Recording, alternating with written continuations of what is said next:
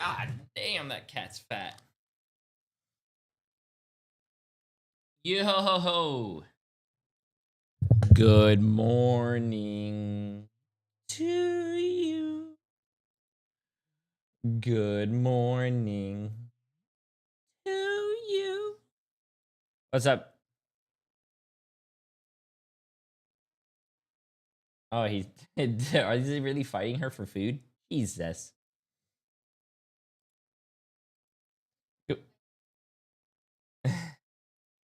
What's up? Merry Christmas, Jay. Whoa, whoa, whoa. Merry Christmas. What's up, chat? Today is the last day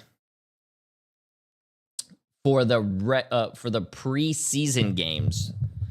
Then the next time we come on stream is going to be the playoffs. Well, not the next time we come on stream because that's going to be tomorrow. But the playoffs for the preseason. Yeah. Playoffs. Also, yes. Happy Easter to those who celebrate Easter. Hope you have a great day. Spend some time with your family. Eat some good food. Okay, let's see here. Today. Okay, so let's look at the schedule today, chat. We have Fire against Vision. We have Peps against Alter Esports. I think this is going to be a good game. Virtus Pro against Rad. Shikigami against Team Heretics. That might be another good game, but we shall see. And then Reason Gaming against Crownfall. That's going to be the EMEA side. And then you have, where's NA? Yo, how you doing, Chocolate? You're up bright and early. How you doing? How you doing? And then you have the NA side, which is Nightmare against TSM. I think poor Nightmare hasn't won a single game, and they rage quit yesterday, so we'll see if Nightmare can win a game. Then you have, as the second game of the day, you have 100 Thieves against Cafe Rose. I was going to say Cafe Royal. Cafe Rose. Then the third game, which is also, I think is going to be a good game, you have Team Liquid Citadel against YWL. You have Sentinels against NRG, which is going to be a good game. That's a huge, it's going to be a good game. And then I think we're going to end it off on an easy one with Space Station Gaming against Lunex. No offense to Lunex, but Space Station has been looking pretty strong as well.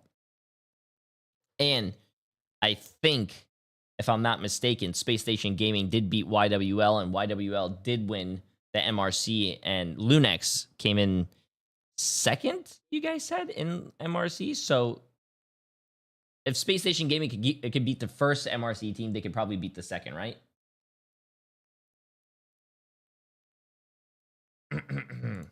Oh, you should go rewatch the Nightmare game if you missed it. It was the interview at the end, stirred a little bit of drama. But we love drama here because we're not involved. And Marvel Rivals is live. www.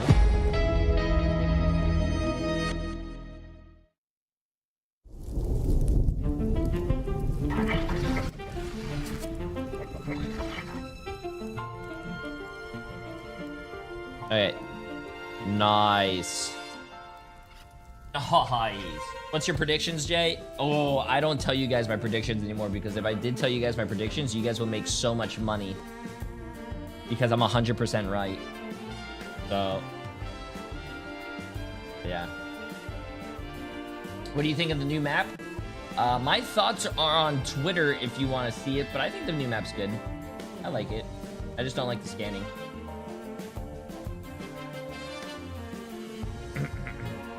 Yo, what's up, Fila? How you doing? You were here in the morning. Yeah, Fooled Immortal here as well. Damn. What teams are playing? They're over there. On that side of the screen. We have 5 matches today. 5 matches later, and we are done. And then it's playoffs. Damn! Chocolate, you got an extra 450 channel points, though. Look at that. 130 stream streak. And Panda, appreciate the massive 5 months. How you doing? How you doing? What's up, baby? Say, what, Jay, baby, how's your day been? Call me baby? My day involved me waking up, and now I'm here. I literally just woke up, took a shower, and now I'm here. That's that. When there's preseason games, that is literally my schedule. Wake up, shower, stream, sleep. Wake up, shower, stream, sleep. Wake up, shower, stream, sleep.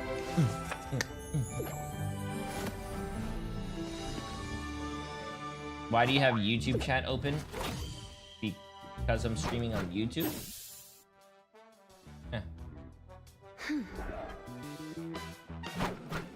Do you think Rad has a chance against Virtus Pro? Ooh, maybe. I think it's gonna be a good game.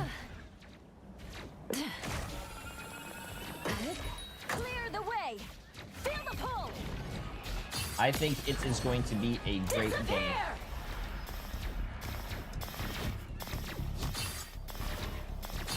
Protect your bald king. First up, fire versus vision? I think that's what we said, right? Fire versus vision. That's the first game today. Okay, we'll do that. Brick Bouncy for 36 months. How you doing? How you doing?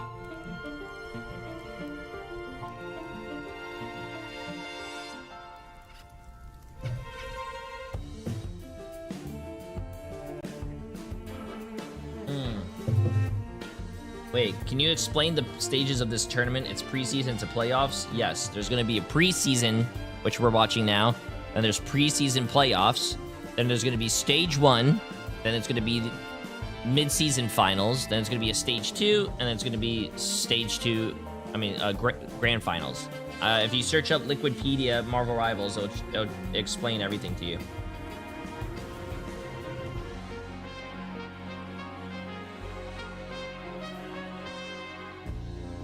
Ooh.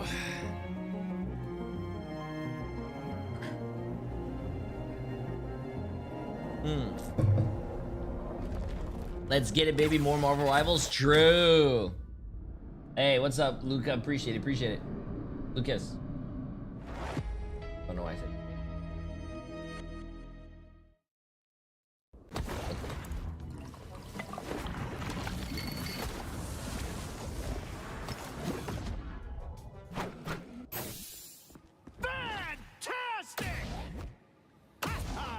Nice. Oops.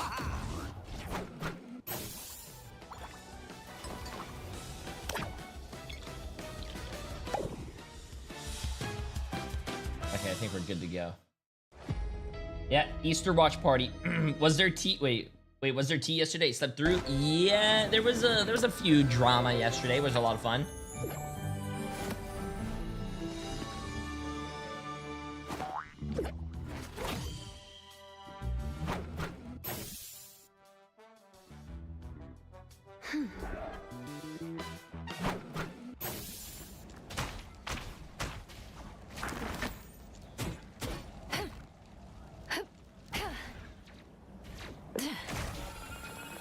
Nice. Who's playing? Chat. It literally chat. It literally shows you right here who's playing. Chat. Come on, bro. Come on, bro.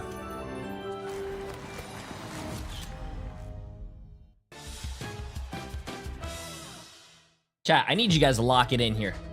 I know it's Sunday, it's a lazy day, but bro, it literally shows you the whole matches right there. Bro, I'm blind, I can't see that. Have you ever just thought about opening your eyes? Like if you can't see, just like open your eyes.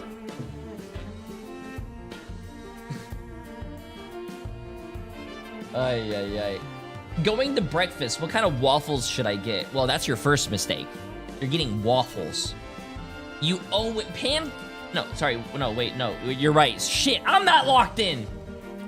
Waffles are so much better than pancakes. There you go. You had it right. Get chocolate chip or something.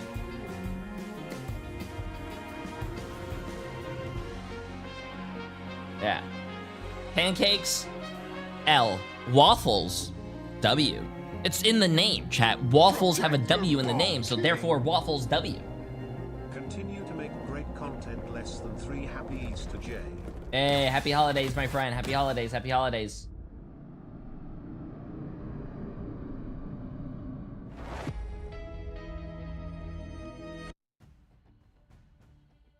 It all comes down to this one final day of action for the group stages of the preseason for the 2026 Ignite EMEA showcase that we have all brought you from last weekend into this one. Nice. Voidable still here. WW. Anonymous gifter with the 10 gifted subs. Absolutely insane. I appreciate it. Massive W. Pretty excited. Yeah. I mean, all our we don't talk about our already started the stream and starting off strong. This season is all about to give us an appetizer to what to expect for stage 1. Yeah, we do not want to know where my predictions are at the moment. You know what? They're becoming closer as Fire Strays have decided to start talking to each other and really playing at the level that we expected. But I don't think they're going to be ending in the second that I initially predicted them. There's a lot of stakes on the line for every single series today, so as we go through the matches, we'll try and confirm placements throughout the day, and at the end of it, we will have a bracket to show you for those playoffs that'll be taking place in about 2 weeks-ish time. So definitely make sure you are tuned in and locked in and loaded for all of the matches today.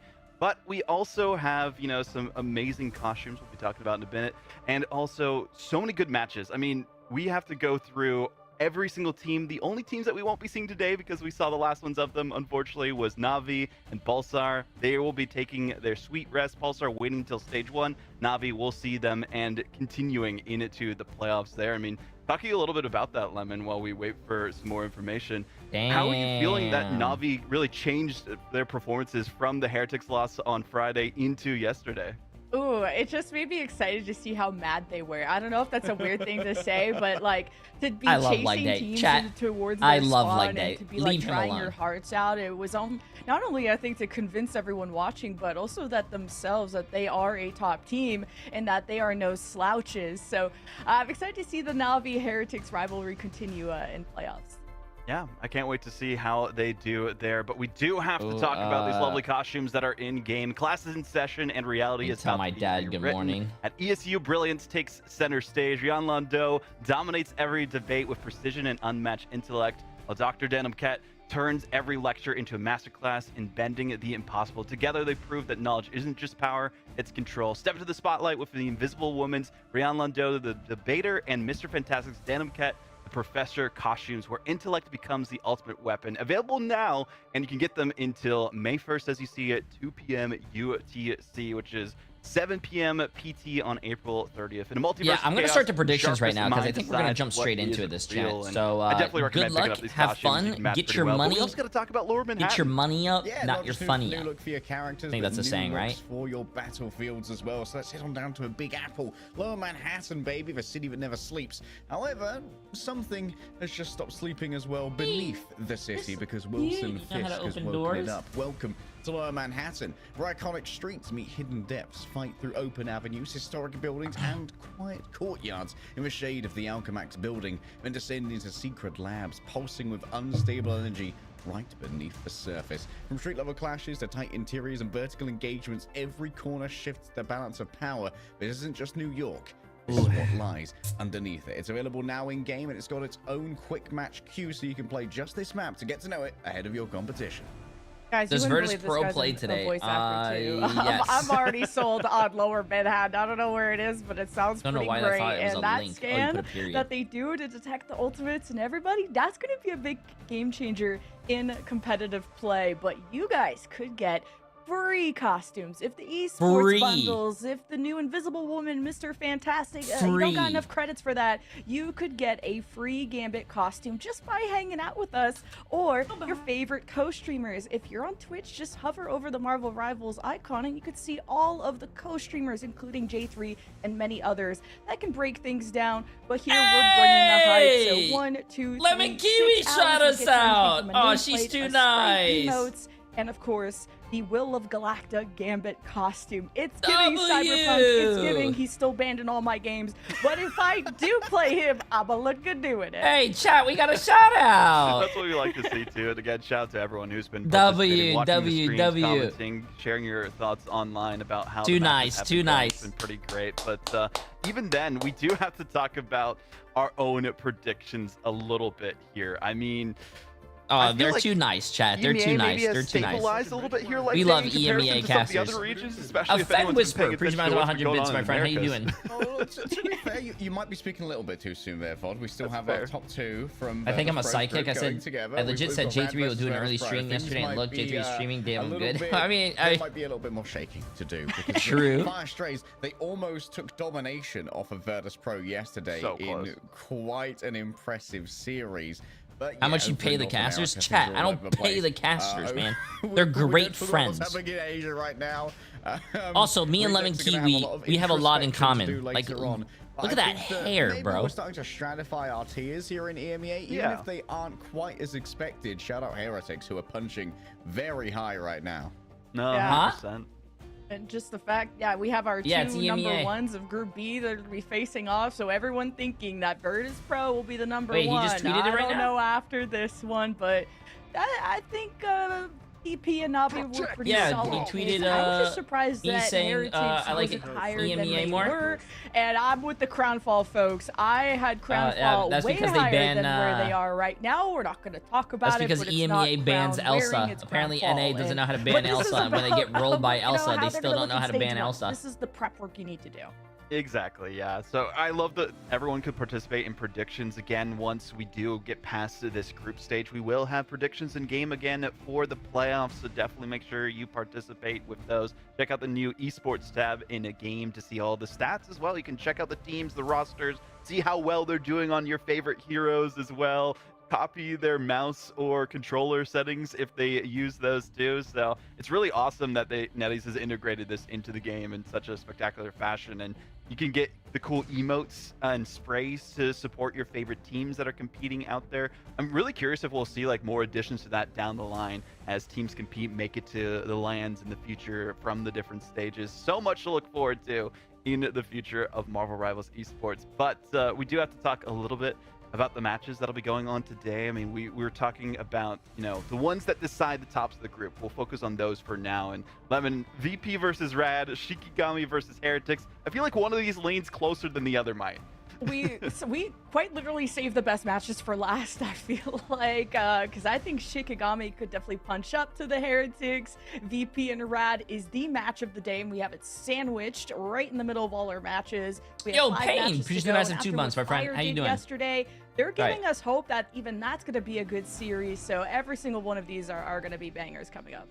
Yeah, I mean, technically we have a chance for like Crownfall in some like weird tiebreaker scenario to make it in potentially, but this is the schedule for how things have been going. We had the group stage, and we also have the playoffs coming up on April 16th. So you do have a little bit of time, but these are the other regions. Yeah, see, there you go, chat. Playoffs are going to be 16, 17, 18, 19 as well, which is the last week of group stages for Asia. Next, right after the preseason Thursday, playoffs, Friday, we'll Saturday, and Sunday. Oh no! Starting up too. Don't tell me. Never stops. Marvel Don't tell me Rivals it's going to be never 14, 15 hours for 4 days in a row. The thing that the teams are kind of paying attention to here, like day, is this beautiful prize pool. Already we see some of the teams, they get some winnings, even if they don't make it to those playoffs. Yeah, we might have 2 Canadians on the cast right now, but this is cold hard US dollars, baby. 50 advanced stacks on the line. We might have 2 Canadians, but these are some cold, hard, higher and higher as we make it deeper into our 2026 Ignite US program. dollars. But who is going to be competing in the playoff bracket is determined by our team rankings in the groups. Peps and Alter Esports playing against each other. Winner gets into that 4th seeding spot. Shikigami could potentially damn Peps, Alter, and Pulsar. Those are the last ones fight. Oh, I mean not Pulsar, well. But Peps and Alter top heavy in this fighting Group A side, and only Team Heretics are flawless so far. But if you look and at Reason, Group B, Reason is fighting. Pro and Rad are 4-0. VP hasn't even dropped a map, guys. It got close yesterday, so you want to go and grab your popcorn. Wait, chat. That one. Virtus Pro and Rad have not lost a game yet, and but Rad also they play against each other. One map, so they're right on VP's tail, and they're gonna face off today to decide the #1 seed, which is going to matter in terms of the seeding for playoffs and what strength of opponent you're gonna get first.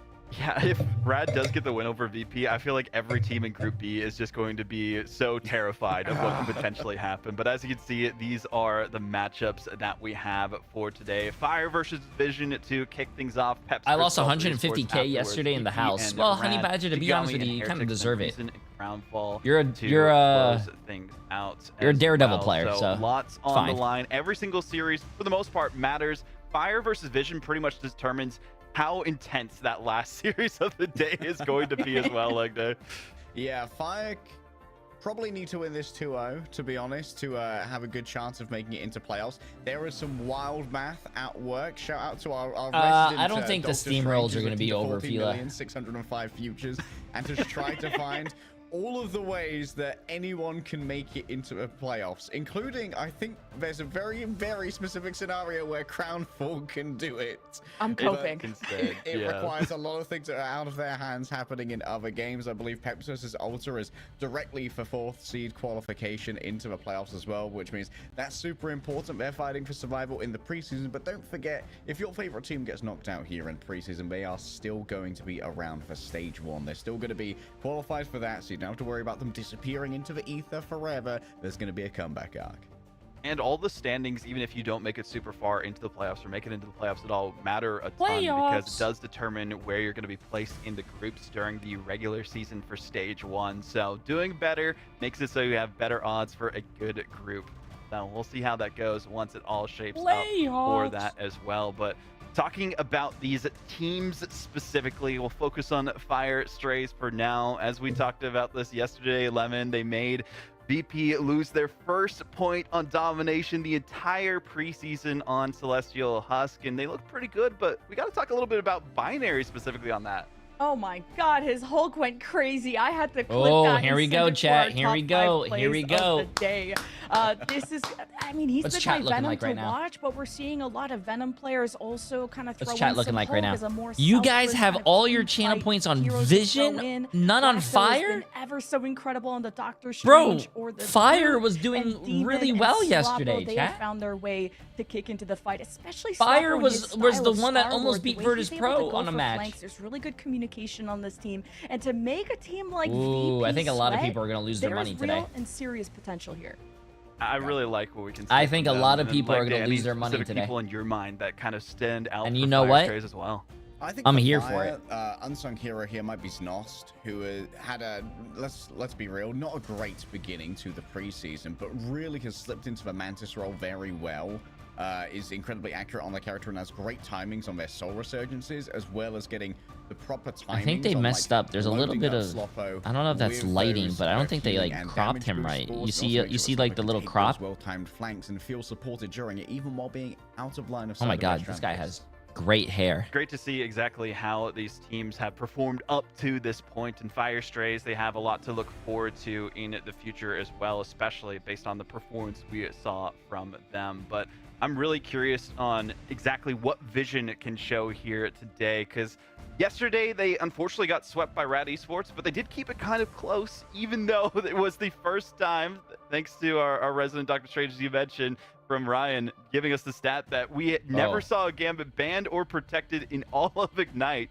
But they were able to, even with letting the Loki go through and the Mantis and the Groot against Rad, keep it as competitive as possible. And having this be the same kind of team that we saw from the first week going into this one, Jen, I mean, what do they really need to lock in on so that they showcase the performance we saw before? I'm trying to get my stocks early for a guy like Satum, okay? There is some really nasty Psylocke and Daredevil players, and I think he's right on the cusp of being in that conversation to be at the big kids table when it comes to being a top kind of brawler in that duelist department. I want to sit at the big important kids to be able table. To follow up with a Hulk, with a Venom, with somebody who's going to be deathballing with you, and Satum. Chat, can I sit at the big kids table? Cement himself on his team as an impact player. I'm excited to see how these players perform, to say the least. I mean, both these teams matters so much how well they do in this matchup, depending on where they're going to fall in the standings. I believe from what we've been told, at least for Fire Strays, if they get a 2-0, it doesn't necessarily confirm because it depends on how that last series goes. But for Vision, they should be in. It just depends on the standings themselves afterwards, if they're going to be 3rd or 4th. So pretty much locked in. If they get a map, they'll feel even more confident. But Celestial Husk, both these teams, I'm a big kid, losses, bro. But also I sometimes get dressed by myself in the morning. Sometimes Emily does it as well, but sometimes I do it. Vision one day of the week. Up and down. Like, I think that Vision definitely excel when they have access to Gainer's Rogue, which kind of like this over on FlyQuest has been very important. And Gainer's actually played Rogue very well on this map in particular. Celestial Husk is going to be our randomly selected first domination map. Whew. I can't wait for this one specifically. Like, talking about this map and the potentials for these squads as well. I mean, we talked about some of the predictions already done, man. That we could have seen from Fire Strays. We were saying, you know, the prediction's always there for 10 minutes, chat. If you missed the prediction, seeing in the lobby, you snooze, you lose. Levin, they're playing with Destroy, so I can't tie my shoes. Yeah, and I have. Actually, they went back. Excuse me. Oh, okay. No, good. Yeah, because Emily bought me those like Velcro Skechers. Those are the shoes I use. He's got to prove it here today again. That they do. Well, we're getting ready for one of our decider matchups of the day. Fire Strays facing off against Vision on Celestial Husk. We'll see if it goes to 3. All right, let's get stuck in, Lemon. When it comes to bans and protects at the moment, this week has certainly been all about getting rid of that Elsa, which is a bit of a change ban from Elsa. Last time around, considering that a lot of teams have been getting rid of that Gambit first. But for now, Vision, they might have been listening in to my yeah, I like Fire Strays, chat. I like Fire Strays, but Vision is a good team too. Usually it's an Elsa or Gambit. But if I had to give you guys, kind of just skip through the first couple of bans. My blessing. If I had to give one of these teams my blessing, I think it's going to be Fire Strays. Elsa in favor of Fire Strays. So excited to see that. And yesterday, you know, Gainer was right on the cusp of my top 5 plays because Gainer's Rogue went crazy with Rex's Gambit, wondering if that's gonna squeak through, and it does. So I'm wondering if a Rogue ban is in consideration here for Fire Strays. Okay, probably gonna ban Rogue, right? Definitely ban Rogue. You can't let that team up go through. Be a priority ban here for Vision Esport, considering they've got that Gambit and Vanguard Pool fantastic assassin for trying to get rid of the Gambit midway through there. Hello everyone. This is Maybe, your daily reminder to there's drink a water. laundry list of things to worry about in the pick of ban. And, if they save Rogue, though, on the Rogue is not too much of a threat, but I think you're gonna find out the hard way. But it does get protected, you know, just in case. Okay, well, I'm hyped to see Gainer on the Rogue. I have to wonder where this last protect is going to go. They couldn't save Gambit because Elsa was already banned. Taken away. I think, as you pointed out during our team highlight, that was one of. Oh, yo, Belt Dragon, appreciate the massive donut, my friend. Yes, drink water, chat. Drink water. Drink water. It is protect. I guess they don't want to have too many of their strategist options. The game hasn't started yet, man. I don't need to move my camera real quick. They might go back to.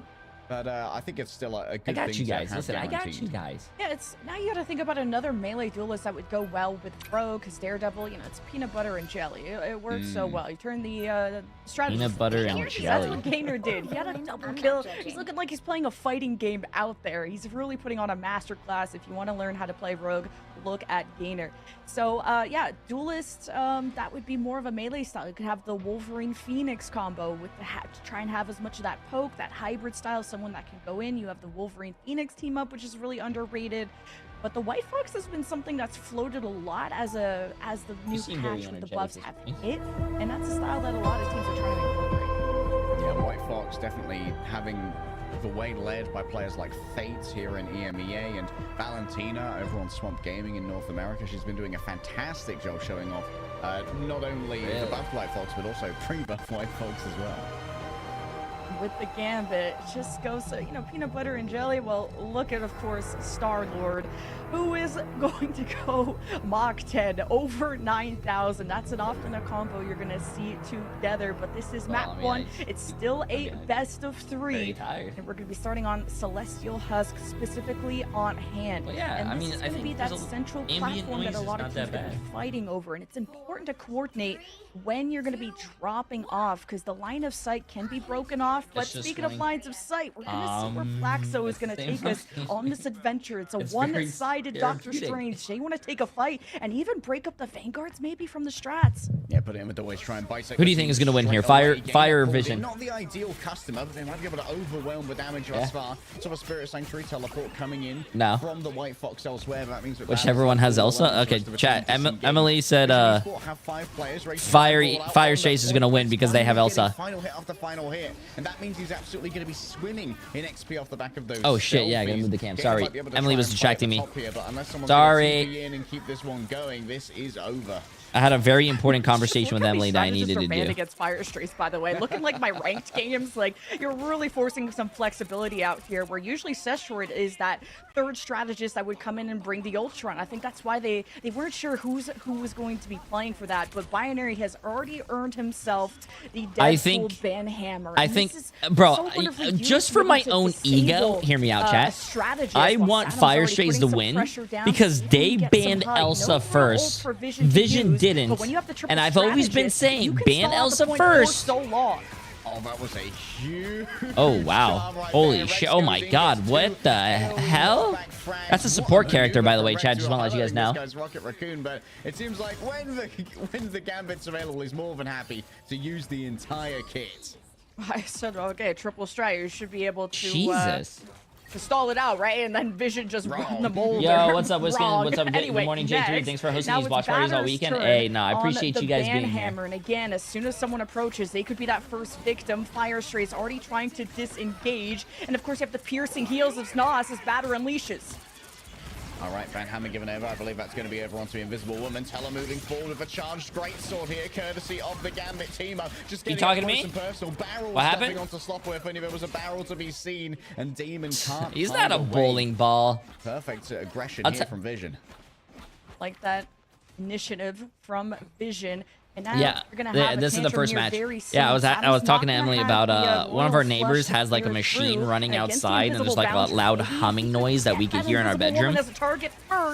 And Emily had to go sleep in the guest in our like other bedroom because it's very loud, but it's like ambient noise, chat. I could sleep through like fans and stuff like that. Do you guys are you guys very sensitive when it comes to sleeping? With the finisher, Fire Strays will move on forward to try and take control of the point. No, it was not me snoring. I don't snore. On the Elsa Bloodstone, but finally awakening and finding Batter.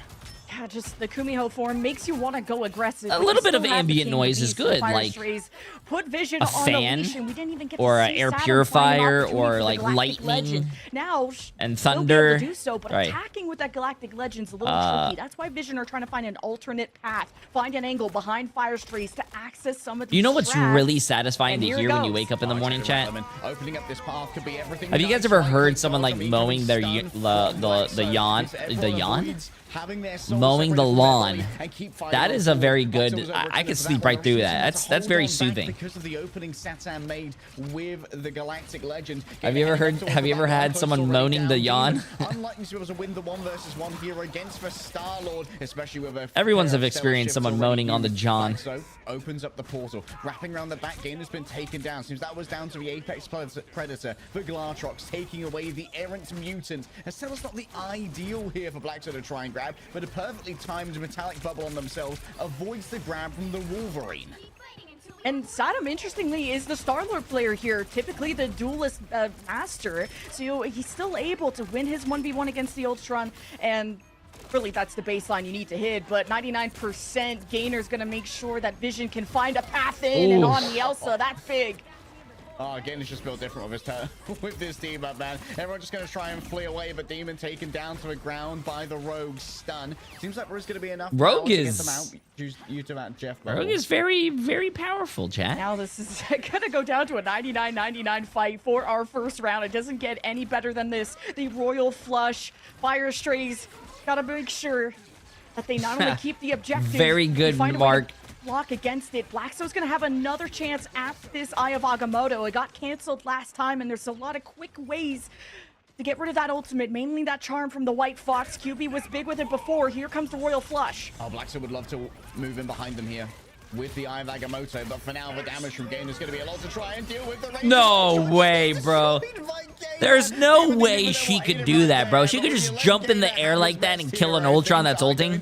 Come on, man. Very quickly. The Suck ready to go, pulling in multiple players. Quick knockup, though, I think broke the line of sight. Great play there from Fire to try and peel for themselves. And Satam is given very few targets as they're all inside the invisible boundary. Can you lay it down? Oh, wow. Uh-oh. Critical frag to try and turn this one around. Uh-oh. Vision might win this. Passive available for Demon. Down to only extended HP. Rex is chased down by Black So in the middle of all of this. And Teller's still brawling out on the other side. Up close and personal with Rogue is not where you want to be if you're the good doctor. You're going to need more than an apple a day to keep the gainer away. And whilst not... Damn. Okay, Rogue might be... the first sub-map. Rogue might be busted. Having to invest all their ultimates at the end to secure this one. That was a nail biter. And which I don't understand, chat. Fire Strays saw that they saved. QB, on the other hand, pops a Kumio form and is unformed Gambit immediately. But their next ban was Daredevil. Like, I can understand banning Daredevil and all that. But, like, if you see that they saved Gambit, why not ban... This is a change, but... the Rogue first, or look, they banned Loki second. They took that first if round. you saw that they saved the Gambit, I would have banned like frontline presence. He has so much pressure. I would have banned a Rogue, and you could tell by the numbers. He's and then Loki, and then Gambit. I mean, what do you call it? Not Gambit. Daredevil at the end. I understand now the Invis Protect from Fire Strays. I remembered yesterday that it actually took Black So's most dangerous Doctor Strange off the table tonight of that team up with the Invisible Woman. So if you're looking down the barrel of 4 strategist bans, you might as well keep that team up available. It's going to be an early strike if it's a split team, though. This was Fire Strays' special last time. Black Sail is on the Captain America here on... generic. Appreciate you, 4 months, my friend. How you doing? Play the ring around the rosy. So this first fight is so important because, again, you could stall this out forever. And Rex with a pick. Oh, Sloppo is just having so much trouble surviving at the moment, and that teleport sorry, Miss Jackson. a touch of a unwelcome addition. I think that the Battle Recall Beacon did bring Sloppo back into amidst all of this. Banner going up close and personal. Close has got no way to try and avoid this one. Snosh just on the run, but that means most of the heals for the remainder of the team is currently otherwise oh my god, they're getting actually distracted by the... exactly the same. He finally died, damn. Finally starting to take the initiative alongside Black So being on a more...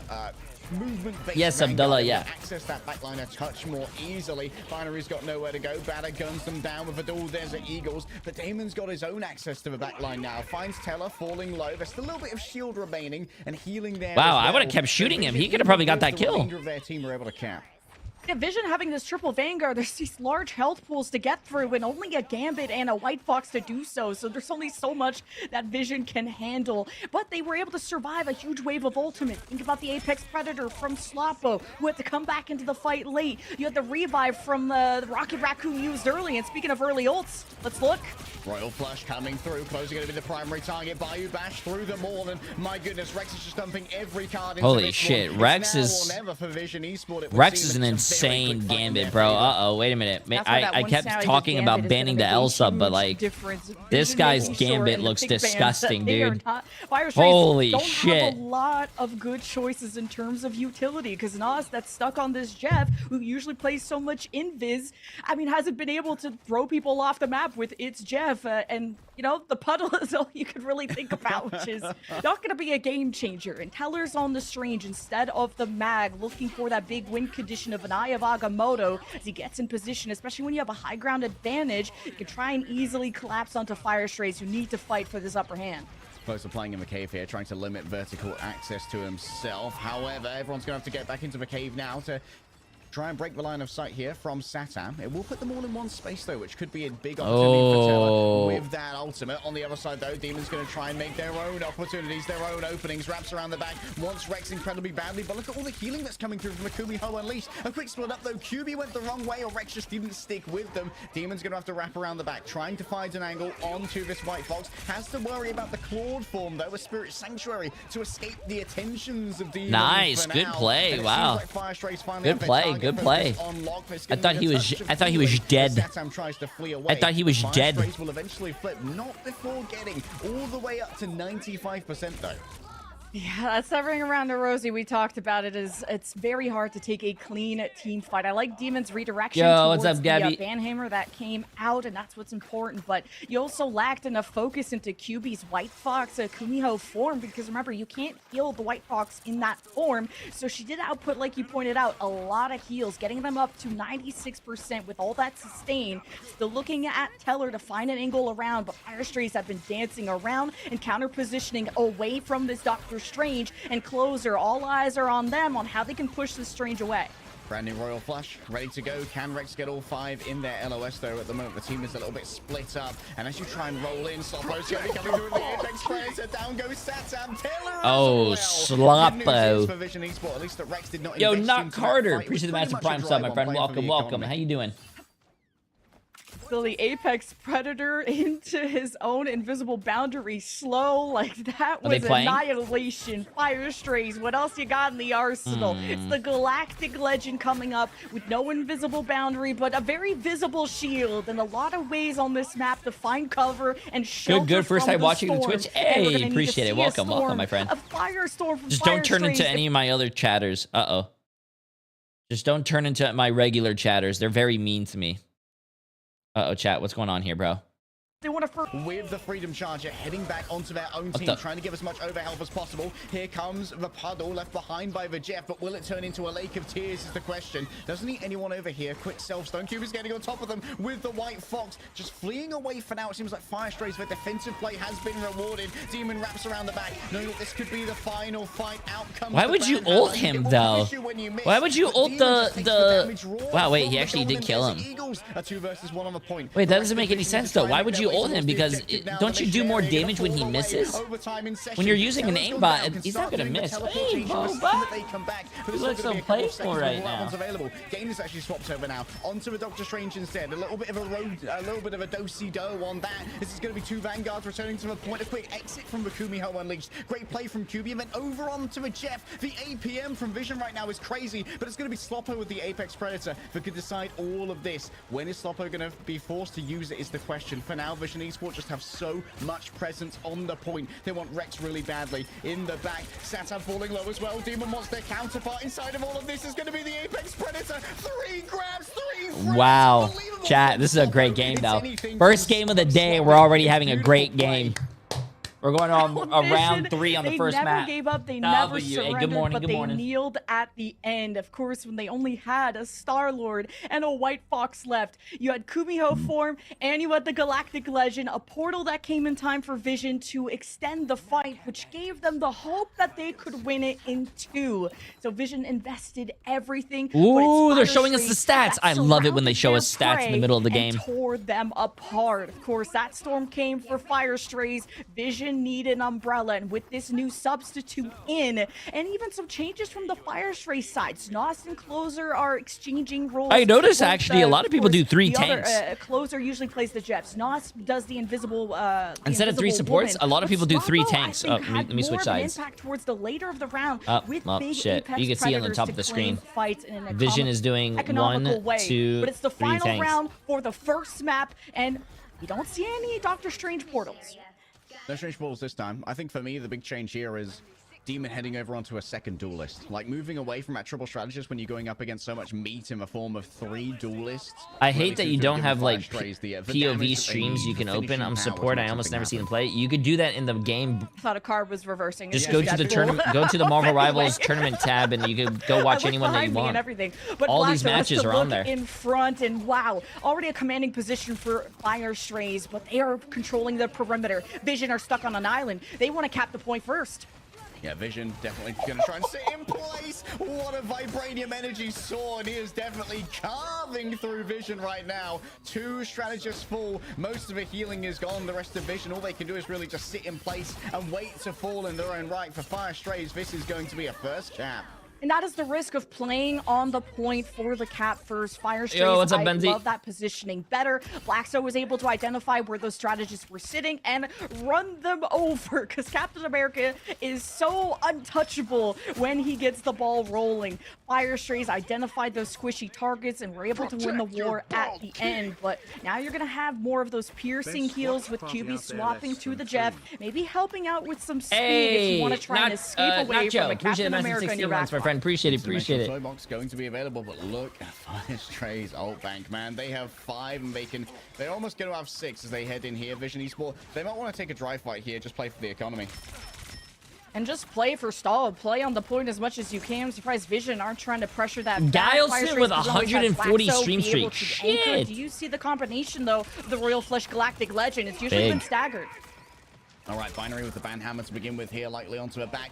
Gainer going to be buffed up here. The Raging Royal Legend taking to the skies. The damage is almost unbearable. But, you know, oh wait, that was a good counter though. They used Captain America's. The physical cover's good. Binary can't be saved. The invisible boundary is a great counter strike now, and you don't know where Damon's coming from. There's violence, there's vision, and what there is pain to be. Oh, he didn't get any kills on his ult too. Point. Damn. Gainer rolling forward, moving in. Oh, the cleave is great. Closes down already. Trying to avoid the Jeffs. Closer can't really get anything. Hey, appreciate it, Pixel. Massive W. After that, even with the healing puzzle on the floor, a great turnaround here from Vision Esport, but it's taken everything that they had. Literally, Vision used every single ultimate, and they only took it back at 82%. Damn. So now I'm convinced if they can use the Galactic Legend and the Royal Flush at the same time, they will, but they will not wait an extra second for the other person. Even that level of firepower wasn't enough to overwhelm Fire Strays. They found cover. There was beautiful shields, too, from Teller to stop any counteraction from Fire Strays. Getting through this cave entry can be a little tricky, but the damage is good from Fire Strays to pressure back.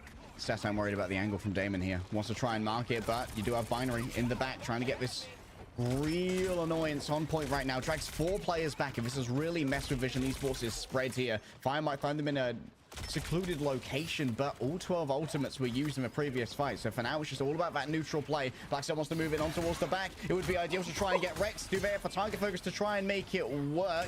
And Blackstone's waiting for the next Vibranium Energy Sword. Takes to the skies around the back. A Banhammer's already been given out, but his Binary is really trying to make this distance happen. Gainer gets in the way. A good stun onto the Deadpool to try and stop things in their tracks, and Rex is just given over the Raging Royal Flush. This is going back and forth, bro. I love this. QB, the ultimate time waster, but in the best of ways. This swap to Jeff has really ruined Black, so he's hopefully all the games are like this.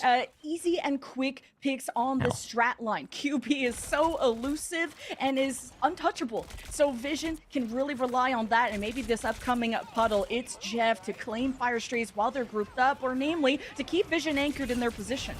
Satan dips in for just a second, a few % away from that ultimate. You know what I really think that high-level players do that a lot of low-rank players do when we spectate Elo Hell?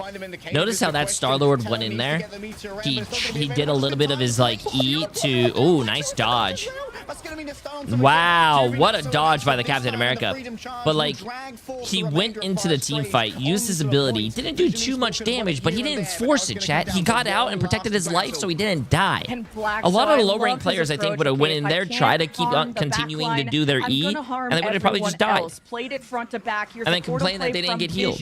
Need to see Saddam get involved in this equation. Also, this is a great game. We're going on 99-99. The Heartbreaker closest spot up the invisible boundary. What's going to deal with Sasam's ultimate in the second stage of fight is the question. It comes through already, but will Teller and Rex fall before anything can really be done? 3 players. Wow, this is a GG's. Should be doing their best to flee away. Run, Sharky, run, as Gainer makes their way in towards the back line, but all alone with no heals. It is not Emily tenable. was right. The team with Fire Strays turn it around with a reverse sweep. The Elsa won. A big punch up for Fire That was a great Strays game, though. That was a great game. Half the strategist pool banned against them. That was a great game. They leaned on Black, so the Captain America, the captain of this team, to to run down and to have the chase begin. Binary. Wait, Captain America helped carry that team? I knew it, chat. Deadpool today EMEA always has to rely on America. No, I'm joking. Against, well, I forgot who they faced yesterday, but he was a difference maker. And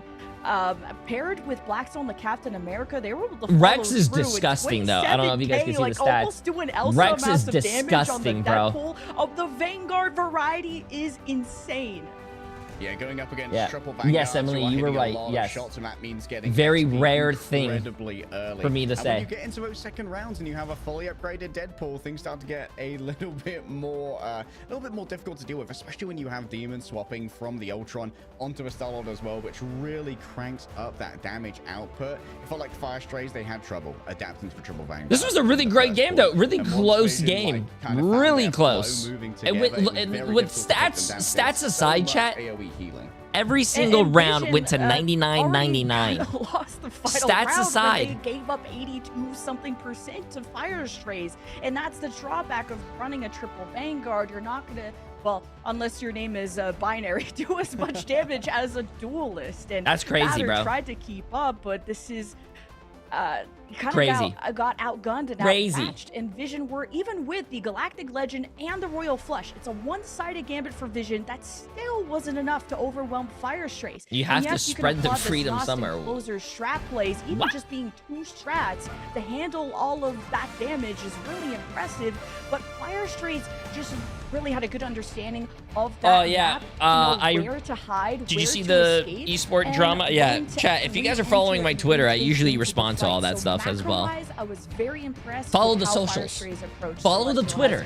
Follow the Instagram. Follow the TikTok. Follow the YouTube chat. Very smart ban to get rid of Daredevil in particular on this map.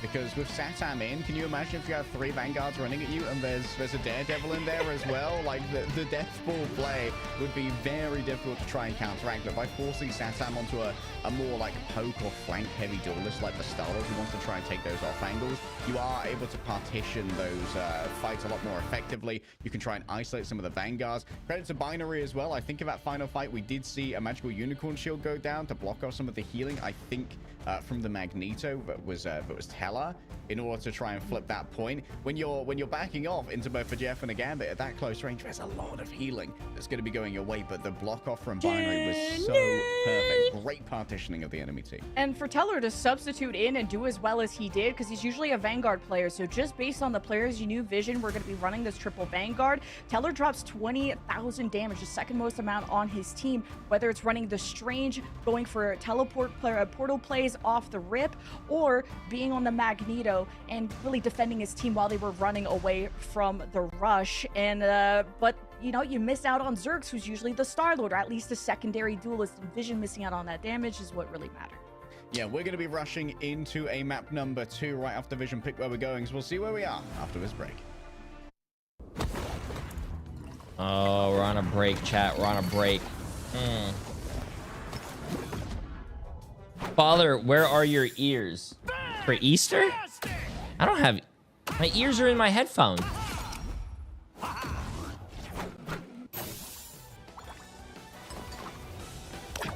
My ears are in my headphones.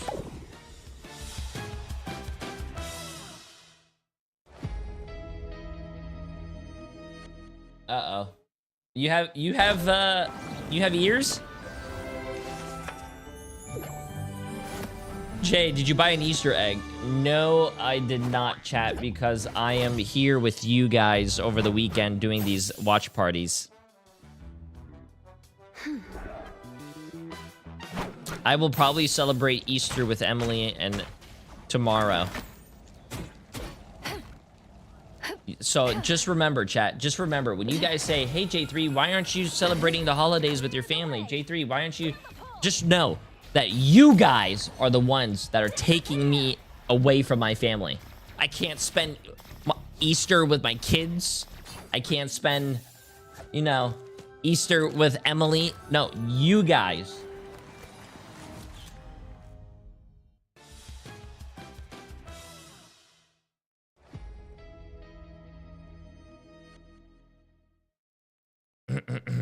Let me ask the Magic 8 Ball. 8 Ball. Is my YouTube and Twitch chat considered my family. Let's see this. Let's see this. 8 Ball, give me... Magic 8 Ball says... The Magic 8 Ball says my sources say no. Magic 8 Ball spoke. Do not speak back to Magic 8 Ball. And then I'll do this just in case. Ooh! Hey, these bots don't lie, chat. These bots don't lie. Gotta like throw it on my fucking shoulder, bro. God damn, man.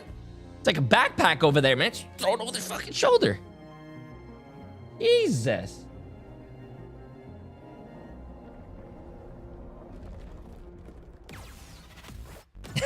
Bro is Sir Arlen of Pennytree. Oh my god.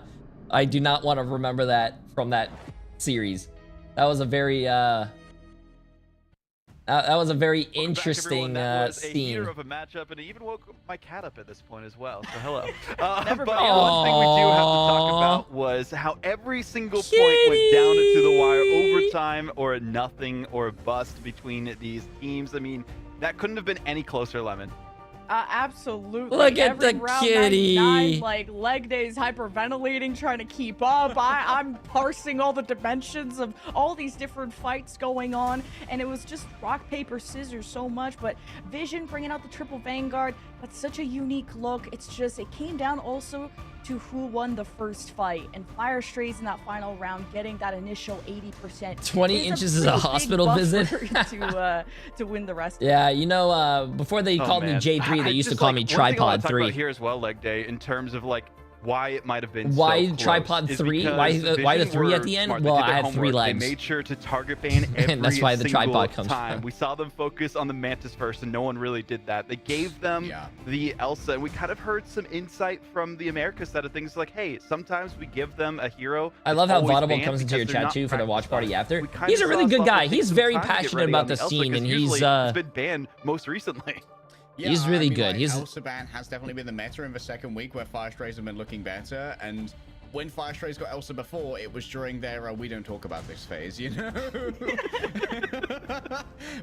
which was not a good look for them. So I think the Vision, like, they were on the right track there, especially with triple Vanguard as well, knowing that Elsa will do a lot of damage to those Vanguards with a percentage health damage, but not necessarily be able to find the KOs super easily. They knew that would feed their Gambit ults very effectively, which is why they only had to run 2 strategists, and they can still play that wait, I think I did break the rabbit ears. But I think Fire Strays, they made some great changes midway through. It's fine. We can just blame it on chat. Putting Demon on the Satan marker, essentially. Just keep my Star-Lord on their Star-Lord. That's the thing to notice here as well. I mean, you talked about it, Lemon, towards the end of it, is that we saw a bit of a different roster from Team Vision. They focused more on the triple Vanguard, maybe to make it a little bit easier for the Gambit to build up that ult charge. We even saw in previous series from other teams that that was a struggle based on the 20% ult charge nerf. So maybe that's how they tried to counteract it here. But going into this next one specifically, a lot of people were banning Elsa. Kind of a similar style. It looks like they're sticking with the same roster for the most part, and hopefully we do not see Shin Shibuya again for their sakes. At least pick the defense. I'm on my hands and knees begging, okay? Because that is going to be the strongest. Wait, greetings. Will we ever see non-meta characters in this tournament? Also, are we keep if a team wants to lose, yeah. To have the Gambit but if there's money on the line, you probably want to play the strongest characters. We're able to force this to go the distance. And Saddam is doing his best Zerx impression. I think slotting in those shoes pretty well. And hope Zerx is well too. I don't know why, like, what the roster situation is. I don't have the gossip, but I love what Blaxo was able to do on that Captain America, just forcing QB to all these different swaps, and it's just like this cat and mouse game, but the cat's got a big old shield.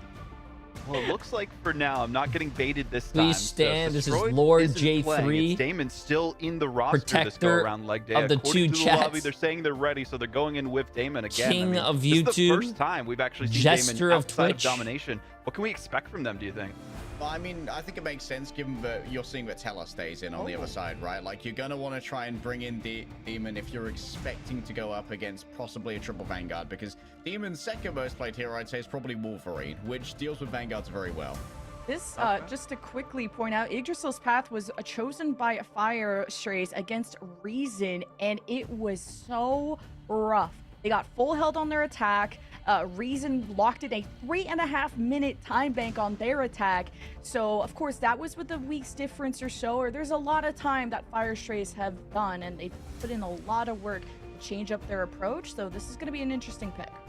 I kind of like this, actually. It changes the flow of things. It goes from, you know, a convergence that wasn't working so well. I like Yggdrasil path. Yggdrasil path, I think, is like the king's row of this game. So maybe they aren't feeling as confident on that mode. Back to a convoy map instead. And as you mentioned, Lemon, like, we didn't really see a good performance, unfortunately, from the side of Fire Strays last time they played on this against Reason. So this could be the win condition for Vision, because they know, hey, we're likely to make it through either way, but if we can disrupt the momentum of Fire Strays. They've done their homework, but we'll see if they can ace the test. Yo, happy Easter, happy holidays, happy holidays. Fire Strays looking for a sweep to secure their playoff hopes, or Vision looking to stay alive as that third seed. We'll go into it with Leg Day and Lemon. Take it away. If this goes somewhere on a 3, Lemon, there's a very real chance that Fire Strays is going to want to, let's see. Which I think would be rather amusing. Once again, Vision Esport looking down. Wow, Fire Strays wants to ban the Gambit now. They want to give them the Elsa? It might be ideal.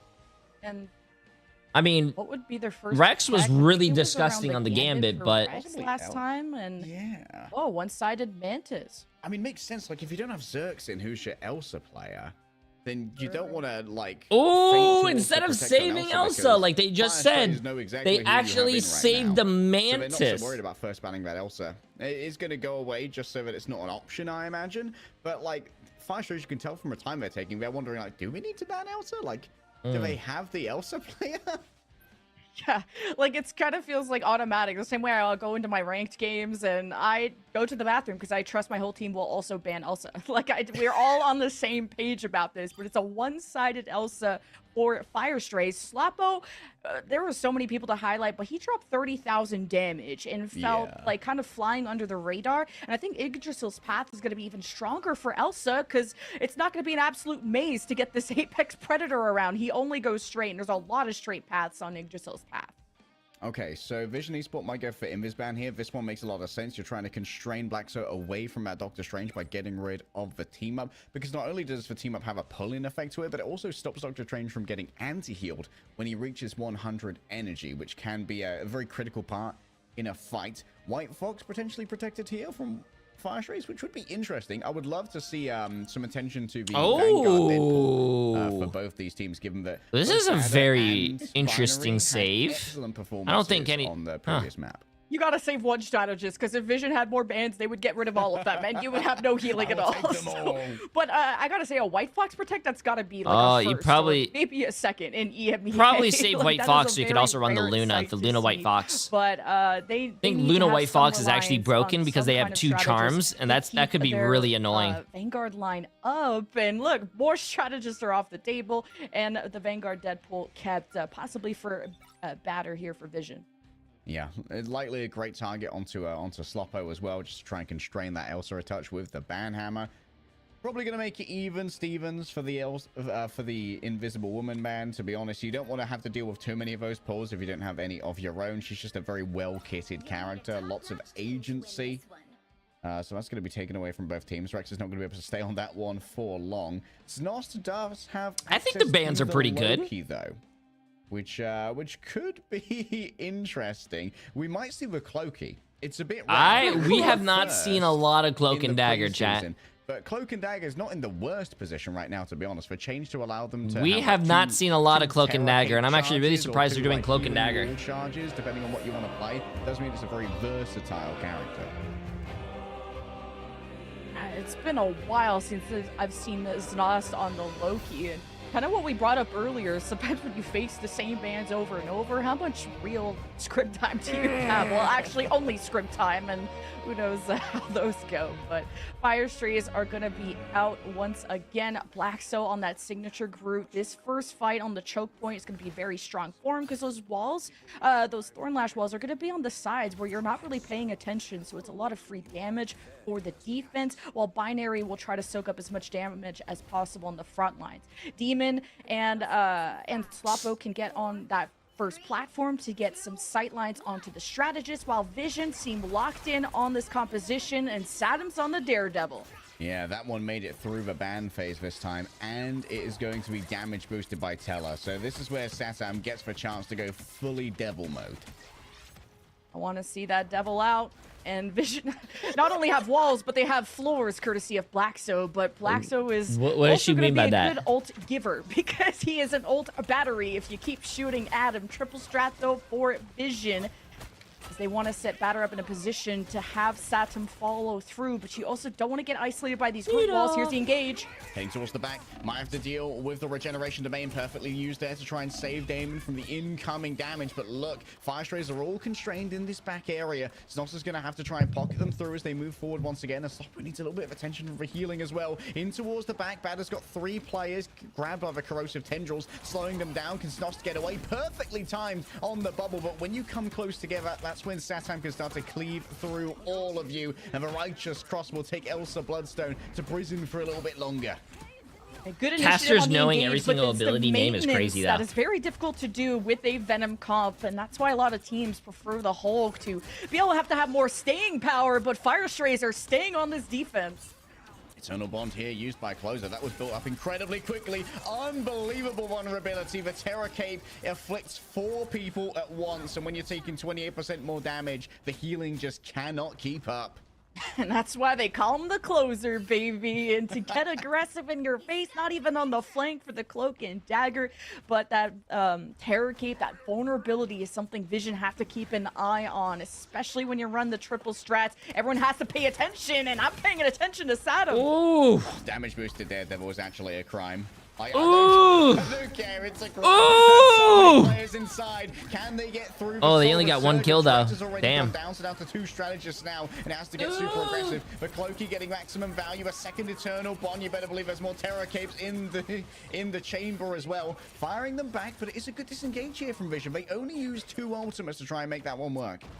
And the Cloak and Dagger is so much scarier when you have the 2 Terror Capes now, but the Devil's out for Satam. He wants to end it once and for all. Devil's out and the strategist ultimates are gone. There's nothing to save David and Sloppo. They just have to take to the skies, try and avoid this one. Satam just being as evasive as they can. Wow, 15 HP. But there's no other real targets for them to try and bring down. Black Surf finds himself with very little help, so Teller's easily able to run them down with the Mantis. And now control of the car is very much in favor of Vision.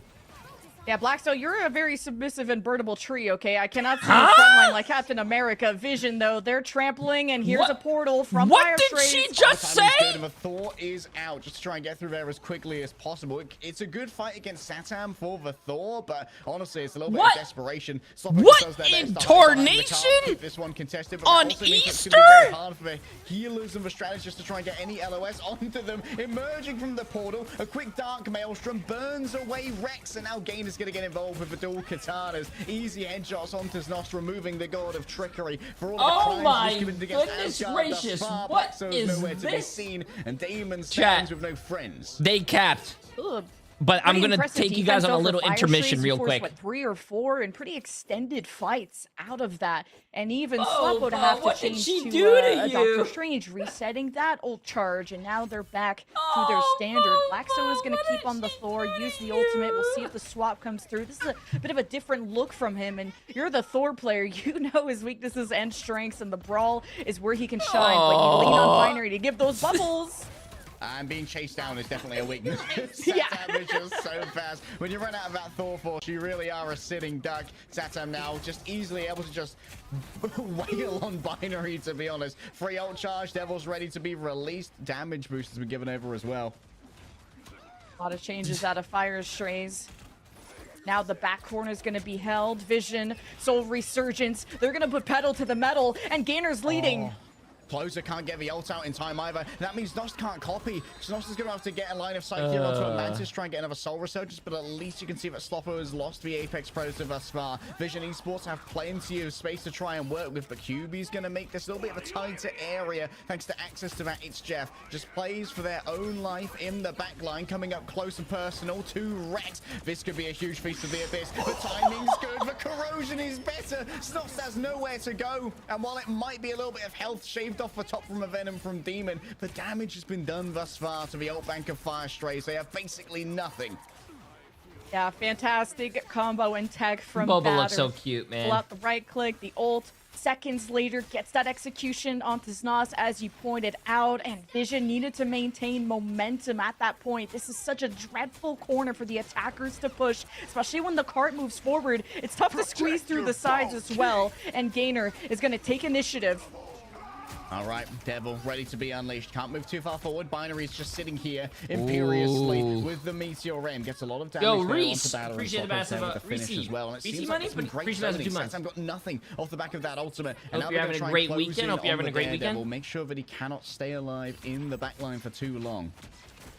Looking forward to this Apex Predator. If you guys like bowling, you're gonna love playing Elsa on this map, and Vision just need to make sure they keep their strategists around the corner, but Rex wants to get involved. Oh, instantly stunned. Wow, instantly deleted. 900 HP just disappeared that fast. That's crazy. Plenty of damage here as well. Out goes the Banhammer. Sloppo, they're just going to lose the Apex Predator straight away, falling in their own right. QB making sure that there's no fair 1v1s on Asgard today, and Byron's going to be staggered out in their own right. Fire Strays lose control of second. And Slappo's been hit or miss with these Apex Predators. It should be a win fight button, but despite Vision being in his path, I didn't see the Apex Predator really claim any good meals. But the Fire Strays defense takes off so much time, but now I start to worry if Vision can actually complete the map, because Saddam's been isolated. Now, Blackso finally found the 1v1 he wanted when he swapped over to his Thor, and now once again, just going to be a little bit of a pain on the cart. A pain in my mission area, you know. Gainer's well out of sorts over here, easily taken down by the Terror Cape from Closer, and Blackso's finally started finding the engagement. I think if you have the Elsa chat, you got to get value on your ult, man. I mean, you are a very consistent damage still, even without your ult, but your ult is like one of the most broken things in the game. If he could try to get on a subtle flank against Vision, he could actually push Vision into Fire Strays' own team, so that could be a nice neutral win condition, but there's a ton of ults as Fire Strays are ready to unleash. Disengagement here from Blackso, getting the bubble from a Cloak and Dagger as well as the Magneto. It's a lot of resources to try and keep your front line alive. Heading in towards the back. Already it's going to be the Eternal Bond used here by Closer, but you can't go too far forward here if you're Fire Strays. You don't really have the AoE, so Vision Esport back off. They're going to re-engage now with QB's ultimate, who might just play for survivability in the back after buying all that space. Not an easy ult to get off for the It's Jeff when there's still a Magneto up ready to defend, but Vision, they have him where they want him.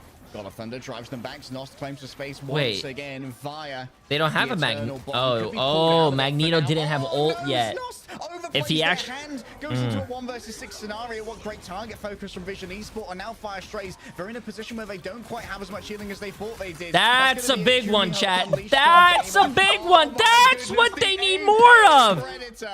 God damn, that shit was fat. Out of a hibernation and on to the feed. That's what he needed to do. A huge with ultimate all at his the end ults. from Not just one, though. to end it once and for all, despite how well that fight kicked off for God, Vision. you know what that ult was, chat? Beast of the Abyss from the Venom that a lot of people will call that ult a J3. And what that means is, wow, that ult was fucking massive. You know what I'm saying? Around that corner at the initial part of point C is so defender-sided, and Fire Strays, just like Celestial Husk, they know when to back away, to disengage, and to counteract. And Slappo, despite the Apex Predators being hit or miss, they hit Vision right in the face. But Vision also got pretty far on that push. Let me cook here. The double beastie combo man, chat, it's crazy. literally, It's it's like going to the casino and someone says, "Hey, did you lose a lot of money?" You're like, "No, I pulled the J3." That means you made a massive amount of money. You know what I'm saying? Actually, body blocking for the Glatrox on its way in, 'cause it's only got a small health pool, and then when it comes back as well, you're all getting trampled by the angry Kumiho parade, and each of those stomps gives even more HP over to the Kumiho Unleashed, because that's the only way that you get the self-sustain during that. I think that might be part of the reason why Sloppo's ult was so successful. 4, 3, 2. Now Fire Strays have to match the pace if they want to take this series in 2, but Vision, this was their choice of map. And man, did they look so much better because they got full health last time and they went the distance with this triple strat. You just have to make sure they support Saturn who's taking a more distanced approach with the Phoenix instead of the Daredevil this time. These Terror Capes are getting some value though. A single Terror Cape does claim most of a high ground here, a safe space for Demon to try and operate from. And you can see that Vision Esport are playing quite a far back position, just continuing to poke out and wait for ults. Getting a lot of free progress as this is going to come down to one fight for the cap. Despite maybe a portal that could come out, but got the Banhammer out. Yeah, Banhammer opener here from Gainer, but just bringing up the crystals for regeneration of main is enough to try and rebuff this assault. Now Vision Esport, they have to bend backwards, try and force them over extensions. It's not getting continuously peppered by Gainer, but it's easy to heal through when you've got this cloaky backline. It's just so much raw healing. A couple of dings from Damon though, start to open it up. Nice shots. Nice shots. Once again is going to get the final blow. Closer has been on point with these. There's nowhere for Banner to go, by the way. Walled up behind them. Both of their strategists have been. Wow, Firestrace is looking really strong, chat. Remember when you guys were all betting and you put all your money on Vision, and I was like, chat, why are you doing that? Firestrace almost took a map off Virtus Pro, and then you guys were like, wow, J3 is smart, handsome, jacked, and very hairy and all-knowing. Maybe I should vote for Firestrace. So everyone that just made their money after this win, you owe me at least half of it. Space and had no real way of fighting back into this. Firestrace controlled you guys owe me all your money when you guys win this. And they have a pretty big time bank advantage going in with a Strangling Prison on the menu. The Strangling Prison, what do you have to follow up with it? Likely going to be your Phoenix. The Ensong Inferno could be a great combination for this one. However, there's a world where Gainer can body block this one while being CC immune if that Ironwood wall is up. Oh, what an eat! Great play here from Bada. Oh, what an eat. Yeah, that's crazy. Follow up on that Ensong Inferno as well, while Saturn is going to be traded out on the other side. Thus far, it's gone okay for Vision Esport. Losing Gainer might well turn this one around, though. Bakumi Helm unleashed for Terror Cape. 28% more damage. 900 HP doesn't last for too long. Bada needs to make it work here. Oh, no! What are you doing? For this fight. The Cloak and Dagger used their ult and then lost it. Needed, and I was just adding the je ne sais quoi, a little bit of a nice rye gravy on the back of it. Satam just going to chase out that Venom, not allowing too much in the way of survival. But look at that, a quick force, and they don't even know where the Venom is. Oh, Satam, not like this.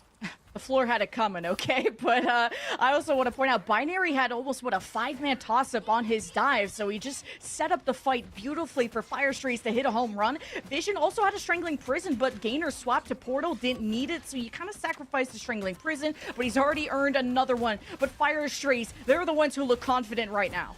Oh, look at Blackso's ult generation as well, by the way. 20%. Bro did not get the memo. Almost got yet another one. Oh, the Apex Predator. It's already gone 3. Big. And they've got nowhere to go. Big. Into the jaws. That's what you need to see more of, Chad. That's what you need to see more of, bro. Big. Big. I'm already writing that down. Top 5 plays of the day from Sluppo. Pick an Apex Predator. He's been feasting. A little bit of a backhand to Teller. Tell her I say hi. But Vision, now we're coming out of spawn. Firestrace could catch him. I mean, it's a... Oh, wait. Hold up, counter ultimate here for regeneration domains. Damn, no one died. Coverage though, perfectly played by Snos. There's a reason that this guy was lauded as a low-key player, and you cannot allow it to make it through the bans, or Snos is just going to dominate. Oh, they used the Cosmic Yarn Amplifier. I mean, I guess that there's not really any space to try and work with. There's no regeneration domain for now, so Snos just has to hide away from a meteor end, but Bada can't really get any value off of it. The rest of Vision, he's wanting to move up towards Car. And Znos has a firing squad, and he has an ult and Vision. Damn, this guy, he is on the same page. Wow. With 4 minutes remaining. Yggdrasil's path and take the series. Unbelievable stuff there from Firestrace. I mean, chat, bro. So confident in his strategist that entire time. You've got so much healing with a Cloak and Dagger and a Loki. Bro is just donk walking down main, you know? He's just walking it everyone that voted on Fire, you owe me half your money. If you don't give me half your money, I will give all these channel points back to Vision. They had the Elsa You as guys well. owe me. And once again, Sloppo dropping a No. You guys owe me. 31k Oh, let's look at the stats 13 real quick. Final hits. This guy, it may have been a little bit of a slow start, but warmed 13 up. final hits. I told you From a guys. fast start Didn't to a J3 slow say one it? for Vision. Ban We were just Elsa. always running away, Ban and then picking Elsa. the wrong times Ban to go, Elsa. we Ban should Elsa. react, Ban guys. Elsa. And This then is there'd the be only team one that guy bans Elsa. trying to The other team react doesn't ban and trying Elsa, to front and they line. allow it They to gave get up so saved. much Elsa space for their on team. Defense, just so worried about the threat of Blackso at all times. An absolute group canyon, Who won? I Vision, gotta right? say, with Blackso's initiative on these strangling prisons, constantly walling off the vanguards, binary with the dives that would hit at least 4 or 5 every single time. Fire Strays were so cohesive on all fronts to make the vanguards from Vision nervous and to take that last map so convincingly. All right, let's drop into our replays and bring back Vodable to see what he thought about this. We finally saw the Thor. Yes, we Vodable, did. Happy me. I mean, I respect the change-ups that we saw from Fire Strays, but I think the biggest difference is Elsa was banned for a reason. We saw it banned every True. single time yesterday, and yes, maybe they might not have been as comfortable at the start of the last map, but now that you gave it to them 2 in a row, they're going to lock in because it's like riding a bicycle. It's just you're going to be riding a lot of trucks instead. And that's what we saw with the Apex Predator ultimates time and time again from Sloppo, but the entire team really showed out. The one thing I want to focus on here, Lemon, 7K as to we wait for 20K. I hit a interview here as J3. well, See, is that's that what I'm We saying. saw Damon in instead of Destroyed, and I feel like them focusing so much on the hit scan with the Phoenix also made a huge difference here. Yeah, just realizing with the triple strategist, you can have all the healing in the world, but sometimes there's some, with enough focus and enough combos, especially even with the Venom, the ult, and the tech that you can do, it doesn't matter how many strategies you have out there, you could just fall that easily. So I like we're seeing more of the 2-2-2 out of Fire Strays, because Demon, the mechanics, he gets to really shine on the Phoenix instead of the Ultron or anything else that we would see out of him, and to swap up from having like Daredevils, and then once you know you're on defense or you know you're going to be playing more of a distant game, you bring out the Phoenix, and it forced Vision to not be able to hold on to any space because of all this distant damage coming out. So much to think about now, because this throws the entire group into disarray in terms of like qualifications. So we'll have the experts in the background give us more confirmation as we go along with the day. But I think this means that last series even matters so much more so. So Fire Strays leg day did everything they needed to set themselves up for qualifying for playoffs. And talk to me a little bit about like the main differences we've seen from week 1 Fire Strays to week 2 now.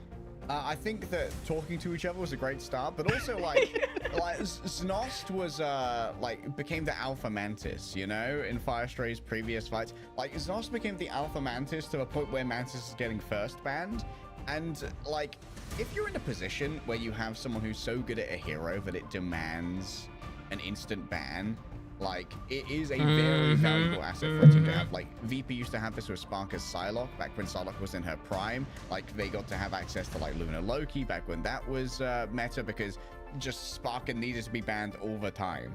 And if Fire Strays are in this position where like you need to ban Mantis against them, and like if you don't ban it first, she's gonna get first protected, then I think that just Nos being able to stand on business, just T-pose on them, has been a huge change for Fire Strays.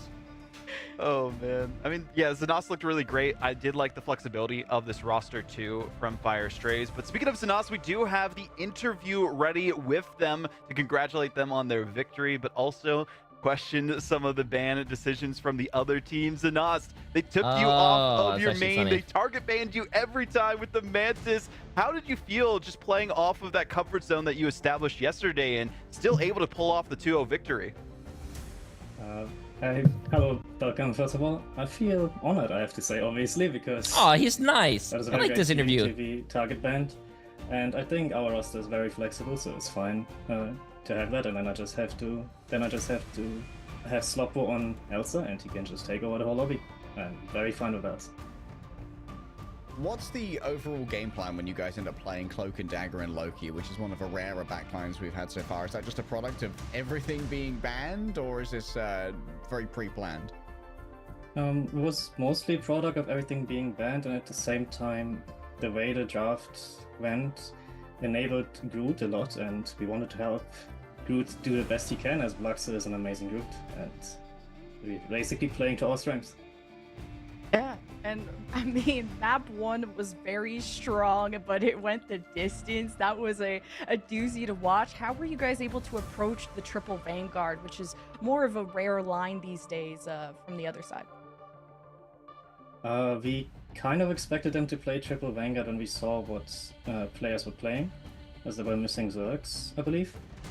But we did not expect the Mantis ban, to be fair, so the first point was a bit rough for us. We took some time to get used to it, and I think then we found the groove. And next map we banned out Gambit to make the triple tank way weaker. Love to hear it.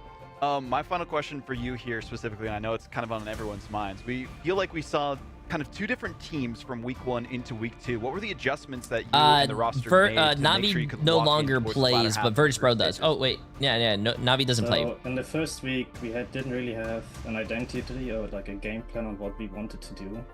We weren't too sure about how to play this patch yet, and it was a rough awakening for us to lose those 2 maps in the first week, and then we did our best. Took a lot of practice, and this week we found what we liked, and I think we have a good chance now. And also, since you said the last question, I'd like to say one more thing. I would want to thank the guys of Shikigami and Saint Amoto and Dwarf, 2 players who helped us in the last minute warm-up game.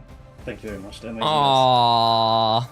Definitely a shout out to the Shikigami crew. That's nice. Well, That's you, nice. I Zanas, like how respectful some of these guys are. Congratulations on your win, and we'll inform you towards the end of the day what your fate will be for playoffs. Thank you.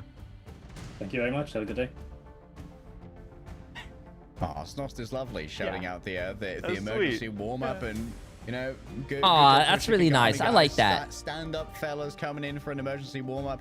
I know that sometimes for warm-up cancels, that's a blacklist, bro.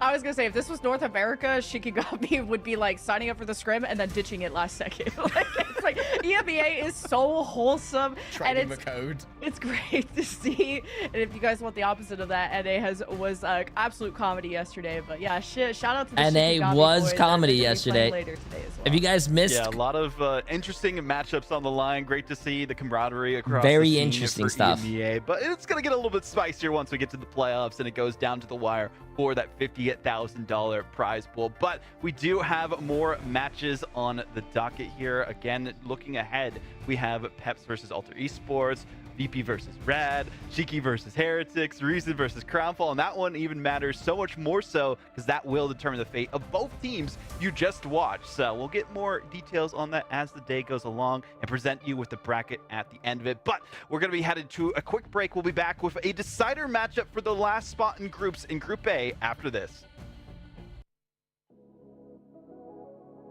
Nice. I'm punching my walls for that. Hey, well, you're probably if you're punching your walls right now, you could sign up to be a pro today.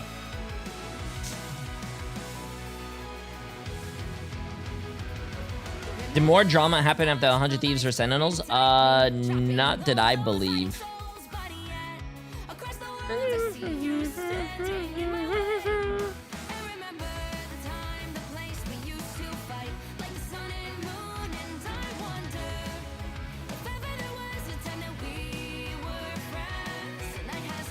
Not that I know.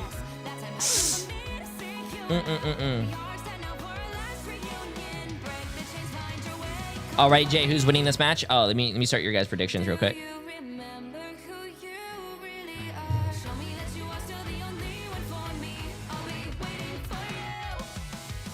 Okay. I will tell you guys who will win this game after these 10 minutes are up, because I don't want to tell you guys I don't want to get you guys your free money.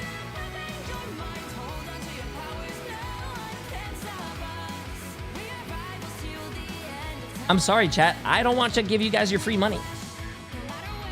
I already know who's going to win. I have the script.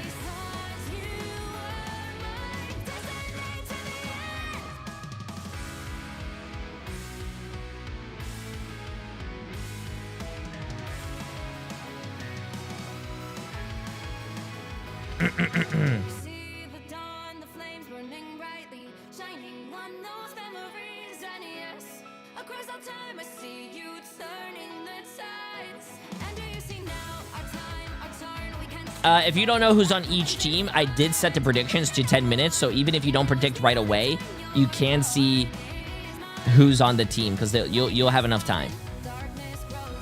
Yeah. Okay, while you guys are doing this, oh, it's just a skin. You guys don't have to see the stuff. They show this skin 500 times, chat. You guys don't have to see it.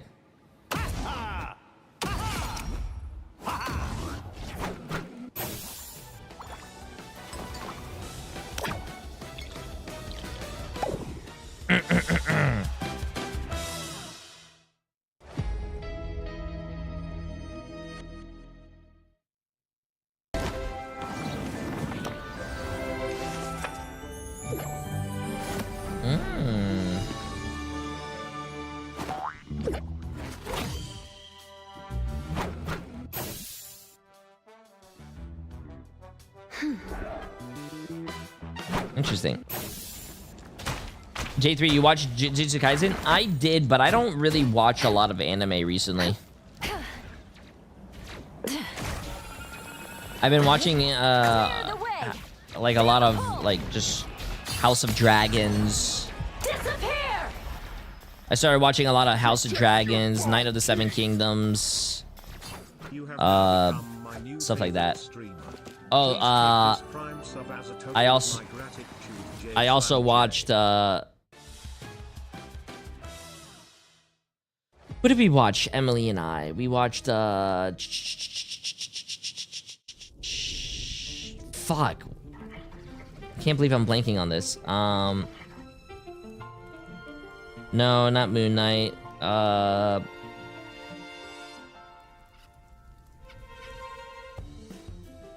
Oh my god, it's bothering me. It's on Hulu. We did watch Ted Lasso, but no. Can't believe I'm blanking on it. Ah, Bridgerton.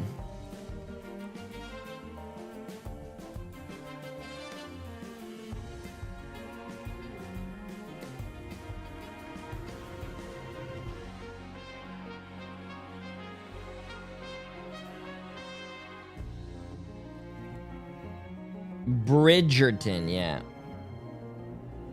Wait, I think Emily might like this.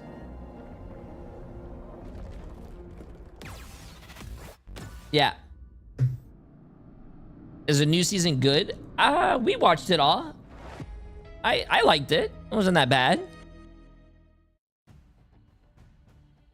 Welcome back, everyone. We had a very intense series between Fire Strays and Vision, still awaiting results on exactly how they make it into the playoffs, but we'll keep you updated as we get those updates. Still, we have one decider series. It's pretty quick and dry. It's Team I believe in you again. Who should I vote? Win, I am no lose, and you're out. I know who's winning. Place in Group A, and I am not just kind of telling you guys this specific matchup here, Lemon. We unfortunately didn't see the best performance from Peps yesterday. They got their first win on Friday, and then immediately, I guess, went back to the drawing board, and Shikigami showed how good of a team they really were.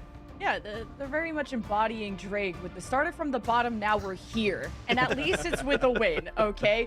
You gotta start from somewhere, and Pep showed us that Pink was popping off last time, though. Like Pink, who has stepped up in the biggest of ways, because I always look at Six as this mechanical god. As long as you make space and time for Six, he will deliver on these big team fight wins, whether it's the Phoenix or whatever.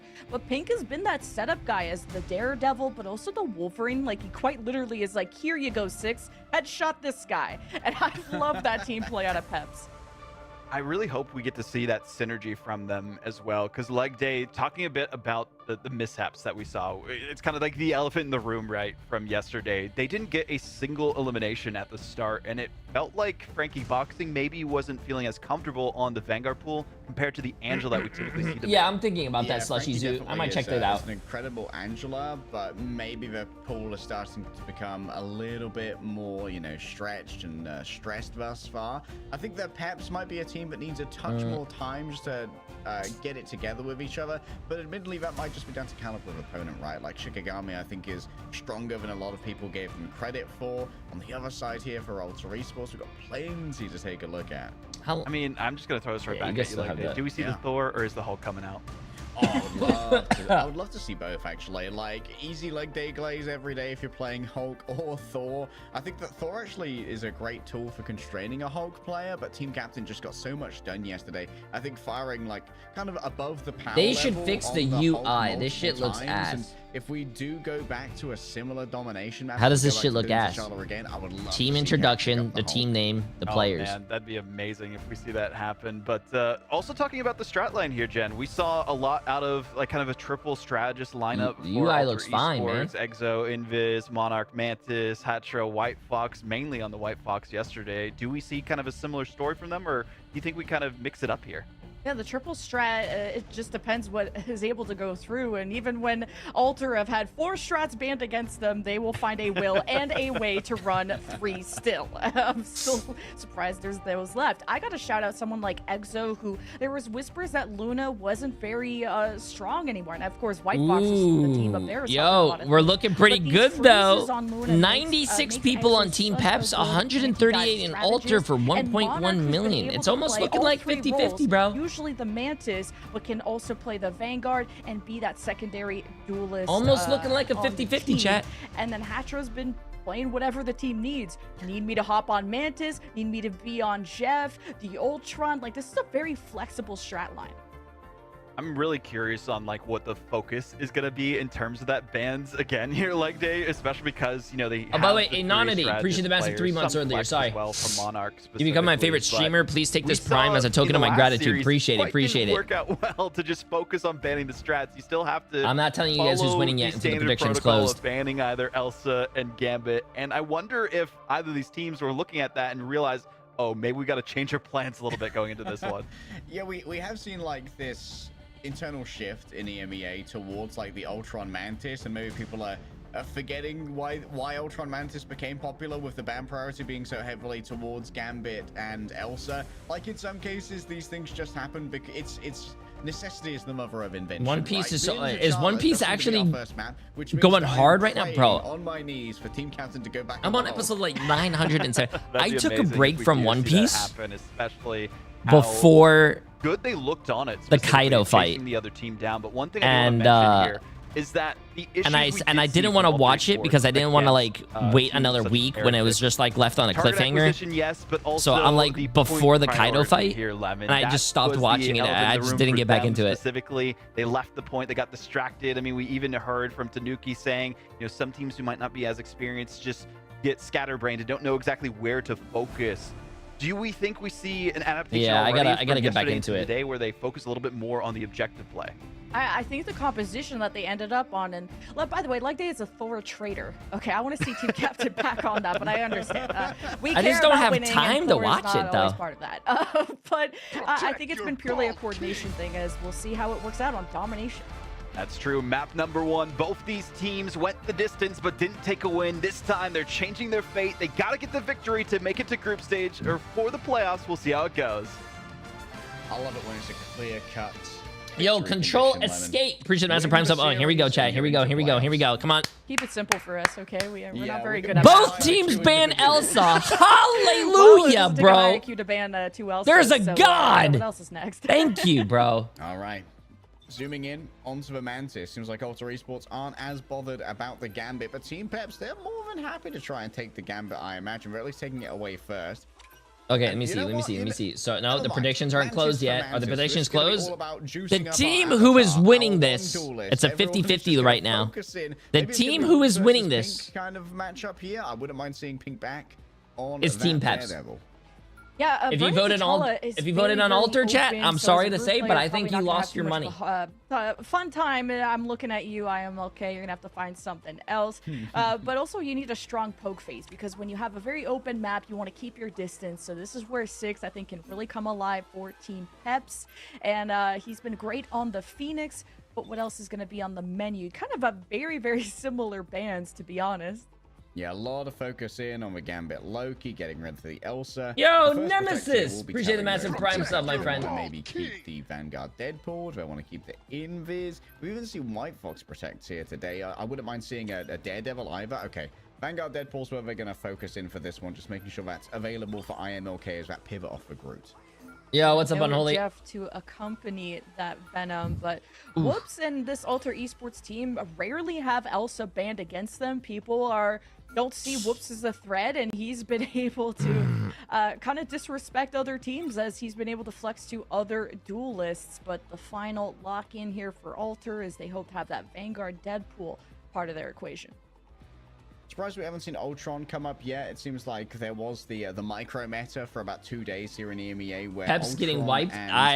together for that double I think damage Alter boost Esports was, is a really good team, where a but lot of teams were finding success. Team Peps has been looking very, I think, capacity strong. for They've been Alter looking Esports to play a stronger, in double my team up. opinion. Jeff, I if really they want to would see like, Team or if Team Captain's Captain Hulk, going for though. Captain America, I really love that seeing doesn't Hulk seem in to this be on the tournament, cards. bro. Hulk has been And so fun to see. The Invisible Boundary is so good at really excluding the ranged duelists like Phoenix from being part of the fight, and then you're forced to play more forward, and even the vulnerable strategists have to step forward to at least try to ideally have vision on the people that they're healing.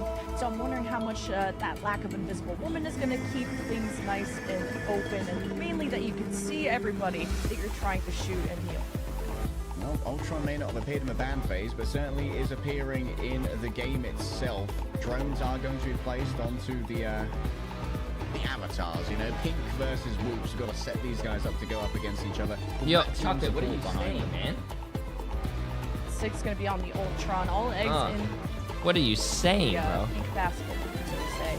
And Team Peps will be on Stellar Spaceport, and this is a very open map where there is pretty much a lack of cover. So it's going to be important to dance around a shield. I want to see the Northern Lights, man. Wants to Frankie Portal somewhere between Alter Esports. Yeah, this will give them an advantage in tempo for the first fight, which is very important considering they're going to be low on it when going up against that Captain America. Rolling out first. Seems like the speed is good right now. The Exo just doesn't stop and turn, just continues skating on by. And now Alter Esports, they are going to be playing a flipped map with Team Peps wrapping around behind them. And this is a major resource that's going to be gone. Team Captain's already starting to work that off angle and develop some space for a flank. Yeah, waiting for these walls to come up around the point, because that's going to be the main time you actually want to play out in the open like this. You're going to have some protection, some anchoring from Peps, and Alter Esports. Nice shots. They are going to contest Ooh, the nice last shots. second. Thank goodness for Z-Cube, as Team Captain is probably going to find some pathing behind the strategist. Great accuracy from IMLK. Already has access to the banhammer, but who do you want to put it on? Get a quick upgrade onto it for now. It's just going to be IMLK, who maybe strikes first. No, it's Z-Cube on the other side. Don't know if anyone's really going to be a victim of that one. A quick exit from the underground, as both of our strategist lines do find themselves in these comfortable little cubbies. No one's dying yet, brother. Gonna have to get back to the healing, but it's not going to be Hatro's healing. Pink's already managed to find the opening pick you were talking about. Frankie, my favorite thing. My favorite thing so far, chat, about this tournament. And Team Captain's you know what it is? Pressure for Alter, but he's the only one doing it. He can't. My favorite thing about this tournament so far is not the America, tournament itself, but an American team. The 20% ult charge changes that they did for season 7. Or what season are we in? 6, 7? I don't actually know. The ult charge change. So there's more of a like what do you call it? Neutral fight. Absolutely fucking awesome. Into the backline does mean that the ZQ doesn't have. I actually don't know what season are we. Are we in 6 or 7 now? Of this damage can be pelted into him. It feels like right now Alter Esports Vanguards are having trouble really taking their space when Frankie. We're in season 7. Okay. Shield behind them. Thank you. Cuts off all the healing. This is why cohesion is so important on domination. You can't start your flanking pathing when the enemy has nobody else to look at. So Team Captain needs to sandwich this and find pathing while his team are actually pushing up. But a lot of good ultimates here. Ooh, my dad's here. Just to get them out of this door would be ideal for Alter Esports. And oh, what a clap! Okay, and also with the changes to Luna, that is going to reduce the healing of the Ice Arts as well. In comes the Eye of Agamotto, easily shielded out there by Team Captain because souls aren't separated from bodies. There's no final hit to be found off the back of Pink's End Song Inferno. Pink now falling low in their own right. Monarch getting a little bit busy with it as the Soul Resurgence is drawn out from the side of Team Caps. Protoss brings the team forward with that additional movement speed before backing off into a safer position to make sure Pink's in this area just keeps sniping on down. A Mad Cannon goes awry, but Z-Cube still has the accuracy see a swap over onto a Magneto to make sure that there is going to be that front line that was lacking previously. It's difficult to take out 6 while they're up here sniping, but Frankie Boxing can't angle. Ooh, nice positioning. No one can shoot him, and he's just pounding it in the back, bro. Good shit. Be 92 or maybe even a touch more percent. This is a flip for Alter. Nice shots, dude. Nice shots. I think, yo, Mantis is still very broken. Stellar spaceport, but I feel that I fear the ship has left the station. 93% is no joke. Nobody is laughing from the Alter Esports side, and the Meteor M, it needs a lot of damage to go in to actually pack a punch. So Team Pep just need a convincing fight win to have a convincing Mantis broken? Mantis is very broken. Why do you think teams either ban Mantis or save Mantis? Just continuously presenting this threat. Maybe going to try and isolate the Mantis. Jumping away. Nice dodge on the sedation. Perfectly played from the captain so far. But will there be enough reinforcement for him here? Has already got the bubble. The healing can't come through. A touch greedy there from Team Captain and a nice mag cannon as well. Great management from the Magneto to keep him in the danger zone. Baby Bat's in danger. Can they get away? They want Protons. Oh, poor guy, bro. Poor guy. That's targeted. That is some targeted behavior right there. Yo, Buckman. Appreciate the massive new tier 1 sub, my friend. Welcome, welcome. To alleviate the pressure. It's still a lot of pressure on the point. Someone needs to come on here and keep this one contested. You can't allow for Team Peps to cap this one for free, and so it's an exchange of strategist ultimates to make it happen. This has been becoming an arena thanks to that Invisible Woman ult, which may affect why Team Captain isn't getting as much range shields as he would like now that that's banned. End Song Inferno to end this once and for all.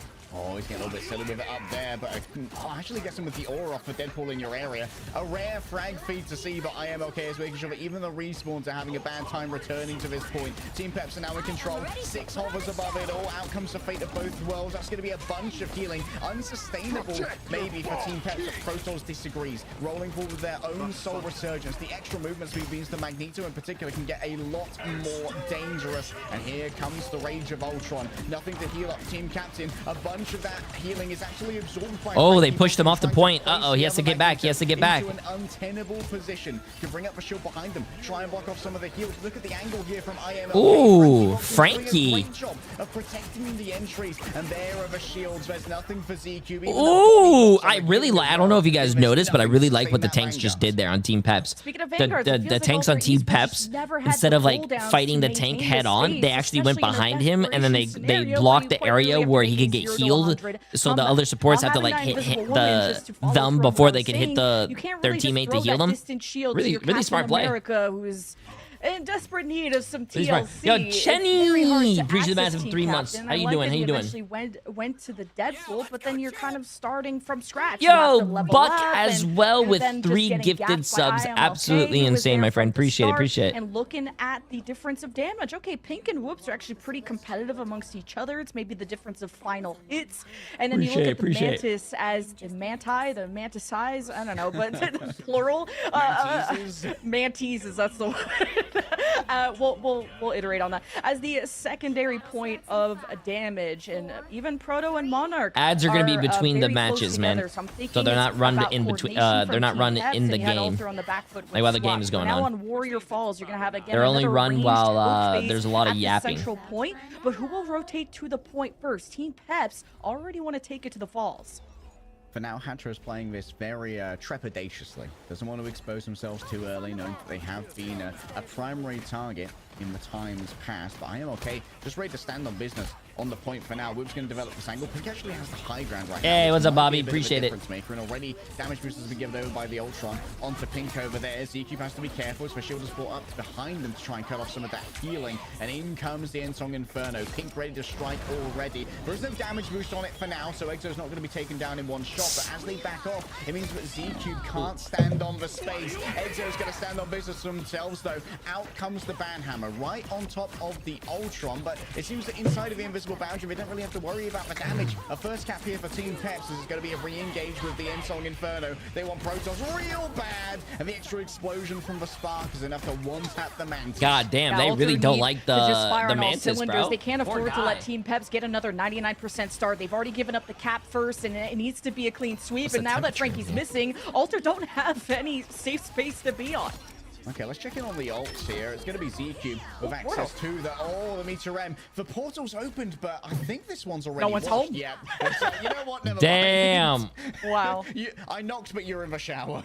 Yeah, and the fact that you have a one-sided invisible I woman, knocked, but you're in the stress shower. enough that BabyBat can put up the shield on their own backline to prevent damage and a lot of pressure onto people like Proto and Six. So Ultra having to invest a lot more in Frankie. He's damn, Skies. Oh man, to be able to go down to that poke early is that's a little bit of a tilter. I'm not gonna lie. When you're a Vanguard, like appreciate it. Looking at, but not me. Six buys the space with the Rage of Ultron, of course, exchanging out with Patro. Frankie Boxing getting aggressive, starts to eat up the heals. Are they going to just try to exchange? Oh! Simply better, says Frankie. A little bit of a Meteor M div back. He Magneto ulted the other Magneto ulting. Oh my god. That was fucking aura, bro. Might be a fatal flaw here. Ultra Esports lose control of the point. Monarch needs to try and escape. That was so much aura. Oh, I'm going to Magneto ult. No, I'm going to Magneto ult. You're Magneto ult. And then slam dunk in his face. Oh, nice sleep. Oh no! Oh no! Not like this. The Monarch back. That's to the a huge stagger, bro. That's a huge stagger. Precious seconds. Team Pep's now in the lead as a result. And again, I feel like the Vanguards from Frankie and IMLK have stepped up to the occasion. But Whoops trying to do his best to get Team Peps low and on the back foot. But the healing has just been next level from Team Peps. Alter need a pick in their favor. And if, you know, the ults go awry, you need to salvage. BabyBat is accessible here. Oh, Protoss already gone down, but in this tight area, that's where the Ensong Inferno could do a bunch of damage, and Whoops found that out the hard way. Now everyone else has to try and make it work off the back of a Soul Resurgence. Perhaps an isolation here onto Pink. That one could be an easy pickup for the remainder of Ultra Esport, and with Team Peps potentially overextending themselves, not able to use either of their strategist ultimates, they're going to lose control of the point. Yeah, Team Peps. Wow, nice shots by greedy, ZQ. A little too confident. It's kind of an ZQ just corner, like right? demolished that fight. Your strategists still need to keep some kind of line of sight, and an invisible woman doesn't have infinite healing range, so needs to be as close as they can. Ultra Esports identified that weakness, that mistake, and punished that error. Now Ultra Esports need to defend like their lives depend on it, because also depends when that portal is on cooldown. Ultra Esports used it, and speaking of, we got the banhammer. Oh, Whoops has already got one, and 6-0 down as well. Every single strategist from Peps just disintegrates in the Alpha Strike. They did end up using the Soul Resurgence, but still have that invisible boundary for later, and there's not much to really penetrate through it apart from ZQ. Ultra Esports back on their own 2 feet, taking the early fights and the initiative that catches Team Peps off guard. This is going to be the fight to rule them all, to see if we're going into round 3 or not. Round 3 on the horizon. The Rage of Ultron popped a little bit prematurely. Easy to dodge here from Peps. That's going to be an almost entirely wasted ultimate. Apart from the damage on IMLK, they aren't able to save him in time. The invisible boundary is a touch too greedy there from BabyBat. She could not rescue the Vanguard. Up to the sky goes the Meteor M. It doesn't seem to have done too much, as Frankie Boxing has exchanged his own as well. And now Team Peps, with only a singular Vanguard, are going to have to put all of their healing into Frankie Boxing. Pink needs to find an angle.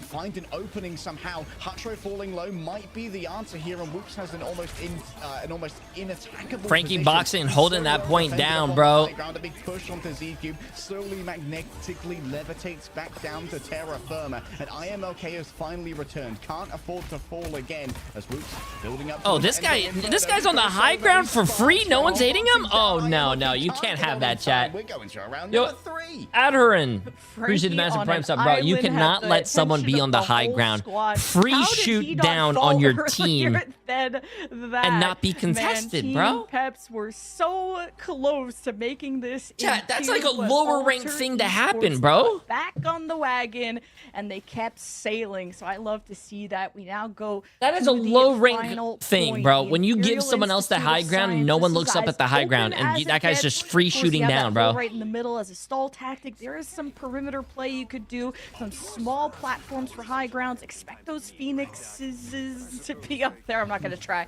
But the ult advantage for Ultra Esports is what I'm looking at. That Soul Resurgence. Ultra have lost the first fight every point thus far, and having to play from such a deficit to play a retake against triple strategists has proven to be such a challenge. I need Ultra Esports to come out strong.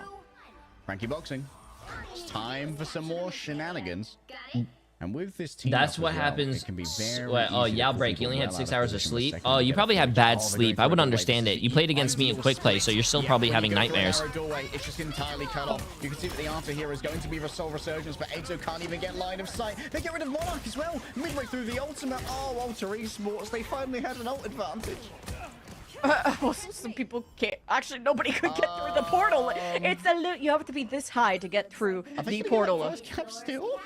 Oh, that's a blunder from Frankie. No one could get through the portal. It was too tall.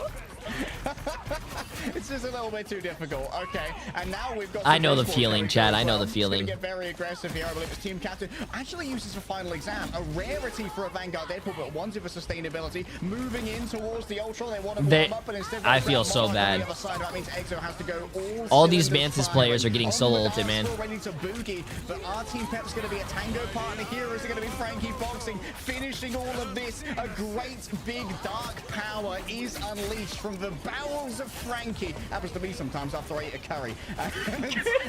This is going to go down as well. I instantly regret that one, and Team Peps, they're not regretting their investment. I think Frankie regrets that portal. Yo, I don't know. I might want to start playing some more Deadpool, chat.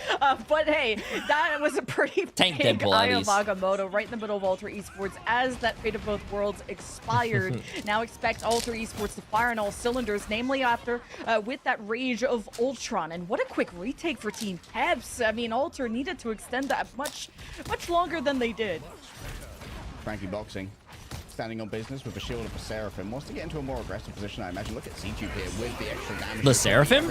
Gonna block out a bunch of the... Oh, that's a very charged Meteor M in towards the backline. I think it must have been shielded there by Baby Bam. There's no way that didn't do enough damage when it was eating up so much. I actually really did like playing Tankful. C-Tube was slowed, shielded off. Frankie Boxing. The ebb and flow of this guy is absolutely unmatched right now.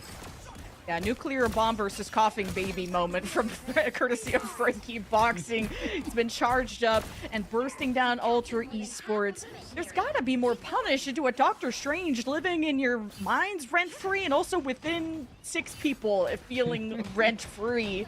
And now Pink has the end song Inferno, maybe looking for an angle as Frankie Boxing is gonna try and deny this platform, maybe give it to Pink, but he's not gonna want to test those limits. All right, already 6, just gonna stop firing. Skill issue is definitely not going to be that much of an issue here as the ban habit doesn't get too much in the way of value. Now there's a pause. And Team Peps, like, they have been getting so much value off in the middle of a team fight, though, right before like overall we saw Black So over on Fire Stray is able to make use of his team up as well. He stopped a Strange back. And we're back on camera as a player has called for a pause, in case you're wondering. You're not missing any of the action, but 72% in favor of Peps versus the 35 point in control for Peps. So that's what we're going to be jumping right back into the middle of action here in a second. And that big win condition we talked about of the end song Inferno from Pink just got picked off. Wait, did you know that the team that wins this game goes to the playoffs and the loser is out of the preseason? Damn. Resume. So it's important to retake as soon as possible because hopefully, I don't think Ultra can pull hopefully off they don't lose. Pocky. 0 to 100. Almond Crush it Pocky. It would be unlikely. Like, the probability's not in their favor. Frankie Box almost has an Eye of Agamotto as well coming into this next fight, and there's no Strategist ultimate to try and counter it, so it'd have to be dealt with either via a CC midway through the cast, a well-timed shield from Z-Cube or Team Captain, which is unlikely from Team Captain because obviously the Magical Unicorn shield is entirely ground-born, usually going to be coming from the sky with the Eye of Agamotto, or a stun. And there are a couple of options for that. We've got the Absolute Zero from Exo, we've got the right click from the Phoenix of Woods. Yo, what's up, Blaz? The mid-air sedation from Monarch, it's difficult to hear, but hey, if anyone can... Why did they pause in the middle of a fight? A player paused it. The game as IMLK asks, what are someone's you probably at? We're about to find out. I don't know. Someone's probably monitor turned off, power lost, mouse disconnected. I don't know. All right, 6 minutes to could be a lot of things. So far. Patro under siege here from IMLK, which is very weird to ask for a pause in the middle of a team fight. Damn, I don't want to fight those you wouldn't understand how many times pro players don't charge their headphones or mouse, their wireless mouse, before a match, and it always goes out. You guys don't understand how common that is, man. I feel like if you know that you're having a match or a very important weekend, keep your shit charged, bro. But Team Peps didn't invest that much. And Alter have to flip their chances in this map because it's looking grim. It's going to take perfection out of them. And kids these days, chat. Kids these days. All songs, I guess. And a soul resurgence. I want to see confidence. I want to see a Alter really pack a punch as Frankie looks to get in position. He won't be able to use that top platform to maybe hop into the action with an Eye of Agamotto as Alter now have to spot Team Pep taking an alternative path towards the right side and controlling the choke. This is why it's better to be Unk. Unks are experienced. Going through his chokes as well. You're catching so We've been through all this stuff already. We already know the answers. When you're young, you're still trying to figure out all the answers. But when you're Unk, you already know the answers. It's wisdom, chat.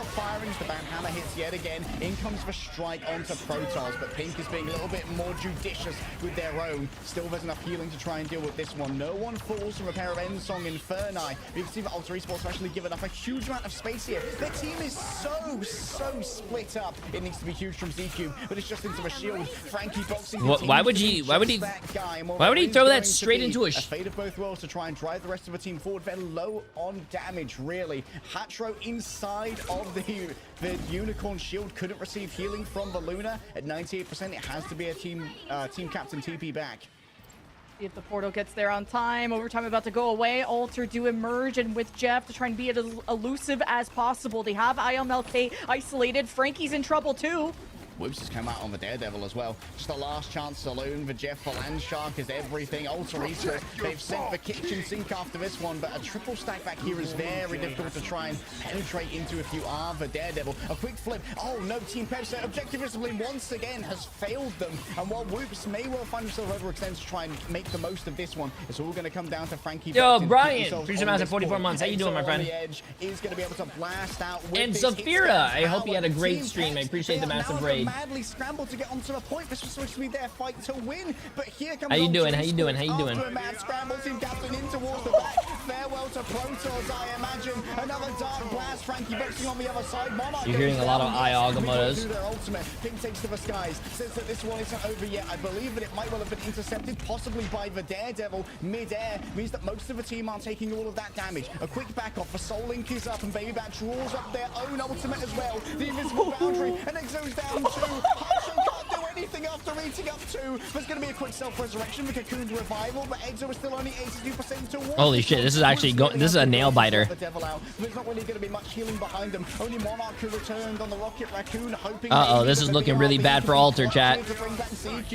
Oh, this is looking really bad for Alter, bro. They got to get a TP down. Can we get a TP going? Can we get a Nano Blade going? Can we get a TP going? No. Sends out the skill issue, and indeed it's a ban hammer on the Vanguard. Alter Esports are banned from the map, and Team Peps take Burn into T'Challa. Oh, they tried to alter their fate, man. That's what a unfortunate, resurgence through the portal. That was winnable. They separated the Peps' Vanguard Oh, enjoy, line, Saphira. Appreciate the massive raid. Enjoy your ramen. That sounds very delicious right now. Enjoy. Peps as clutch as ever, yes. I mean, it takes only a pair of eyes to see that Frankie was the obvious MVP of this match. A 30 bomb from a Doctor Strange, putting up Elsa numbers, 15 final hits too. He finishes off. Damn, bro. Frankie boxing. The block on the Meteor M from ZQ, and the way he's able to stun up some of these strategists from Alter Esports. Frankie, he's not just the Angela guy, he's also a doctor. I mean, yeah, like Frankie Glaze session, to be honest, it's been a crazy one. Like Frankie boxing, also feeling like like a Magneto in the front. I mean, it was a really close round. I don't think the game went all the way up to a 99-99 on the third round of Koth. It was a really good game. I hope we see a match 3. I don't like the 2-0s anymore, chat. 2-0s are boring, even though they make the day go by faster, I guess. But I want to see match 3s. I want to see match 3s. Okay, they're going to go on a break. I'm going to go to the... I'll wait for a second. Absolutely crazy. Frankie boxing living as long as he did on domination with all the help in the I think Strange is a very consistent. He's a good tank character still. woman, to be able to push away any ultimates coming their way, to be able to defend themselves, to just have that shield is another layer to try and scratch through to access 6 Proto and Baby Bat at the back. So very big fan of Team Peps' pick and ban, which made things a lot easier to support Frankie Boxing, who often had to frontline while IMLK cycled in and out with them. Yeah, I'm going to piggyback on your Baby Bat enjoyment here. I think that the Invisible One was a great pickup, especially for keeping 6 up on that Ultron. I think that 6 had a I think Strange is a very good big fights compared to Hatcho. Very good character. Okay, chat. They're gonna go on a break. I'm gonna go to the bathroom. Just give me 2 seconds. When they were getting stuck in and putting themselves in more dangerous positions because that guardianship was coming through from Baby Bat, was able to do a little bit more. We'll see if Ultra Esports can strike back here, as they will get to choose our map after this break.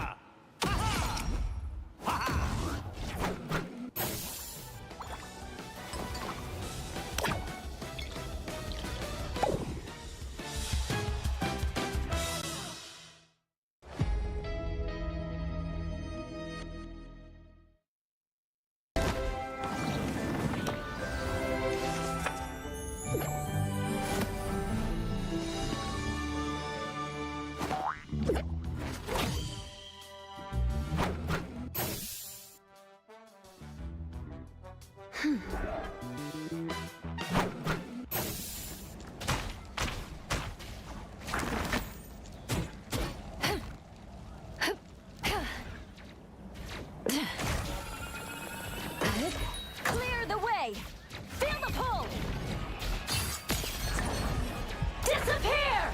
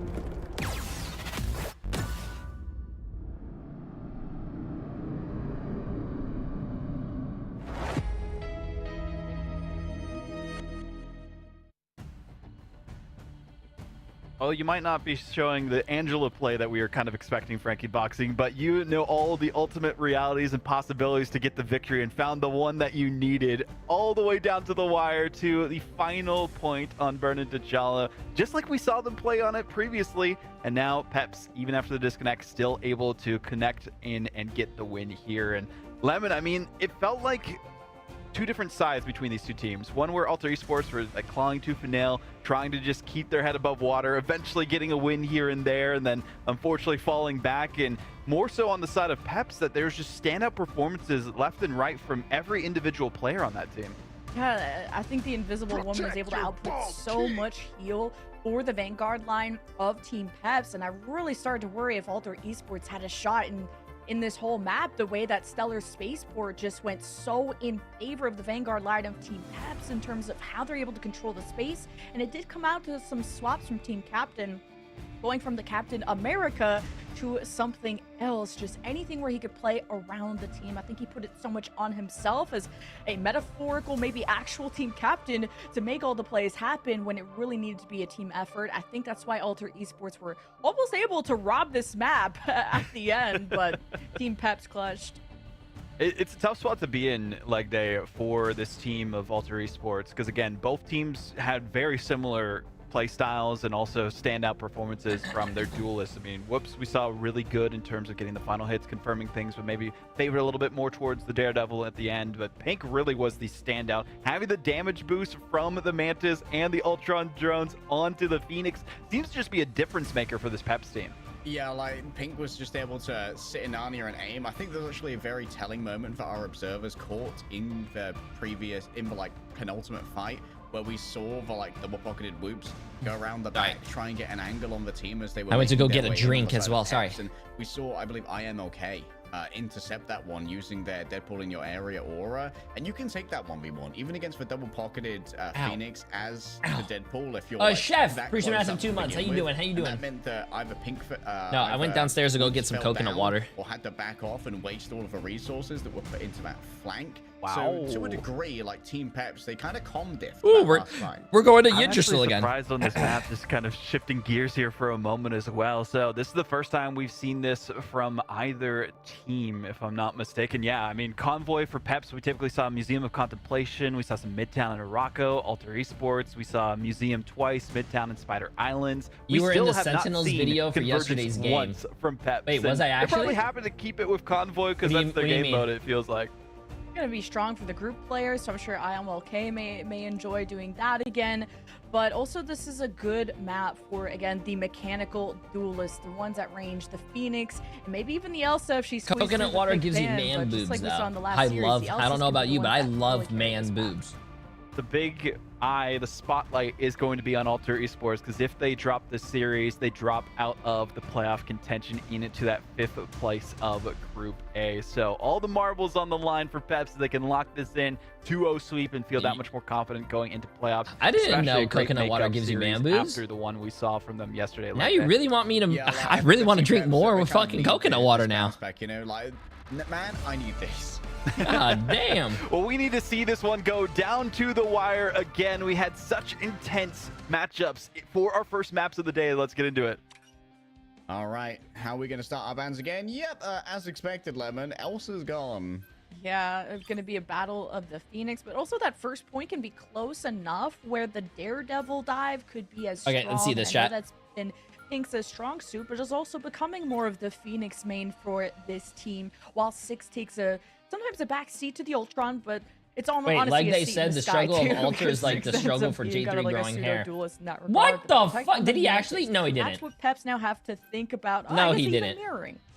I mean, to be fair, I don't think the last game was enough of a blowout for you to necessarily change your whole strategy. I think that when did he say that? Just need a little bit more clarity on their Vanguard line, because as you pointed out during the game, did he say that when I was in the bathroom? The XP for the Vanguard pool, like coming into it a little bit later, meant that IMOK always had like an objective advantage in terms of how effective so many of their abilities were. And the Phoenix mirror between the two teams has been so even, and like Audible said, it came down to the final hits and just that. So we typically saw Museum of Contemplation Islands. Convoy it may enjoy duelists on the last spotlight is going into that then after the one back, you know, like, man, I need this. Such intense matchups again. Yep. Drop this the ban, but just duelist again from Peps and down in Spider Island, and we saw some mid team for a moment. It's that last fight. It's that flank. Wow. So down or had to back off and waste all of the resources that were put into that. Either Paul, if you're like that 1v1, even against intercept that one, they were making their way in on the side of Peps, and we saw, I believe, IMLK intercept that one using like penultimate Phoenix seems in terms of but Team Peps clutch. This means that there's going to be no auto. Timestamp is 1 hour 10 minutes and 69 seconds. What? Yeah, because the Invisible Woman can be such a good peel strategist. Because we've been live for 2 hours. There's no way it's an hour into the VOD, bro. Push away a Doctor Strange but trying to 300 bits, my friend. But namely to keep a shield up in your strategist line so that you can just all be healed at the same time. Makes no sense, Also, you guys make no sense. Can heal so many people at once, while Luna has to more individually, you know, minus the flake. It's a little bit tougher to Someone give me the clip. I don't believe you guys. Once, but Exo has been one of the elite specialists when it comes to Ignite EMEA, so I don't think they mind doing that either. But yeah, a difference of who's actually going to be playing the Invisible Woman. Like, what a weird thing to say, bro. We're going to give Whoops even more pocket on the flank. This might turn the tables on how 6 and Pink take their respective doors when you got to think about how that Guardian Shield's coming in. The ideal here is that IMLK maybe dives a little bit more aggressively, forces the Invis Woman to use the shield on herself rather than one okay, let's see this chat. Deadly allies. And Pink was the standout with 15 final hits on that first map of Burn into T'Challa. So as long as they keep their distance from this upcoming dive, let's see this. Let's see this. Team captain will be leading that, not with like a Daredevil to assist, and not with the with the Z-Cube Magneto bubbles, kind of relieves some of that damage.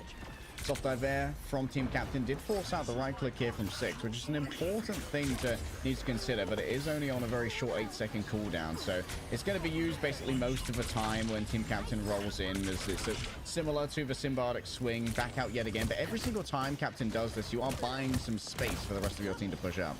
Keep an eye for these critical freezes too from Baby Bat, especially if you can catch it like after the passive has been popped, or maybe while the Venom is mid-grapple. That could be a key moment to remove that Venom and to get the ball rolling for either team.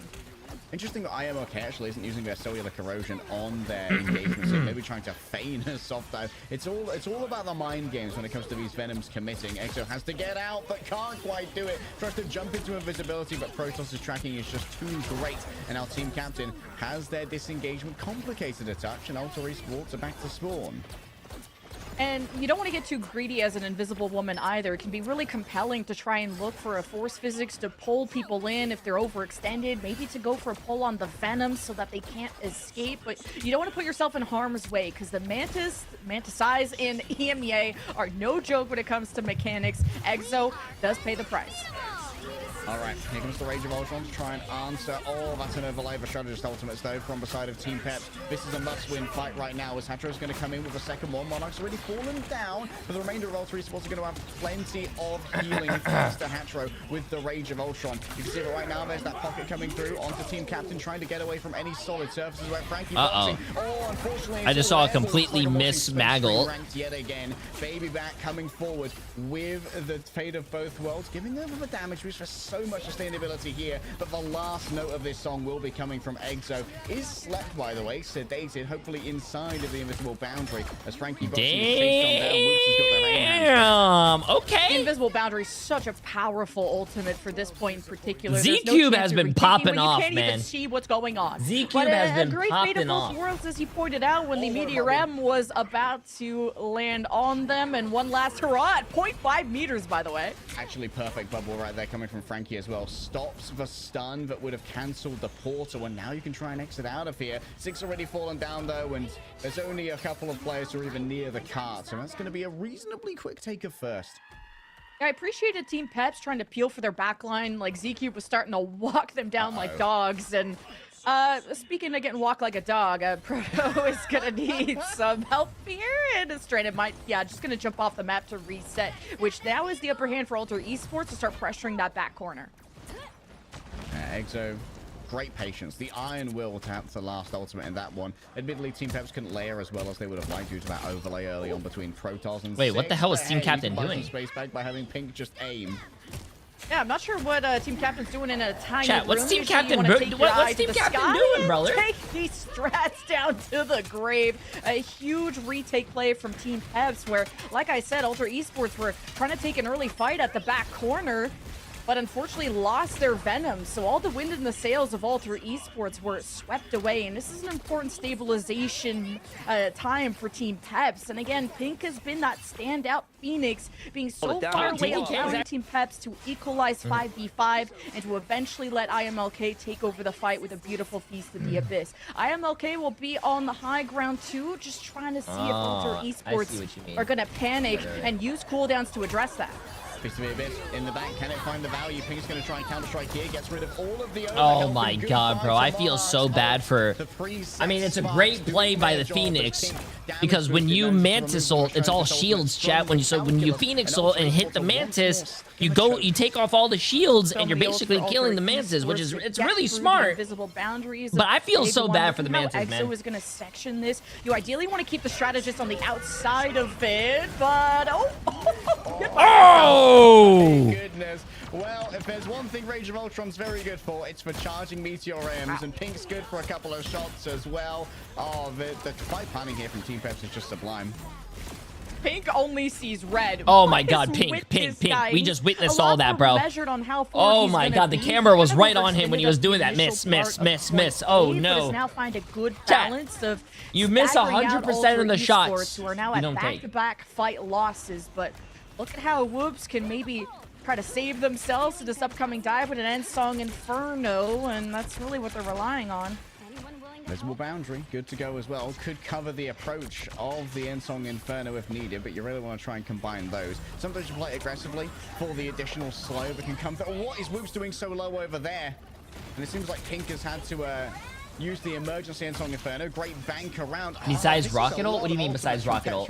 So Phoenix can't counter Mantis Ult? Yeah, any deployable shields. All that stuff, chat. Want to have less hesitation in their camp. If you are holding up a shield and a Phoenix flies through your shield or just hits, it will destroy your shield. And less than Did you guys know that? For Alter Esports, Pretty sure. They're lit up like a Christmas tree right now when it comes to their side of ultimates. But the initiative from Peps has really denied EXO from setting an also, yeah, counters Storm as well, because when Storm ults, she has a lot of shields. Yeah. All right, choice of ult here from Alter Esports. Tips and tricks with Jay3. Trying to get bot Monarch low enough. Doesn't seem like Whoops managed to get any real value off the back of the in-song Inferno, and now it's time for the counter-strike. Protoss on the other side. Counter-strike? We're playing a different game.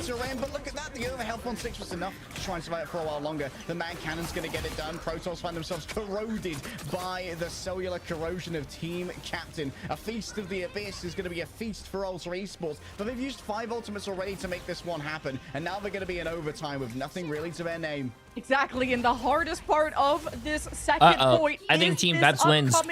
Well, at least defends. So defenders they have Mag ult. Alter Esports has Invis ult. That's the only ult they have. Team Peps is at least going to get their Phoenix and also their Venom. So if anything, they have the tech to try and execute a strategist without the need of any duelists to get involved. But Team Peps got to be worried about how also they overextend. But here's the initiative from Team Captain. An early pick here would be everything. You're relying on your raw mechanics at this point as IMLK is chasing after Monarch. They're going to be the only player left on cart. Someone else is going to need to tag in over here, and it's going to be Whoops. However, the dark depredations of IMLK are all over them. Someone else is trying to make their way back. Team Captain surrounded by enemies, body blocked in by Protoss, and there's nowhere for the dark protector to turn. Well, Team Peps hold on second. Even my old ass could have knew that was going to happen. And they extended past the cart as Team Peps were coming out through the door. But Team Peps, they had trust in each other and they had the better ultimates. The Feast of the Abyss from IMLK already started to remove some of those strategists, and then you had the End Song Inferno from Pink to deal with the rest.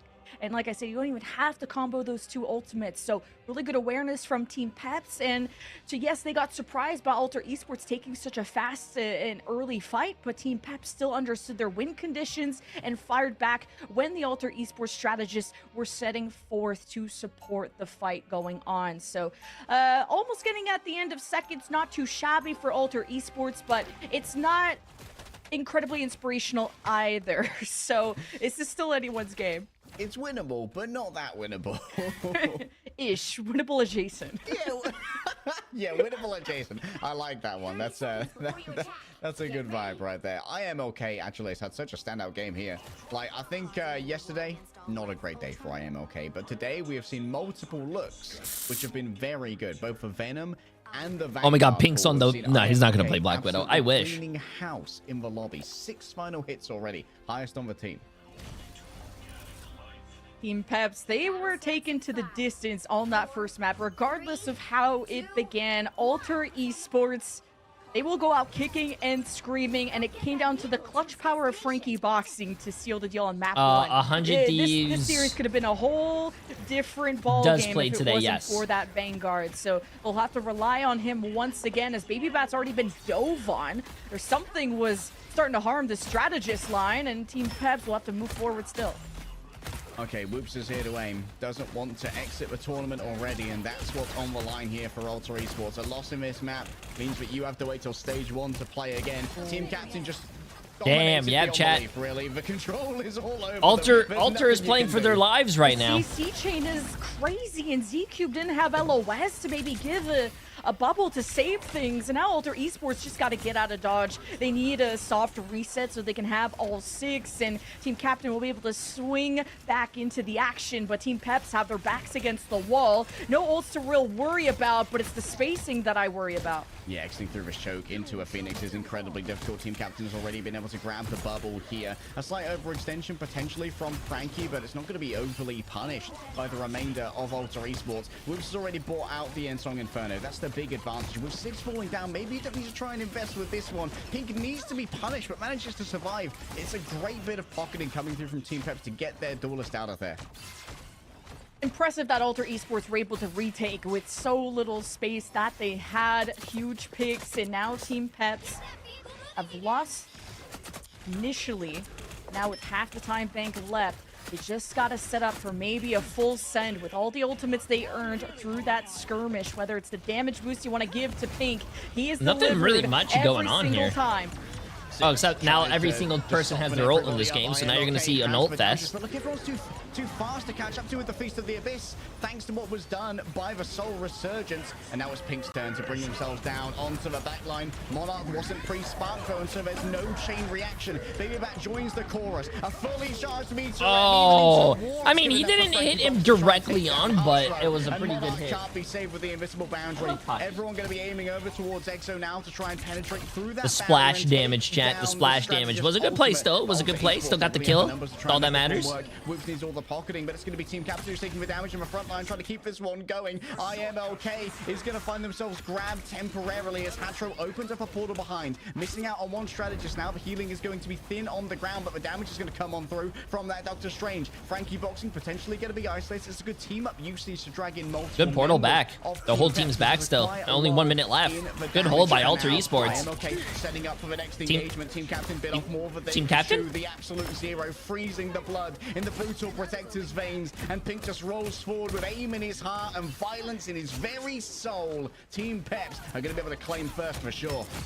And the past repeats itself. Hey, that was a good hold, though. The reason Team Peps were able to maintain 3 minutes and 10-second hold, chat. That's not too bad. With the Meteor M, and also just a Iron shot Man. right through the heart of Alter Esports. We thought they had stabilized behind the Exo invisible boundary. Whether it's the Doctor Strange, the Angela, the Magneto, Frankie boxing, and IMLK are on the same page, while Team Captain and ZCube are in completely different chapters. You need to see these Vanguards work together, because Team Captain.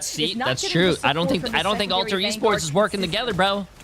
ZCube's doing really well though. Find the opposing Mango. What a great headshot there from Whoops. Team Captain's finally getting the value in the back that they were looking for, but a trade back onto Baby Bat could change everything. ZCube finds the value, continuing to go for that back line, and Whoops' up ankle's looking great right now. Exo's going to be able to pocket from over here, and IMLK is going to have so much trouble exiting from this one. Whoops has hit their headshots, and now Alter Esports can try and do exactly the same that Peps did. Huge for Alter Esports to win that fight as cheap as they did. In this economy, you welcome that, because now you have to kill another 2.5 minutes, and Alter Esports have all the ults to do it. You can just let it rain with a Rage of Ultron, see what you get, and ZCube can try and deny any damage that comes out of Team Peps with the Meteor M. It's going to be a tale of the Ensong Inferno, though, as I like this pathing from Team Peps to try and get your Phoenix on an off angle.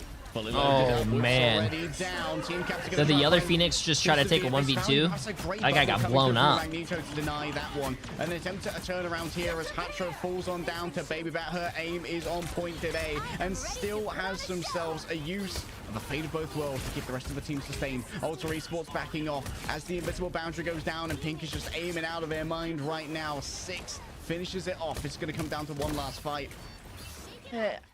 The invisible boundary, you just had to use it 4v6 to stabilize, and the silver lining is you got the fate of both worlds forced out of Team Peps, so very little in the bank for Team Peps to go, but only one fight to rule them all. 90 seconds for the series win, and Alter Esports, whoops, has to just Alter needs to win this, chat, for their but you need space to be able to operate too. For their gaming lives right now. Come on. Arrival into the back already. His use of symbolic resilience needs some support here from the strategist, and indeed will find it.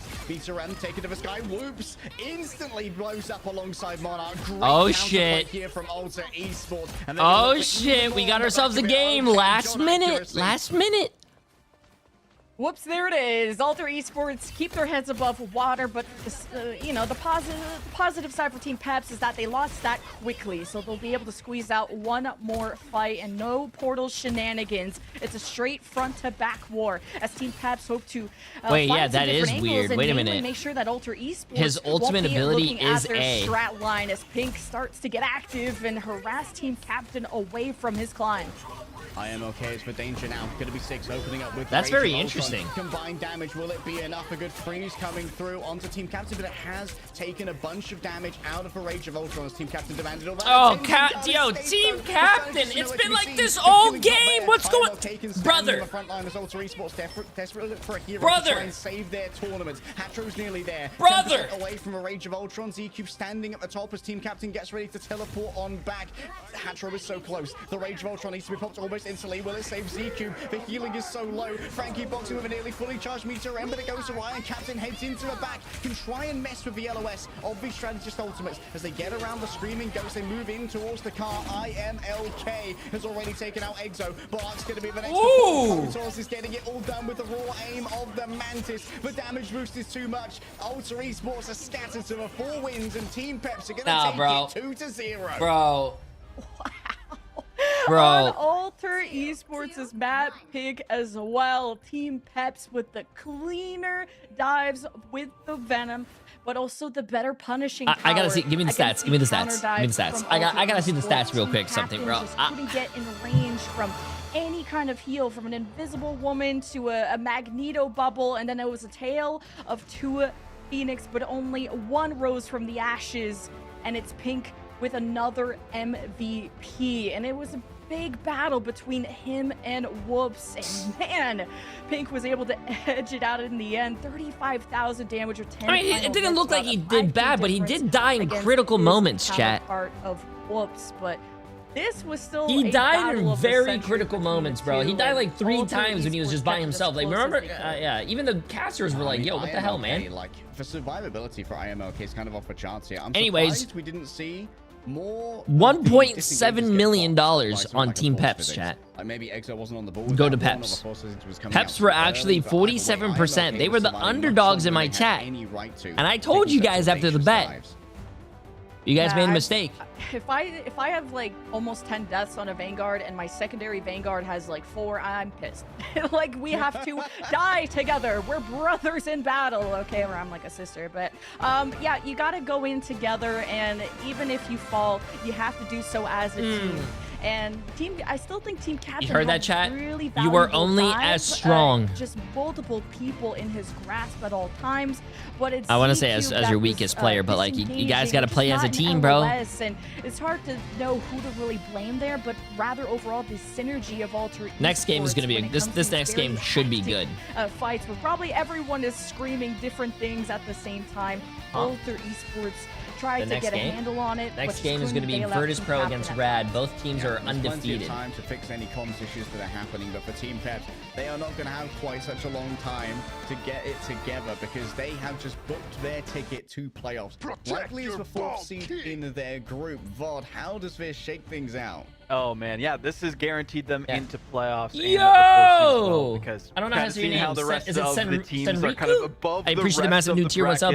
But Travis Johnson on YouTube with the unfortunately for me, my prediction bracket is broken, but I had faith in the end. They really turned things around in the second week here, Lemon. I mean, they got their first win against Pulsar and clutched out when it mattered here against Alter Esports. I'm glad I said, yeah, started from the bottom, now we're here, but it's so How you doing, awkward if Travis? they How you didn't doing? make How you doing? playoffs Absolutely as well, crazy. like I start at the bottom, now you're This next still game's there, gonna be but good though. It wouldn't have been last Virtus place, Pro so against that's my cope. But hey, now even better, Peps Rad. are gonna be in playoffs. The French fans are going to rejoice, and they're gonna be as loud as ever for them, because still coming in as the last seed, you're probably gonna face a pretty tough opponent. You said it right. Appreciate it, my friend. Appreciate it. Yeah, and I mean, Alter Esports, talking about them a little bit here, leg day. Absolutely they insane came as well, from MRC Travis. You're too kind. You're too into kind. Ignite. Peps were one of those guest teams who were invited directly, and I feel like they gave it the good old college try, essentially. So, Went if as I'm not far as they could mistaken, to the distance, Team every Captain's map, team, a Alter nail-biter, Esports, does even though not it make was it to the duo. playoffs, Doesn't tell the full but Team story Peps of the does series. make it to the playoffs, chat. Like, incredibly strong first map on domination as well. Definitely, I want to see more Team Captain on Hulk. Bro is just an absolute menace on the big green man. Well, another menace that we had, not in the skies this time, but more on the ground, was Frankie Boxing. We have them for the interview, the man of the hour from Team Peps. So welcome, Frankie Boxing. Hey, First thoughts, how does it feel to make the playoffs? Oh my god, I'm so happy. Viva la Peps. I was shaking over that match. Like, actually, like in the last map, I was legit shaking and missing mag ults, but hey, we pulled it through. It's okay. Is that Jaeger? I'm not gonna lie, I did catch one of those missed mag ults. It was a bit of an airball, but hey, I want to talk about where you really thrived. On being into T'Challa, you picked up the Doctor Strange, and I think that you were instrumental in the success of your team. How did you play the Doctor Strange in order to like try and partition the enemy team or get value Chat, from stop the hero? saying that's future Bro, he's a winner. I just held point when my He's a team winner. crossed Stop. the They're calling targets that on low. future I just walked J3. in, That's not me, bro. walk into them with my maelstrom, and we got some final hits with that.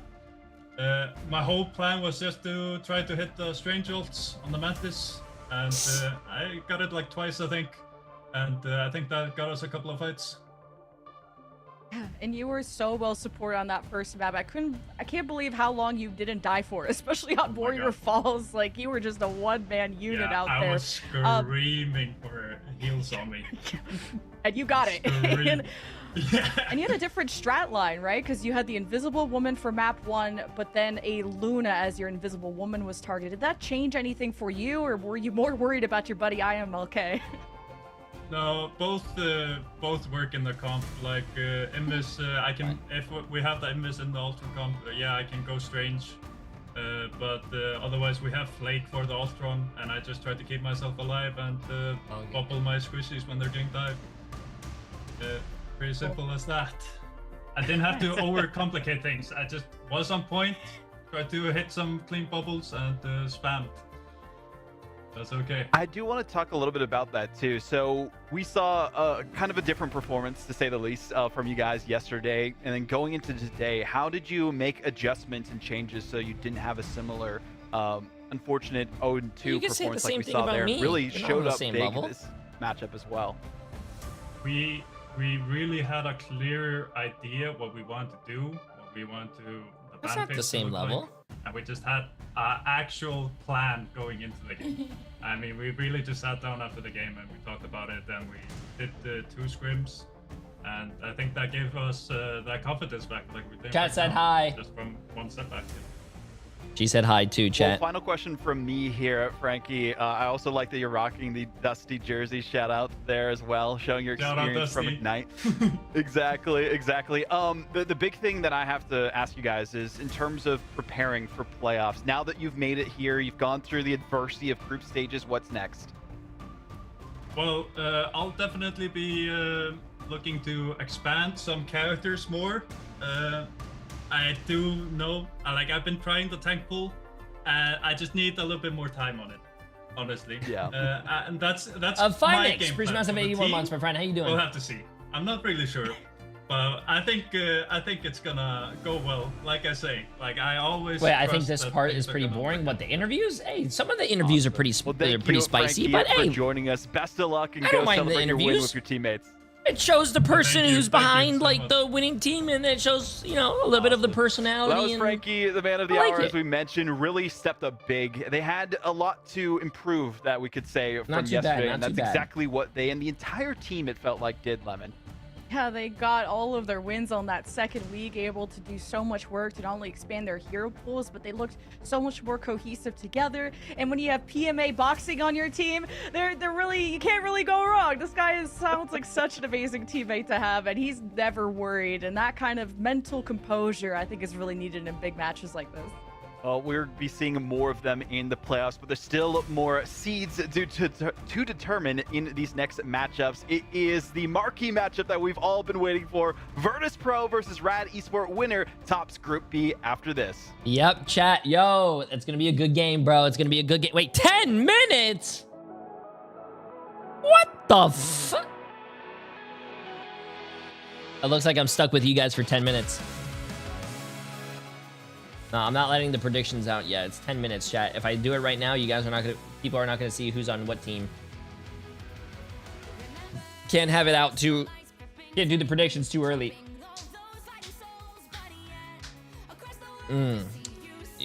Once the timer gets around like 4 minutes, then I do the predictions. Yeah, that's true. No, I'm not doing quick play for 9 minutes, chat.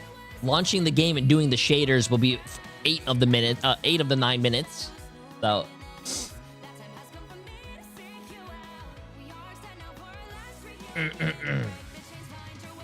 Emily will be going live though. She will be. She's gonna do a stream downstairs.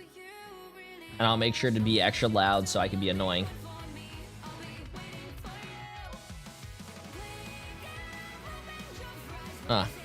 Oh, she actually went live right now. There you go. Watching you on my PlayStation and phone. Hey, W, my friend. W.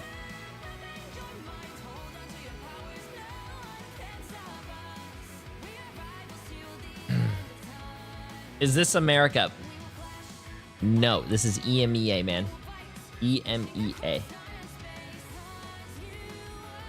Take care, MP. Enjoy. Love the videos, by the way. Hey, appreciate it. How you doing, Rin?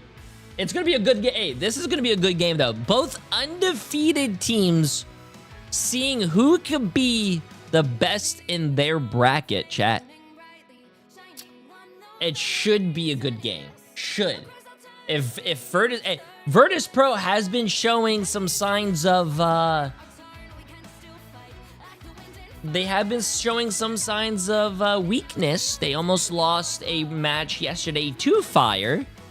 But then they rolled them back on the second match, but...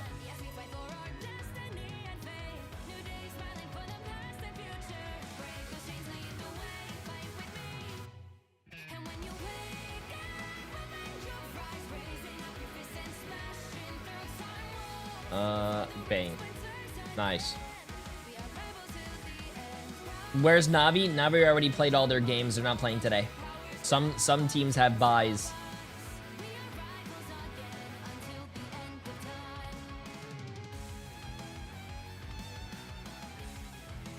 I will say, though, I got some good news for you guys.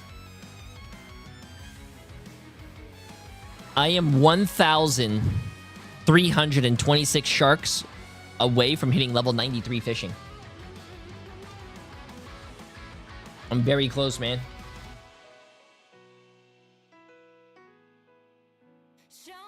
Wait, do you need help? Emily! She seems like she's talking to her stream. No, she doesn't need help. Hey guys, my name is Ryan Central, and I'm here to answer one. Do you need help? Question. What's the meta? Okay, someone said your chat, your stream was bugging. Use that joke until I'm about 90. Let me know if you need help. Now. But in all seriousness, though, I do want to talk about some of the data that we've seen from that first week of action in EMEA. Yo, if you guys have a lot of money in RuneScape, yo, can you guys give me some money? Your streamer's poor. I need some money, chat. It was the hot fix that came out on match. The only max skill I have is cooking. That we're about to see the Deadpool mobility and Elsa having less HP. We are going to see that in action this upcoming week. So stuff is a little bit different, and also as the will say, they're still give your streamer some money, chat. Gonna change, and we're still building up the sample. I'm at what do you call it? The fishing guild. The action this week too. But there is a very easy place to start. Elsa versus Gambit. Which of these characters is the most powerful in a competitive sense? Could EMEA And the answer when it comes to presence, how often we're seeing these Can characters, EMEA and North America, I'm guessing is what you're saying, fight each other? Yes, but not right now. They usually fight each other on LAN. Character, and then the other team Yeah. them, so you can both play them, you can both ban them. So if you and then ban it to make sure if you wait until like the normal season, usually everyone does it in their own regions, and then for a LAN event, because everyone will be on LAN, they put everyone against each other. In comparison, Gambit was missing like once or twice. Jay, go help Emily. She's upside down on her stream. I asked her and she said she's fine, chat. So if she needs my help, she will call for me. Out a lot more than the other. And surprisingly, it is Gambit that is actually Asia does play in the preseason. I am not streaming their games because it's like 2 a.m., 4 a.m. for me, so I'm not doing that. And then both teams will go and protect the Elsa, so both teams have access. Okay, chat. I am starting your guys' predictions. Why would you not want to ban her out first, though? Good luck. Have fun. Virtus Pro against Rad. As a whole, he's still strong in his own right, but he enables so much as well. Heroes like Star-Lord, Galactic Legend, good luck from Gambit, and have fun. And characters like Rogue, who are pretty like middling, I suppose, when it comes to the rankings of Vanguards on their own, get pretty much S tier because they have the Gambit team up to work with. You remove Remy from a draft, you're removing 3 to 4 other strong heroes alongside. So it's so much value. So you take off a lot of the options from the enemy team, and protecting Elsa means that you at least have something to work around, no matter what your composition or idea is going to be for a map. Whether you're playing Dive, Poke, 2-2-2, Triple Strategist, Triple Vanguards is something that we're seeing as well at this point. With Flies, okay, good luck. Flies, Elsa just works with all of it. It doesn't matter your comp. You put an Elsa in, and she's so versatile, she will go and just absolutely destroy. Damn, no one believes in Rad? I don't know who's going to win this, but if Rad beats Virtus Pro, that would be some big news. And look at the return ratio. 1 to 11 return ratio. And he just is very good in his own right. But also, it's how good he is on stuff like domination. Because he can still build up his ultimate. 3.3 million already on Virtus Pro. 400,000 on Rad. You guys are being disrespectful to Rad. And so your backline strategists are up on ultimate charge before the enemy. It gets so much value, and it makes sense why Deadpool viewers in your region can only predict without using Jay3 bucks. Oh, that's yes. Some countries do not allow gambling on channels because for their gambling laws. So yeah.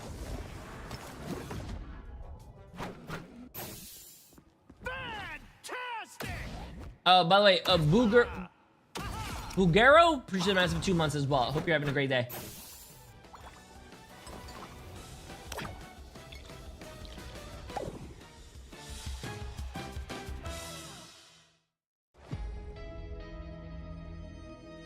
Yeah, that is a little wild though.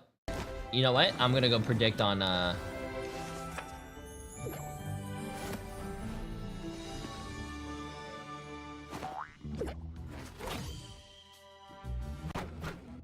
there you go. I predicted on their channel. See if I win any money.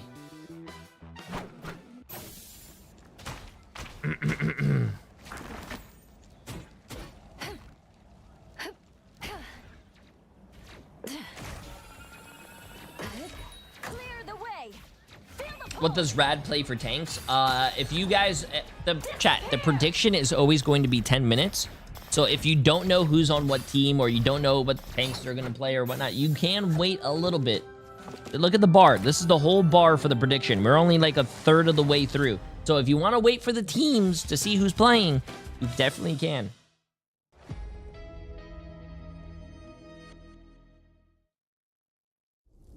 Will you be streaming tomorrow? Probably, but I'm definitely gonna sleep.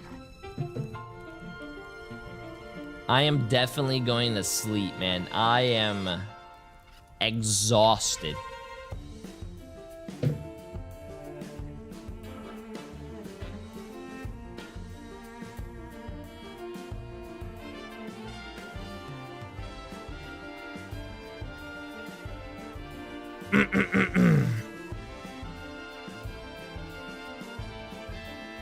Have you been going to the gym? I do not go to the gym during watch party days. When there's watch party days, chat, I wake up, I shower, I stream for 14 hours, and I go to bed. And then I redo it. There's no... Unless I wake up at 7 a.m. to go to the gym before we have to stream, I can't. I'm not... I love sleep. I cannot function without my at least minimum 17 hours of sleep.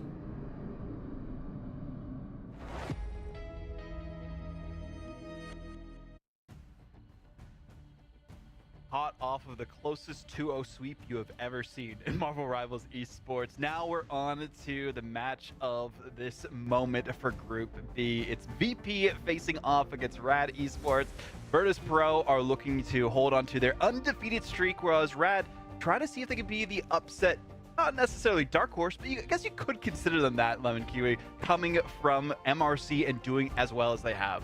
Yeah, looking like stallions out there, because Rad have had strengths of their own a lot around the triple strategist, even bringing out Leg Day looks like someone that would bully me in high school. I want to see a white fox in mirror. The chain, the like varsity jacket. If anyone could beat even though I think it's a Fantastic Four jacket. Good question. Can anyone beat VP? That is the question here, Leg Day. We've seen it happen only so many times in the past year. What does Rad really need to do to be that team? Maybe not necessarily to Yo, VP, Crispy Kush! Appreciate massive prime sub. Hope you're having a great day. Say, if I knew how to beat VP, I'd be making a lot of money as a coach right now.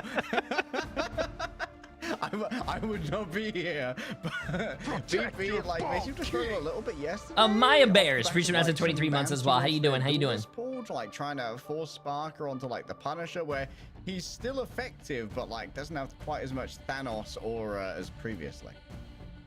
That's the big question, is what are we going to be focusing in terms of the ban and protects against this VP roster? Yesterday, we saw so much target on the duelist lineup, so Sparker was kind of out of his comfort zone. I mean, do you think we see an emulation of that ban draft from Rad Esport after they saw how well it worked for Fire Strays? I absolutely think so. I think the weakest we've seen VP is on domination, and when you force to... These duelists are not on their secondaries, but maybe their tertiaries. So you saw like 4 strats get banned in our last series. We'll get ready for the duelists to be out. So now people are starting to realize you cannot let Sparker have the Elsa. That is the number 1 Elsa in the world. And then not even anything else after that. We saw Fi. Hey, appreciate it, Crispy. We talked to them in the interview about how much they've worked on that and how as soon as anyone asks Fi to learn something, 10 hours later, he's the master of it. And you can't forget about the Phoenix Wolverina team up that VP have brought out, and they really are just a ban-proof team, not just because they're good at everything, but they put in the work to become the masters of this.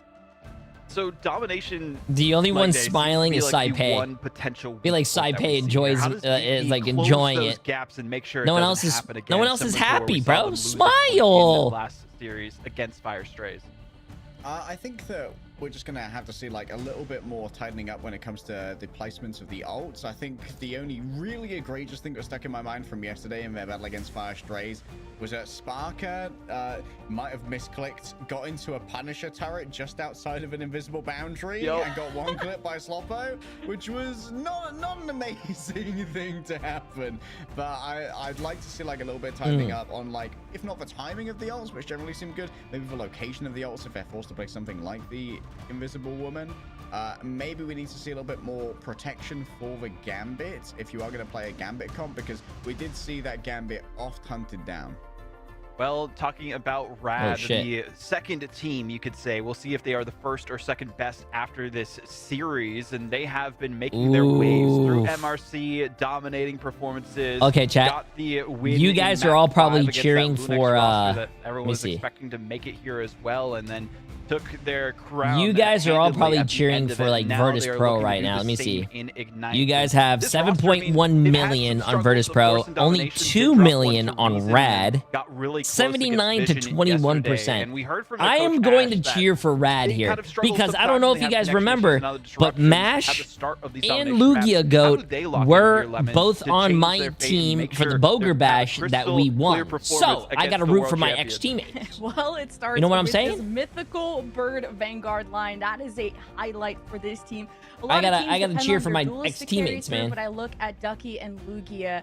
They have just been so solid. Any map that is friendly to Groot, Ducky is ruining lives. Lugia also flies just like a bird on the Venom, and he's shown us everything to also the Hulk. So that's why you run the triple strategist, is so this Vanguard line is everlasting. And then you look at someone like Smash, who becomes that solo duelist, and even had Etsu subbed in, and Rad still look good. But Smash on the solo duelist will be the that tournament was amazing. Well, of course, if you have Jay3 in a tournament, of course it's going to be amazing. But the downside of having Jay3 in the tournament is that whatever J3, whatever team J3's on, just wins automatically. So I'm wondering, like, if we're going to see more prioritization, trying to shut down. There's like pros and cons. Their duelist lineup, so that they can't just be unleashed like they have been against other teams, especially when VP, they do their homework really well, and it seems they're always super prepared in these ban and protect phases against the top teams. I mean, given that we saw what you are not LeBron, answer me this question then. If you are saying that I'm not LeBron, have you ever seen me and LeBron in the same room? Checkmate. Deserves a ban by itself. I thought so. Generally, I think that's going to be coming in terms of gameplay. Like, actually, the Punisher's a great answer to the Hulk, because you can pepper him at both long range with the assault rifle and close range with a shotgun. But maybe Checkmate, it's all chat. about partitioning away heals from the Hulk to make sure that his disengages aren't quite as easy to manage. Really curious who the standout players are going to be throughout this matchup. I mean, everyone on VP has their chance to shine, but Lugia Goat, definitely the one I'm looking out for, as they were the MVP of both maps yesterday against Division. So we'll see if the Venom play comes out here. There's a lot of potential here, Lemon. Yeah, it's a triple strat line from Rad that is how you doing, MZ? Pretty common, but Virtus Pro love a lot of the 2-2-2, and they talked about in the interview that first fight, how important it is, and why they played so close to fire is if they drop that first fight, even just give up the cap, trying to retake against a triple strat line is so impossible because of the support. Well, this is the matchup to decide the #1 seed of Group P. Virtus Pro, the world champions, versus Rad, the up-and-comers. We'll see how it goes.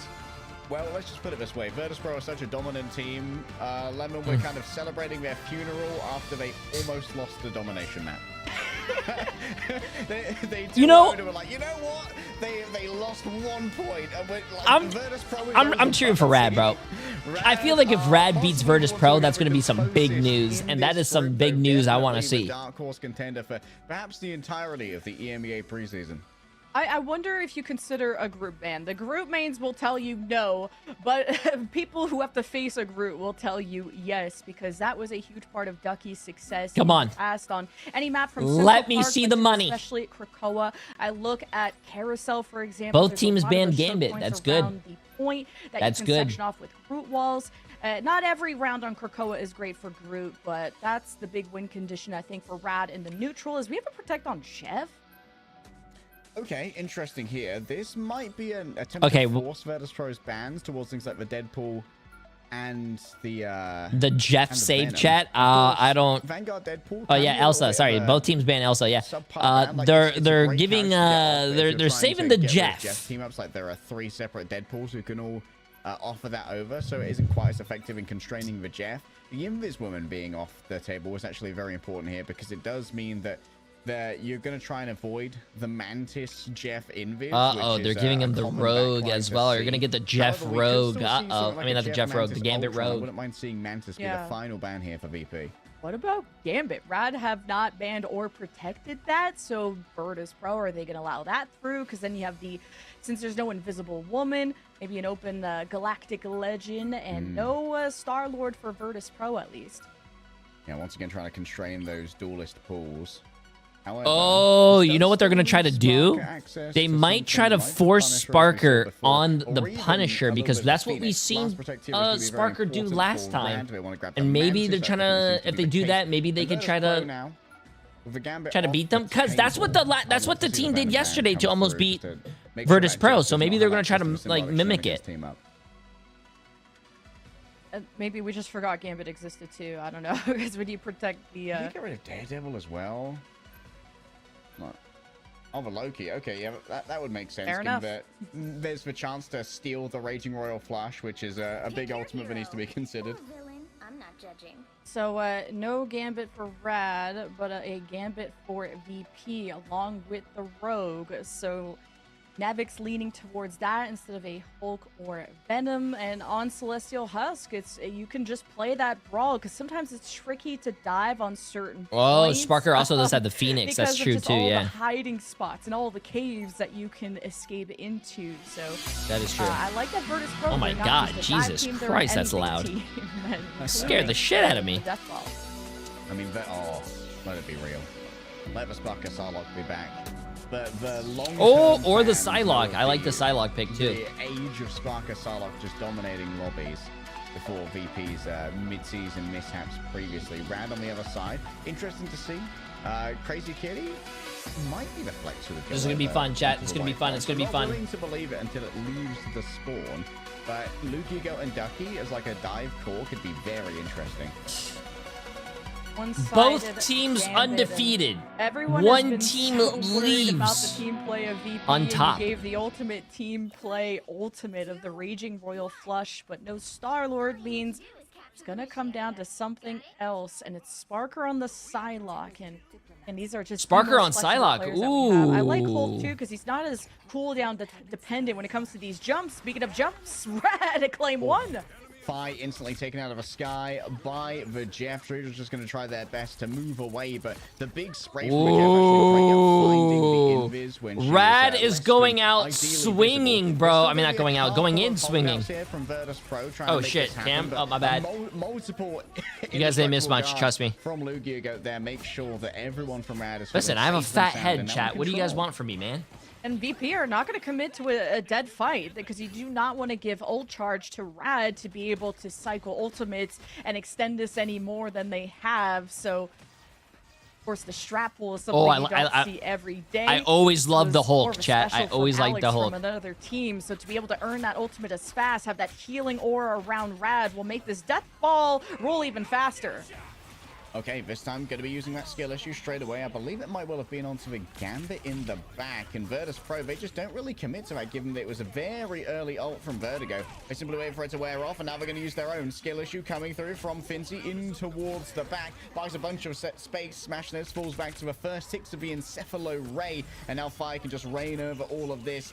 Nevix doing his best to survive, gets a bunch of healing in Virtus Pro. They're targeting their healing so well here to make sure that there's plenty of survivability into the back. With the Dance of the Butterflies, many of the targets eaten on up here, and they're thrown towards the enemy. Mash makes it a free dive as Nevix is chewed up within Shreedro. I don't know if I would have thrown the Why did he throw him back into his team, especially into the supportal? Crazy Kitty going around with the Kumiho Unleashed. Yo, Mash! And now Saipe's decided he's done messing around. The Raging Royal Flush is added to the ensemble, and it's quite the quartet that has been formed here for Virtus Pro as Rad fall to the ground. Yeah, Mash was stalling because they had the point captured, so you're extending that as much as possible. Throw it into the own invisible boundary to put them into a slow, but then you put a Brawl team at Brawl range. But maybe into Mash like your back line, at least so he can't get healed. So you don't get to see valuable It's Jeff ultimates every day. 70% though is quite a valuable start for Rad with how they got the jump on VP. But VP have been really good at marking where Smash is, so you gotta be worried about these flanks. I don't think Smash can keep getting away with those. Eyes on Saipe here for the cleanse. People get stunned out by Ducky's ultimate, which has actually been stolen away here by the Heartbreaker. Over the top of it all, Fi's just doing so much damage with the Ranger Ultron. And, well, Spark is back in his home grounds, baby. The escape of Smashness is not on the cards, and Rad are wiped off the screen. The lightning fast retake from Virtus Pro to now try and match the score here any second now. Lugia will remain on the Hulk, and the teleport to get the get Rad a bit closer, but a lot of anti-heal cards are thrown from Saipe, so Rad don't want to be caught off guard. Very smart to flip the map with the teleporter. See if they can get access to someone like Dreedro or Fi. I like that. It's not the most mobile ever. The big grab coming through from Lugia, but it seems like there's going to be more than enough here. Fincy, isolated, did use, I believe, their Katana ultimate there for a little bit of additional staying power while alone on the point. Has to back away now, but does bunny hop down onto the low ground once again. Smash Nose looking towards Strijo, protected by the Guardian shield, but leaps away from it, and so there's nothing to save them now. Sparker falling down to Ducky's greater accuracy. Another Oh my god, did you see that catch? That's why he's the GOAT. Oh, and there goes Fincy fuck. versus Pro at 91%. Get ousted. Lugia is a monster. This is a great game so far. Kind of an anti-aerial hero, if you will, but the Vanguard stand tall for Rad, one of the strongest parts of this roster. And you got MASH next up on the It's Jeff Virtus Pro. If they're going to be playing so clumped as a Brawl usually does, they may just be grabbed up yet again, but VP are going to keep a watchful eye as 90% plus last fight. It'll be great to target that It's Jeff inside of the invisible boundary. Try and get a hold of Dredro or some of those members of Virtus Pro who take refuge within. Sparker looking towards the back. Would love to try and find some of these strategies. And oh my goodness, they just disappear. Where did that back line go? No, bro. Sparker with the Raging Royal Flush is just a DPS machine. Constructed lit differently, that much is for sure. Virtus Pro will claim it back quickly, but Vertigo's TPing. Doesn't get here in time. Few more seconds. I don't see a portal, and I don't see Rad on the point. No, so bro. Is taken by VP by the skin of that was their a good teeth. round, though. When Rad kicked off, that was a good round. 99-99. Come on, Rad. You guys gotta close it out, bro. Elimination to force VP back, but they did not give it really any ult charge from that encounter. So Rad fought tooth and nail, but this has been as close as it gets, and kind of difference in compositions, but we go Sparker to 16 and 1 with 10,000, almost 11,000 damage. But the next player in the lobby is 8,000. Be another portal play from Rad, but I don't know if you could pull off the same shenanigans against VP. Yeah, they might have called that one. We'll see if Ducky still has the cooldown available. Honestly, the dearth in stats here, it kind of belies how close that round was. Sparker 16 and 1. It may have been 99 to 99, but it feels like Sparker was having no problems. Yeah, he had his ult 40% ahead of Smash, who did get picked off when trying to go on a flank. So he's been trying to be elusive, but VP keep. Oh, they don't use the portal last round, but they use the portal here. For a Ducky portal coming up, and it's usually been to push VP off their high ground, but now more of a scouting tactic as they may throw it into the choke point to section VP as they walk in.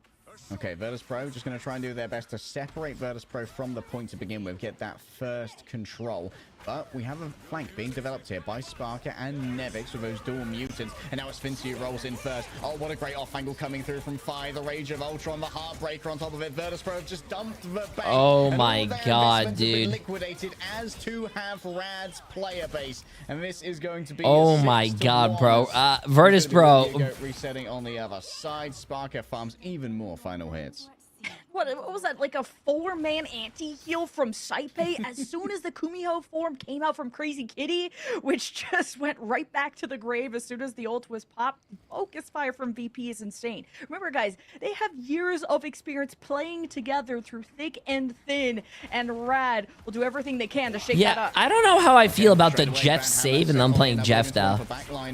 Maybe, I don't know, maybe something would be better. Even more damage. Sparker doesn't get too much achieved off the back of their ultimate and gets chased down by the marbles of the White Fox. Lugia goes on it as well. Drew goes the next to fall. You need to get on top of Saipe now, though. You can't allow him to be free in the back, farming up towards that Raging Royal Flush. Maybe a big knock through here onto Nevix. Gets isolated by Crazy Kitty. It's not an ideal matchup into that White Fox form. She is a monster melee duelist when she gets up close and personal. Still, Saipe is alive, though. Just kicking out these heals, building up already 94% towards the Raging Royal Flush. Okay, wait, never mind. And Jeff is Vertigo making it work. On this strat pull, it's healing Sparker's on literally demand, carrying and their asses. I think Virtus Pro as a whole team is goated. Sparker, and it was a one-man tango.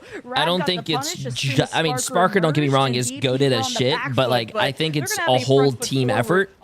Their whole team is very strong. Be ready to disengage, and I don't think you could ban anyone out on Virtus Pro. moving through as a group. And like they say, chat, you are only as strong as your weakest player, and I don't think there's any weak players on Virtus Pro. It's going to have to settle for 4, as it is going to be a chase down here from Lugia. Cypher might have some big things in plan here, but doesn't seem like Ducky really got anything off the back of that Eye of Agamotto. Yet another huge anti as 3 ultimates come through from Rad. Final exam popped here by Vertigo to try and give enough healing over to the rest of the team. I imagine a jackpot's going to be hit rather soon, but the ult starts to be drained away. Nevix is in the midst of them, using the Heartbreaker to take away all that charge, and Fincy takes out the imposter Deadpool while playing on the Vanguard themselves. Virtus Pro close to yet another flip over as the Rage of Ultron's brought in on top, and Sparker feels like they can save their ult here as Lugia go, oh, this is going to be a nasty stagger. He's gonna go end it all himself, but Rad, I mean, they're getting hit with an anti-heal every single time. Good stagger, though. Good stagger. It clumps to everyone. 30% less healing is significant. That sucks for Rad, but that's a really good play for Virtus Pro. Have now a See, chat, sometimes it's okay to not pad your stats and kill someone right away when you won the team fight. You can stall them a little longer like they just did with the Hulk. You don't need to kill him right away. Even though everyone in ranked is so like kill hungry to pad their stats because everyone wants to look like they're the best, but like instead of just play as a team. Wait, Smash Ness? Just gets marked every single time. The Gambit team up from Nevix is just too much cleave to handle. There's no touch on the point, and I can't help but notice that Rad put so much emphasis on protecting that Mantis only to not use it. And the Smash lose where his Q button The first round was a lot better than the position second round, though. I can say that. Wow. Vulnerability to pop the ultimate. He's sitting in front of the strats. That was the moment to pull it, and man, just immediately executed, and this is the executioner right here. Okay, let me see the stats. Let me see the stats. The GOAT of all duelists, the greatest to ever do it. He ends 25-2, and those damage numbers would be 25-2, 22-2, 21-3. Oh my. Hey, EP, the fact that Saipe, the card management here, there's only so many you can use to pull that anti-heal. Saipe had 6,500 healing and 14,000 14,000 damage. And the fight still I thought that was a support character, bro. Aren't you supposed to heal? He had more damage done than all of the players on 6.5k. He's been out Rad. His Ultron, but is dropping 13k damage. Saipe is just playing almost a pseudo duelist on the Gambit, just giving triage heals over to Fincy and Nevix when they fall low, trusting in the remainder of the team to be able to babysit Sparker with things like the Ultron drone. And Virtus Pro are looking as strong as ever. I think that Lugia definitely taking some inspiration from Binary, and the Hulk is looking pretty good into VP, but I feel like if you're going to go for that big protect on the Mantis, you've got to try and get some value out of it. Yeah, if you don't have to jump to another planet, I think Hulk is just the better dive. It's not as cooldown dependent. You can just keep that charged up and ready to go at all times, along with just having that huge health pool when you pop. I heard a cat cry. Especially if you have the point cap first to stall things out and be so annoying. And there's punish when you can exile someone. I got you, Tom. Look at Tom, bro. Look at Tom. I got you, bro. You're not missing much here. You're gonna go on a break. They're gonna go on a break. We'll come back. Second match. VP, they always seem to have contingency plans. They got a little bit caught out of sorts because they rolled out too tightly on Krakoa to begin with, which is why they got caught by that TP. And we saw them instantly fix it as we went on to Cradle afterwards. Like, they rolled out in a very wide fashion so that no one could really be caught easily going through a doorway, and it forced Rad to try and go for this like kind of halfway house border. We're like, oh, we'll just debark ourselves onto the point and then try and meet them there. But when you're on the point, how long is the break? They usually do like either 3, 5, or 10 minutes. 10 minutes being the most. MVP playing, trying to match 2 to 3 minutes being the shortest. Rolling out with it because they realize on domination how important that sustain is instead of the 2-2-2 that VP are more known for. But we're gonna get to know what Rad's map pool is gonna be truly like, as this is their second ever map loss in all of preseason, and the ball is in their court on where we want to go next. And we'll see you after the break. There you go. See, 3 minutes. It's a 3-minute break. You can see up there. 3-minute break, Dan. Which I like. I don't mind. Give the players a chance to regroup, think about some strats, what map they want to go to, give the casters a chance to go to the bathroom. What do you do as a caster if you only have a 3-minute break and you have, like, let's say you Taco Bell the night before? What do you do? And you're casting, but you have like the bubble guts. You know what I'm saying? What do you do? Vui, appreciate the massive prime sub, my friend. How you doing?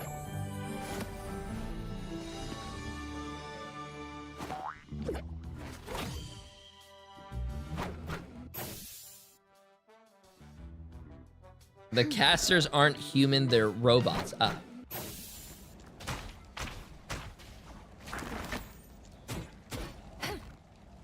Can you imagine in the future if we have like robot casters, chat, that could break down the fight? Like they could be connected, like I don't know, their computers like connected to the game, and they could tell you every single thing. Like, oh, according to my calculations, they popped this ult and this ult, but they were 0.3 seconds late to pop in this ult, which could actually save them because the healing is, you know, 420 healing, and they took actually 360 damage. But if they did this 0.5 seconds sooner, they would have won the team fight. Bro. Yeah.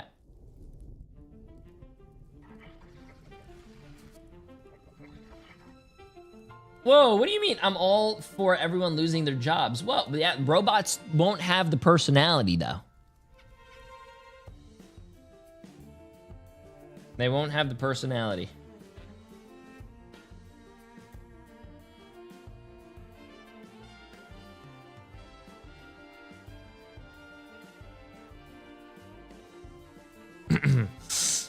Ever seen iRobot? I have seen iRobot. I don't think any of my chat has actually seen iRobot. iRobot. That movie came out in... That movie came out in 2004. That movie is probably older than all of my chat.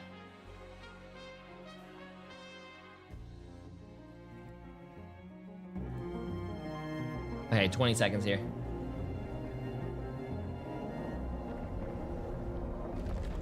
Wait, iRobot was set in Chicago in 2035. So, does that mean in another, like, what, 9 years, chat, that we're going to be living, like, in iRobot? We just have to talk a little bit about how, like, slippery that Saipe is, because no one was able to target them down in that first sub-map. Like, how are they able to stay alive the entire time? I guess Gambit's just able to play a card trick, throw it in their faces, and just escape out the window. Yeah, and it's like, bro was just chilling the whole time, just throwing anti-heals every single fight kickoff, just hiding away, while Dredro and Fi just are all offense all day. So it's, we don't get the CVP on triple strat too often, but when they do, it's like you don't even need the extra heals, because then did someone follow me to where I'm fucking really playing old school RuneScape and drop something called hair? Had a couple of different options that they could have gone for, but this was the exact pick we saw from them against Reason after they did drop their one domination map before this series. So they went 3-0. They looked very confident. Yo, who dropped hair? To see this be the option that they go for leg day. Yeah, this has been a side bro. greater upsets as well with Shikigami versus Na'Vi. This is a great place to play some flyers. Nah. Who the hell is that, bro? They're banned from my shit. Enjoyers of Human Torch. How is hair $1,000 per one, and someone dropped 1,000 of it? Oh no, it's 332 each. Maybe there was like some counterplay in the VP draft that stopped it from really getting value. Yeah, and the Ducky Groot, this was what Rad used to full hold Reason Gaming. Yo, I'm about to sell this hair in their favor. I keep talking about the Ducky Groot. I understand if he doesn't want to play it, because when you face a really aggressive team, you get run over. It's easy to defend yourself, but not really to attack with a Groot. So I don't know if Ducky can really cage the beasts that are VP with a Groot. You need to be able to space it well. So if he doesn't play the Groot, I understand, but on defense, it's quite strong. I'm really curious if we see like maybe some sort of Mantis priority in terms of bans coming out from Virtus Pro. I know they definitely don't want to get the Loki, especially on this map with the first capture point, just having so many options for where you could put those clones, and it's so hard to figure out where the true one is afterwards. Oh, I'm on. Even let me then, keep his face. Talking a little bit about Virtus Pro's strategy for this, they also played on this map before against Recent and got a 3-0. So I feel like this is a little bit more of a neutral ground for these teams, Lemon, than necessarily like one-sided for Rad as they might have hoped. Yeah, I mean, I don't think they're really getting rolled over too bad. Yeah, whoever by dropped me some VP. hair, Like, it's been appreciate it, man. pretty even, but I always think needed it. Smash going for flankers and getting marked If you have as any much more as he hair, let me is, know. I means need that it. He's gonna have to play this more front to back and more with the team. It's unfortunately we didn't get to see his dance of the butterflies because he was right on top of VP's strats. Just wasn't able to pop the ult in time and resulted in the loss.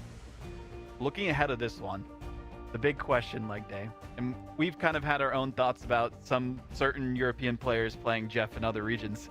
Do we see the Jeff save again? No. This is don't get me wrong, this is a great Jeff map, but I don't know, it feels like against teams as good as VP, the Jeff does kind of become a little bit of a liability. Like the ult is getting negative value. Yeah, most of the true. time. I don't think Jeff and, is like, good, when you're bro. going up against Saipe, like your entire body being a headshot crit box does mean you can just evaporate. Like I know that at the top levels for Jeff is good, but when you get to the top level, it feels like it kind of falls off. Baby again. cakes, Of baby cakes stay. Appreciate the massive, or is it baby Everyone looks cakes at you as soon stay? as you Appreciate start the massive barking prime or sub. How you whatever doing? Jeff does, so. This is yummy, and then he just gobbles everyone up. But we'll see if VP can destroy the rest of the competition that they have in our final potential matchup between them. VP looking to dominate their groups by dropping a single map. All right. Okay, let's go back over here. One rule and one rule only here at Fighting Virtus Pro Club. You do not give Sparker Elsa. Question is, are Rad going to stick to the rules? Yes, they are. So they will live to fight. Dan Elsa first. I like it. And there was a one-sided gambit last map too in favor of VP, and we talked about Saipe's impact and all this utility that VP had, expecting VP to return to the 2-2-2, but you kind of have to sometimes match the triple It's strat. Tay. I'm doing well. There you go. Appreciate it. I am doing fantastic. Hope you're having a great day. The defense first from VP is what's I don't like the Jeff save, chat. I I feel like sometimes you can get a big Jeff ult. Sometimes, but majority of the time you're dropping down your little heal pool and you're running away, or you try to swallow someone and you just fall over and you die. Big investment being made into the Jeff. Admittedly, we have seen Team Heretics play the Jeff incredibly well. Rico, appreciate the massive prime sub, my friend. How you doing? Angles, and I don't know if you get away with that as much when Virtus Pro are so comfortable. I try to swallow Swallow is what I meant. Ones to try and chase down the Jeff, in which case you're going to be using your ult mostly just to disappear into the ether and respawn with the rest of your team. And pretty similar pick bans from VP. And just to highlight someone like Vertigo, who brought out the strap pull that's super unique. Yo, Miss K Games. Appreciate the massive gifted sub. Absolutely massive. Almost every single fight. Because the longer these fights go with triple strats, the more you get that S rank, and you can really get the ball rolling and kick it off with that, as the Mantis Protect will be the final choice for Rad. Okay. Will they use it, though, is the question. Virtus Pro deciding to, you know what, let's just run it back. We were happy with how the last one went. Let's keep the same bands going here. And Crazy Kitty might actually have a chance to flex here on the Daredevil. Crazy Kitty is a fantastic melee player.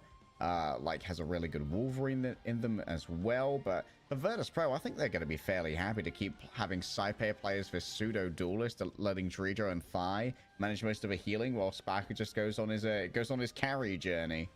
Yeah, I don't know about the Psylocke for this first point. It just depends where VP want to take the fight. That's just what they're hovering right now. But something like the Phoenix or just any ranged duelist is where the defense can really shine, because to actually access backliners is near impossible for an attack unless they actually step forth into the objective, which that's like the this whole map. hurdle to getting. Looks like a World of Warcraft like dungeon. That big doorway, and why choke point abusers like Groot do so well, but that won't be, I think, the recipe here for Rad, realizing that the VP poke can just pretty much make any Groot wall negligible. So Rad have really had to pull out all the stops, and they've realized what kind of opponent they are facing. It's Virtus Pro, the world champions. So Rad have had to really dig deep and bring out new strats, including even the strap pull, which I've been a fan of.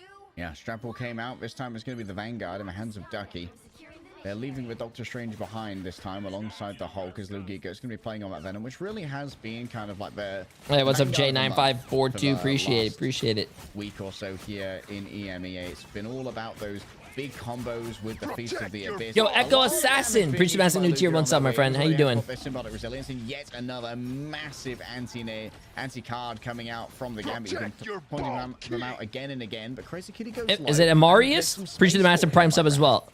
Yeah, and Dreidra is really conservative with those invisible woman shields to protect them, heal back up, and retake, but it's already been a tick given over, and Rad are suffering. Oh, a spectral sentry given over there to try and heal Crazy. They pushed Rad pushed Virtus Pro so far back, but they're like fumbling the ball right now. On the head by the bonk stick of Cypher. You don't have a talking stick. I'm gonna need you to shut up. And I can understand the sidelock on the attack, so that when you're ready to dive with a Venom, that's what the attack does. It takes space and it tries to own it. You can have a late stagger here. But the poke from the sidelock at a distance isn't ideal. At least there's better heroes for that. I think Sparker wants to find a moment that when Rad engaged, that Sparker can wrap around. So it's more of a reaction duelist or a counteraction duelist than an engaging one. But Rad, the ball is in their court.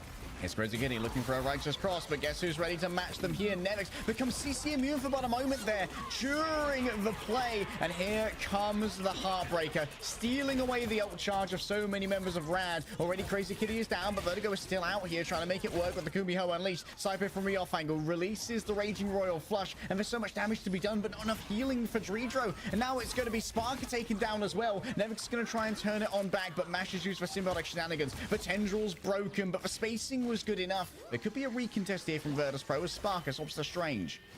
Yeah, VP are realizing just how vulnerable that White Fox is if she's teleported. Yo, what's up, Chaos? How you doing? Picked, so you have Mash still in the lineup, and that was more than enough for Rad to sustain through. And they already got a first take from the first engagement, which means VP don't have as much time to portal in and try to retake when they are further away. So still a very big accomplishment to just capture the point on Central Park, which is so defender-sided. Now Lugia, I mean, you're out of the Coliseum, and you're out into open skies, and he's already trying to force back VP.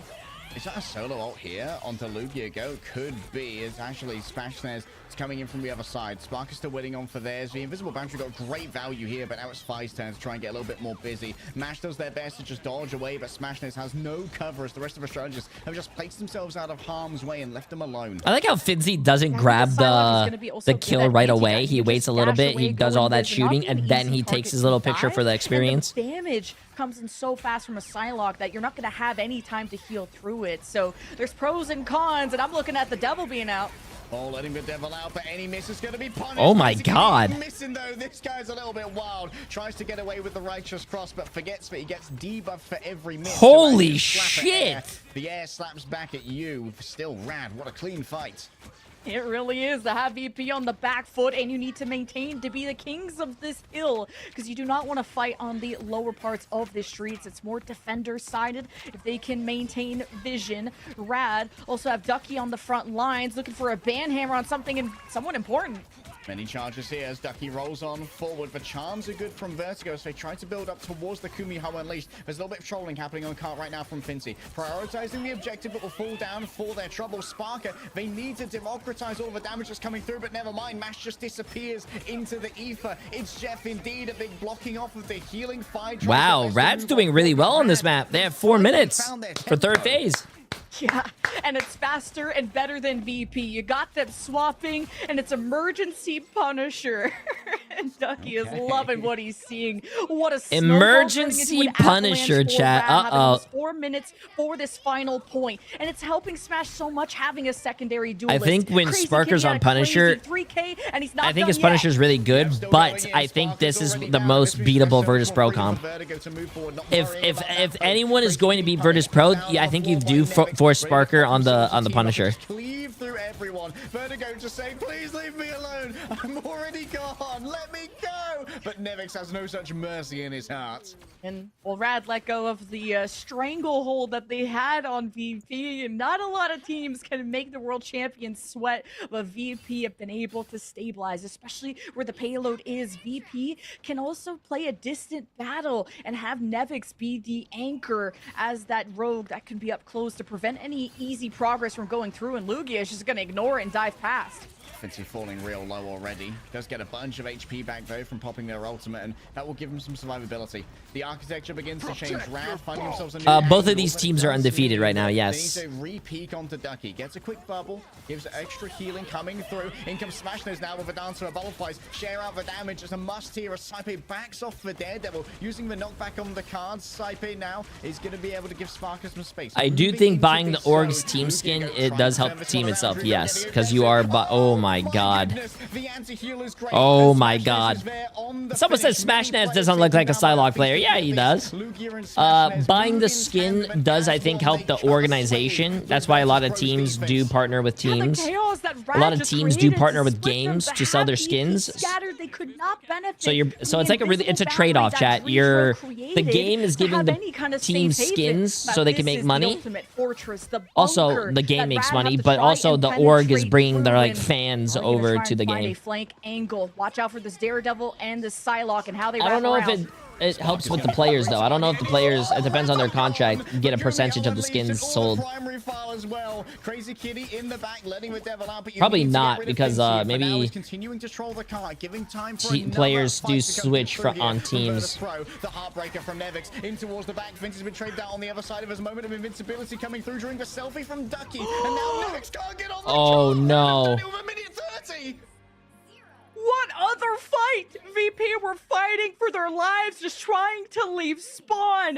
Rad, oh my god, these flankers, all Smash needed was some help, and his name is Crazy Kitty, almost guaranteeing a first pick every single time. VP have been so used to having plans go their way, for them to pull the trigger, for everyone else to be running away from them, but it's VP that are learning how to disengage properly, and now this panic is forcing really uncharacteristic mistakes, or at least I hope value out of VP's ultimate. For our own sake, chat, that Rad does win this. Swing from the start of the second point to almost near the end. They got stalled a little bit at the beginning of the third point, but re-emerged once they noticed VP were floundering and were making mistakes, and mainly punishing Dredro when he put the invisible boundary down. His teammates were on the perimeter of it, and Rad, such good recognition what's up, Shaz? of Smash to get those quick executions. Why can't you guys be more like Shaz? First time here. I'm making content on YouTube with the breakdowns and everything. You have a wonderful team. I hope you have a great... Very efficient on the Crazy Kitty dives. Plenty of final blows between the two of them. And now Fire is going to swap on over. This is what I was hoping to see. The damage boosted Psylocke. We've been seeing a little bit. Wow, of this Virtus Pro. And it's been Virtus Pro's looking real scared right now against Rad, chat. Hey, try and have a 1v1 with someone like a White Fox, who's a great duelist against those close range assassins. A minute 31. Whoa, wait, a pick on Mash? Bro's just hanging out in the in. Okay, traded. Yeah, it's a good trade. I mean, they've got to get super aggressive here. Like, they made such a big mistake, they've just got to put it all on the line. And it seems like Crazy Kitty is more than ready to put it all on the line. Getting out, though, is a little bit more difficult. Ducky gets a quick upgrade, still trolling around in the back and demanding some attention. But this might give Mash a moment to return. And yo, Rad, just because you guys got lucky, well, not really lucky, but Virtus Pro C9, the third point, doesn't mean you guys can play a nuisance. You'll have to give up a little reckless, tick, right? But it won't be the full cap, not without a fight. Ducky is going to portal to find a better angle than having to fight through these choke points. Waiting for it, and here it goes for Rad.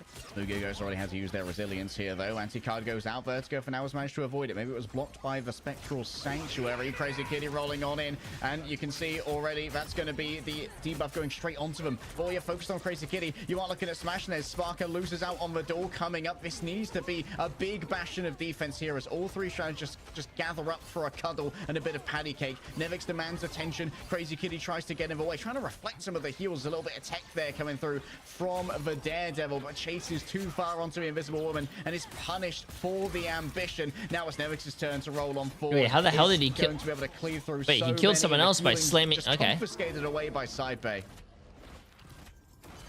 And VP get the cap, I would say about a minute faster than Rad, but it's about carrying through the momentum, because Rad, this second point push was lightning fast. Yeah, Saipe doesn't play this as a support, bro. He mostly plays this as a DPS player, man. At the castle already. It was a huge effort from Crazy Kitty and Smash at that point, but VP got the jump on him.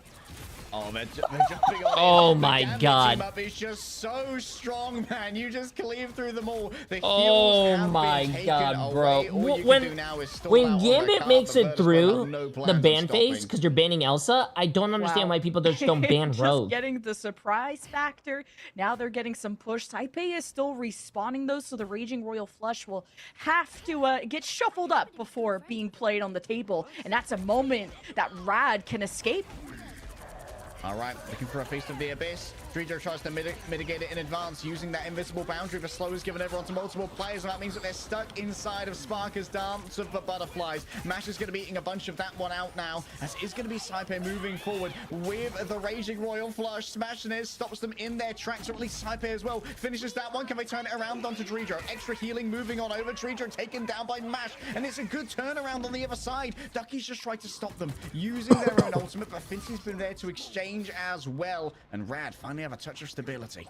Wow. Yeah, VP had to use the Raging Royal Flush late, and then you had the Dance of the Butterflies from Smash, giving the invulnerability through the roller coaster of emotions that was that last fight. Luki is missing, but he'll be back quite soon. The respawn advantage is in favor of the defense, while VP, they have to maintain the lead that they have. Smash needs a little bit of care. Oh, Vertigo has to pop the Kumiho Unleashed after falling incredibly low. The target focus is good. We'll be able to just Sanctuary out for now. Crazy Kitty for Yo, what's up, they Cat? were looking at popping their ultimate, they go down. But it is at least maintained, as it is going to be Lugia go in the back, stunned out. Smashnez catching the attention of Fincy. You don't want to catch the hands of that Vanguard pull. Yet another anti-heal going the way of the Venom. You can't heal him through this one, even with the extra bubble healing given over by the Jeff. Sparker moving forward, but then we're going to be let out. Smashnez looking to straight one clip onto Saipe. The perfect pick that they were looking for, and now it's time for Crazy Kitty to lead the way, even with Nevix's team up. Virtus Pro know that this one might well be cooked, but Smashnez overextends. They felt the blood in the water, but they didn't know that it was actually a pack of orcas. Listen, bro, listen, when you win a team fight, you can't overextend like that. Crazy Kitty is still back here, Fi super low, because now if you overextend, you're just gonna lose the fight. They're gonna come right back with their respawns, and they're just gonna win. Have to deal with the Gem. Wait, they stopped the Jeff. That is big. VP are not done yet. They've had to punish on the flankers, but they still have the cap and they're 0.5 meters away. And Dretro, these pulls, the force physics on the Invisible Woman are so underrated to stop Rad and to push away the flankers. Mash is always good for one or two, but is it enough for Rad to keep contesting? They have barely any duelists. Dude, Drejo just keeps managing to find these frags. How is Rad holding this? Mash just has to move away for now. Vertigo going to try and TP back. They think it's winnable with only 57 centimeters between themselves and Oblivion. Vertigo's going to be able to move themselves out of the line of sight and onto the car. Yet another dance of butterflies. Can Virtus Pro get away in time? Fi's not going to be quite so lucky. Crazy Kitty's still here somehow. I don't know how he keeps making it. Nice shot on the ankle, bro. Flush. This should be what brings Virtus Pro to the finish here. But Rad might be able to this is a really insane hold by Rad, though. I thought they were going to lose this a long time ago. Has got it in their hands. Mash on the other side, and there's still control of the cart here for Rad, but with 1 minute 14 seconds left, I think Virtus Pro have all of the momentum that they need. Yeah, finally the cap, but not without bloodshed. And man, Rad, just Smash has like 5 seconds to try and eliminate Dude, this is a great before game, he gets bro. punished. And What he were the bans, delivers guys? to shut down Fi when he had the soul resurgence. That was it's the on the nail in screen, the coffin right next play to that the VP were leaning on at the end of that fight. And it took everything out of VP. And they only have about 2 minutes. So they're pretty much guaranteed a time bank disadvantage going if they even finish the map.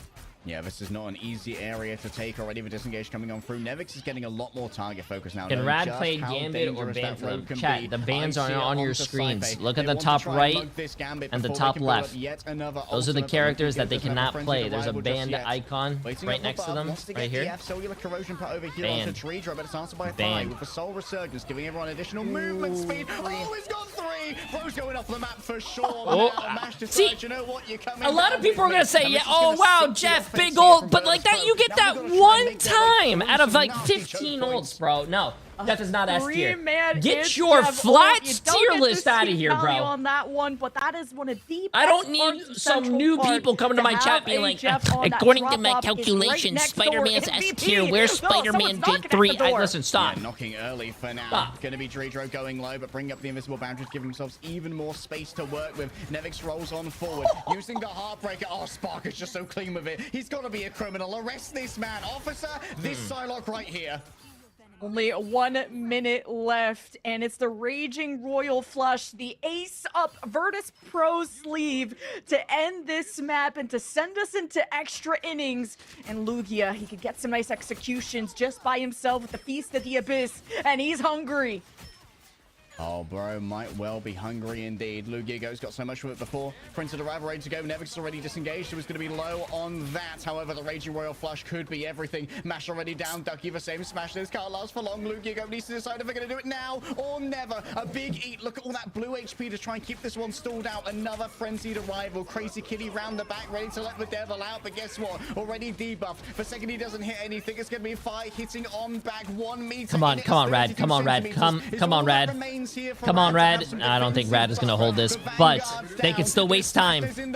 Oh, get it, Smash! Get it, Smash! No, bro! The point, bro!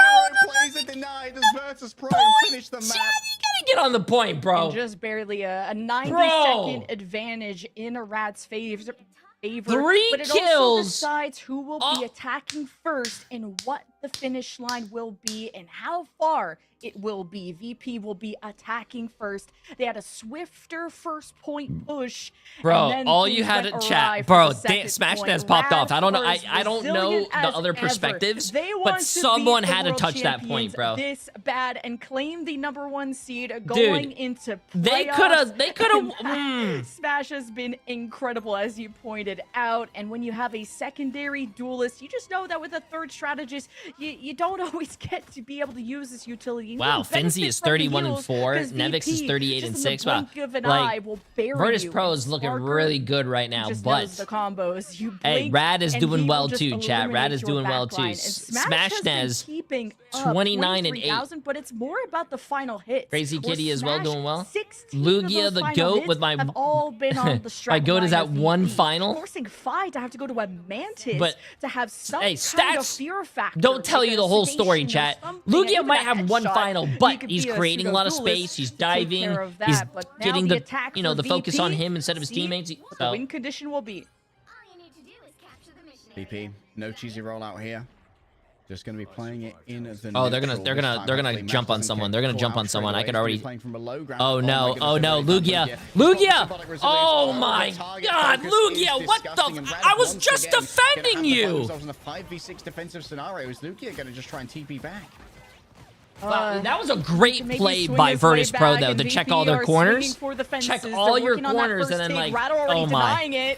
Oh, the anti at the exact same time. This is what makes VP a world championship team. All of that util being dumped at once on a 3-2-1. Hey, Virtus Pro does a great job at checking their corners, find someone, and look at this. Now themselves up against Vertigo. Those cards up close. You hit all 3 and the damage is going to be sublime. Crazy Kitty's fallen down as well, and Saipe is happy as Larry to hang out back here and just keep on healing. Just flawless from VP, from the awareness of where Lugia could be sitting.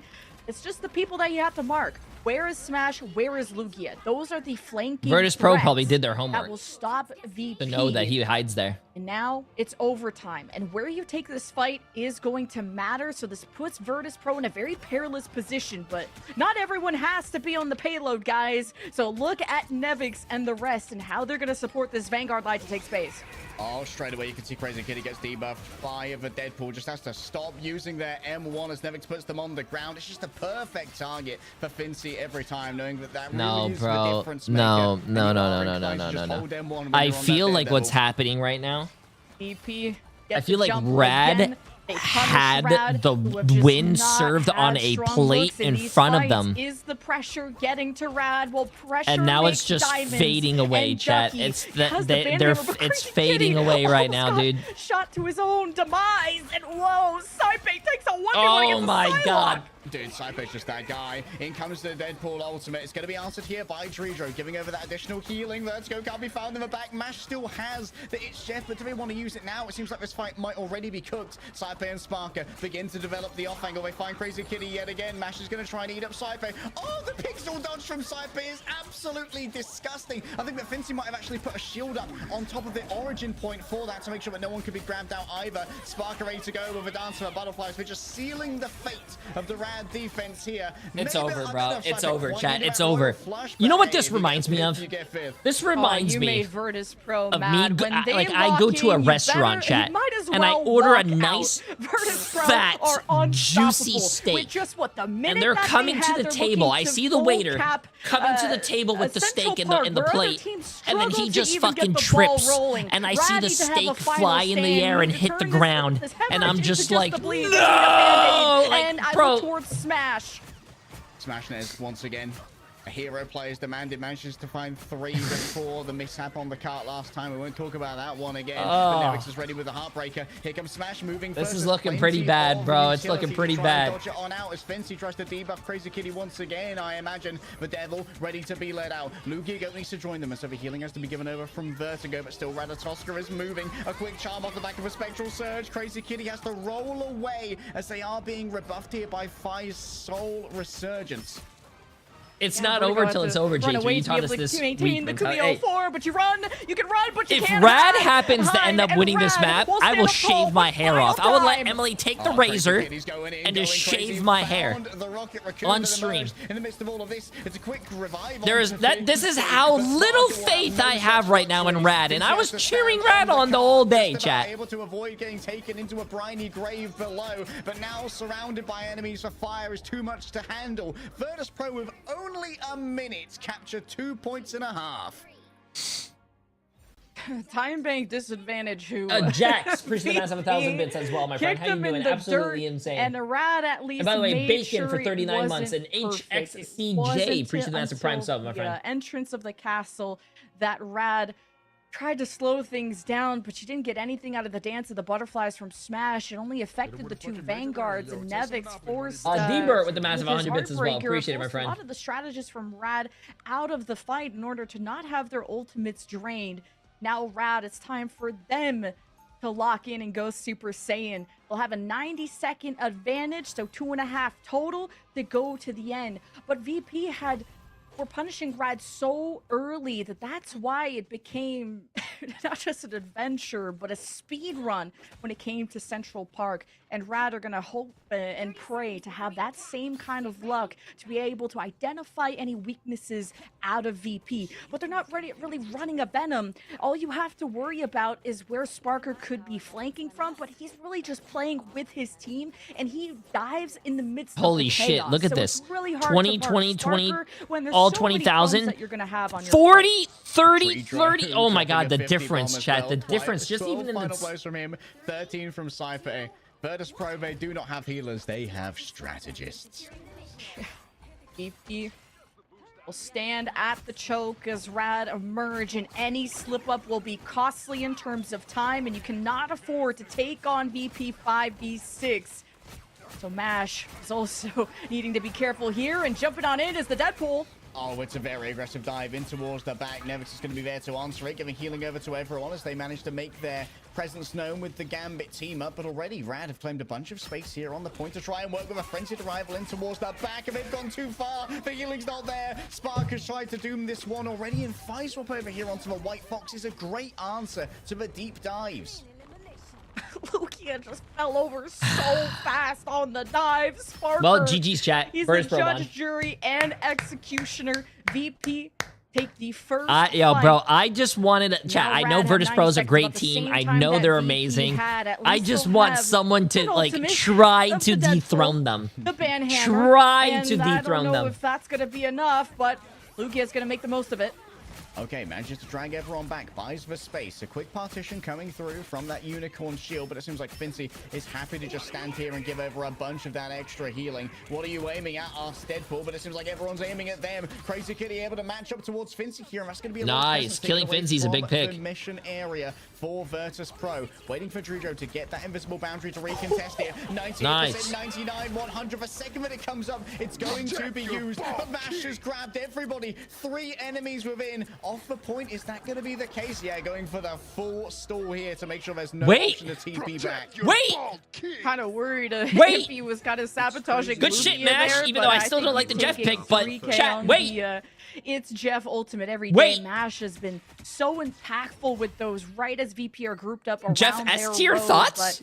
No. It's do or die for Rad. Now having to go the distance. VP sit on their throne. They sit on their high ground. And Fincy's good and Nevix need support.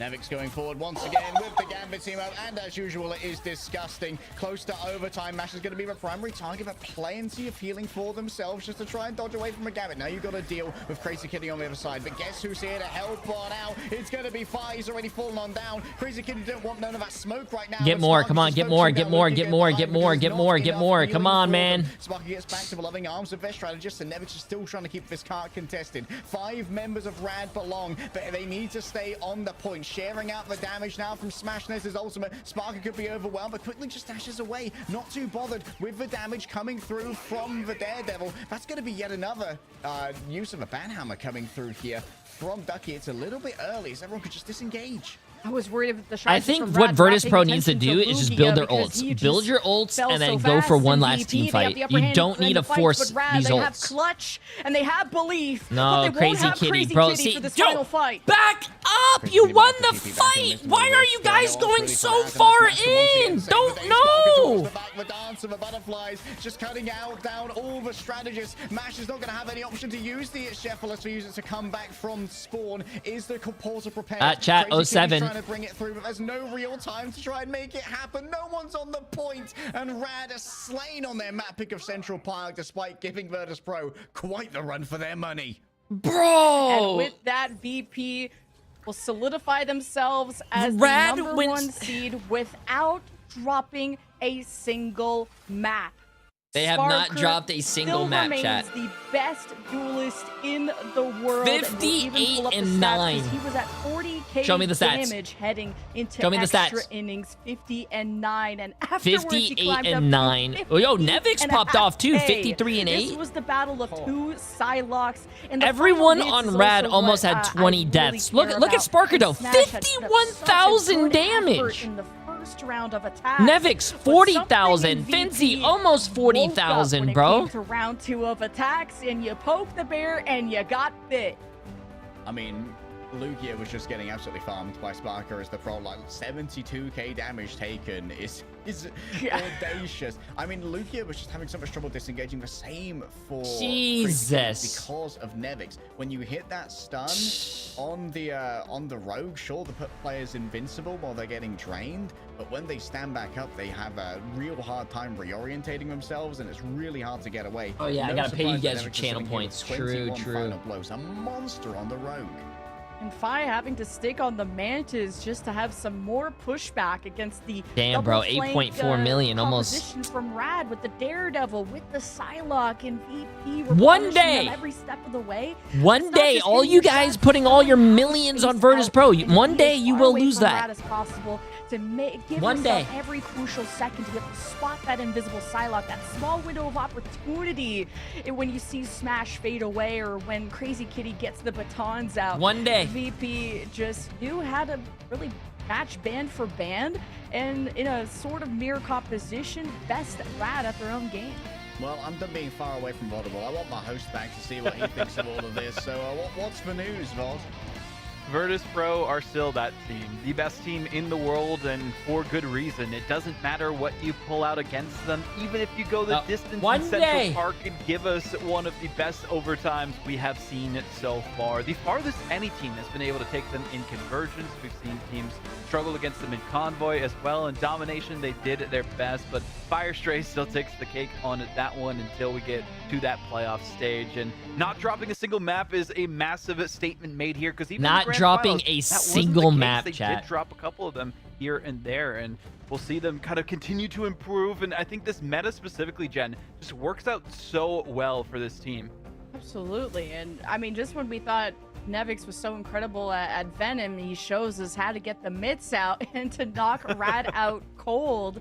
And yeah, it's just the follow through with Nevix, because Rogue, I wouldn't say is a carry by herself, but it's the team play around her that is so crucial. And you can't really spell team play without Virtus Pro, or somehow. And that's what made them so good at the end. But we also got to see like sort of the peaks of VP. Like, I haven't seen them have to really sweat and try this hard in a while. So big compliments to Rad on that front. Well, we have the man of the hour this time again, the best duelist in the world. Oh, Sparker, nice. Good interview, chat. Welcome Good interview to the show. Congrats on the flawless record throughout the group stage. How are you guys feeling going into the playoffs? I mean, we're feeling good. I feel like we're solving like what we want to play so far. And yeah, I think we found our groove. Obviously, you have a world-famous Psylocke, and recently got some changes to her cooldown reduction on hitting those primary fires. How do you think Psylocke is fitting into the meta at the moment? She's really good. She doesn't have too many places, because everyone plays triple support, and I think most of the time there's like a else in the lobby, or Starlord is probably better with Gambit than Psylocke, so it's only if people have a Psylocke player and everything's banned. Yeah. And we were wondering what else we were going to see from you, but Fi is usually your duelist buddy, and we had to see him pivot to the Mantis to, I guess, really invest more into you. Can you talk to us about what changes you had to make on Central Park to overcome Rad, which really pushed you to the edge? Well, we were playing Ultron, but it just didn't seem to be working that round. So I was like swapping to Punisher, thinking like maybe if I'm Punisher we can like hard pocket me, but it's just way too easy to kill Punisher with full dive. So we thought, yeah, maybe Ultron isn't the play here, and then we swapped the Ultron, and yeah, it started working better for us.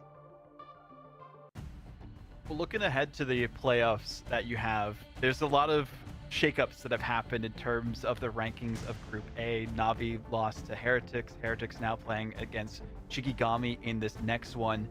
Who do you think is your biggest opponent that you're looking ahead for in those playoffs?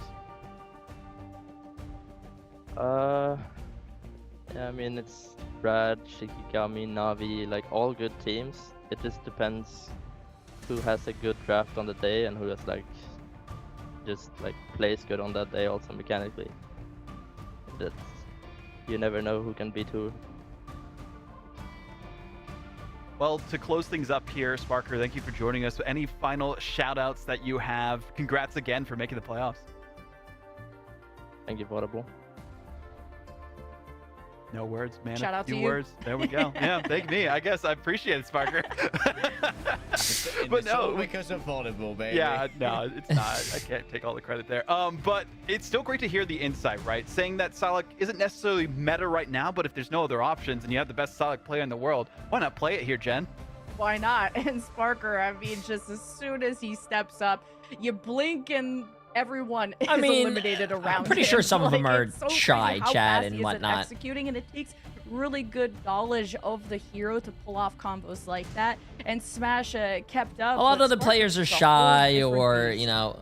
Well, they have a whole different beast of a series coming up next. Chat, and there we're was one gamers at team the that end was of the day, relatively bro. Come on. absent from what VP are looking forward to in the playoffs. It's Team Heretics playing off against Shikigami after this. Oh, what was it? This is actually going to be a really great game, chat. Shikigami against Team Heretics. I'll get you guys your predictions in about a few minutes. Vid.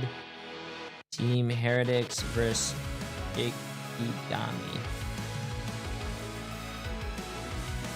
Let's see. Shiki against Team Heretics. I'll start the predictions in about 5 minutes.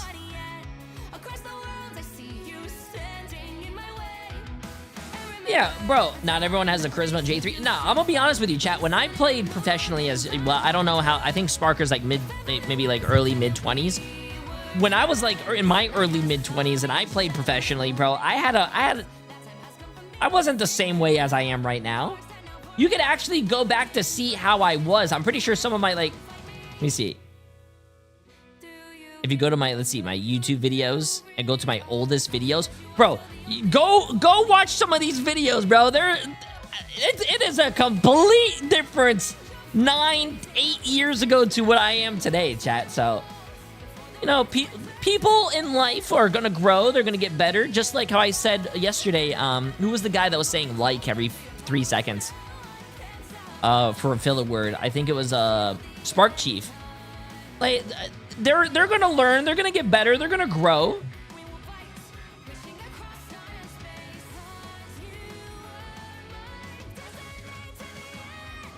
Yeah, bro.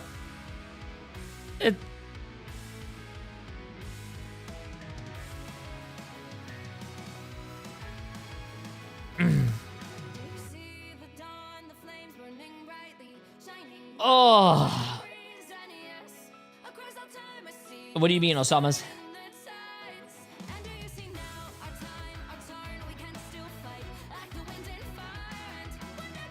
Bro, grow, question mark. My 10-year-olds talk better. Yeah, but are your 10-year-olds fucking professional players? I don't think so. L plus ratio plus move on. Are they top 500 in Marvel Rivals? I didn't think so. Tell them to go do their math homework.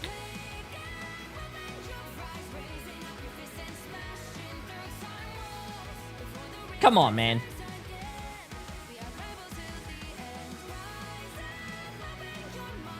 Uh, 100 Thieves plays later today. This is EMEA.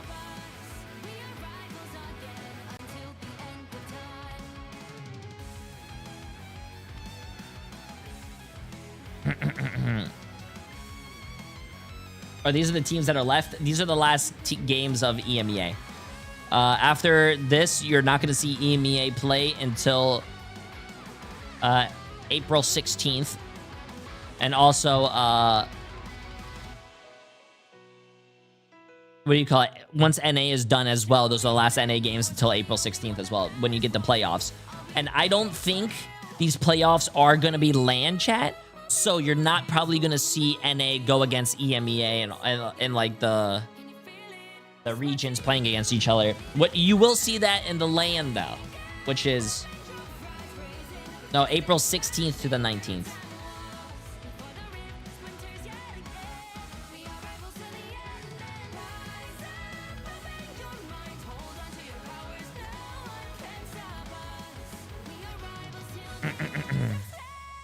How much did you get paid to do this stream? Technically, you watching is paying me. Sorry that I am very invested in the pro scene and I like watching it with my chat. Do you get paid to watch NFL games or NBA games? Or your favorite soccer game? Yes, chat, it is soccer, not football, soccer. You know what?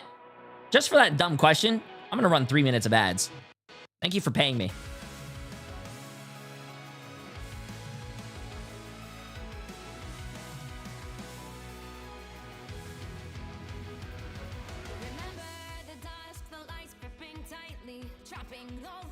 Is that another 3 minutes after?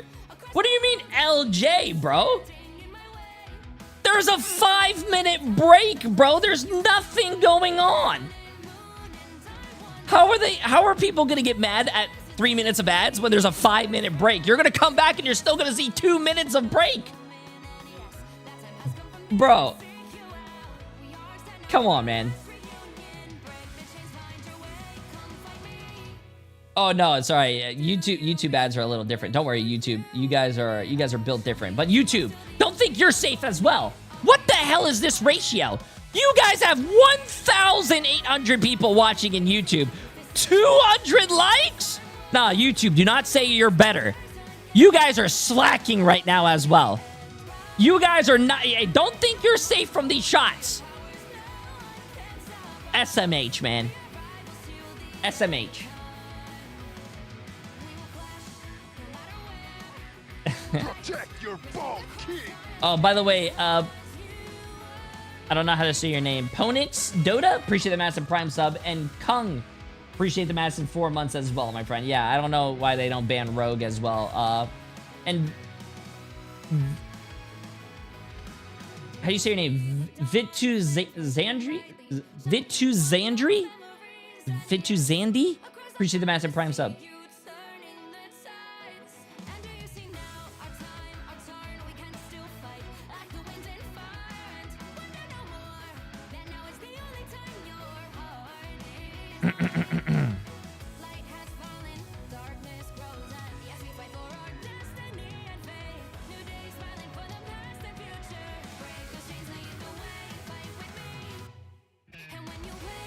Wait, there's an auto liker enabled? Wait, that's a YouTube thing? Huh. Hey, no, I appreciate it, Hey, start them young, man. 10 years old playing, if they play Marvel Rival, start them young, man. I remember when I first started watching, who's a very young player. I started watching, I did a video on Sticky, which was like a 13, 14-year-old kid, rank 1. I remember doing a video on that. But also Infected. I remember when it was Infected was like 13 or 14 years old. We did a video on him, and he, like, look where he is now, so it's crazy. Oh, happy Easter. Oh my, that is huge. You have a gift for me? Uh-oh. Also, chat, when you guys were complaining about ads, I make sure the ads they're not ran in the middle of the game. You guys, chat was mad that I ran an ad on a 5-minute break. Protect your bald king. Which, even if you have it would... Wait, what? Even? I know for a fact, because I just... I was on...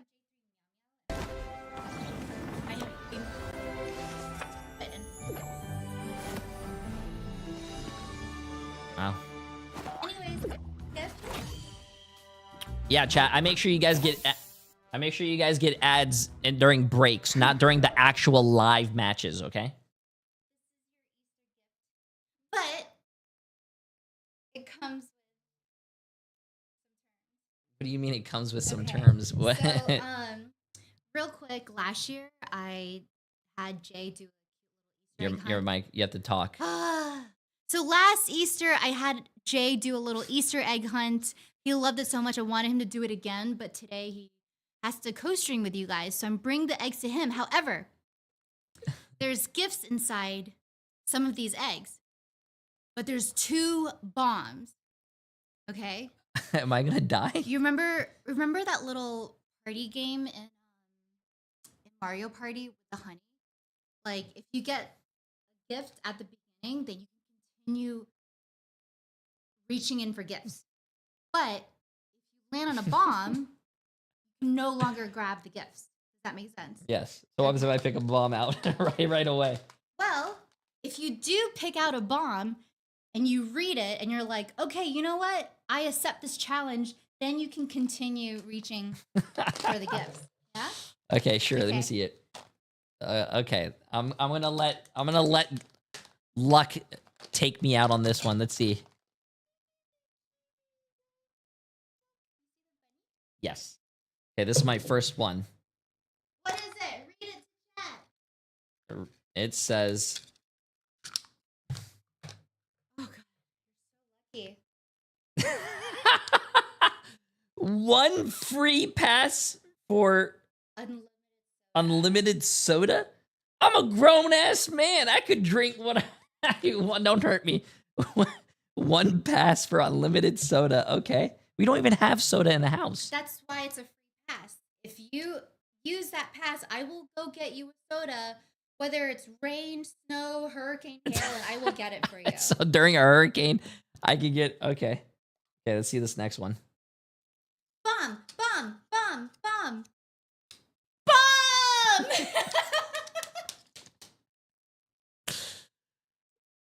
It says maid outfit.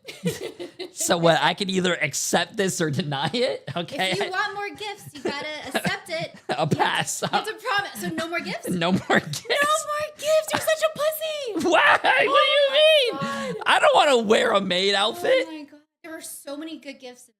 No, there wasn't. No, there wasn't. Well, you have to open them to find out. Oh, I'm not wearing a maid outfit, bro. Pussy, pussy, pussy. The pussy. This one right here. Meow, pussy. I'm not. Don't call me a pussy. What? Language? This is family friendly. Some guy was just saying that his 10-year-old watches. Now his 10-year-old's gonna go ask his dad and mom, what's a pussy? This. I am not doing a maid outfit. Oh, isn't this stuff edible? I wouldn't eat it if I were you. They've been around for a year, I guess. I'm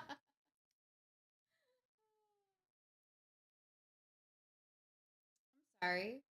I was really hoping you would pick more gifts because I worked really hard.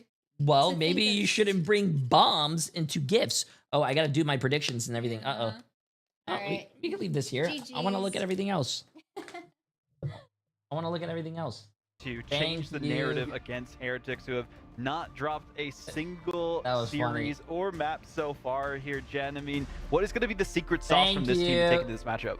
Oh, his name is Chat, Frost get your predictions Mountain, in. my Frost Goat, the Daredevil. A tiny jam for 14 months. Appreciate it. Yesterday for the top And Mr. 5 Wetside, plays. Like, appreciate if the you massive think you prime can sub as fly well. away from him, he'll be flying after you. Like, he could just you have too much stuff 1v5 going if on he right really now. wanted to.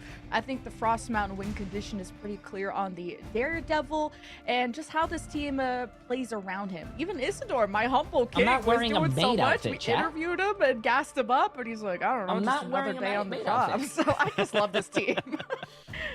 Oh man, Isidore always clocking into the 9 to 5 of playing as best as they can for their squad, and getting a victory is what they're Okay, let's see focusing this on chat. most here, especially because it'll throw things. How do you say into a name? little bit of Josh? chaos Appreciate the going massive prime sub, my into friend. How you doing? How you doing? for their group specifically, but this matchup between these two teams, if Team Heretics wins, it means Heretics get first, Navi second, and Shikigami third, of course. But if Boring Shikigami wins, streamer, it's kind of a no tie maid in outfit? points How is and that has boring? A map differential being the tiebreaker. This is going to be a good game, by the way, chat. Get your predictions in. Come on. Here. But Heretics, Get your we gotta predictions talk in. It's about going to be all a of them. I good kind of want game. to give some shouts to Enzo. They have really made it difficult for teams to ban against this squad leg day, especially because they've proven, oh yeah, if you're going to ban the Van pool, we have someone who can play the strategist pool. And because you're not banning the Van pool, I'm going to play it every time and dominate on it. Yeah, having the plurality of Deadpool, the panoply of Deadpools, which are available to Team Heretics, has made drafting against this team a little bit complicated. And also, Enzo showing off a fantastic Hulk play as well. True. There is a reliable, like, second Vanguard to move to if the Deadpool's off the table. Enzo's always been good at the Magneto as well, and just over time Enzo's pool just keeps on multiplying. But when it comes to that versatility, Tanuki's kind of the king. This guy can play anything at a high level. Yeah, and when you have support from this strat line, you can't really not look good. Because first, we even interviewed Naga at some point to talk about how it is to deal with Dive as a strategist, or at least when he has to play strategist, and he's like, oh, it's no big deal. I just headshot him a little bit. He just makes it look easy when he's on the Mantis. And Alex was one of the first to premiere the strat pool in EMEA with their Death Ball to be able to get that healing aura ultimate going, to run it down with Beetle. Again, Domination looks like their strongest mode. Well, talking about the strongest mode, this was one of the strongest map performances we have seen from them. The Old Faithful that we saw them take the first map against Na'Vi, and then the rest of that series was a 2-0 in the history books. And like, what are we expecting to see the most from them as part of the reason why they were able to take out Na'Vi and emulate that success against Shikigami here? Well, they played the Wait, I get unlimited soda. I can ask Emily for soda right now. Something nasty. And also, of course, as I brought up earlier, Enzo's Hulk play, when they play this close-up death ball style, being able to get maximum value out of the indestructible guard. When you give out like 6 200 HP shields and they all feed ult charge over to you in a meta where like ult charge has been decreased by 20% across the board for basically everyone else, you're going to start outpacing strategist ultimates considerably. We also saw it be used to counter the Doctor Strange that we saw from Terra with when does YWL play? Does EMEA? YWL plays. It's going to be tough to get some of those ultimates off against them. NA starts at 5 p.m. Is going to be the decider for who will be reigning supreme in Group A. Is it Shikigami or Team Heretics? It's time to find out now. All right, let's jump on in. This is a big one, Lemon. Both of these teams are qualified, but Shikigami, if they could sweep here, have a chance at #1 seed, and Team Heretics, they are yet to be really challenged. Like, even against Na'Vi, they went 2-0. It was a close matchup, but they managed to pull it out. Yeah, all I could think about was Sparker in that interview. Yo, J-Hat, Shikigami before Heretics. I don't know if that matters. So, like, maybe it's not like a pseudo power ranking, but these are the two juggernauts, as you said, of Group A, along with Na'Vi, of course. But as we take a look at the Banner Protects, no Elsa and no Gambit but it doesn't say that in the terms and conditions. To play with. No Elsa. And there's still a chance to maybe pivot into a Gambit Protect here for Team Heretics, but honestly, I don't know if Shikigami are going to allow that one to happen. The early priority here of the Daredevil makes a lot of sense given how much we've seen Frost Mountain previously. We've seen Loki taken off the table, and that's great because it's a great way to try and mess with the Daredevil dives. Those regeneration domains are quite so if we go to Costco, I can buy talked at length about 500 boxes of soda. Pop off plays, and Laylis is actually really a flexible secondary duelist. He brought out the Namor to try to, as his flavor of anti-dive, to try to stop trying to do this like mind games on me. I'm not worried about Laylis in terms of how the bans are going to affect him. Okay, the Gambit's made it through. You're funny. Now Shikigami have to probably ban the Rogue. I mean, yeah, you can get rid of a Daredevil, but I do worry. I don't know if there's a Rogue player on Team Heretics. I would assume that it's Beetle, because Beetle is. Can we see what the other gifts were? Vanguard player I'm still negotiating right now. Rogue is a very dangerous thing to have to contend with when you're thinking about maybe a damage boost on it as well. And Enzo usually was playing the Vanguard Deadpool and was even fighting Alex on do we get the Vanguard Deadpool or the Strat pool. And okay, let's get this if chat. If the Gambit is available, then Alex will just do that. And Naga has been pretty much on triple strategist duty with the Mantis, so that's especially for him because he's been one of the most mechanical Mantis that we have in EMEA. And the White Fox Protect is not something you see every day, but I think as the most recent patch, it's become more of a priority. Question is, what was Beetle going to lock in? Definitely a world where I wouldn't mind seeing the Rogue, but not the biggest part of Beetle's kit so far. In fact, Beetle's actually been showing off a great Doctor Strange. If there's ever a character in Marvel Rivals that does come out, because I do cosplays for the new characters, if one happens to have a maid outfit, I will be using we saw a fantastic Rogue yesterday, but Frost Mountain is really going to have to be the difference maker here. They've invested a lot in having this one-sided Daredevil. The dives need to be so precise. And the first fight matters a lot, especially on Hell's Heaven. There's a lot of difficult choke points to get through for an attacking team that has to try and retake. And I like the idea of Isidore going to the Captain America to match fire with fire, because Beetle has been the GOAT when it comes to Captain America and harassing everyone, forcing strategists to have to pivot to something like a Jeff just to try and swim away from your problems, but needing to still step up to your responsibilities.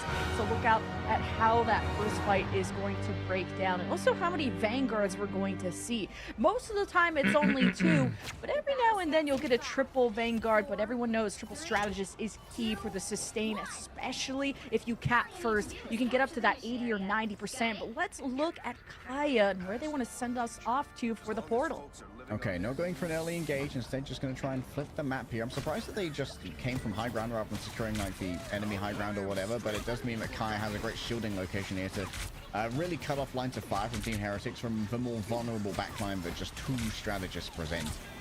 Trying to be in that defending position first. This Kaya. I do like. Oh, I missed the ban phase. We got both Elsas are banned. I like that. Pairing with Frost Mountain, he's just like peanut butter and jelly. But now you need someone to step up, and these Vanguards are so low. Heretics are going to cap first if they don't deny it.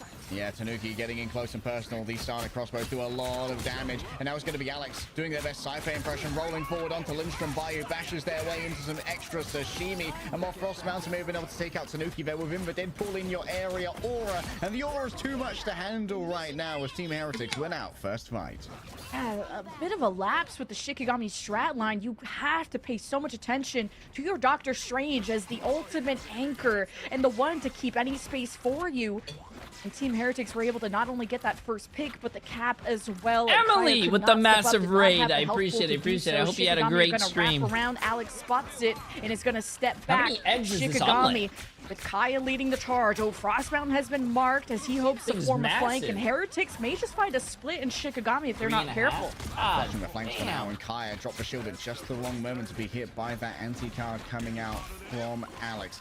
Just playing a little bit further back, knows what the Daredevil wants them. Instead, even the pivot over is thoroughly punished by Alex. No need to play the heal pool today. The tank pool right up the front is more than enough, and the Gambit behind him is absolutely brutal. Oh no, why are they going this way? Uh-oh.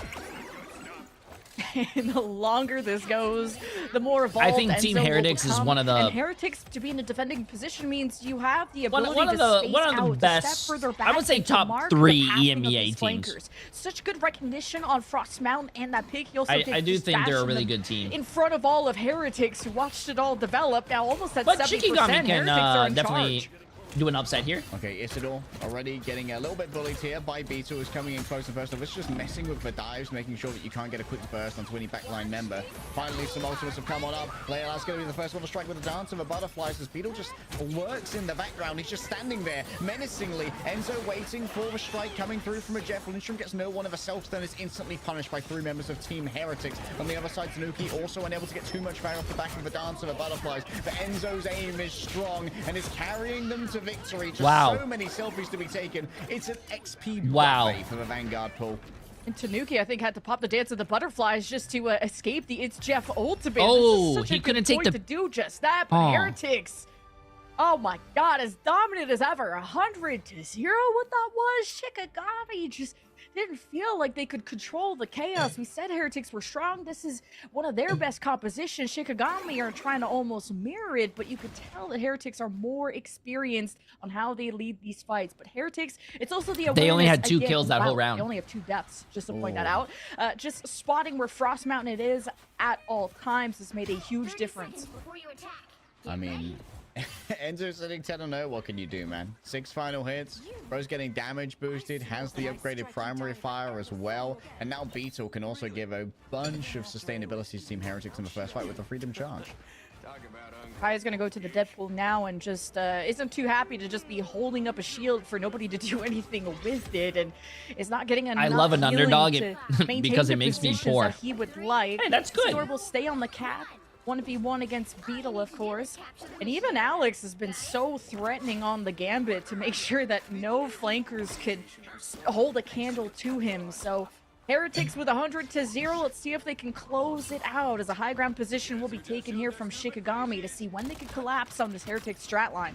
All right, a pivot here from Leila's. No longer playing on the Starlord, instead preferring the poking range of the Starlord. Also great at trying to mess with Vanguards who are coming in. You can lay down a lot of fire on them. Frost Mountain towards the back is shut off by... Oh! Chrissy, is it your birthday? Happy birthday! Feels birthday man clap! Still on the health pack. Gotta be sure not to fall off the edge, though. Frost Mountain back onto Terra Firma, but Oasis is no longer bothered by the Devil in the back, and it's time for the counter attack now. Shikigami going to try and keep it real with the Freedom Charge, but Beetle needs to get back to the rest of their team. Give over that overhealth from the survivability that's gifted for.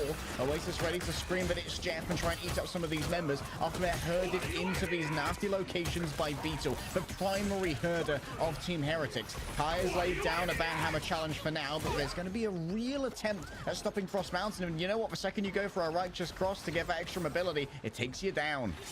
And just a triple strat line from Heretics versus only the 2 of Shikigami has made a considerable difference, along with just how tanky Captain America is. especially when there was so much assembling being required there on the point. Heretics with the first fight win.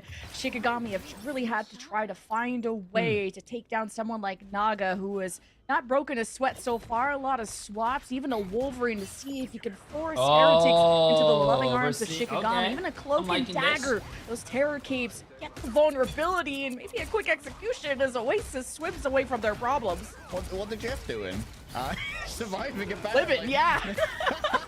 Bro, do just be living through those. And Shikigami decided that this is a distraction too far. Don't want to deal with Oasis for too long. And so Isidore once again get ready for the fastball special. Throw the Wolverine into the hand. Try and meet the incoming parlay of Team Heretics. Beetle stunned out for a second. Meeting it now with the eternal bond of Name. Have to be careful in case the point moves. But Lindstrom's just able to do so much damage here with the Loki doppelgangers. Three sources of fire, and Beetle can maybe saved by the Soul Resurgence. Gets there just in time. Leolaz floats above it all, trying to do the damage for Galactic Legends, pouring in the fire, but Shikigami have just used absolutely everything. 4 ultimates at once. Lindstrom still trying to do their best, freeing the Deadpool from the clutches of the Jeff's mouth. But Team Heretics are not done yet. They still open up the portal. A sedation went through it to put Enzo to sleep for just a moment, and Shikigami is still fighting for dear life to try and keep this one contested. A quick sleep onto Isidore, but they're back up and they're still Bro, this stall by Team Heretics is insane.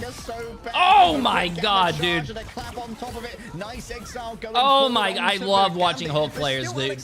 Hulk players are so fun. Been playing their life this entire time, and while Tanuki will go down, Alex is still able to keep farming up towards that Gambit ult. Big flank from Isidore. It takes the biggest health pool in the game to try and chase off Naga and friends, and Isidore is a huge reason it got to them in the end. But at 90% for Team Heretics, that was the fear. I like also the Loki swap from Lindstrom to try and weaken the Dance of the Butterflies. See, watching Hulks are actually, it's really fun. Maybe provide some invulnerability against some of the deadly actions from the Heretics. And speaking of which, Beetle will be leading the Avengers, it seems, towards the objective for maybe the final time for Team Heretics. They only need one fight win, and Shikigami are exhausted of ultimates. Kai standing on the front line almost has access to a skill issue, but for now, Beetle's just keeping this point contested, making sure that you have to have someone from Shikigami on it at all times. Out come the indestructible guards from the Hulk. There's going to be a chase in after him, but that chase is punished. Great grab coming through from Frost. That was a nice grab. Leolaz is there for the finish. Now they remove themselves from this bottom area, using the Eternal Bond to have a sustain. Oh, what a grab!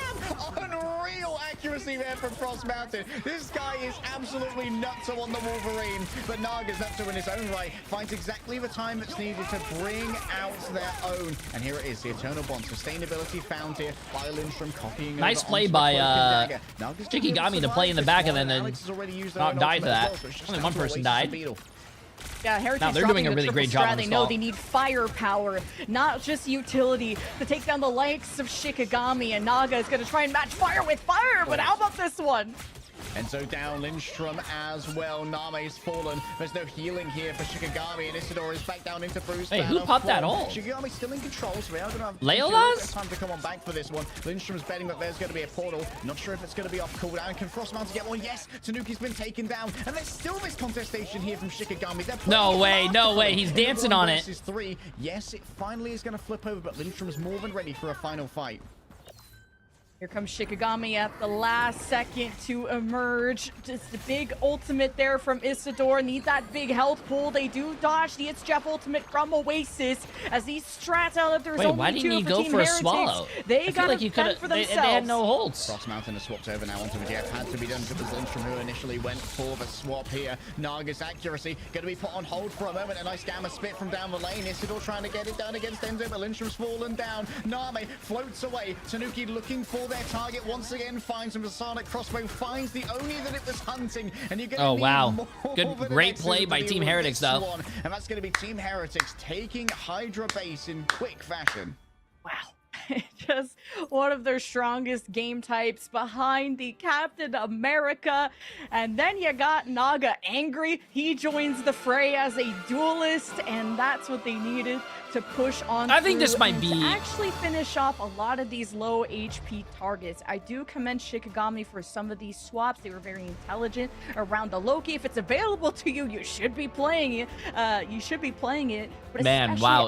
Isidore actually popped off 6 final hits, 7 and 5. desperation from Shikigami at that point. He didn't end on the Loki and Name on the cloak and dagger. It was nice to have the Terror Capes, but also that fade away from a possible It's Jeff ultimate from Oasis. So Shikigami have a good understanding of their counters, but execution was a whole other ball game. I mean, double digits of limbs across the board for Team Heretics. Yeah, everyone managing to get involved in these. That's kind of the essence of that death ball, right? And Naga walking away with the most of limbs and drawn final blows of Enzo despite Thanks, Emily just ordered my boyfriend a maid's outfit. What? Mantis, which isn't the most fraggy character of all time. So a great display from Naga showing, you know what, we may have won. You did what now? First point, but we can still iterate on this comp. We can still do better. And Shikigami, it was a nice resilience after getting 0 to 100 or 100 to 0 on the first round to step up and change up their Vanguard line, something that would be able to fit their style a bit better. Because Kaya was starting on the Doctor Strange, held with the shield, there wasn't enough help. So Leolus is now on the Star-Lord instead of the Psylocke, but without the Gambit J3 Meow Meow, I think you're a little too young to be saying that. Easiest win condition, and Leolus a little bit off his game in terms of final hits, but still a pretty good tug What of war incarnation, man? Yeah, Issidor's hold definitely deserves some commendation. I also think there was a heads-up swap from Name and Lindstrom to go over towards that Cloak and Dagger and Loki, or Cloaky, as we would say in because the extra Terror Capes from the Cloak definitely made it a little bit harder for Beetle to stay in as long as he was previously. We saw on the first map that Beetle could kind of just like stand with his shield up in their backline, like, what are you gonna do? you can't do anything. Hey, appreciate it, Josh. Josh, what can you do about Beetle? And the answer is, of course, to swap over to that Cloak and Dagger and apply that vulnerability. Yeah, and Team Heretics are ahead with a pretty convincing map 1, but Shikigami will have our choice of map next, so you won't want to go anywhere.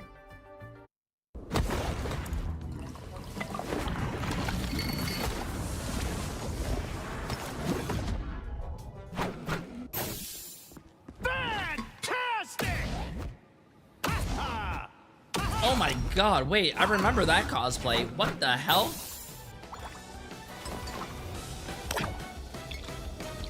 Oh my god. What emote is that? J3 this ass. What emote is that?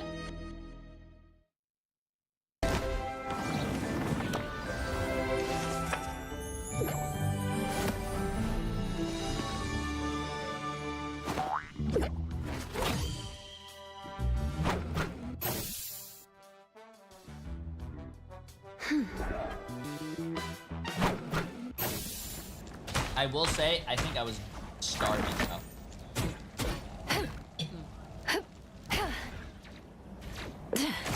1 second, chat. Let me put this downstairs. Clear the way. Feel the pull. Disappear.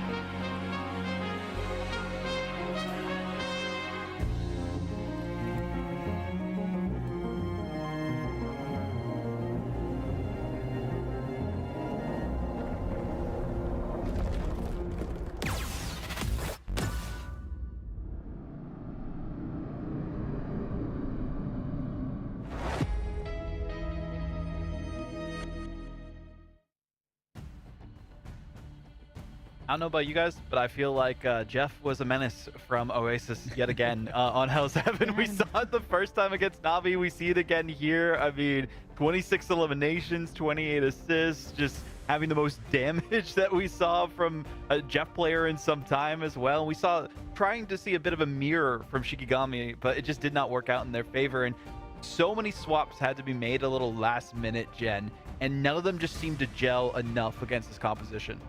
And it's not even like a White Fox with a Luna. And I think on Domination, you're just so accessible because the map and the fights are going to be a lot more close quarters. And as soon as the Fox teleports, she can be a little bit vulnerable. So I like more of the Jeff because you could take advantage of all these clumped people. And we had some huge Is Jeff ultimates to throw some people off and really just to cause chaos and leave some pretty valuable puddles behind for the Captain Americans to dance in.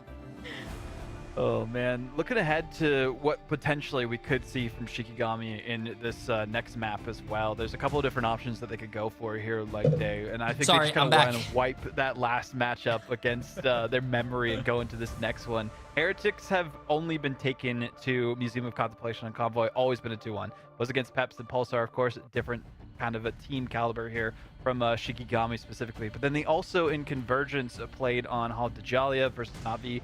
That one was really close, and I'm really curious if we see maybe a Convergence style approach from Alter Esport, or not Alter, Shikigami, because they've only played on Central Park against Na'Vi. So maybe we see a Central Park run back. Who knows? I mean, I am not doing a maid cosplay, chat. I love you guys. I'm not doing it. Great maps. It's great for Frost Mountain, who can pick up the Human Torch. Isidor's got a great Jay Bari, appreciate the massive donut, man. I'm not doing it. Shikigami might know that, hey, if we pull that out versus Na'Vi and we beat Na'Vi, everyone on their moments was reviewing that one, right? Like, yeah, that's true. Everyone's gonna okay, we gotta figure this one out because it gets pulled out against us. It's like you open Pandora's box, right? And suddenly everyone's got to try and figure out an answer to the flyer comp. So we're not going to be going there. Instead, we're going to a convoy. Okay, Arako. We've actually seen good results for Shikigami. I like Arako. They're favorited, it feels like, in terms of maps. They went 2-1 against Pulsar and then 1-0 against Peps. We saw how that one went yet leg day, but for this one specifically, I think this is more of a comfort pick now, Jen, after seeing their performances recently. I just want to see Shikigami on some comfort picks, and it all starts on the pick bans. I don't think it's worth protecting the White Fox. I don't think anyone cares about banning that out unless your name is Saipe or Fate or something like that, and even then you got thumbs ahead of you. That's why they like sleeping with me. I think the only person that really looked comfortable is Isidore. Emily's saying the cats are even calling you a pussy. And we maybe language see more rogue out of him, but either way, Isidore was the one I think that created those opportunities, but there needs to be some follow through. And Shikigami will swap and they never give up, but man, no 1-1 spot is tough to come back from. We have seen more of Libling the Diablo, appreciate Master Prime sub. Also, I just want to say, we saw some of it yesterday, specifically with I just want to say, towards the end, it's Chrissy's birthday today. Happy birthday! And Chrissy said that they were gonna go get some dim sum for their birthday. That is another person who I have never seen say, "Hey guys, it's my birthday. I'm gonna go get some lasagna." No one has ever said they want to get some lasagna for their birthday. Let's get into it. Do we see the fastball special? Do we see Shikigami tie up the series? This is their moment, otherwise Team Heretics will dominate the group. Wait, why is my thing all right, let's get stuck in. Arako on the docket. This is an area that's very dangerous on first point for some strange rotations off the back of teleporters, and of course a big old frag drop that is available if you happen to have good pushes or even kidnaps. And when I was highlighting Shikigami, it was, I think Frost Mountain delivers those big pop-off moments. And he no one actually eats gets lasagna. 6,000 less damage than Leolis, who's usually the strong secondary, but Frost Mountain being off his game makes me really concerned for Shikigami's chances. And I think that was just because of the power of Heretics, did I do a maid outfit when I did Overwatch with the DDR gamepad? I think I did. I think I did do a maid outfit for that. I already did a maid outfit, chat, so therefore I don't have to do it again. Okay, there's a priority here for the invis. I feel like we've rarely seen invis first protected, but a one-sided invis in a map where pushes can be everything. You guys are gonna make me start drinking, chat. Stop, you know what? You sit. Stand on business on the dog straight. There you go. With the team up. Sorry, Yeah, no, and I need also, to wake up. Invis is such a good deterrent for dive, a deterrent for Star-Lord players, and a lot of Shikigami's damage came from Leolis's Star-Lord. So I like that you have Invis as in the back pocket, because it's the thing that kind of babysits your strat line, being able to put up a shield, and you have layers and layers to get through. Yeah, like that's. With that logic, you paid your taxes last year. Why would you pay them again? Exactly, I don't. And I say the same thing to the IRS. Much more difficult to dive, especially if you're going up against something like say a Wolverine or a Daredevil that has a tough time breaking those shields with raw damage. What will be the last attack, something to go along with the Gambit, guaranteeing the Rogue. And that will be what's on the menu for Isadora, who he was a fantastic rogue for Shikigami in their last match. And when we interviewed him about it, we gassed him up. We said, no big deal. I just do my job. And he's hoping to still be employed after this match. It is what it is. I want to do it for real. Okay, one last ban for Team Heretics. They're going to likely get rid of a Star-Lord to make sure no Raging Royal Legend will be seen. However, I think that this has been a pretty good draft for Shikigami. I think they've got most of what they want. They're going to try and constrain Oasis, who is a very good Mantis player. But I don't know if they're going to have Oasis on Mantis over Naga. Mappy, appreciate that for 14 months. I want Lasagna for my birthday. No, you don't. And no Jeff for Oasis, which has been their special throughout, even all the convoy and convergence. No one wakes up in the morning and says, wow, I am really craving lasagna. Everyone topped up. And if you say you do, you're lying to yourself. Oasis not good has to been lie. one of the better Jeffs in EMEA, so it will finally cause Heretics to maybe be off of some of these comfort picks, but someone who's as confident and comfortable as ever is Tanuki, kind of figuring out, is it going to be the Daredevil, the Psylocke, and what the final choices are going to be. So the Psylocke to follow through on any dives with Beetle on the Angela. Yeah, I love the crunch with the rice. There's going to be two strategists. Interesting. Some would say that the Mantis is... yeah, there we go. Naga, wait, decision time. Decision time for Naga. Okay, the Ultron. Triple strategist yet again. Going to be double damage boost onto Tanuki, who's going to be able to try and carry with some double damage boost dives into the back line. If you're Name, you've got to watch yourself here. Yeah, watch yourself before you wreck yourself. Will Shikigami get out of spawn or get wrecked? Well, Isidore is going to hope to brawl, but as long as Heretics keep their distance, sometimes you can just chunk down that rogue before she gets the mitts going. Shikigami just focusing on some initial progress, and then we'll hope to collapse on Heretics. Watch carefully as the backline from Shikigami moves forward. When... oh my god, what a journey. Oh my god, Frost Mountain. Big grab. Poor guy, big bro. Results, Poor guy. Doesn't get too much from a follow-up here on the Angela, so it's just going to be forced to hide away for now. But the second that they're there, they are just holding everyone in a very dangerous position. Kaya, in particular, has no real means of being rescued if they get taken down into a less than ideal area. Seems like there may have been an engagement happening over there from Frost Mountain, which required a little bit of attention. But now you've got to worry about that TP behind Shikigami as well. That's a big exposing angle. What Heretics were so good on that domination is watching for these Frost Mountain does, and he's been turned into a hill. Oh, no passive to try and sustain them there. And Beetle just going to get stuck in now with the axes of Icors. Doesn't want to see anyone escape this as Tanuki rolls on forward. Hey, baby girl. Needs to get a quick damage boost here after Kaya is grabbed on in. The finishing blow is his. You have to be so careful with your pathing for Shikigami and have your eyes peeled at all corners of the map. As soon as you walk in, you're gonna have Tanuki collapse on you. Beetle is gonna kidnap you, and it feels like there's a lot more proactivity from Heretics on that front of who they want to claim, as Shikigami needs to set up Frost Mountain for success. And going through main is not gonna be the best in terms of facing all this damage from Heretics head on. Yeah, I'd love to see them try and control the high ground here. Yo, Bonnie, damn, 100 stream streak. Appreciate it, my friend. How you doing? The Deadpool and Frost Mountain's been taken away, so he won't be able to punish that Vanguard moving on forward. Naga just plays for the disengage here, doesn't want to overextend themselves and put their life at risk. A little too early for the Rage of Ultron, so that will be qualmed, and Shikigami have one less thing to worry about, but half the time bank has been gone, and so little hope has been created for Shikigami, but at least Isidore is trying to avoid some of this poke. Oh, Beetle! Oh, poor guy. Deposits Kaya. Yeah, it's not a fun time playing Magneto going down this lane against Shikigami is not looking good right now, man. They are getting bullied, bro. They got to do something. Nasty headshot puts Isidore in the ground. And this is Shikigami's choice of map, but they're still trying to figure out how they want to approach it. And going through main is just a no man's land. Absolutely Beetle, insane, Panda. From Captain America to now the Angela MVP. Shikigami can't even get their Wolverine close enough to claw anybody's eyes out. So Frostmound gets the batons out for Daredevil and hopes to dive with Kaya on the Venom. Shikigami unafraid to change up their composition, but is this going to be the solution? Name, good lane here. Great value off the back of this Joyful Splash. We'll be able to make sure that everyone is well sustained, but has to worry about their own vulnerability here. Enzo gets isolated by Isidore, using this team up here to do a huge amount of damage. Tanuki needs to be saved, though. Leolas gets nothing off the back of their ultimate. I believe it must have been intercepted either in mid-air or taken down quickly by a huge amount of damage. Alex and Vaskai kicked on down, unable to use anything to save themselves. And Name just going to play for survivability in the back. Doesn't want to get too far involved after Beetle goes down. Hey, disruption on the portal. Heretics want one last hurrah, but they are missing 2. And Alex will have the invisible boundary to stabilize them, and Enzo kind of I'm really surprised they didn't flip it.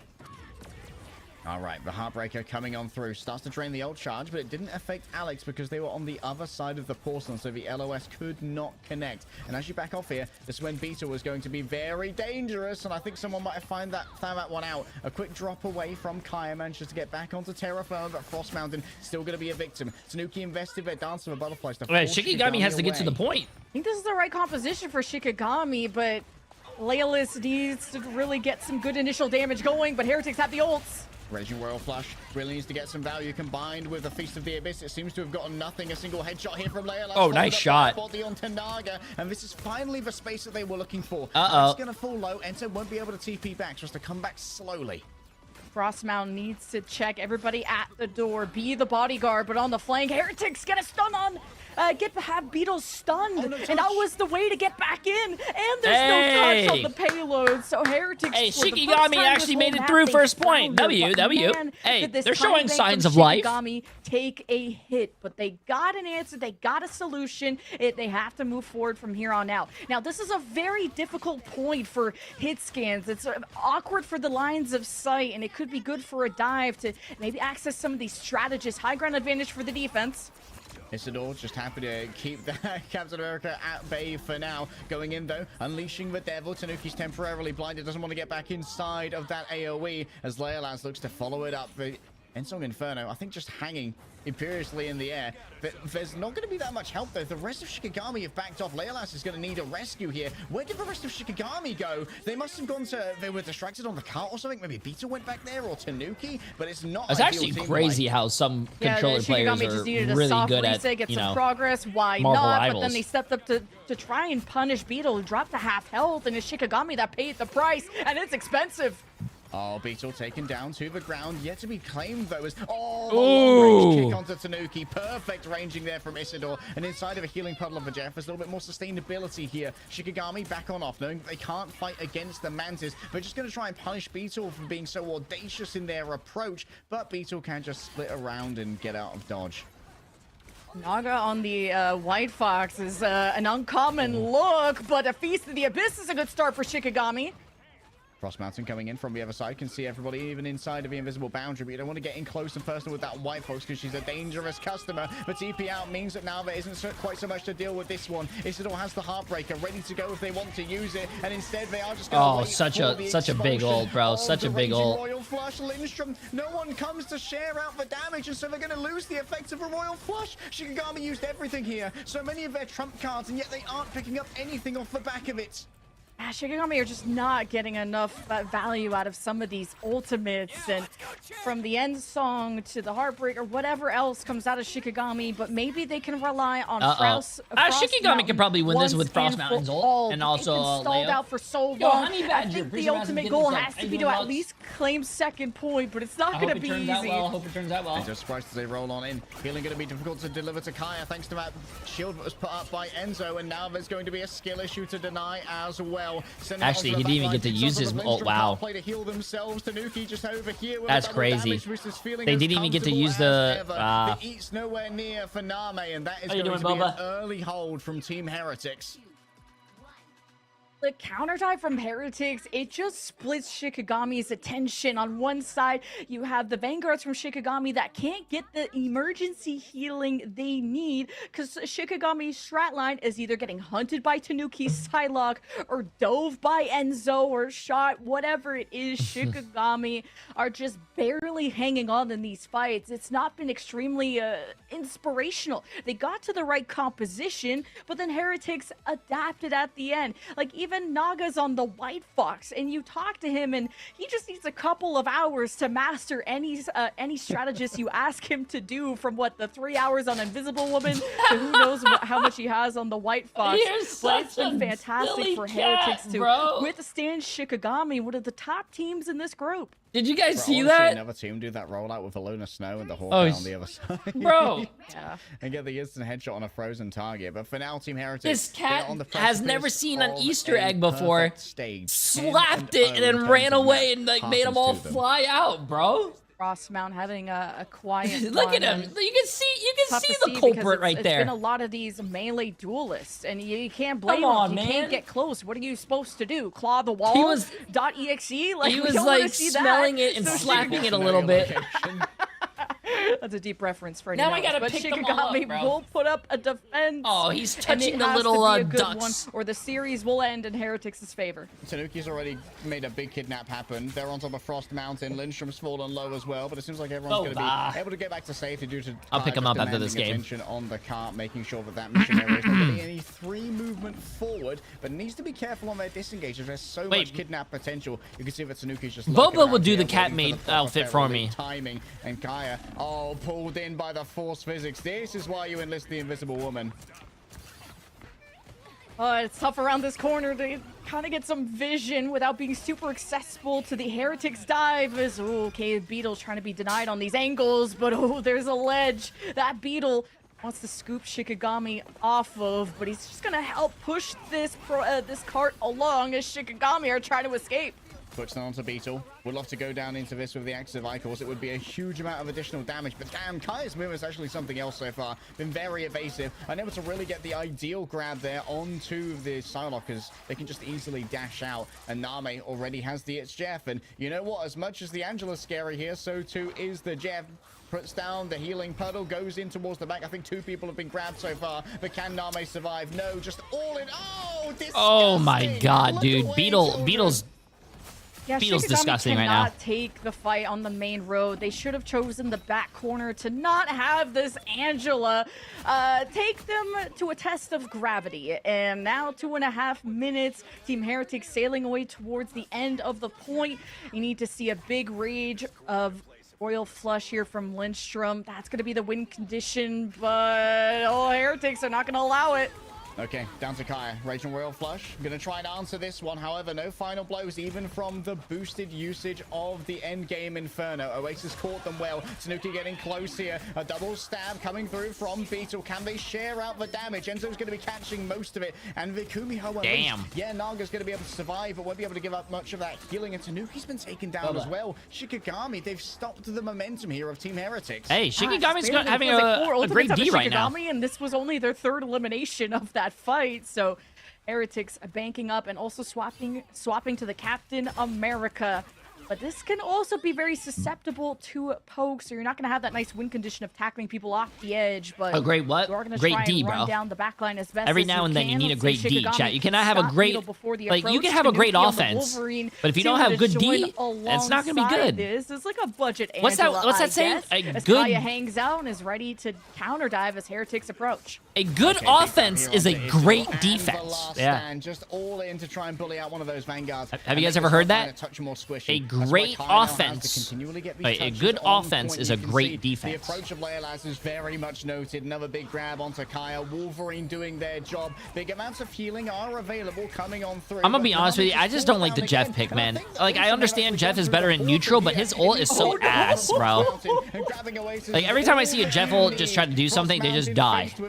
Here, no one's there to touch, and God, the Wolverine is just so much to deal with as a Vanguard.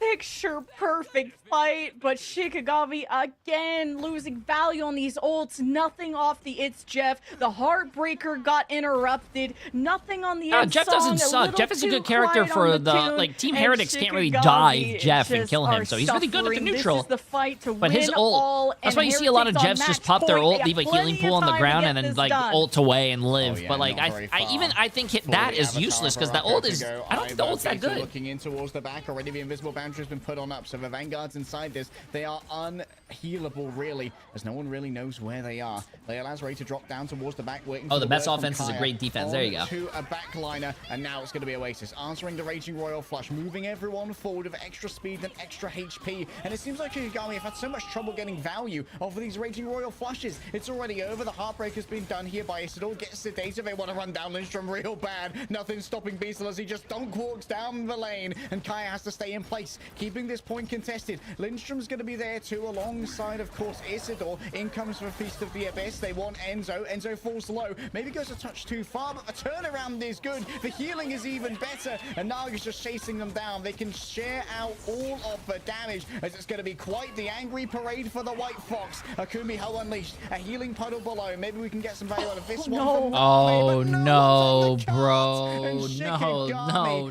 Absolutely trounced Team Heretics with a perfect stage. That's so tough. The C9, but low-key kind of a C9, but I mean, you were just like a meter away from winning if you're Heretics. It's so awkward for the Vanguards of Shikigami to I'm not going to say it though, chat. I'm not going to say it. $5.7 million are safe though. Congratulations, Team Heretics. So many swaps and a little bit of hope. If you voted on Team Heretics, congratulations. Congratulations. The last game of EMEA is going to be Reason Gaming against Crownfall, though. So they're in the playoffs nonetheless. But Heretics, it's the Shroud line that had to flex a lot. I mean, Oasis is on the Mantis instead of Naga. Naga is on the White Fox. I'd love to talk to him about how much he's been working on that. Okay, hold on, chat. I gotta pick up these ducks that this cat knocked over. And Tanuki's having a field day with almost 10 final hits and 25k damage. So Tanuki is consistent, and that's what makes Heretics such a fearsome team. I mean, Heretics, the perfect stage, absolutely beautiful. Unfortunately for Shikigami, folded up like origami. And let's bring Vaudable in to have a quick chat about this one, see if he noticed anything from the back seats. Oh, man. I mean, I think the big thing to notice here is that Team Heretics are just such an unbeatable squad. Like, no matter if you try and target ban against them, which Shikigami were so good at doing, it felt like, in this last map, and they went to their comfort zone, but Team Heretics made it their own domain and their lair that you could not escape, and neither could anyone escape the Assassin's Chargers. I mean, I gotta give credit where it's due for the research the Heretics did. They definitely watched how good we saw Na'Vi perform on this map just yesterday, the last series, where now Beetle just emulating the Assassin's Charges from the Angela and the damage boost onto it as well. Picture perfect, I could have to say here as well. And then Naga, I also like the flex onto the White Fox. It just goes to show, like, even if they're not playing their best composition, there's still gonna be a team that is overwhelming offensively, and it's really difficult to just go toe-to-toe with them in any capacity. So congratulations to them for going undefeated, and I feel like, you know, they had a statement to make here after not being mentioned too much in the interview by Sparker there, Lemon. Yeah, Shikigami chose that map. We don't get to see Arako too often, but just where they chose to take the fights was a real head scratcher. When you're going up against an Angela or anyone who has a displacement, going on to that main stretch of the first point, there were so many environmental eliminations from Beetle, as you pointed out. And when that wasn't a concern, he just went to the Captain America for an even better brawl. So I think Shikigami just have to play those corners, the front corner and the back corner, ignore that no man's land because you're just going to get tossed off. And they tried to have Frost Mountain give a taste of their own medicine to Heretics, but Frost Mountain just couldn't get a consistent high ground pressure to maybe find an easier pathing towards them. And yeah, I commend them for going to a more ranged duelist so you didn't have to gap close and worry about that so much, but Shikigami barely just were holding on. I feel like if they had the Star-Lord, it might have been a little bit of a different story for them too, to be able to use the combination. You talked about it like as soon as that ban came through, then maybe some of the dreams were crushed for Shikigami there as well. So it's a tough spot to find themselves in, but that does kind of cement things, at least in Group A. Heretics #1, Na'Vi #2, Shikigami #3, and then #4, of course, being the Peps. So we now know at least half of our groups on that side, and we'll figure out on our last series the rest of them. But we're just getting ready for an interview for one of the winners. We got so many insights from Tanuki yesterday. I'm curious if we'll hear from them or someone else on the roster today. I'm just happy to talk to anyone at this point to get some insights and peek behind the curtains of what the strategy was and why they have been so good of a team. I mean, they had the makings of it from before, and it sounds like Enzo is going to be the one to spice things up here. That's going to be pretty great. I mean, like, we've heard some great stories from Enzo in some previous interviews. Yeah, we've heard great stories from Enzo in previous interviews, but also his setting for previous interviews was much better as well. Used to have a food safety poster up in the wall in what looked like a doctor's office. Yo, Scotty, Preacher Massive 100 bits, my friend. Please say hi to my friend Eddie. He's an Iron Fist player. Ooh, I would love to say hi to Eddie, but sad, but I'm at least happy that he plays Iron Fist, man. He does it to himself. Trust me. Being added to the roster has been a huge boon for Enzo, bro. Has been lights out on it on every map we've seen so far, to the point where it kind of does demand a ban, but against Team Heretics, there's just such a plethora of threats that you can't address them all. Yeah, he's a Vanguard Deadpool, but he frags like the duelist one. He had second most amount of damage. I love Enzo on Deadpool. Oh man, well, speaking of Enzo, we can glaze him as much as we want, but he is here for the interview. Congratulations on going on an understand what you said, J-Barry. Here. How are you do they feeling record after the that victory, player Enzo? When you play pro scene online? Feeling great. What do you mean? Slightly harder than we expected. I think we went into map 2 was Arco. We never played that map before, so it was a bit like not stressful, but like we had to figure out what we wanted to do. I think one good thing is that we end up with a comp, and I don't even think that's the best comp we should have played, and I think we all agree on this. How do they prevent so like, cheating online? But we're still winning. So. And the pro scene, no, they're watching your games. What was behind the choice to put Tanuki over on Wolverine for the second half of Araco? Given that you didn't feel the need to play it when you were playing into the Venom Road previously?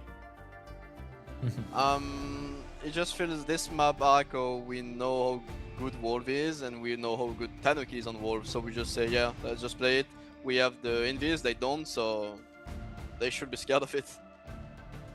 Yeah. And how much has Naga been working on the White Fox? Because like whatever strategies you tell him to play, he's ready to step up, and you guys can kind of have a lot of overlap in your strat line, which makes it so you can do as much damage as you do. So talk to me about the strat line here. Naga is a nightmare. He's grinding this game. I queue at 3 AM in ranked in EU, and I see this guy playing triple support every game. I'm just tired of this guy, but I can't even blame him for that. But holy, that's annoying. You're just putting the hours on the character. That's funny.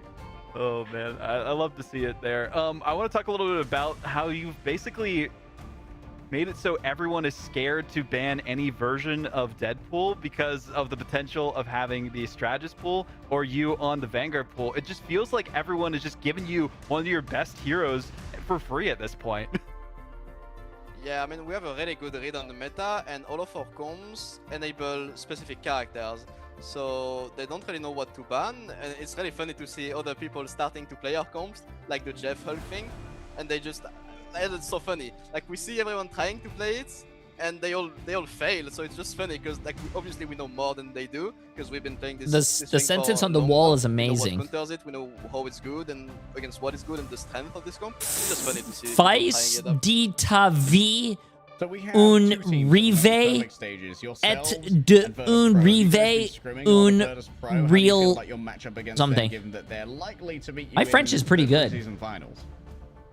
I mean, it's the usual thing, you know, we scream against VP, not that much. They always, most of the time they win against us, but it doesn't change anything. Like, when we're gonna go to the match, it's gonna be close anyway, and they know it. It doesn't matter how much we're getting stomped in the scrims, it's gonna be close. And it's so fun to watch you. Where do you think your Deadpool ranks amongst all the Vanguard Deadpools? Because I swear, every time we look at the stats, you have as much damage as a duelist. I don't think I'm like much better than any Deadpool. I think my team just enabled me more than others. that's a character that I feel like everyone is just the same, to be fair. I don't see anyone being much better than the others, just depend of how you play around it. And I think my team just enabled me. I like really that. well. That's a very humble answer, chat. Hey, where do you see yourself up? It's not that I'm better, it's just that my team enables me. I like that. Better tank to play with. I can't lie, this guy's just doing like amazing. We have Alex also. I mean, Alex been doing way more, and I think that Ken leaving is a good thing for him because he can express his like skill potential way more. I've been watching this guy play for like 6 years now. This guy is so amazing. And before we will put him on like easier character, now that Ken is gone, he has to play like the hard job, and he's like doing amazing on it. And I'm so happy that he can finally like show a good side of him. And who knows, maybe Ken's come back and we can combine these two gods together one day. Ooh. maybe a little bit of a hint for future stages of competition. Well, any final shout out statements or kind of thoughts that you have for Watch this, chat. He's gonna say shout out to Jay3. Watch this. Watch this. I've been grateful for the follow. We have the Spanish people. I really like them. They're really funny. Shout out to shout out to them. And I can't wait to play next. Like we have. He's gonna say Jay3. Watch this. We're so ahead of the meta. I swear. Like you guys are not ready for that. Awesome. Well, thank you, Enzo, for just wait, chat. He's gonna say it right here. He's gonna say it right here. Watch. Perfect group stage with your team. Vamos, Enzo. Thank you. See ya.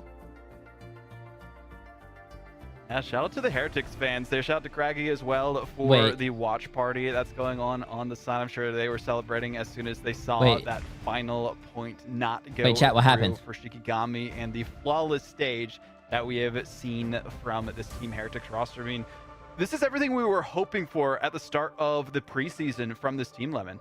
Yeah, I mean, Heretics made their dreams a reality, like the poster behind Chat, why would you shout me out, bro? Comments so much of their strat line, and I completely agree. That's one of the strongest parts of them. And then you have Naga that could be not only on the Mantis, but anything that they need, and queuing at whatever o'clock to just always be on the grind. Heretics worked hard, and it paid off as they lock in that #1 seed. Well, we still have to determine one more group coming up here, leg day. This matchup that we have ahead of us. No, bro. There's no reason for him to shout me out, chat. I didn't do anything to help him win, bro. Why would he do that? On the docket for them. He's a good player, though. He's a good player. If you guys are a controller guy or a tank player, you should definitely watch him. Tiebreaker scenarios potentially are going to be for that one. I'm glad the matches headed before this one, especially this one, made it easy for us on that end. But we'll think. Where's Melio? Melio is on. Quick break for our last series of the day. You don't want to miss it. What team is Melio on? I want to say Navi, isn't he? No. He's on FlyQuest. There you go. FlyQuest is NA. I don't think FlyQuest plays today. FlyQuest, yeah, does not play today. And I also don't think they're going to be playing in the playoffs because, I mean, unfortunately. But you will see them in the if FlyQuest stays together as a team. I don't know if that's going to be a thing, but you will see them in the regular season, which is does anyone know when the regular season happens? We were trying to think of that yesterday, and I don't know. I just don't know when it starts. I think it's in May.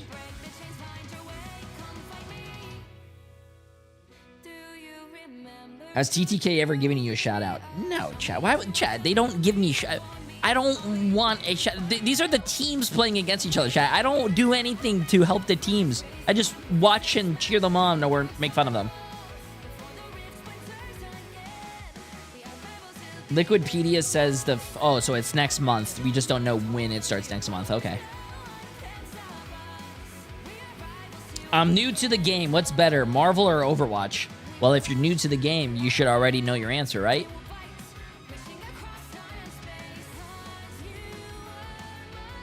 What is better, Marvel Rivals or Overwatch?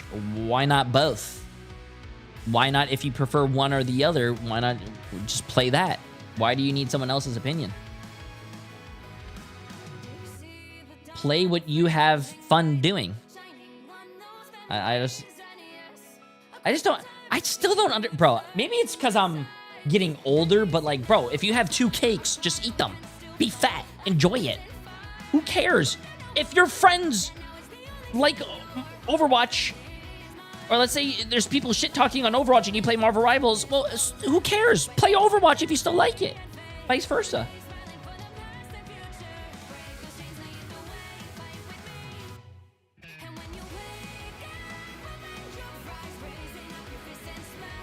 You have to divide the community? Come on. No, bro. Listen, chat. I'm too old for that now. I'm too old.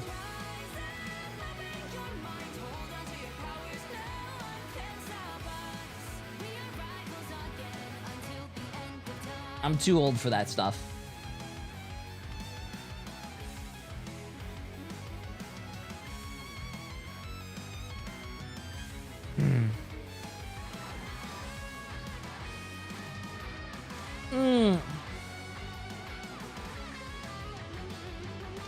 My bad, bruh. Dang, just asking. I don't play either. So then why would you come to my stream, say Marvel Rivals or Overwatch, and then say you're new to the game? Huh. Nice. And you just followed 2 minutes ago. Ah. Huh. Hey guys, my name is Ryan Central, and I'm here to answer one specific question. Some people are very interesting, chat. That is true. What's the matter with you? And I will continue to Some people are very interesting. Even though I look about 90 now. But in all seriousness, though, I do want to talk about some of the data that we've seen from that first week of action in EMEA Americas in Ignite. Bear in mind that the players played on a old patch. It was the hotfix that came out on March the 19th. So the White Fox buffs that we're about to see... Okay, in about 2 minutes, chat, I'm going to give you guys your predictions. We are going to see that in action this upcoming week. So stuff is a little bit Preseason goes till May 10th, so the regular season is probably mid to late May.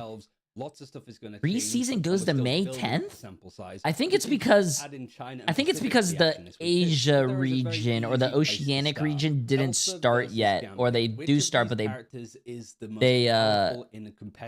end later. Yeah, I don't know. When it comes to presence, how often we're seeing these characters is actually Elsa. There was 68 matches. Oh, what's up, Gamer? In EMEA this last week. And a hero could show up twice in the draft, right? You can either protect a character, and then the other team protects it. I don't know what you mean by it should be a thread. It's just YouTube, bro. You can have one team protect it, and then ban it to make sure that they can play something like Elsa, and the other team does not. So you can show up twice. Preseason ends April 19th. I think that's for NA, though. NA and EMEA, the playoffs go from the 16th to the 19th, but that's not true for Asia, so... Twice, some teams just didn't want to include him at all, but the big difference between Elsa and what? By the way, I drove 15 minutes to town just to buy Lasagna because you talked about it. What? No, you didn't. No, you didn't. No one willingly buys Lasagna. No one. First, and then both teams will go and protect the Elsa, so both teams have access to it. Naturally, it makes sense. Elsa is really strong. Why would you not want to ban her out first, though? It's more the case that Gambit, despite him being nerfed individually... I'm not going to make my bronze videos a thread when you could just move the conversation to YouTube, bro. Doesn't make any sense to have two conversations in two different places. With a Raging Royal Flush from Gambit, an incredible combination, and characters like Rogue, who are pretty middling, I suppose, when it comes to the rankings of Vanguards on their own. Protect your bald king! Pretty much S tier because they have the Gambit team up to work with. You remove Remy from a draft, you're removing 3 to 4 other strong heroes alongside. So it's so much value. So you take off a lot of the options from the enemy. Miss Mybliss, appreciate the massive new tier 1 sub.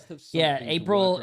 Yeah, it's just Asia starts a little later. I don't know why. Maybe they just don't want to have it all overlap, maybe. But I don't think I'm going to be able to watch. Something that we're seeing as well at this point. I don't think I'm going to be able to watch Asia because it's probably going to be like 3 a.m. for me. And I don't know about you guys, but I really do enjoy sleep. Go and just absolutely destroy people in her own right. Outside of these two fighting for first place, you do have the likes of Vanguard Deadpool actually being right behind them, both in protecting and also banning him out. And similar to Elsa, he just fits into a lot of Jay isn't dedicated to the grind? What do you mean, bro? I've been watching EMEA and NA, and that's 14 hours.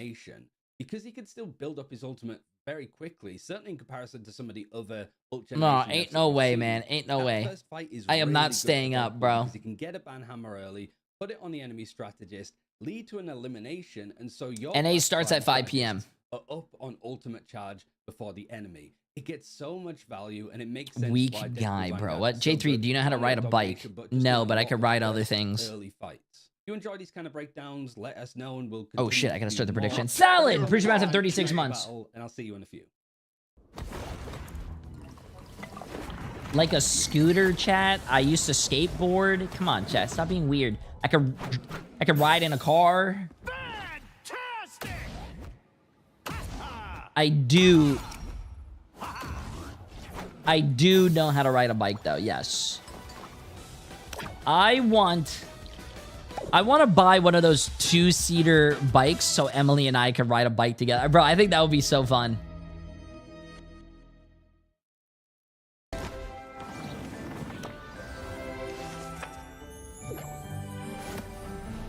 Surely those bikes exist, right, chat? Let's see. How much is a 2-seater bike?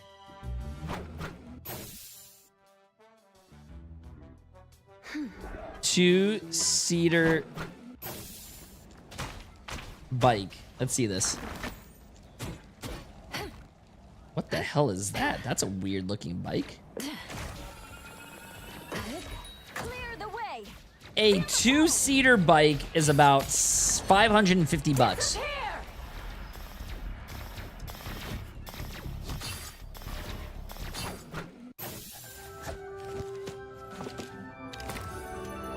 The other person's hands are gonna be like in your ass though. I don't know if I like that. The handlebar can't go any higher?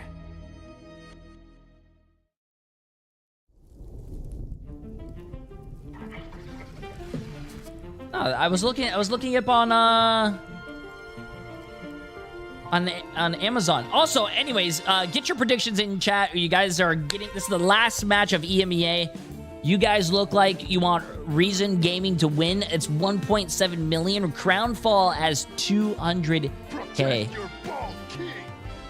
Damn. Karthik, appreciate the Prime sub, my friend. China starts on the 10th and 11th, and the last match is on the 17th, and Pacific has already played a game, and the next set is on the 10th and 11th. Damn. Okay. When is the mid-season finals? Does anyone know? I guess I could do that myself. Let me see. MRI date for Marvel Rivals.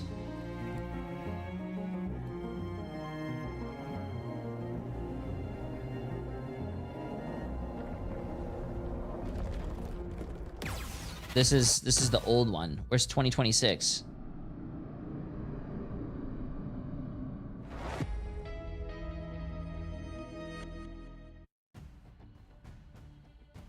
One final series determines 3 teams' fates. It all comes down to this. Will it be Fire Strays, Team Vision, Reason Gaming? $200,000 for this. Enthusiasts in there to try and make it to the playoffs. We have Reason. Oh, the mid-season finals are in 4 months. I wonder where this is going to be. Preseason group stage, but it all comes down to this, Lemon. It doesn't really tell you any information, if you huh? watched during MRC, you were hyped for this team coming in. And grand finals are going to be in November. Still chasing that first win, but this is what the preseason is all about: making mistakes and learning and growing from them.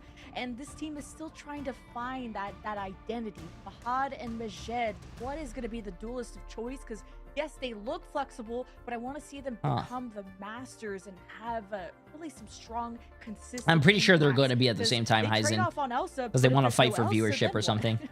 Pretty sure that's the only bad thing. Seeing so many prioritizations. It would be cool if they were like on different days going forward. But let's talk a little bit about this Reason roster. We don't see 2 members to mention specifically because they are loans from Lunex. That is DRP and Ballas. We heard from Minty earlier on. Shout out to their manager talking about the whole scenario with that last week, and now seeing how they've kind of melded into the fold of this Reason Gaming roster. What have they really elevated with this team leg day since we've seen them from the beginning till now? I feel like Pasowo's soft dives are getting a lot more value now. We've definitely seen the rise of Venom in EMEA over the course of our preseason, and being able to force out these resources, especially when you're going up against triple strategies, is so important to create openings for the rest of your team to go in, especially for Ballas, making sure that there aren't like 7 cooldowns that can be directed Ballas's way if a second may try and make an entry. I mean, speaking of enabling, and that's what, you know, Enzo was talking to us a little bit about with the Vanguard pool and how he gets enabled a lot by his team. We see KitKat on the Mantis just doing the most, it feels like, Jen, for this team, so that Ballas can be unleashed on that Phoenix or whatever they do end up playing, depending on how the ban phase goes. Yeah, there's been so many swap ups for Reason Gaming in terms of their roster, but one thing that has stayed stable is the strategist line with Kit Kat and Sejiro, where it's been a lot of the 2-2-2, or sometimes you have a Simba as a strategist. Shikigami did not win last game, though. They went down 2-0. Pretty lineup to play pretty bad. This preseason. But now it's about not only you've ironed out the stability, but now it's about consistency. And Ballas, we've talked about being that pop-off, that star power that Reason Gaming have had, because they took a map off of, what was it, Rad on that first domination. True. So they're able to punch up. I don't have a console, J-Bari. I can't. That is Unless a different conversation. When Marvel Rivals comes out on the Switch, I can. Teams. And I think another thing with Nocta we'll talk about in the actual map phase itself, but we got to mention this Crownfall roster. Coach Cuffy is the mastermind behind them. I saw on social media saying that the team environment is great. They just haven't really been able to find their footing against these rosters. And I feel like as this team grows, like they with experience at the tier 1 level, they will continue to improve. But who is the biggest standouts for you that we've seen so far? What do you mean sarcasm? I feel like Marvel Rivals is coming to the Switch, chat. So when it does, I could probably try it out, see how it is. Which is a sad reality for this team. Like if we can get both Majed and Fahad on form on a given day, I think that Crownfall can achieve a lot more. Rose has been trying to like integrate into this roster, was a very late pickup after dropping out of Ultra Esports just after MRC. So I'm really surprised, rather I'm excited to see if Crownfall can have every member at like 100% going into match day. Like if they're all there, I think that they have it in them to pick up a win. If Crownfall do get this win, it does confirm Team Vision, their Saudi Arabian counterparts, essentially into the playoff stages. So maybe for the how does it work? Since the Switch is a console, teams, they might be trying to play. Switch players going to be playing in console lobbies? Reason Gaming, they want the highest seed they can get. Their win condition is a 2-0 sweep, and then we'll see how everything falls. Yeah, why? Is there a problem that I don't have a PS5 or Xbox? I play all my games on PC. This group stage. I stream on PC. I love that both these teams and I don't play games when I'm not streaming. So why would I have a PC or why would I have a PS5 or an Xbox? Against that Vision Gaming, and a lot of people, Lemon, going into that series, actually thought they were the favorites. Yeah. And Reason Gaming, I think, have looked stronger on the dive, as like they pointed out with Passimo on the Venom. But Crownfall are more of that. Technically speaking, if GTA 6 does come out, even the MRC days to now, computers have the Xbox app. Couldn't you just go through the Xbox app and play GTA 6 through that? Whatever the team needs, he's been that stable frontline carry, I would say. And Rosa, to try and also incorporate a newer Vanguard to the lineup is not so why easy. Why do you need a console? You need so much synergy between your two Vanguards and even more cohesion to play on a domination map like Hell's Heaven. Yeah, and Hell's Heaven, speaking of it, we have not seen Crownfall play it yet during the preseason, but we did see Fire Strays play against Reason Gaming on it, I believe, at one point as well. So Reason Gaming, they have some experience, and that was where they got their first win in a 2-0 fashion. So they're probably happy, like, to be on a map that really turned around their preseason for them. Yeah, like Reason Gaming, kind of like Fire Strays, they've had There's no way GTA 6 is a PlayStation you know? exclusive. Like, takes a while to get into the groove of a new team and a new calling structure, a new meta as well on top of that. No.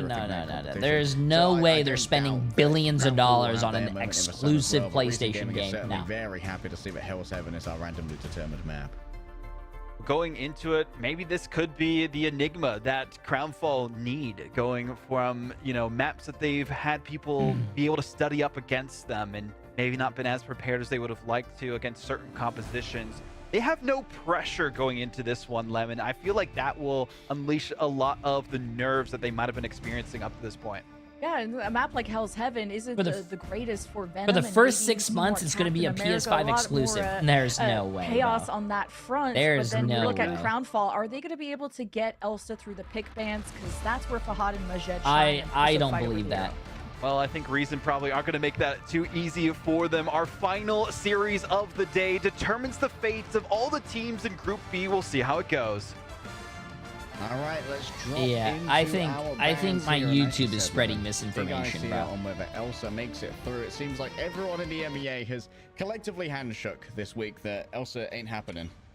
Yeah, I think I've only seen, what, Sloppo today play like the Elsa, and Ballas going up against him on that mirror would be no joke. It's usually always a one-sided affair when it comes to Elsas YouTube, you guys need to work on your rage baiting, bro. Prioritize the Mantis off the bat. Yeah, come on, guys. Let me pick something up. Themselves the Gambit, which is interesting, I guess, for a team that doesn't really play that much around the Gambit. They do have very successful triple strategist comps, so both of these teams looking towards that Mantis. I imagine we're going to be seeing Fahad pick up the Mantis to boost MJD, but you know they twist it around sometimes, as both teams are just going to make sure there's no Elsa to be seen. I was wondering if the Elsa was going to be protected, but the Mantis, and what's going to be accompanying the Mantis. There's so many strong team-ups around it, from the Groot to the Loki to just, who cares about team-ups? Mantis go burr. And she gives amazing damage buffs to whoever, especially if paired with the Ultron. So no Lokis, or only a one-sided Loki, which Crownfall are going to hope to use. Okay, Loki's pretty good. This might demand a group ban if you're going down okay, the let's see this team-up route, and it looks like Reason Gaming certainly have identified that. Rosa is a fantastic group player, so yeah. Gonna have to nip that one in the bud. These have been some great Vanguard bans from Reason Gaming, given that Crownfall, I'd say their best Vanguards are Rosa on the Groot and Abuhu on the Vanguard Deadpool. And especially on Hell's Heaven, where the first fight win to be able to defend with Groot is just next level annoying. It is a nightmare to shoot down the walls. You have to think about heroes that are going to be good at doing that, which may dissuade people from running certain triple strategists and maybe opting for more of a 2-2-2, but the Invisible Woman will be the final protect here for Reason Gaming. Maybe deny any Star-Lord action from the other side, and namely to just have a consistent, strong backline, which Invisible Woman is. YouTube is right. GTA gets released to consoles exclusively for a short time, and then it gets released on PC. Yes, we know that. But this guy is saying that it gets exclusive PlayStation for 6 months, and then it comes to other consoles. That's not true. Zoom in onto a single duelist. For Crownfall, wouldn't be surprised to see Rosa walk out on this Doctor Strange, but I don't imagine that there's no way that's true for that long. Admittedly, they could play it with the Invis team up, because it's not a one-sided Invis, just guaranteed for Reason at the moment. And Seizure has actually been lights out so far when it comes to those pulls on Venom. I think that's been the real standout for Reason Gaming. Okay, guys, let's get this. This is the last game of EMEA. Even Rosa, and then we go to NA. So Abuhu gonna be the one on that. Sometimes he likes to go for fun portal plays on the Doctor Strange, and even just play that on certain convoy maps, even Domination. But it's Fahad and the Jed that have just did I miss the Navi game? Navi doesn't play today. And some even odd choices from Namor to Punisher. And I say odd in terms of the meta, but they are still trying to find their identity and also what they're gonna run off the out the gates. Okay, 2 duelists for Reason Gaming. They are going to be going very hard on the Mantis, though.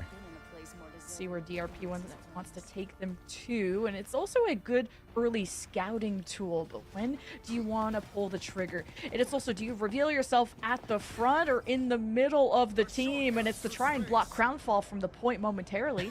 Was trying for a portal frag, which is a bit of a rarity at this level, but we have seen it happen. Abuhu's going to have time to start building up that telekinetic ray now, which is going to start doing a lot of damage once you're midway through the fight itself. Can't quite get the Sonic Crystal in time, and so they'll be able to crush the sentience of the Deadpool, but crushing Ballas. Oh, I like what Crownfall is trying to do here, though. They have the Punisher, which is a little, like, you know, it's an off pick. You don't see a lot of teams do that. And you see the Adam Warlock. Perfect recall on the Psionic Shuriken there to destroy Fahad, who is able to cocoon revival himself, and in towards the back now. There is this aim challenge going over onto Majed. The corrosive acid burns through the armor of the Punisher, and it seems like Reason have got everything they want in this first fight, apart from Kit Kat survival, which Darby has made sure isn't happening. A really early Loki ult gonna copy the Soul Resurgence, because the point has not been capped yet. It also is gonna make Noctis Dance of the Butterflies much weaker to have all these Loki clones to have to chunk through, but the shotgun 13 HP, bro. Found out the hard way. Yeah, Nocta, I think, was attempting a spawn camp there. Marge had just come up for zipline, but had seen some Momo TikToks, you know. Had the shotgun ready to go. DRP, once again, using the soft band that was learned from Pasuo. And it is going to be a quick back off here from Rosa. Despite Reason Gaming's early advantage, they have lost quite a bit of their point contest here. I am very glad that, like, Punisher is getting a lot of... getting a little bit more recognition. Ooh. That is disgusting. You hate to see it if you're a Reason Gaming fan. Crownfall just going to live all of this now, utilizing the... Bro, I think Punisher's ult is so strong, man. You can kill people through support ults. You could just... Finally showing the gumption that we recognize. Wait, what? The shotgun is very strong. Bro, it's so good. It's both so those good. ultimates from Reason.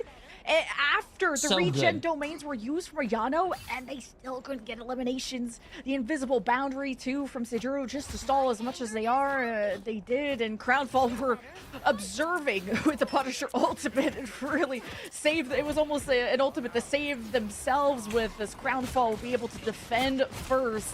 And they'll have the Karmic Revival from Fahad. So you got almost a mirror situation happening, but a difference in those duelists is what's going to make all the difference, while Reason Game actually lack, seems like, that damage from Ballast, but that's what who they're gonna have to lean on. But you have to get through that Emma shield, and what's gonna protect them. Is there a way to customize two different crosshairs for shotguns of Punisher's guns? Probably. Has to be ready. You're gonna have to look in the settings, but I don't know why you would want two different crosshairs. I think for crosshairs you want to have it like your sensitivity. You just want it to be consistent. Here, though, which is a lot off the plate for Crownfall. Luckily, they have been able to catch even more members, so they aren't going to be punished for their overlap. Wait, both teams are running the Adam Warlock. Ooh. And they never even gave up the point. Reason Gaming are on the outside watching in, and there is some forgiveness from Crownfall. Invisible boundary from Chat, when I play Quick Play today, I'm going to do flanking Adam Warlock, bro. Flanking Adam Warlock is so fun. From Ballast, and guess what? As soon as those revives came in. Point blank with the damage boost. Two players will fall. Margin thinks it's winnable though. Up comes the Meteor Ram. Instead, it's going to be sent over onto the hard, making sure there's no chance for any more revivals. But Ayana Koji already got the copy, already brought back their counterpart. Disgusting play on the Loki. And now back into their regular doppelganger form, able to pump out a bunch of heals to keep Abuhu up and kicking. Darby knows even more. In goes the Soul Resurgence, knowing that it's now or never to get rid of Reason Gaming. And Reason have to move on forward now. Their Vanguards put their lives on the line to make it happen. Pasuo disengages, but Ayana Koji's just feeling so comfortable back here. Regeneration domain keeps everyone healthy. DRP is down. Yeah, there's going to be a Venom moving in, but Rose is just hot take. You guys want a hot take? He's the second Vanguard to try and deal with Loki is actually so fun in this game. He's very fun to play in this game. But he has a high skill ceiling in my opinion. He's very fun to play, but it sucks that such a fun character in this game like Loki has one of the worst like shows so many mini or games series. That Reason Gaming have to play. Taking down the Crownfall so bad for Loki clones. You have to get through the Emma shield. There's the a great DRP character in the game. Bubbles. Like there's great so character much in the to game. mitigate all the ultimates and ways that Reason Gaming are trying to get pigs. In Crownfall, they have domain regen. Worst case scenario, throw those up. They cover almost the entire point because the clones live on so much.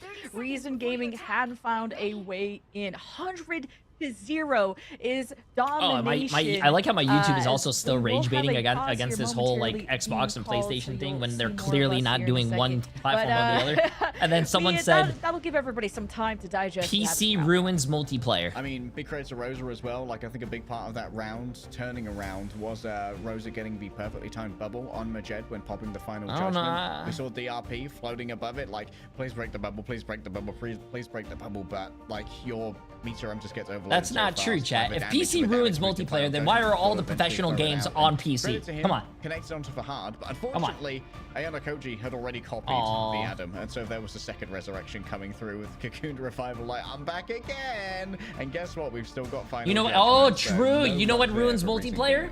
Yeah, talking about the mini games I just said, just when you think you beat the first level, there's level 2, and it's Adam who brings everybody back. So good mention there, Leg. Reason Gaming, I'd love to see that a second duelist, because I don't think Ballast can do it all on his own, and it's no shade, it's just there's a lot of damage you need to output to get through this strat line. Look at Apex, bro. I loved Apex. Also, Call of Duty. Look at Call of Duty. I played Call of Duty when it was like, what, Modern Warfare 2 or like Black Ops 2 or something. I don't really like Call of Duty clean out. But look at those games. Punish the team for being even the professionals professionals who used to play mouse and keyboard had to get off mouse and keyboard because controller's too broken. And which means you also can't play the Psylocke into a Loki. Wild, Reason Gaming had to swap off of that ASAP. Like the wave that you can counter the Dance of a Butterfly so easily using for regeneration domain, and of course you can mitigate some of those strikes as well if you don't have regen domain by putting up your doppelgangers, because they'll absorb 2 strikes each, which is like you can solo tank it. Like, oh, my team won't stack up when I get ulted by the Psylocke. Never mind, I'll stack with myself. I outnumber you. Our game is almost ready to go, and Passwell and friends from Reason Gaming, I don't think have been punched in the mouth like this in quite a while. Like you said, they look so good on domination against Rad, and this is just not the best domination map for this team, who I think looks stronger on dive behind Passwell's Venom, and this is just not the best map because of all these low ceilings, but they may consider it going forward as Passable was still on it, so they're gonna go back to what's worked for them. But I don't well like last night. You Psylocke. slept in the other room. Yeah, And not now the you're acting best like dive, you man, good. but at least better than the previous one. Huh? Yeah, Which was for lower ceilings. You're delirious? Slightly higher ones here for Passwell to try and work around, as well as these pillars, which give them good wall climb potential. Already a Boohoo, you can see that their damage boost. I don't think I managed to get the Carbon Crush grab there, so there's going to be a little bit less threat that Passwell has to deal with. You can see the Crownfall just all together in this little area, attempting a dive. Yeah, just that diamond form to kind of disrespect the Magneto too, like, and to force out cooldowns. You just gotta be having a bubble or a shield ready at all times, because Abu still has that psionic seduction, and Passwell has some space to operate on the Venom. But here comes the final judgment.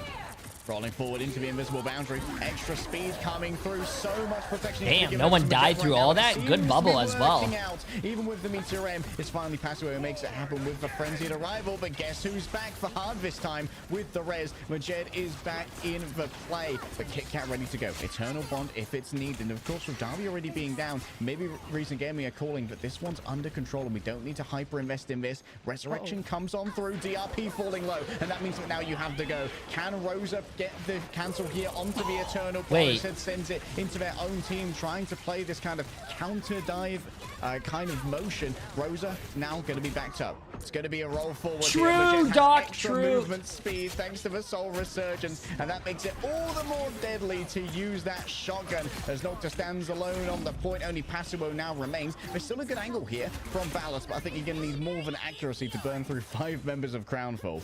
Yes, the Punisher. That's crazy. That was a good. That was a so long good first fight, man. An anti-Vanguard duelist. That's the reason why Sparker has it in his back pocket. As a Vanguard player, the shotgun is a life ruiner. But Reason Gaming used so many ultimates, never capped the point. There was so much protection around DRP, who actually blocked the Meteor M from hitting his cloak and dagger. So DRP's now on the Angela though, and he's trying to maybe scoop some people up. Oh, psionic seduction though. Who's going to be seduced? Passwell has to turn and look at the pretty lady, and so doesn't see the shotgun at their back. The rest of Reason Gaming have done well to just back away. Oh my god! These exposed positions. That's where Rose can try and find the combo as they wait for the elevator. So relatable. I think Emma is the coolest bodyguard to have if you're want to be a shotgun only Punisher, because who's gonna step up to you? Because Emma's just gonna push you on your back. It is very scary to go up against the Emma, because she'll usually try to kick you into her own team. Reason Gaming, now that they're also off the Magneto, don't have an easy shield to bring up to stop the psionic seduction, so I was gonna have free ults. Why did that guy think it was an airport and he has to announce his departure? The nasty mag cannon there. Stop DRP in midair. Oh, you see Boba? Look at Boba. Look at Boba. He's looking at the eggs. He's scared of him. Valis continues to find this kind of unpressured high ground. By the time they really get any value off the back of it, already they've lost both their Vanguards, and Rosa with another combo. He's filthy today. He's scared of the Mag is doing way too much work. You tried to ban Rose's best hero, and you're paying the price. This is going to be 200-0 if Reason don't get it together.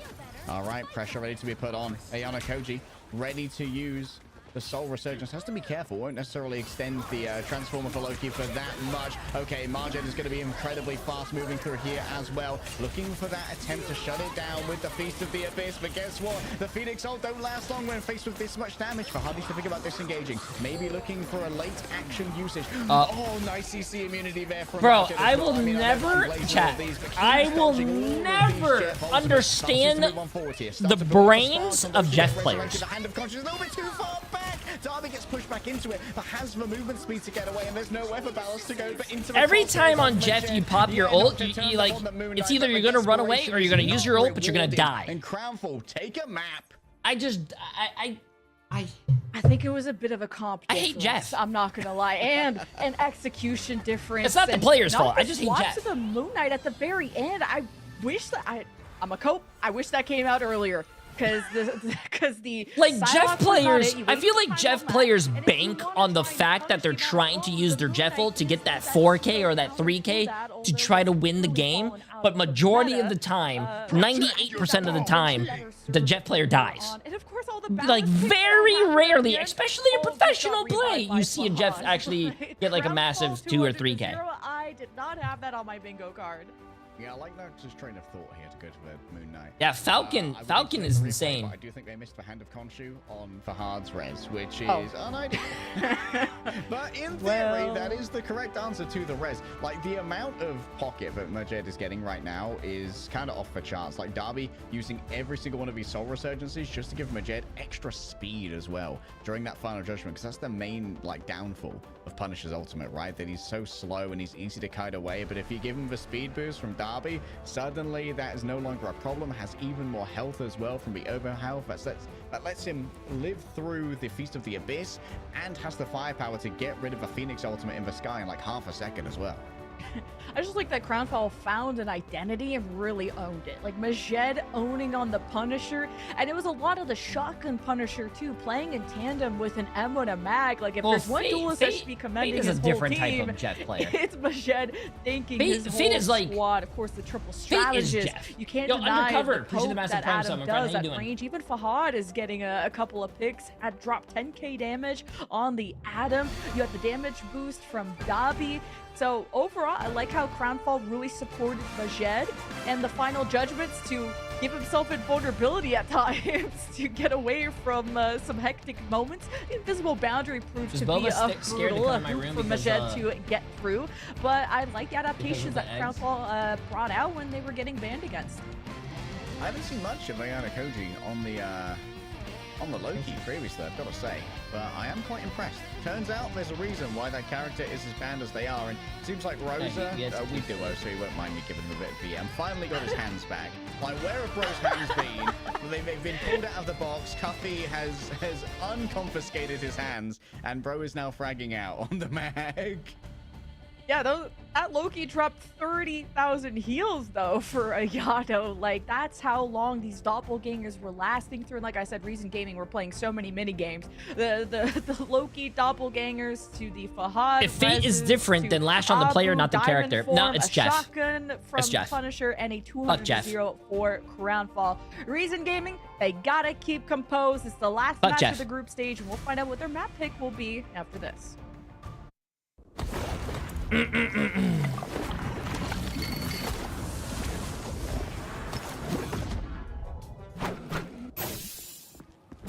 You.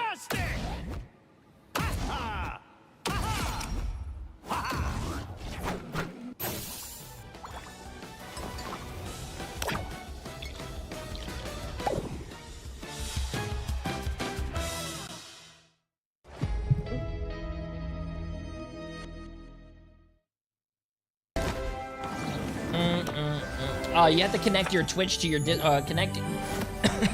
have to connect your Twitch account to your Marvel Rivals account. I think on the Marvel Rivals website, and then you can get the drops. Yeah.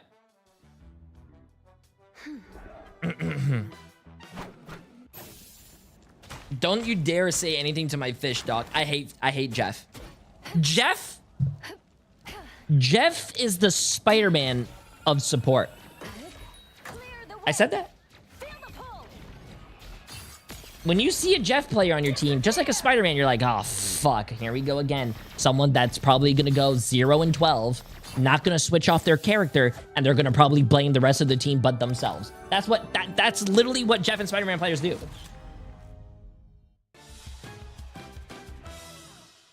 Hate is a strong word. No, I hate Jeff. If I ever see Jeff, I will break his legs so that way he can never go on land again, and he'll have to stick with being in the water.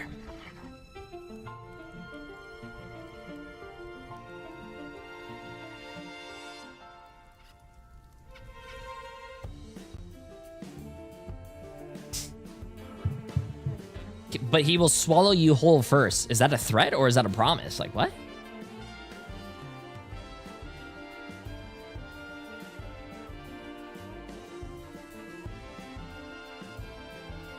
Time's going by fast. Next week, Friday, is mid-season. Next week, Friday is mid-season. No, the new season's on the 20th. That's Monday.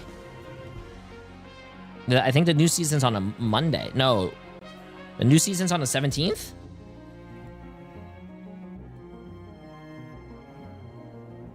The new season's on the 17th. Bro, that's crazy. So I shouldn't even do a tier list, I guess, because it's only like what, 12 days until the season ends. We could just do a tier list for mid-season. Technically, Reason Gaming still could make it out of some weird scenario if they do win this at the end, but Crownfall are trying to make sure that does not happen. One more map is all it takes for their first victory in Ignite 2026, and we're all here for it. But like you said at Best Lemon, it seemed to be just a bit of a composition difference between these two teams, and no one could do take a out mid-season. Do the tier list between EU and NA.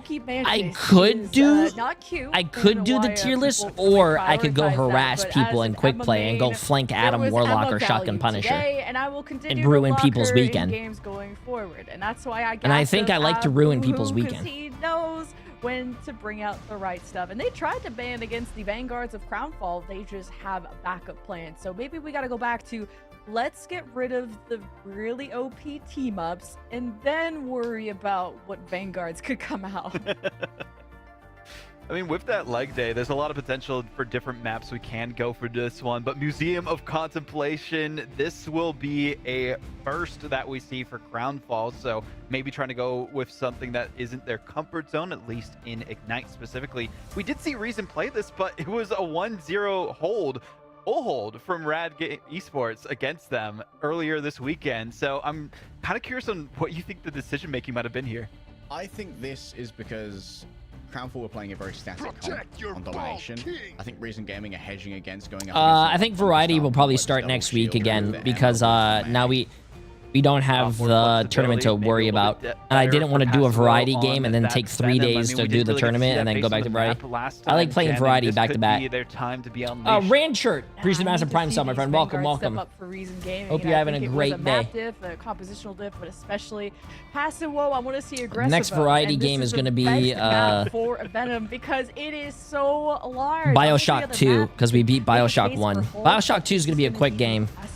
Playground. I feel it in my bones, and I'm feeling DRP is going to be ready to collapse. I have to beat BioShock 2, then I have to beat BioShock Infinite, and then we'll move on to another series. Seijuro coming out of that eternal bond, DRP was able to shield him from a Meteor M, so there's flashes of brilliance. I really want to try, but I need to see better decisions. After BioShock, I really want to try Doom. Those counters really well. It seemed like a lot. I've never played a Doom game in my life. Just boosting Ballast as best as they could and rallying around them, but you can't have just one individual player against this full roster of. Which Doom? They have taken the time to I bought 3 to level up, and now we see the fruits of their efforts. Can they pull off the upset? I bought Can they get Doom. Their first ever win in Ignite I guess the original Doom Eternal and Doom the Dark Ages. Oh boy, I know if Crownfall are 2-0ing this one, I'm going to be checking Cuffy's Twitter like, okay guys, I made the team environment terrible and we started winning. One big up to Cuffy going through adversity. It's time to get stuck into our bans here. Boba's Boba. He's scared to come into my room because of the eggs.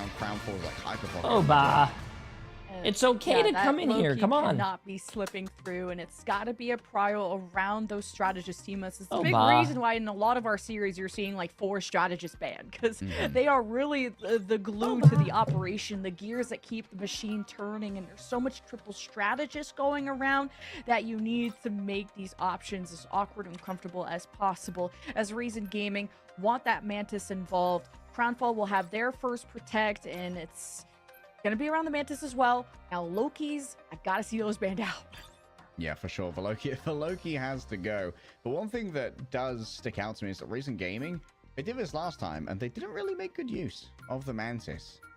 They were playing that double duelist lineup, didn't get much use out of the Mantis at all. Finally, we might see the ban on the Loki, at least here, from Reason to try and constrain Ayano Koji yet again. It's going to be a mutual ban, of course. Let's go. No Elsa, no Gambit, just vibes. Well, we'll see where the vibes fall to for Crownfall, what they want to ensure going forward. Because again, this is a team that is a jack of all trades, but really became the masters of that Punisher composition. But I don't think you're going to be able to play Shotgun Punisher on a gigantic museum of contemplation. I mean, you at least would have your means of like trying to deal with Passo at least. And once again, it's going to be Rosa popping the target ban here, knowing that, hey, that healing wall that the Mantis gives is going to be very troublesome. And Detroit was a really fun game. I liked Detroit. Previously by Crownfall, I think that's fairly smart because it means that you can play that double. Detroit made me realize really how evil humans are. Ballast basket. And no invis, which is a pretty good anti-dive measure. So one-sided invisible woman, I mean, where Dobby, that was their specialty. So excited to see Crownfall on defense first. This is Reason Gaming's choice of map and choice of side, where we'll get to see Ballast shine even more. He started to really rise to the occasion with these picks at the end. It just sucked that an Adam resed and forgave all of that, which Fahad is floating on that as well. So that'll be maybe another problem Reason have to continue to face. I'm sorry to deny you more Emma Frost content, but we do have a Boohoo on their specialty. The Vanguard Deadpool is available. DRP is going to be the only one with a Groot in the Oh my god, how do I get my 3 main coons to get along with my new Chow puppy? They don't hate each other, but they don't like when they're in the same room. And Well, your main coons are probably as big as the dog, bro.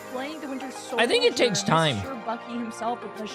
The cat, such a strong neutral. The cats that we had here, Emily's cats, before we got Boba, never liked Boba. From it. There's a lot of ways to get around it. DRP sticks but on the we separated the cats. You know, you're supposed to like what? Separate the cats. We had Boba in my stream room. The cats were out there. We put the food next to the door so they're like eating next to each other so they get used to that and they also smell each other, get the sense. Playground. This is the reason but it's not, why you pick this map. I think it was a few months that, you know, Noodle never really liked Boba, but over time, like, you know, they play with each other and they're friends. They still hiss at each other. It's difficult for Passo to get value against. With the double pull that can come through from the Winter Soldier and the Invisible Woman, Passo is going to be strained in terms of their movement. One of our cats were very depressed and they wouldn't like sleep with us at night. And gaming with Ballast. Now, if there would be a time to run the Psylocke, oh my god, Doctor exploded. But heads up play from Rosa. The pulling goes crazy there. Just dragging the Ultra in. There's no real way to get out of that easily if you're an Ultron, if you've already used your burst movement as well. Ballast still wants to stay in the lane though. Feels like there's something here. There's a hankering in his bones for some violence. Yeah, and having the one-sided Groot, you could try to punish the Deadpools that walk up, just like DRP is doing now, but Crownfall are still holding strong. Oh, I think someone just fell over in the apartment above me. Glad that wasn't you. I was worried. So disengagement is so difficult to make happen here. Like we pointed out before, the double pulls against the Venom are a little bit untenable to try and go against. Ballast wants to fly away. Oh, this is good, by the way. Happen in DRP. The downside of a Groot is that you are absolutely feeding XP to a Boohoo who's leveling up at record clip. DRP needs to play around his Ironwood walls too, because if you don't, he'll be a victim like he was earlier with these Winter Soldier pulls. Now strangling Prison. That's why he's trying to play aggressive at initial wall, but Crownfall stand tall.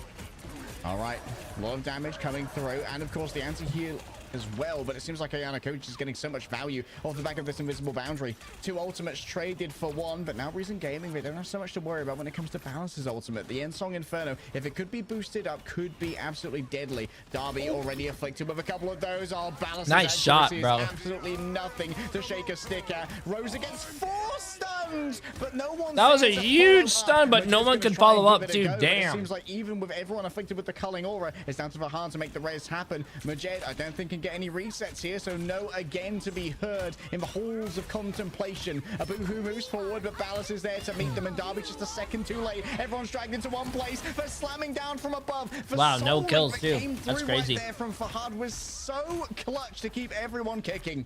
And even Dobby too with the soul resurgence. That extra overhealth made all the difference. No executions from Reason Gaming, as now the backs of Crownfall are against the wall with no tools to push back, but they just need to anchor, maybe build up towards those win conditions, but the fate is in Reason Gaming's hands. Okay, here's the fate of both worlds. Look for shield play here to try and cut off the heal LOS onto anyone who might be overextended. Abuhu just comes back in with everyone else waiting to recontest after the ultimate is over, and there it is. The invisible boundary traps in multiple players. They're slowed up when they cross the boundary as well, so there's no way to get out of it. It's perfectly managed by Crownfall. Unbelievable stuff. Reason Gaming. Crownfall is starting to see right on the brink of success. Rosa had a better showing towards the end there. He kind of worried me with the 1v6 Ayavakamoto, which only they play like this throughout the whole like preseason. Didn't realize Ayano had fallen, but Reason, they're not falling yet until they did just now. Wow. Oh, the second you had to turn around to try and deal with a distraction from Abuhu, you just get 4. Oh, no, see that? Bro. No fucking way. No, this is not real life. Wait, who did it? Basuo did it to him, man. Oh my god, Reason Gaming are rage baiters. There's no Wait, who did it? That is the worst one of the day, but let's lock in here. Wasn't that Adam Warlock? No. Just tried to pull somebody in. You got the Feast of the Abyss too. Okay, Soulbond's trying to deal with that one. Single stun there onto Paso to try and stop any follow-up. It was the Venom? How the hell did they miss the Venom? He's going to be even more dangerous. Off of the Groot onto the Emma, and this means that it's more dangerous for Rosa to walk forward. How the hell do you miss a Venom, bro? We'd love to try and grab in a squishy player and then bop them elsewhere using that Trooper's Fist. And now that there's an Emma shield, it's even more difficult to find value, but the Crownfall Adam stands tall again. Their poke is strong. Well, it is going to be a reset there onto Passaway. Majed might have trouble going for yet another reset here. Could go over onto the Daredevil, and indeed the culling aura is applied. Can they get the accuracy onto Ballas? Majed's going in even further. He dreams of even more DRP gets grabbed. A nice charge to try and stop the turnaround, but still it's going to be the culling aura. That's what I like to see, bro. I like to see some Bucky gameplay, chat. Until this one's done.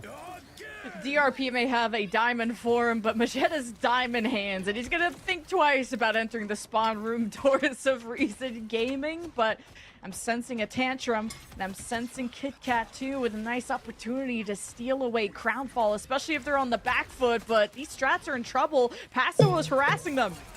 All right, inside of the Unicorn shield. Oh, the damage is just so much. Seijiro can't do anything. Look how quick they are going towards that spawn room. Can Paso even get inside? One big eat here. Well, Rose is actually doing. Oh, Rose is not doing. Oh, the focus fire. Every time I see that, bro. Every time I see that, man. This is a different team. Where have you been? That's exactly what I said, bro. This is a different team. Imagine if they played like this every single game, bro. You're gonna need a ticket, son. Crownfall. Their neutral is strong with the pulls, and they have a band-aid in the car. Make a revival if things go awry. Reason Gaming. They cannot give up, and they cannot surrender. They got the C9, and now they need to keep forcing mistakes out of Crownfall. Oh, Fahad's actually doing so much on this Adam as well. The damage is real. Ballas swapping over onto the Namor. Abuhu just has this sniping position up on top. It's going to attempt to try and deal with it via Seijiro, who has to unleash the Kumiho here just to give over enough healing to the remainder of the team. But Crownfall is sitting pretty here with a Soul Bond as well. They're not too worried about all the damage that's coming on through. And here comes Rosa. No stuns coming through in this case. I think it might have been contained within a A shield elsewhere. In comes the Phoenix ultimate. Passimo can't quite make it happen off the back of the dive. It's going to be grabbed back in. Welcome to the invisible boundary where your strategist can't see you and there's no healing to be found. Overtime in session. Abuhu ran the side. Nocta never saw it coming, and now there's all the more that can be done. Palace going to try and clutch this for themselves. I just want to say, we don't give them enough credit. It's down to Passimo to make it happen. But the casters are crazy. Like, look at this, bro. Leg Day is doing all this casting on like one breath, and he's calling every single ability and ult and everything that's going on. Passimo, who's too far away from the train though, and Darby just moves back towards the other side, knowing that they can just reset for later. Crownfall. They have their Mantis clapping Reason's backline. What is going on? They are so dominant, and the last second pause is being called as we'll see if Reason last second pause, it's almost overtime. I hate that. Bro, I hate pauses like this. Why are you pausing in the middle of a team fight, especially almost in overtime? Reason Gaming, I think, are going to be stuck halfway or short to the second. We've seen a good amount of first point holds on Museum of Contemplation, so imagining that this goes the way of Crownfall, given that they've got 6 players up and currently have a Mantis ult active, and Majed's going to have the Kraken impact in short order, I think they probably win this fight. Reason Gaming needs to start thinking about their defense.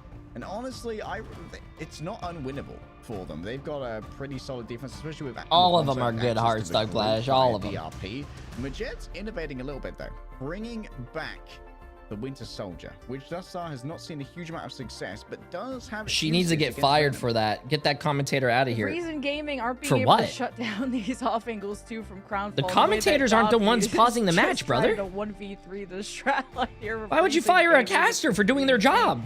DRP is also on the Captain America, which is the players caused the pause, bro. In terms of anything, because Crownfall are playing quite far away, and then the Captain America's got to put his good walking shoes on and ideally run towards that because Reason Gaming are barely keeping their heads above water. Nocta and Ballas are swapping to everything and anything. We currently have a Phoenix and a Namor to just have some kind of safe haven to fire upon, but I would like to just see DRP back on the Magneto. Just something to be more front-facing with his team, but I think he wants to go and dive with Passimo. So they're trying it. Hey, chat, be nice. I mean, to be fair, don't be mean to that guy now. Chat, what's wrong with you guys? And bro's just been in the back aiming, you know, putting out the case to like, let me back on Duelist, bro. Look what I could do with Adam. Imagine what I'd do if I was on Punisher right now. But misogyny is alive in the chat. There's no way. The eternal bond from Kit Kat. Just because one person said that person should get fired because they thought that they paused the match doesn't mean it's what? Last second defense, and Reason Gaming are running out of options to keep this cart contested. It had to be Sagero for a moment, but no one else is there. Darby's popping up on the Mantis, and that's the hold. Like in these Deadpool bubbles too from Crownfall, as soon as anyone tries to go near this school bus, they are magically thrown out of it because he just you guys just say whatever, right? That are trying to anchor the objective as much as possible, even ward away Crownfall. Reason Gaming. Again, it's the exploration of identity. They swap to a lot of different duelists. I like that they have a second duelist. That was what I was really asking for after Domination. But Crownfall's triple strat is proving to be such a nuisance, especially this Adam getting through. You don't really see Adam bans, but the soul bonds have been so perfectly timed from Fahad that every time Reason Gaming look like they have a oh my god, the only person that's actually doing something on this team, Ballas. And then you can't get an easy. You can't. I don't want to be mean. I shouldn't say the only person doing anything, but wow. Big fan of Crownfall's teamwork on the strat lines, and then Dobby's so comfortable they could just only do damage. So it's 6 picks 2 from Dobby on that. Why are you so scared? Why are you so scared? Getting more final blows from Majed, which is very impressive for a Mantis. It looks like we might see a Primal Flame team up here from Majed. That would be great for trying to isolate a singular target. DRP not being on the group does mean they have to be very judicious with how they use their self bubble. And I think that this Wolverine was to maybe try and predict if DRP was going to be scared of the on eggs, the bro. route, which would be the ultimate counter. And still not too bad on the Magneto. You just have a bit more grace to deal with that. But man, DRP is taking a heck load of damage. And look, they have to fall back to the back corner. Yeah, like Majed, like you can see him just hanging out behind the window, like looking at you, kind of like it's Star Wars. Look. He's so scared of the eggs, chat. Look at this. He doesn't want to get close to the eggs. He's so scared. Forward, and of course, he does have that team up from the Invis as well. But self-bubble's been used from DRP. Now that means that they're going to be in a very perilous position when the Feral Leap comes off cooldown. Majed's going to troll that corner. Yeah, Majed is looking for an opportunity, but the spacing has been so good. But this is also free progress for Crowdfall, and they got the picks. Oh, Ayana Koji does get hit with a banhammer, but honestly, the damage has already been done, so is moisturized, unbothered in their lane with the bus. Moisturized, unbothered in their lane. From the Atom to the Alpha on the Phoenix, and ults to spare to lock in this point A in lightning record speed for them. No C9 needed. Execution flawless for Crowdfall, and they're letting it rain. Reason Gaming haven't even had a chance to breathe. Bro! I think I heard someone was opening a portal. I don't know if it was Rosa or the respawning Reason Gaming. Either way, they don't manage to get there in time, and Abuhu's just claiming all of the space. Forces out for Soul Bond this early. Look at the aggressiveness that's coming through this invisible boundary. Fahad and Majed are just running them down in the streets right now, and Nocta can't do anything as Rosa just walks them on down. Oh my god, he creased his J's.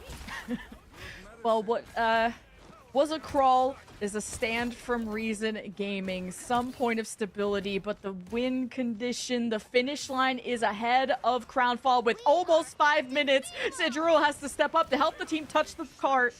Okay, there was a weird portal that was happening back there as Pasuo drops on in. Majed just going to be walking forward, swinging those adamantine claws. Knows exactly what they want. Kick has to be careful not to be pulled out of their own ultimates. There's going to be a Terror Cape coming from above. Rosa temporarily blinded as the cellular corrosion will detonate, but Kit Kat is taken out of the ultimate. No more Eternal Bond. Far less healing's going to be coming without that dagger present at the moment, and Majed is ready to go for a final stand. Looks towards the back line. Might want to go after the Phoenix, but hasn't quite managed Oh, to no. just now. I'll settle for the dead. Okay, I was about to say, wow. He hates him in character, and he hates him in the game as well. Majed brings it on forward in Crown. I mean, that was a pretty easy game for them. Bubba is still scared, even in walking in the hallway. Reason Gaming hated how that series ended, going out. Wow, wait, Crownfall won and Crownfall had 21%? The one that faced Rad Esports and took a match from them. But man, big money! This team. Let me just make sure. Let me just make sure. Works, whether it's the Crownfall, yep. Big money! 1 to 5 return ratio. Ooh! Went back to the double duelist, and Crownfall hit Reason. Ooh, big money! Oh, look at that. That's bad, Chad. That's bad. There's a lot of donuts, man. Phoenix. Crownfall, so aggressive, and it paid off. Who needs to play Venom? You just need a good team, and Crownfall get their first win in the Ignite preseason. Just need a good team, and we've got the best team here, Vaudable. My host, what do you think of that one?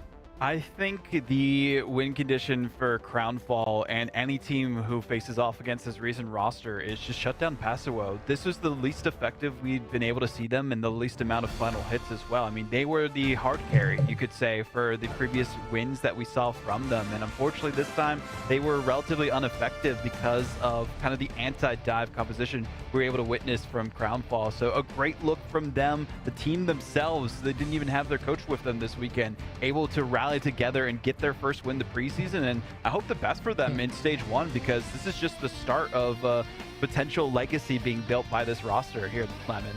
Yeah, I'm glad that they're able to find and make the magic work and support their duelists, because that's what kind of was shaky about Crownfallers. They were these jack of all trades, and maybe you can just make any of these comps work as long as the strategist can enable these duelists. So anything from Majed on the Punisher, the shotgun supremacy on the snap, to Fahad on the Atom was untouchable and kind of acted like a duelist with how much poke damage he was doing.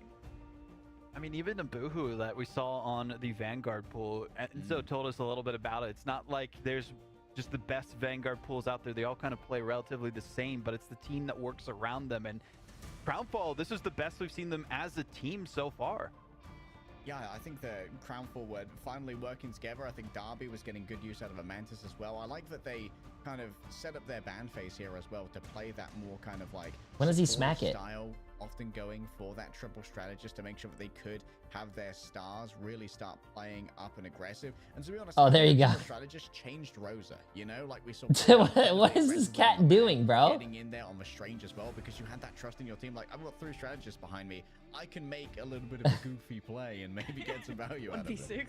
I have Agamotto. I mean, it's crazy you talk about Rosa. When I messaged them, they were saying that they're not feeling super confident going into this matchup earlier this weekend. And I was saying, you know, there was earlier a potential chance if Fire Strays did lose to Vision that they could have made it. Unfortunately, likely not the case now. We'll get the final word later on, but we're going to be interviewing their coach now. Arya Goddess is the one who stepped up for the team, so definitely kept them together. I see it throughout this as well, so biggest of shout outs to Arya for actually getting them the winning comp that they needed here too, because it just seemed like it all came together. Things that weren't working in the past started to just align perfectly for this victory for them. So I'm glad that they were able to get a win here as well, not go down without a fight. And yes, they might not be making it into the playoffs, but this is a great start here as well, Jen.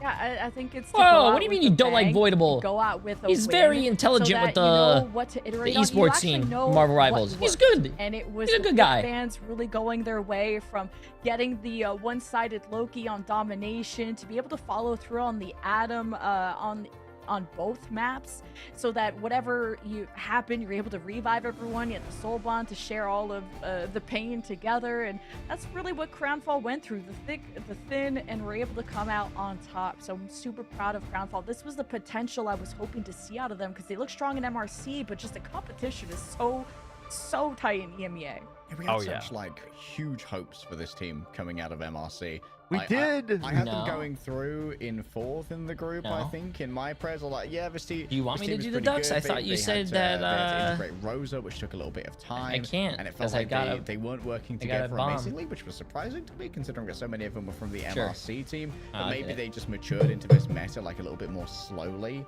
than the rest of the pack, since of course we went from season 6 MRC to season 7, and we had some major change of like how ults work, as well as the introduction of White Fox and a change towards the Gambit ult.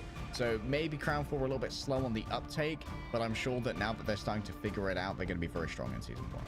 Well, I wonder what the chat thinks in terms of the accuracy of their predictions that they had coming into all of this. I just checked mine. I got like 4 of them correct with the placement. So it came down to the wire at the end, unfortunately, for that one. But it sounds like we do have the interview ready with Arya, their coach that came in and really just put everything together that this team needed. So welcome in, Arya. Nice to see you involved with this roster, and I just want to say congratulations for getting the first win for this team. I'm so glad to be back, and today I think, especially against Reason, my obviously ex-teammates, it's definitely a nice feeling, I'll be quite honest. Well, I mean, talking you go like that. You got this. Hello, Jane Draft. Nice to see you. Been a long time coming. Yeah, I mean, I was thinking of like taking the title away after the 0-4 record, but you saved it. What changed in this match for Crownfall compared to every other match so far? I'm gonna be quite honest. I'm on maybe an hour and a half of sleep. I stayed up all night, spent most of the day figuring out every single thing Reason could do, what they did, and then today just went in with Thanos draft. That's pretty much it. Yeah, we were a big fan of the drafts and how it went, especially on domination. And tell me how, because coaching is not just about being really smart in the drafts, but it's about the mentals of the players. Because, starting at an unfortunate first week, how were you able my to mods bring will the take care mentals of it, up for chat. everyone to kind of really make sure that despite playoffs not being a possibility, you're able to kind of keep everyone's spirits up as much as possible? I'm going to be honest, that was mostly Guffey. Today, just unfortunately wasn't able to attend, so I kind of stepped in, obviously, and just the whole team. I'm just so proud of everyone on the team, to be honest. Obviously we went 0-4 down last week, and then today just to pull out such a win.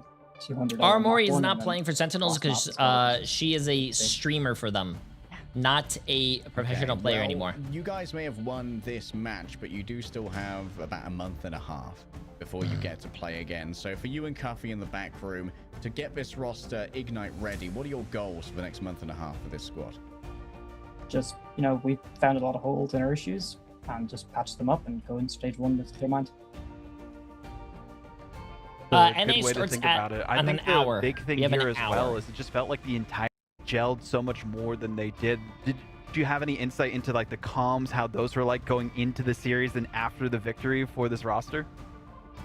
Not really much changed, to be honest. We're pretty much, comms are exact same as they have been for last week, but it's just, I think, say with the pressure a little bit eased, especially due to, you know, the game earlier on this morning. I think everyone is just going in wanting to not go 5.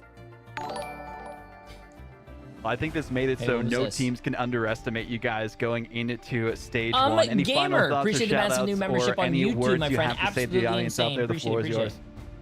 It's all thank Blaney. He's the person that's kind of set me up here. You know, he pushed me to do this and, you know, be the best I can, and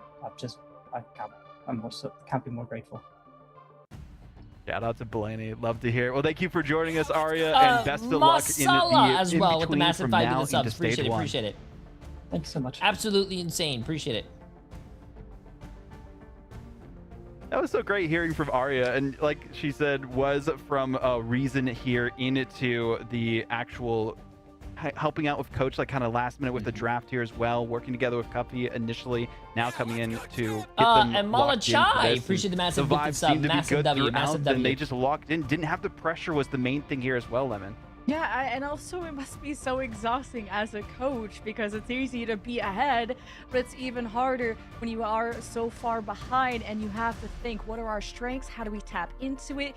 And let alone the mentals that you have to kind of align and make sure that everyone is willing. Can you to guys stop saying freedom of speech? Like, no matter what is on the you guys line. do realize, so big like, shout out to what Arya and what she's been able to do. that on shit is so not an little amendment sleep in the rest of the because, world, right? I don't know how she stays safe. Yeah, Chocolate. If you want to play, we'll play. Sleep now after 1.5 hours. Bro, I'm gonna be honest with you. I'm an American, and I don't go to another country and say, "Oh, this is my goddamn constitutional right, brother." If I want to kiss my sister in public, bro, it's another fucking country. What? Like this weekend in the final week of competition, we could talk Jesus about it now Christ, that it's all man. said and done as we wait for the playoff picture and for those group stage standings, which I'm most excited to look at. I mean, biggest surprises, like Day, you would say, in terms of the entire playing field in EMEA, who are you thinking of? I'd say biggest surprise is probably Heretics beating out Na'Vi. Like, I expected both of these rosters to be good. I didn't expect them to be better than Na'Vi. Although, I do think that maybe playoffs is going to be a different beast because Na'Vi's going to have plenty of time to try and deal with, like, these compositions that trip them up. Oh, man. It's like the 16th. People are getting banned because we and my mods want to ban people. Under 2 weeks here. We don't need an explanation. We don't need to do anything. And this chat, I am the judge, the jury, and executioner because it's my I think chat. People on the outside looking in, this is where you're going to watch a lot of these playoff teams, maybe take some of their strategies and also try to identify some of those weaknesses. I mean, we saw both Heretics and VP today. I would say VP showed a lot more cracks in the armor. They're still undefeated. They're still gods, but their teams catching up to them, right? There was Fire that almost beat them on domination. Rad really pushed them the distance today. We went to extra innings on a Rocco convoy, Central Park, which I don't think we've ever seen. At least I don't remember. So it was amazing watching Rad and Virtus Pro, just how close those two are in particular. And then imagine how now we're going to see Group A and Group B clash in playoffs. So we'll get to compare Heretics, VP. Yeah, after EMEA, there's going to be NA. That too. So it's going to be a really good playoff. We'll finally see Peps on Convergence. We still haven't seen them on Convergence this entire time. To be honest with you, I expect more from you guys. Like, I expect a lot of these mean comments to be from like a, a Spider-Man player's chat as well. But also, as I talked about, not my chat. There'll be a playoff bracket prediction in game. So you didn't do as well like I did, unfortunately, in the in-game predictions for the group stage. Hey, you have more chances for more winnings as well. Unfortunately, the new map will not be in the playoffs, even though it is. Oh, see, there you guys heard it. Still gonna be on the new patch, map is not going to be in the playoffs. Things change, but it's just season 7 throughout all of the preseason, just so it stays even for all these teams. They don't have too much to worry about in terms of like mid-season patches, the new heroes coming out like Black Cat at some point, and whoever comes out in season 8 before stage 1. So that way it's a little bit closer competition-wise here, like Dave, because there is so much for these teams to adjust headed into the preseason. Now this is the time for them to really focus in on these compositions. Yeah, like there's going to be a lot of time for that draft. Like you said, we've got, what, 2 new characters before stage 1? Yeah. We got Black Cat and whoever the inaugural character of Season 8 is, so I'm hoping it's Cyclops, but I don't know. it might change up the entire metagame. We've got 2 more big balance patches on top of that as well, plus possibly hot fixes. Like, these things are happening all the more commonly at the launches of these seasons as well. So there's so much that has to be done. Like, I want these teams to focus internally on just their calling and their drafting, rather than focusing too hard on compositions if they don't get to play until stage 1, because the entire meta could change. Like, we saw the Elsa just changed everything when it came into like their drafting as well. Like, one character just upended the entirety of like the duelist meta. And yeah, there's like an hour break till what do you call it, NA. Emily wants me to open all these, so I'm waiting for the casters to be done. But poor people like Arya, who are going to have even less sleep when the new heroes come out and a new map. And the more maps, the more heroes, the more you have to think about. How does legendary leg day's hair look so good? Why don't you ever ask that question to me? And how coaches are going to rack their brains around, do we care if they know what ults we have? Because also the ult tracking in pro play is pretty next level. So we'll see if that mechanic is going to make it so Manhattan is picked or not picked in the future. It's tough because hey Jay, can you help me figure out where to go to vacation? Like that, I can't decide between Dallas and Northern Virginia. I feel like we even saw it this weekend. At that point, just stay home. The teams who adapt the fastest to the new and ever-changing those are your 2 options, bro. Just stay home. The most, especially with Heretics, so they felt like they even have more compositions that they haven't shown yet. Their whole hand they have just hidden in the back corner, ready to pull it out at a moment's notice before the playoffs. I feel like North Virginia is beautiful. Is North Virginia beautiful? Pro just continuing to be that beautiful constant force of doesn't matter what's thrown at us. We can learn heroes in 10 hours. We got this, and then go from then on out. And then, like, we heard from Frankie Boxing from the Pep saying, yeah, I'm just going to expand my hero pool and then hope that'll be setting us up for success in the playoffs. Like, everyone has to continue to level up from here on out, and that's the big thing for these teams. So we'll see as it progresses what these teams have ahead of them, but I think this was a great capstone, Lemon, to the playoff journey for a lot of these rosters, looking at what they need to improve upon from these 2 weeks and now ahead of them, time to lock in. Yeah, I feel bad for the duelists who have so much on their plate to learn as the meta shifts always. Like, there's a good handful of heroes that you need to learn, but also I think the best teams have a really good duelist that can flex to the strategist. So having a Mantis or whatever else, the way that, or you want to for be example, here when I do the opening? That's why that team is so strong. You need to have a strong triple strategist core, and despite the ult generation nerf, the strategist still reigns supreme. So I'm wondering, and then the Vanguards just get to kind of learn the Vanguards, but it's the duelists that have to kind of learn everything, it feels. Even like some teams run triple Vanguard, so oh man, I'm kind of looking at the potentials here, and we'll see once we get the actual confirmation on the actual standings. But we know Group A, at least we can talk about. Heretics in first, 10 map wins is insane, not dropping a single one there. Na'Vi right below them, 4-1 with their record with 5 map wins. Shikigami 3-2, Peps 2-3, Alter Esports 1-4, and then Pulsar still looking for their first series win in the Ignite ecosystem itself. I mean, talking about that a bit, like what does Pulsar really need to focus on going from now into that stage 1? I mean, the thing with an 0-5 team is that you can say anything, right? We just need to work on our aim, our mechanics, our comms, our ults, our drafting. Okay, I'm pulling it all out. Yep.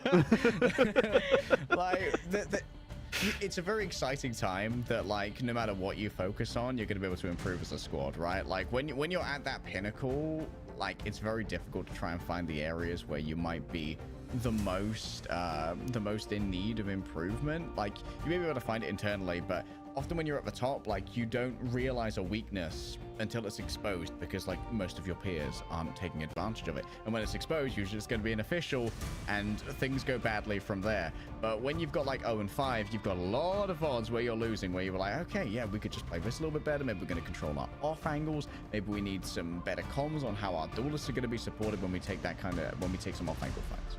Well, also, everybody can level up their play. Also, if they pick up the esports bundles, you know, we heard from Team Heretics, there's a 30% win rate boost if you pick up the Heretics bundle. And I'm sure the same thing, Allegedly. you know, maybe you could also go undefeated if you get the Virtus Pro one. And Na'Vi, well, you'll still look good being 4-1. Born to win. At least our partner teams are as goated as they are. And of course, it's not even just the skins, it's the cool emotes. There's the playing for vibes spray that everyone loves. But if you guys want to support the Ignite EMEA scene, go and check out those esports bundles. I want to open my ducks, bro. Cool. And you can even just get all of them. Are they almost done? And also, for those who are a fan of like social media, the Rivals Esports official Twitter is doing a giveaway for an entire bundle for multiple people, free I believe. shit. Definitely make sure you follow that. I think it's until like May that they're doing that as well. So yeah, you can go back, find the tweet as well, and sign up for that too. They post all the updates, all the results, and they've been doing a really good job with like the graphics and everything. So if you want to know when the upcoming matches are, not have to boot up the game or any other social media stuff for that, definitely recommend following them. You can also follow us too in the meantime as well. You know who else has been doing a great job, Vod? All of our co-streamers. I know that a couple of teams have picked up some unique co-streamers for them. I think VP have grabbed Boga. Heretics have Craggy, both very charming individuals, and both of them have huge insight into pro players, all having competed at the top levels of MRC and even MRI themselves. Yeah, and you might be wondering why we're yapping so much right now. They're still calculating the final bracket and standings, double-checking everything because we want to make sure as we announce it for Group B that is 100% correct, that we know who is making it into those playoffs. So we'll get that as quickly as we can. But as you mentioned, I think we're going to know who's going to be playing the playoffs after. Okay, chat. We're going to go play some quick play. We're wasting time on our quick play time. Playoffs. Don't talk about. Okay, let me open this real quick because Emily wants me to do this. Okay, let's see what this one is going to have. Oh, wait, or this one. Is this the one I already opened up?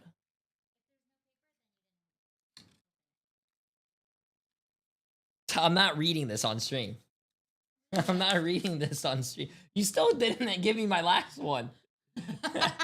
I'm not reading this on stream. No, I'm not reading that. Well, you're not getting it. Well, that's fine. This is a holy chat.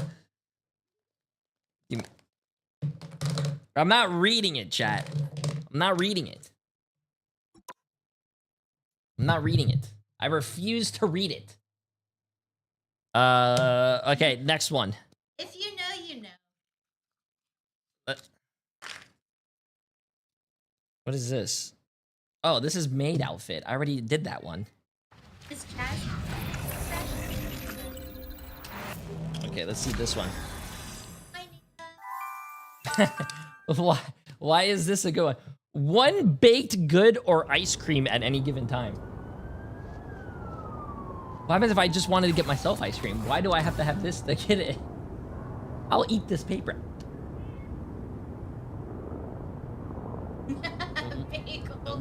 Why are you guys saying bagel, bro? Okay, let's see this next one. What? There is no way I will ever do this one. Chat, look at this.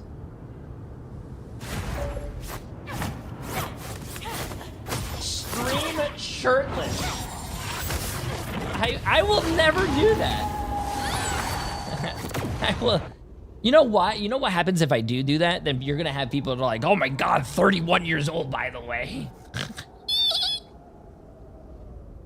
31 years old, by the way. Even though you guys should see the thing I spend all my time working on. One free play Tarkov or whatever. I don't even play that game anymore, so that's not even a good one. Because someone got me off that game, which I do want to play Tarkov. I got ripped off. This one didn't have anything. Oh, that's wrong. Okay, let's see this before we go play quick play. One free pass to McDonald's. I'll pass on that one too. We don't eat McDonald's. Okay, let's see this.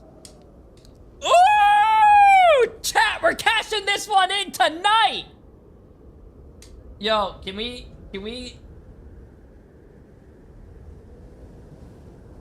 Yo, chat, we're cashing this one in tonight! 1 hour massage. Yo! And the one I didn't show you guys, we're gonna redeem it at the same time. It's a 2-for-1 special. One free I can't show that one. Okay, let's go play some quick play.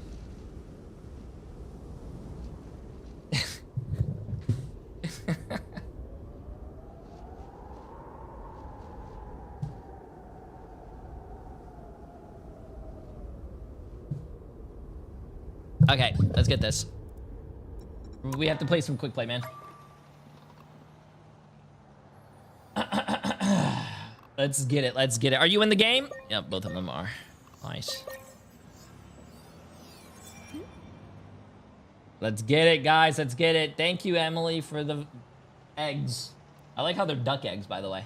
You for agreeing to striptease for us. Hey, what massage are you getting tonight? Hopefully, hopefully, I don't know, man. Hopefully a one with a, I don't know, great ending. I'm talking about a regular massage, bro. Yeah, like, you know, the great ending is the one where you get, like, you know, you get a massage and you get up and you're like, wow, my body feels really rejuvenated. That's the ending I want. Because you don't want to waste your money and go get a massage and then you're like, wow, that massage is kind of ass. I spent, like, you know, this much money. I don't even feel good. Pick your hero. Yeah, but you're not spending money, though. Ay, ay, ay, ay, ay. Peace to this universe, no matter the cost. Okay, chat, let's get this.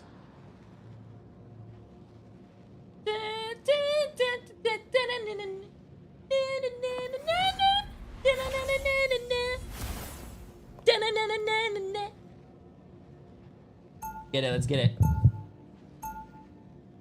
I'm feeling good. I am feeling good. I am feeling good. Gotta hit the flanking Adam Warlock, chat. We got about 50 minutes of quick play. 30 seconds before you attack. Get ready. I make great use of someone with your skills. What say you? I will bring peace. I'm not the type who. I am the golden god. I'm simply a man who wishes to use his power for good. Okay, let's get this. That's what the devil always says. The battle starts in 5, 4, 3, 2, Okay. 1. Flanking Adam Warlock, chat. Let's get it. Capture the mission area. Got it? A shield. So, How nice. this is where the Viking gods live? Glad I brought my armor. I'm with you, Chocolate. Whoever they are, they don't look friendly. You mean to press that? It's fine, it's fine. We got this. We got this. Oh, I need help. My TV's Where are you? dead. Oh my god. Oh my god. Oh my god. It's my first game on. My aim is ass. Ooh, let's hide. Let's hide. Let's hide.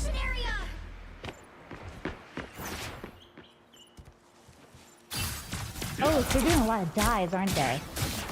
You went in, bitch, Jay. Maybe. Chocolate, I suck, bro. I can't kill her. Jay. Chocolate, where are you? I died, Chocolate. Where are you? You went in this, man. Chocolate, bro, my aim is so ass right now.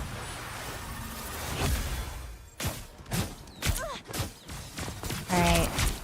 There's 2 supports, but one of them is on a side Bro, quest. my aim... My aim is shit right now. I am doing so good, but... Oh, I keep getting fucked. Do I go for support? No, I'll play with you. I'll play with you. My aim is atrocious. I gotta warm it up a little bit. Their team's capture progress has passed the halfway point.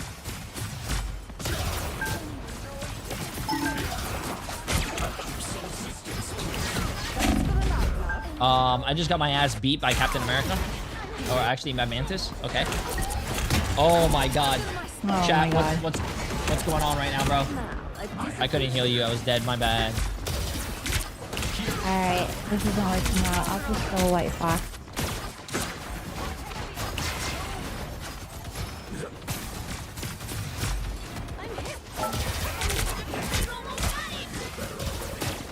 What? How's that not a kill?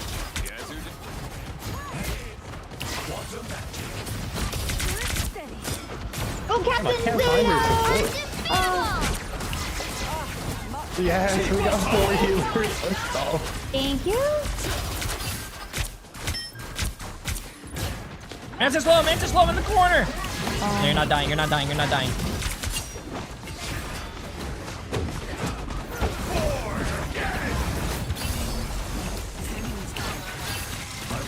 Oh my god, I'm on cooldown. Just blame our team. Blame our team. Blame our team, chat. Blame our team. It's never our fault. It's always our it's always our team.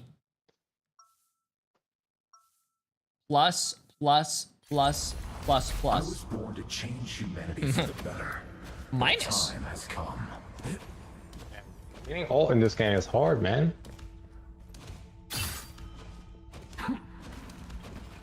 Bro, my aim Get ready.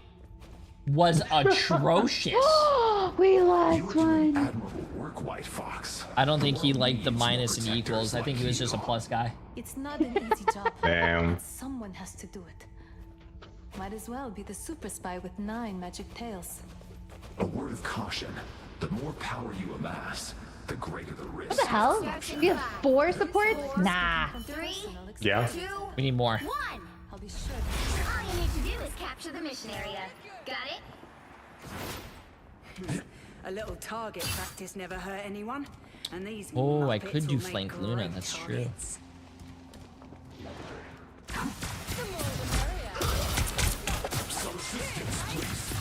It's a 1. Alright, Captain has nowhere to go for now. Don't mess with the amazing Spider-Man!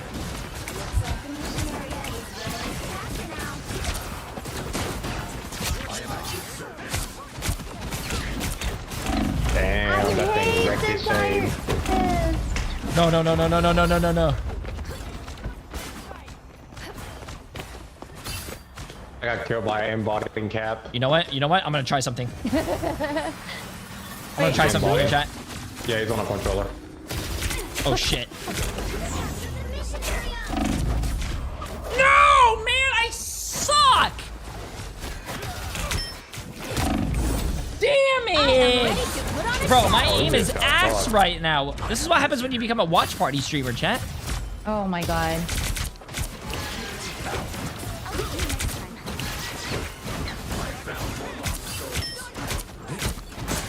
I have a fat brute ult coming up right after we get out of the swan.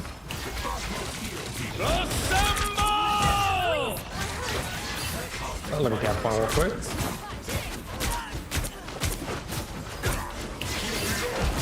Get them! Kill them all!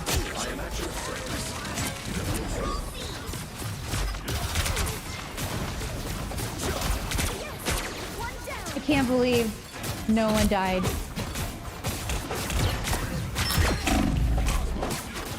Nice, Jay. I don't know what you're doing, but stuff is happening. Oh, I just killed one person. My aim is ass. There's a Spidey right behind y'all, I think. He's low. Undefeatable!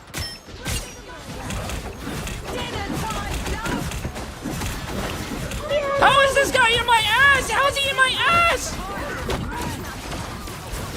Nice. Wait, oh my god. Huge res. Go in there and die. It's my turn to res. Let's go. Chocolate, he's one. Shoot him. No, my aim is so bad. My support's got me, right? Yeah, you're fine, you're fine. Okay.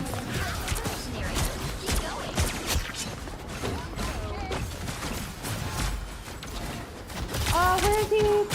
He's the iron bitch. The iron bitch! Oh, sorry, Boba. One shot, bro.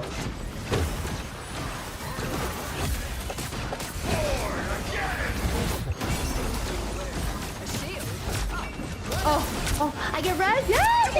With the amazing Spider-Man! You got res in.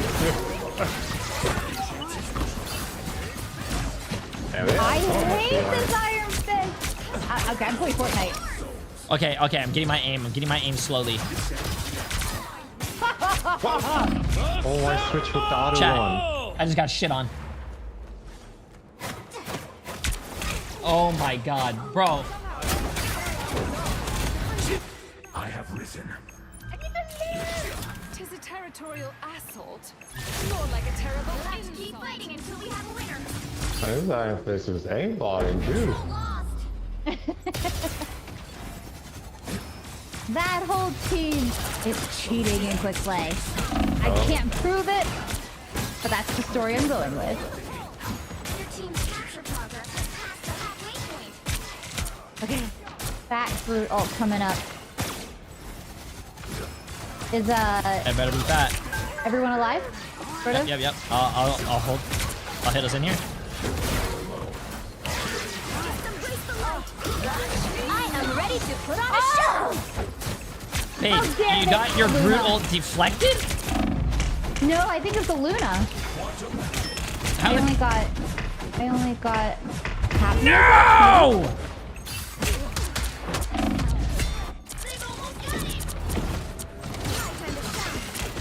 No, that's side each one. There's still so much to do.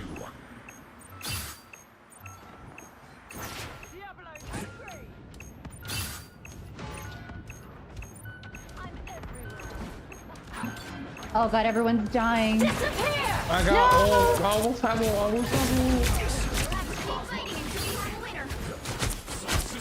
I guess I could cheat. Oh wait, I didn't mean to do that. Protect my stats! Fuck. I didn't mean to do that. 15 deaths. Holy shit. I hope that guy's okay. Hey, that's a Lord Elsa. I was probably not getting healed by me. Chat, what do you mean no heals, bro? Man, why is I had 8,000, 6,000, 7,000 heals. Six or seven. No, that's 6.8. That's around 6 or 7 here. Yeah, 6 or 7. Bro, my aim was atrocious. Close game. My aim was non-existent. Yeah, maybe you need to play the game more. It's the watch parties, man. My aim is disappearing for the watch parties. Do we need to be in Dallas? To win this Or- one. Okay. Okay. No, chat, I gotta do it one more time. I gotta do it one more time, bro. Ooh, this is defense. Oh, wait, defense? Defense? Open your eyes. Reality is but an illusion. Wait. Is your Adam level 18 close to Lord? No, my Adam is not level 18. It's level like 8. Okay, chat. Yo. It's the enemy team. There's a J2 creamy. Wait. I want to do what? this. 30 seconds before you attack. Or do I flip it upside down? Chat, do I flip it upside down or do I do this? No, I do like this, right? Curious. I thought that the Glartros Upside was down. bonded to your brother And then how do I do this portal? Do I do this portal normal or do I do it normal or do I flip this one? And for purposes Normal like this? Battle starts in 5, 4, 3, 2, 1. You have to stop them from securing the mission area. Ah, a little slow. God damn it, chat! Where there's evil in this universe, I will be there to balance it. Yo, go to the point. What are they doing? I'm flanking this door. I'm flanking this side. You guys ready for this? Watch this. What are they doing, man?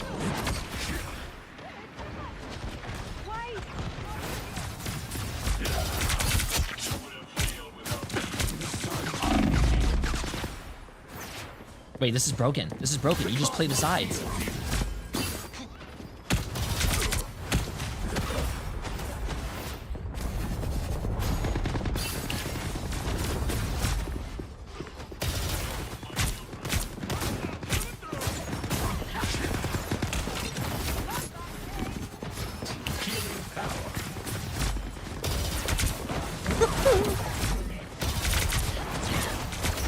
What the?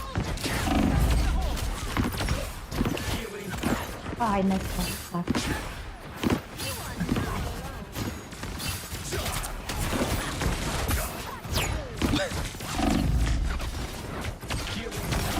These guys are stalkers!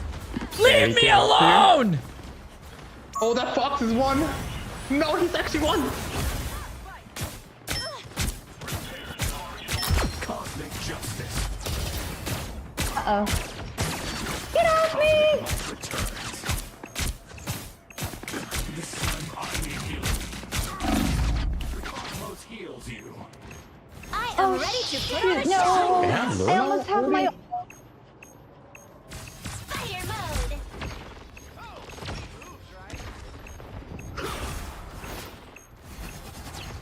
Do not give in. Wait, where the hell is the Bucky at? We killed him. I'm not getting off the point!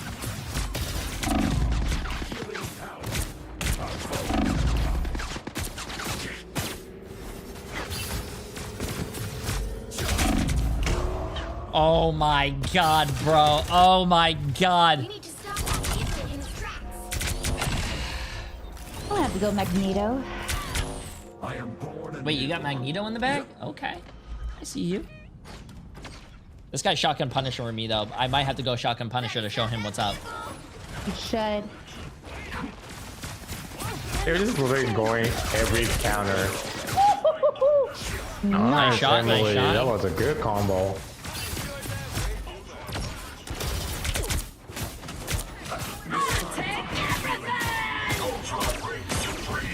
Rogue is low!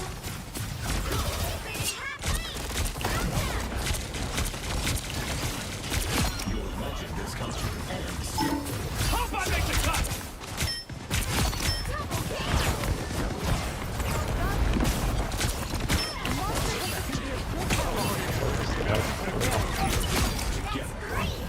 Cosmic justice. Stop them in their tracks. 1-8, 1-8. Guess you could do something after all, right? There's no way you went Angela for this, bro.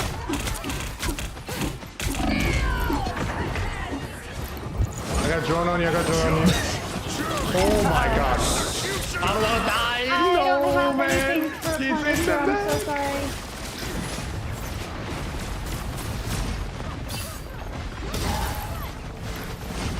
Wait, this is a rest spot. Damn. Oh, I got kidnapped! I got killed by J2 Creamy.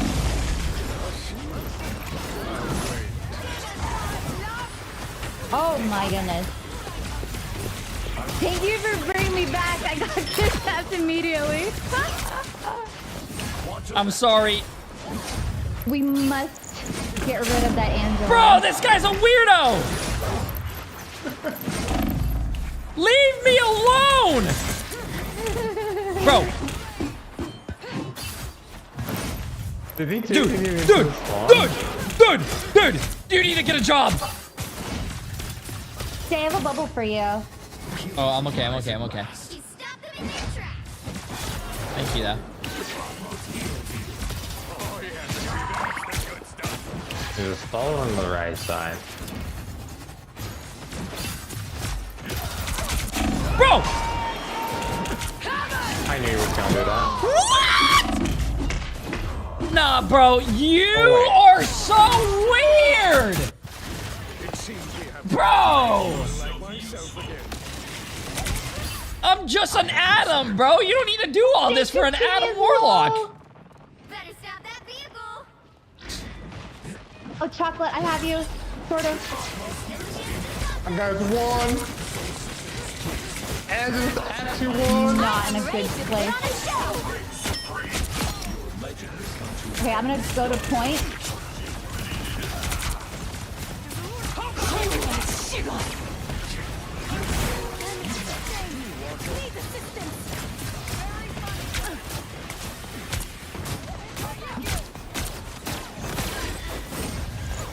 Guess you could do something after all, right? I have mag ult or Punisher ult. Yeah, these guys are horny. Yeah. No, that guy's one. Hey, Choco, when you get a chance, can I get a top off? Yes. Thank you. Follow me, I dare you. Follow me, I dare you. You don't have the balls? You don't have the balls?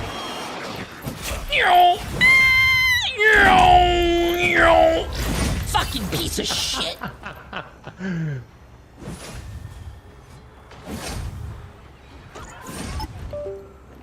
Oh shit, wait. My face cam froze.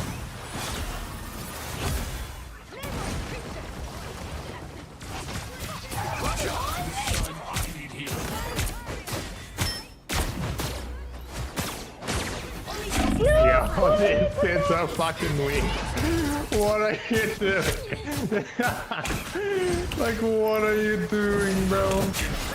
No. No. No. These kids are so weird. What are they doing? No, I couldn't res. I have a stalker. Someone called the police. No, you dude. think you got a stalker? No, you. This guy. This guy I is. have this guy on IF is chasing me around the whole map on aimbot because he can't aim on Punisher. I got an Angela chasing me, bro. I don't know what to do.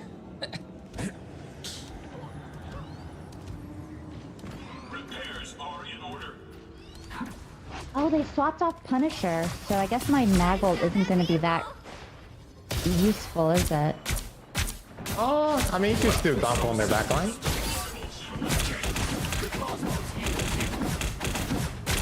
You know what? Okay, okay. No! I meant to do the Angela!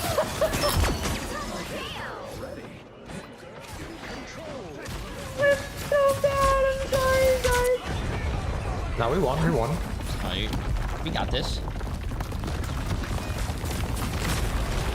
Here comes the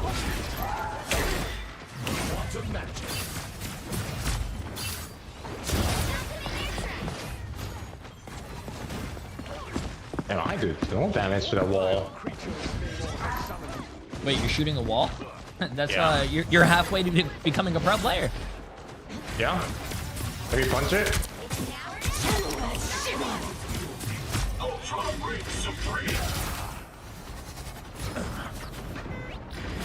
Only 60 seconds left. Hope I make the cut. Yo, this guy needs to get a life, man. Why are you fucking trying to aim at me on Fantastic, bro?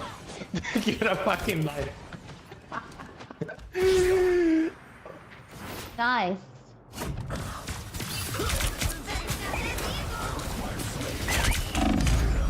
Piece of shit. Down to 30 seconds.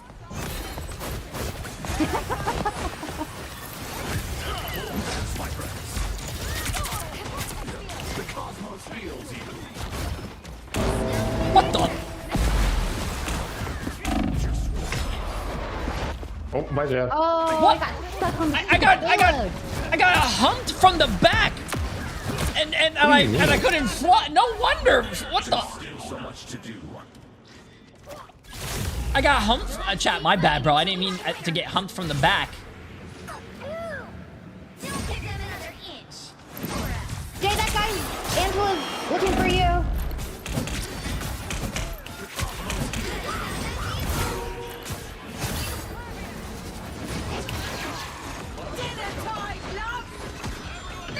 Watch massive. Fantastic! That's massive. That is actually massive. I'm trying to get the... Wait, he's massive on it. Wait, W! Nice. Nice. Some of the people on the other team should be arrested for some of the stuff they've been doing.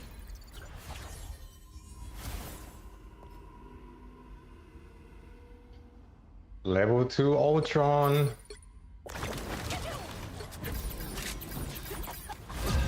Good shit, good shit.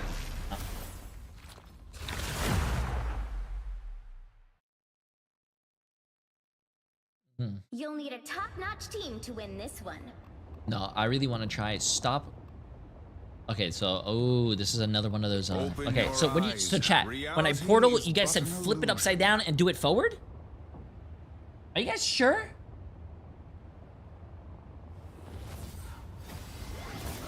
Okay, I'm gonna trust you guys one more time. I swear to God, if you guys lie to me.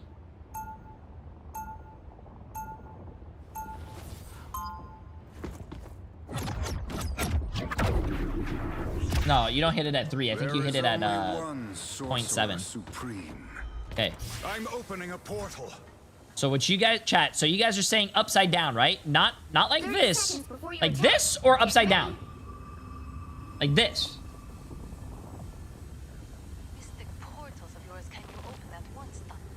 Facing down. So facing down. Yeah, let's go, Chip.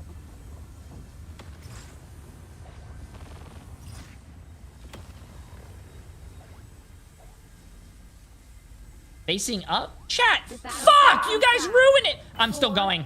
I don't give a shit. You guys ruined it. You guys lied to me. You need to get better at that. No. My chat are liars and sinners. You guys are liars. Ooh. You have a fucking iron fist again, man.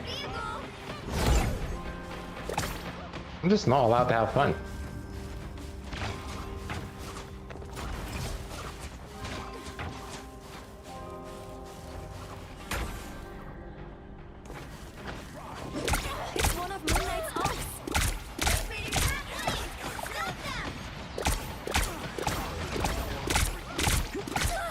Yep, that was fun.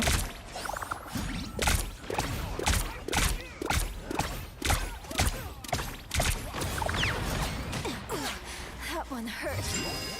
Oh. There's still a chance to stop them. I'm coming.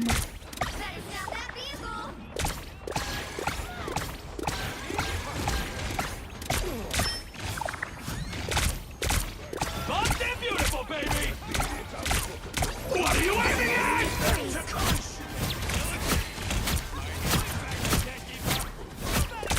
Oh, is Jay flanking Luna? Cute.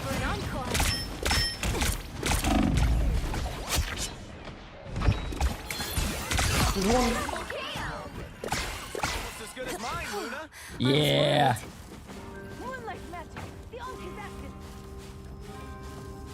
I went White Fox for you, because I think you get like a cool team up. You're too nice. Thank you. Oh, 1 second. 1 second, chat.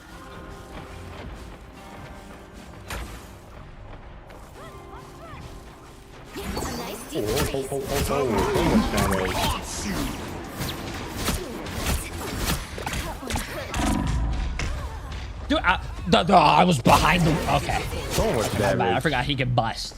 My bad. My bad, chat.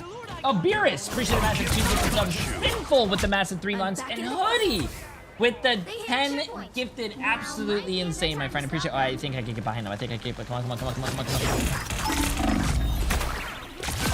Who the hell do you think you're doing, bro?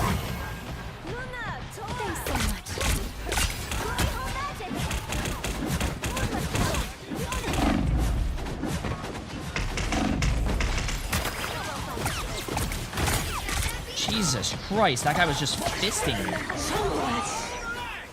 Us against the world.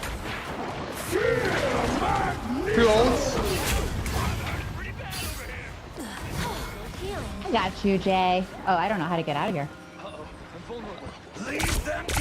my god. I am ready to put on the show. Woo! Win you, Jay! Emily, I'm with you. I'm with you, Emily. That means it's not TP with to me! you. TP to me! Wait! Oh. It's one of Moonlight's off. TP to you? What did you say? There's no way this guy's chasing me, bro. There's no way.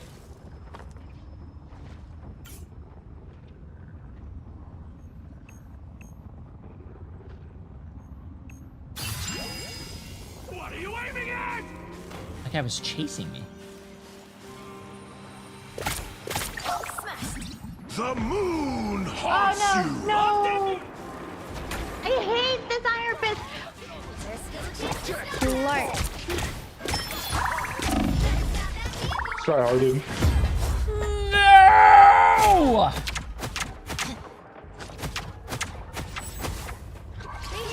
Damn it, bro. If this was a Dallas server, we would be popping off. All right. Oh wait, let me give you Flake. I think Broken Ashtray is figuring out how to play the game. They're struggling. Nice! Good shit, Jay! Good shit, good shit, good shit.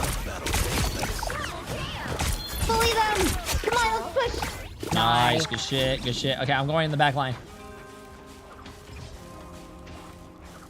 Alright. Holla if you need help. I got you. I'm gonna annoy them from here.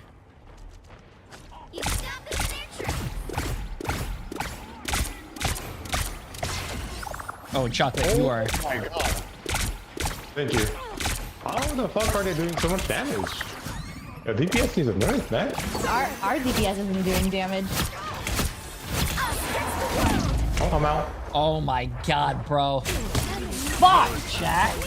Yo, Mr. Too Mellow. Appreciate the massive prime sub. How you doing? Kind of worried. I don't think the mag likes me.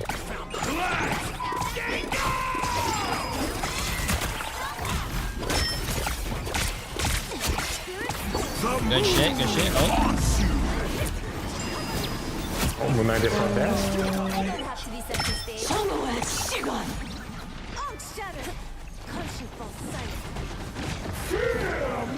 Oh god, what do I do?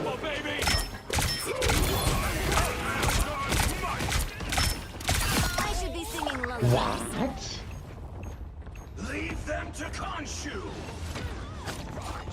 They got me good.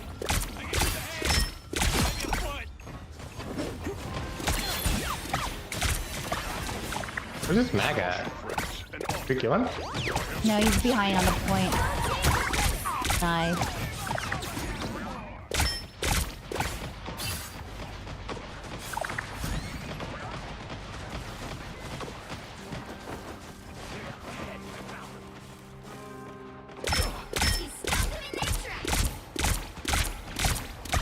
I have my ult, like I don't know when to use it though.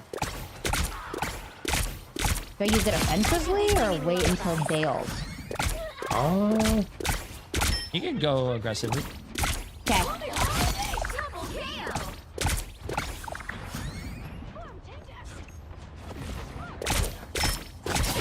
Okay, I'm running back now. I'm scared.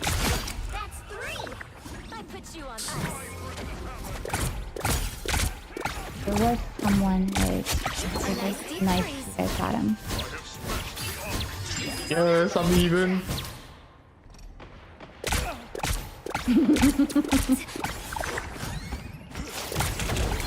Snowball fight.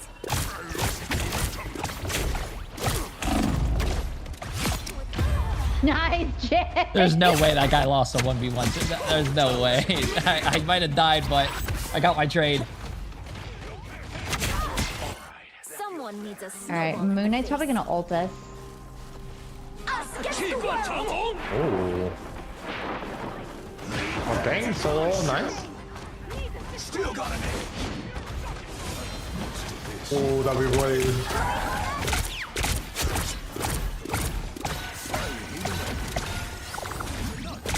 Oh, the guy's so low. The Black Panther behind y'all. I am ready to put on a show. Okay, that's good. Nice. Go! Go! Go! Go! I'm not looking back. I'm not looking back. I'm not looking back. Yeah,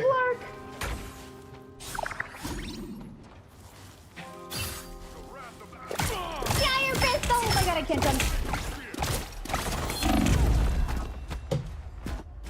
No, he didn't die? I fucking right-clicked! I'm making a comeback. Chat, bro, I right-clicked, man. I right-clicked. Travel before fast. Man, this play has all every part.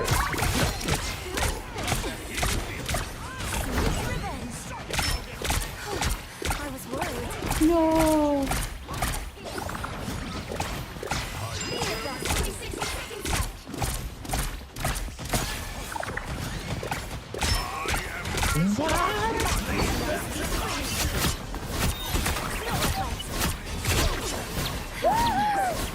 Nice, good kill, good kill, good kill. As good as new. Squids, good. Forearm.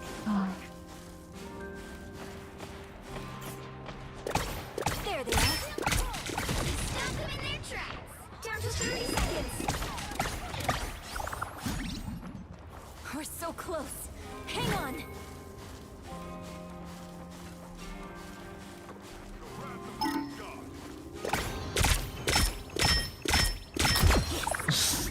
Nice kill, nice kill. Iron Fist players are fucking weird, man. He's one, he's one, he's one.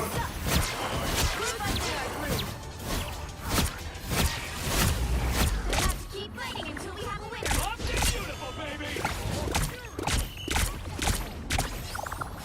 Nice. Contour proof. Snowball fight. Wow, I can't believe we actually won this.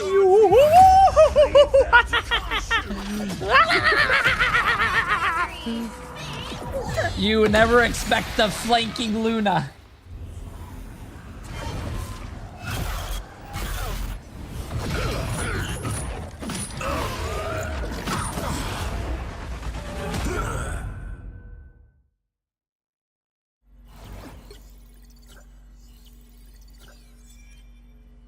Play beef is crazy.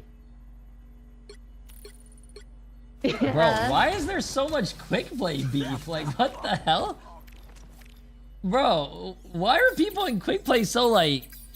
It's not comp, it's quick play, bro.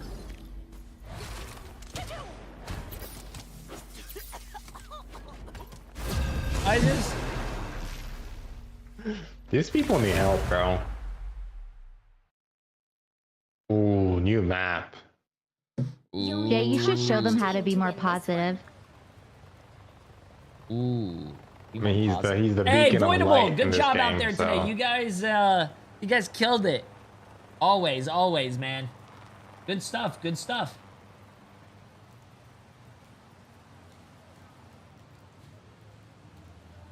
Wait, what did you want me to do? Add more positivity to quick play? Oh, okay. I thought you wanted me to like to do it with a character. Ooh, what should I do? Should we do Shotgun Punisher? We could do Shotgun Punisher. We could. 30 seconds before you attack. Get ready. We could. You know what? Only cowards see We shades could. of glory.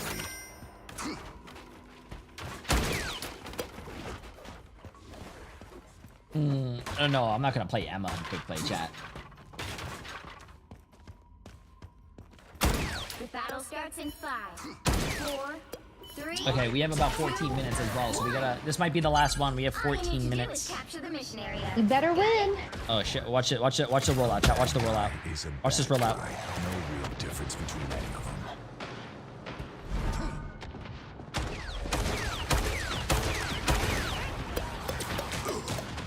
Oh, and they're running Groot. It's perfect.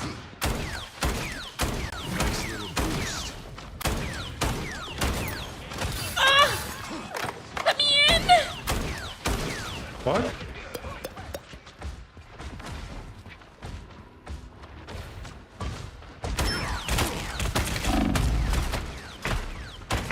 No, bro.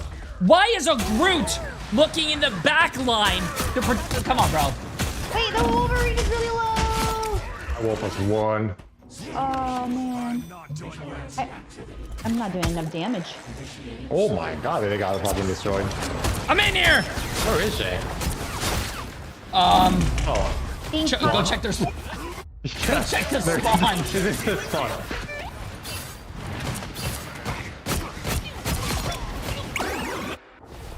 extended my deployment. What the hell, man?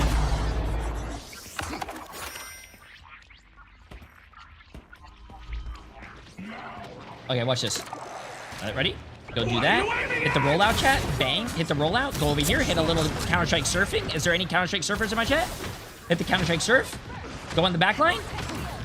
Wolverine, no, he's so low. I'm gonna slightly just run away because that's an Invis woman ult. No, chocolate, I'm sorry. Oh my god, we couldn't finish her off, man.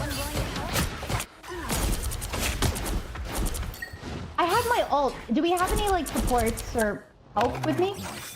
No, but I could go distract them for you. Yeah? Yeah, I'm going in. Distracting. Oh, he ate you. Unlucky. I hate you so much. What do you mean you hate? Wait, he shot me back out to live. Okay. All right. What is a good... We got brutal though. How's that our fault? No, I didn't want to be right. Oh. This is cursed. Oh, these kids are just tryharding. Oh, wait. They have a lot of DPS. Or, they have a lot of tanks? Okay, I'm gonna go Moon Knight. Moon Knight's good. This is not over. Okay, Chad, this might work.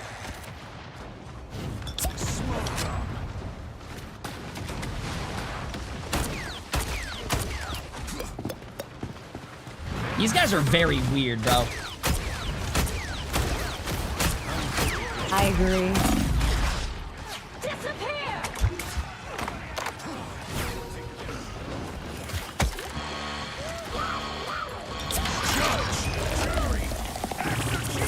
Yo, Jay. What? What? What? You said Jay. I thought you had someone swallowed in your mouth, and I looked around and I fell over. I just threw you at them. What do you mean? I was ulting. That's what I'm saying. I threw it. You threw them at me, so I died. No, so you can kill people. Oh, you have an easy You get a weapon. You get a weapon. Frank's doing what he does best. Discount. Oh, we I'm went in here. You guys have no heals. Yeah. I'm so scared.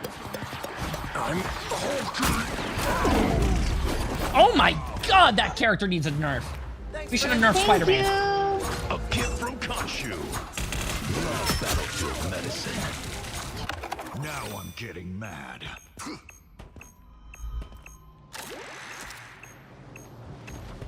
to 30 seconds.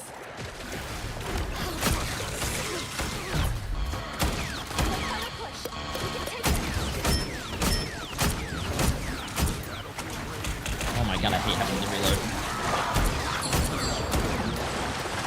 And he's still AM? Oh, shit. What the fuck?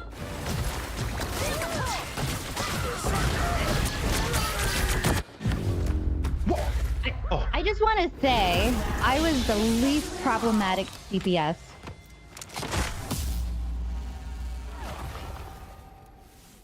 I agree. Oh, we can play one more. We can play one more. There's 10 minutes on the timer.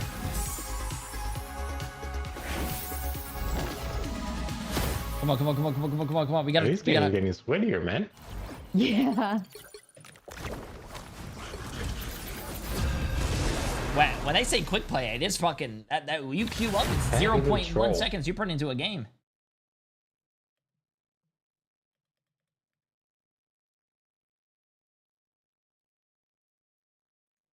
You'll need a top-notch team to win this one. Oh shit! I accidentally closed it.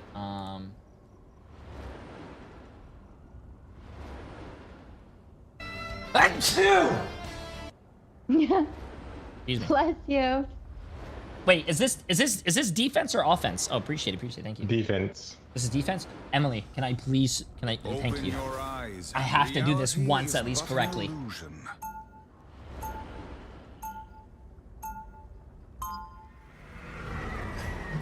Okay, so it's upside down and forward. That's what you guys are saying.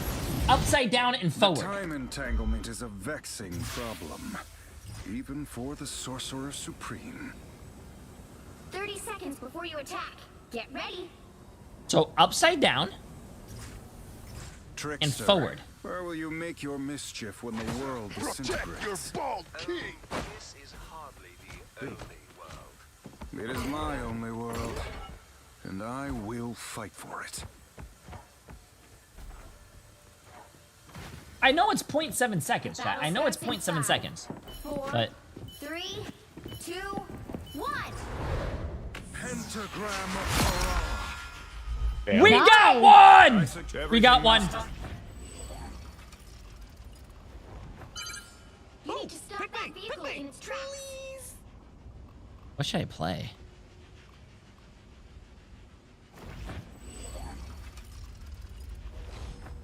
I don't know what's a really... No, he has a mask on. You know what? I'm trying Hulk. Wow.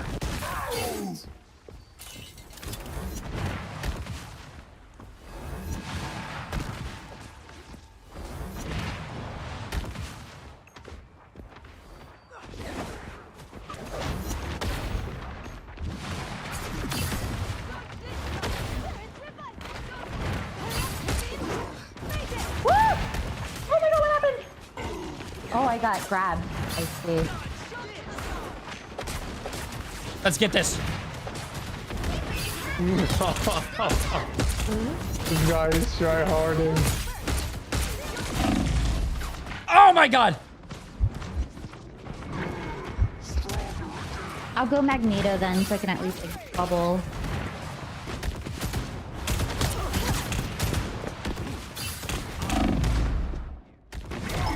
There's a spider here. Better stop that vehicle.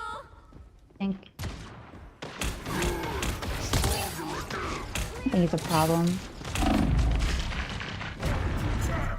There's still a chance to stop them.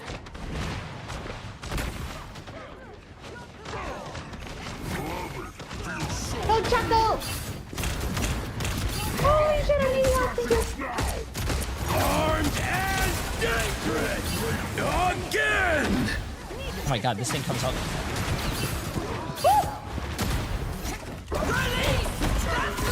No way. It's me, bro. Balance actor. What? Nah, bro. Nah, bro. Nah, bro.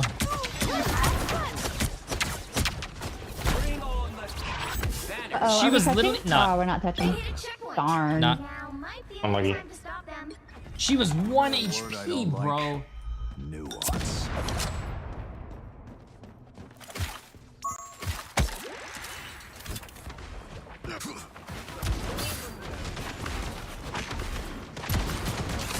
Nice, Chocolate!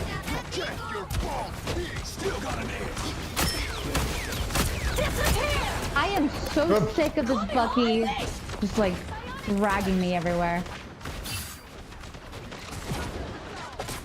Dinner time, love! By the eye of Agamotto. Look at sir! They're now both supports. That's Nice. good. I want that gun. I'm good to go. Good shit. Oh, you went on Pun Pun? What happened to the Hulk? I bounced around and then I died and then after getting 15 health packs and I gave up. Understandable. What?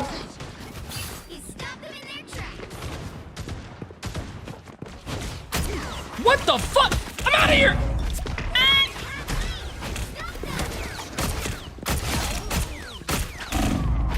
Well, at least I got a trade. Oh my god, that attack is not real. Oh Okay, this is Okay, perfect guys. timing, chat. This is perfect timing. There's 4 minutes left. There's 4 minutes on the thing. We gotta do this. Out of sight. Thank you, Chocolate. No problem. Who plays Elsa in Quick Play, man? I think that's so much damage. Okay, I'm gonna ult behind them. You guys ready?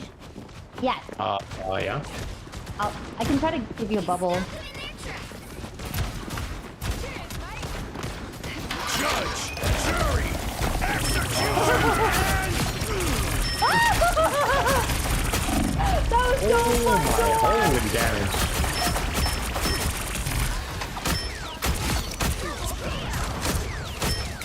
You might be the best there ever was. I'm reloading! Thank you for the bubble. Oh my god. Oh, nice shot. You got this. You got this one, right? I don't know where she is. Oh, I found her. I found her. She's right here. There. What the? She's too skinny. I'm fat. Nah, bro. That's no. No. No damage. They taking no damage. Hey, team, enjoy the amplifier. Holy shit.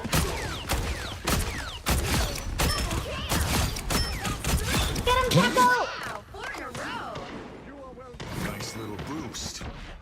What am I taking damage from? Behold my magnetic mastery.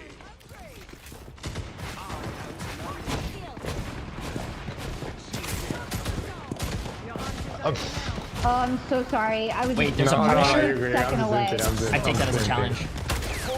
Stay away from her. What?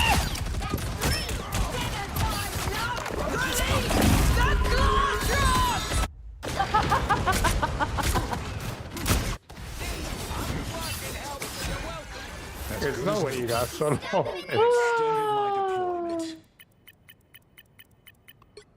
Is this considered a spawn camp? Yeah?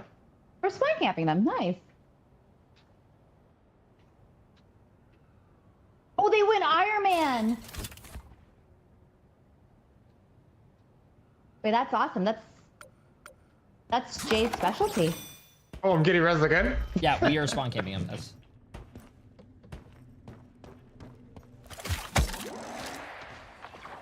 Get hurt, Nowitzki! Your powers are mine! He's washed. Oh my.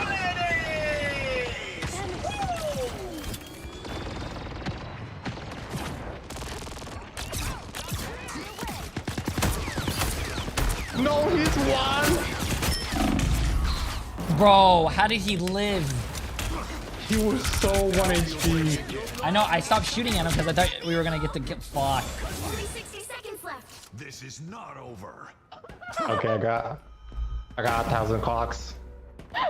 I pushed the Punisher off the map. I'm so proud of myself. Nice. That's huge. Wait, you killed the Punisher? I'm gonna spawn camp him. I was always coming back for you. Smoke up.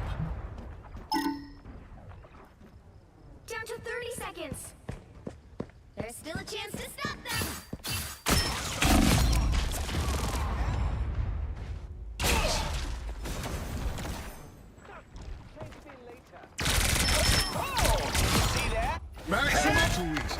Really? Nothing yet. Oh, nice.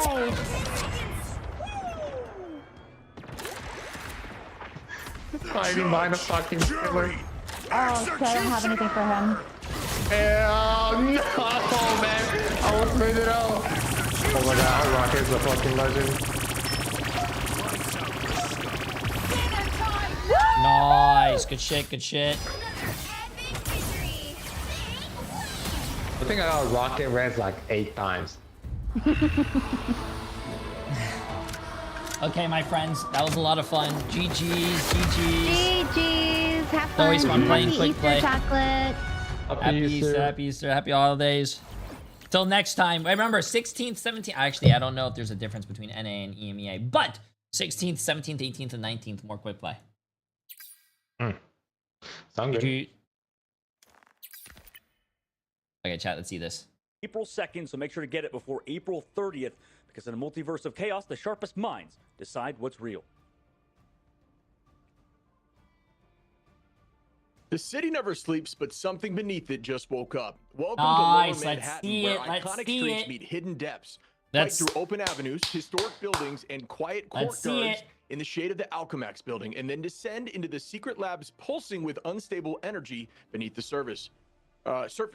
The street level clashes to tight interiors and vertical engagements. Every corner shifts the balance of power. This isn't just New York. It's what lies underneath it. This was available on April 2nd, so it's out right now, folks. In Marvel Rivals, the city is only the beginning. New maps and, of course, new Twitch drops. Ladies and gents, they arrive with the Ignite preseason. Tune in to participating channels and watch your favorite streamers to earn exclusive rewards, including a spray, a nameplate, emotes, and an exclusive Gambit costume. I mean, you've probably got it already, but if not, make sure you get it before it finishes May 30th, 3 p.m. UTC. Oh, Wicked, by the way. Support your Pre-season favorite 3 months. teams, and Sorry, follow Reese. the road Pre-season to 7 victory months. as the Ignite preseason heats up.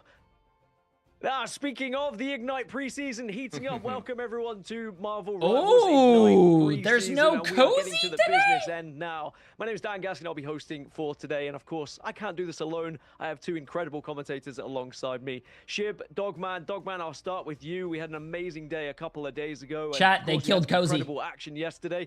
I mean, what did you think of what went down yesterday? I mean, I was in awe. I mean, there were so many different things. A standout for me, I believe, was the spawn camp, the spawn hold. One of the first teams today that is competing for 5 minutes is crazy on Central Park. But I mean, really, at the end of the day, my overall thoughts, and I'm curious about Chip's take on this too, is that I can't believe that it's the preseason. I mean, like the fact that we're Nightmare still against this early on. TSM. Well, the Ignite, that's going to be your first overarching macro predictions, scheme of chat. things is exciting, and I just can't wait for it today. Yeah, there's so much more coming, right? I mean, again, there's still options for roster mania as well, but the teams have been so tight. It's any given day for any given team. Today is very much a make or break it, right? Gaskin, it's teams can go through right now to the playoffs or lose everything in these matches today. So there's a lot on the line. Yeah, I think there'll be a lot of teams biting their nails, hoping that other teams lose, and maybe I they think can scrape their way TSM through needs to win to this. playoffs, or will they be Move on. sent home? Okay, chat. eliminated nice and early here in preseason. Well, I'm gonna this start your is predictions the now because I think, preseason schedule. Of course, we are currently amidst starting the pretty group soon. I have to go stages, pee. but Give me that a is going to second. end right here, right Yeah, now. man. Today, Hey, yo, that before we quick play. progress into I was playing like playoffs. ass. Remember, only 8 teams will progress from the 10 that we have in preseason at the moment. From the 12, excuse me, that we have in preseason at the moment, and they will be the 8 of the best, and we'll see them duke it out before we move forward, of course, into the actual main season, which I cannot wait for, but it has been so juicy thus far. Now, remember, this is not the only stream that you can watch this. We also have the Spanish watch party as well that is going to be going down. If you want to check out any of our incredible creators, commentators in Spanish, that's where you're going to get it done. They've been so good thus far, and I'm sure they will continue to do an absolutely incredible job. Now, if you are wondering, you know what are these guys playing for?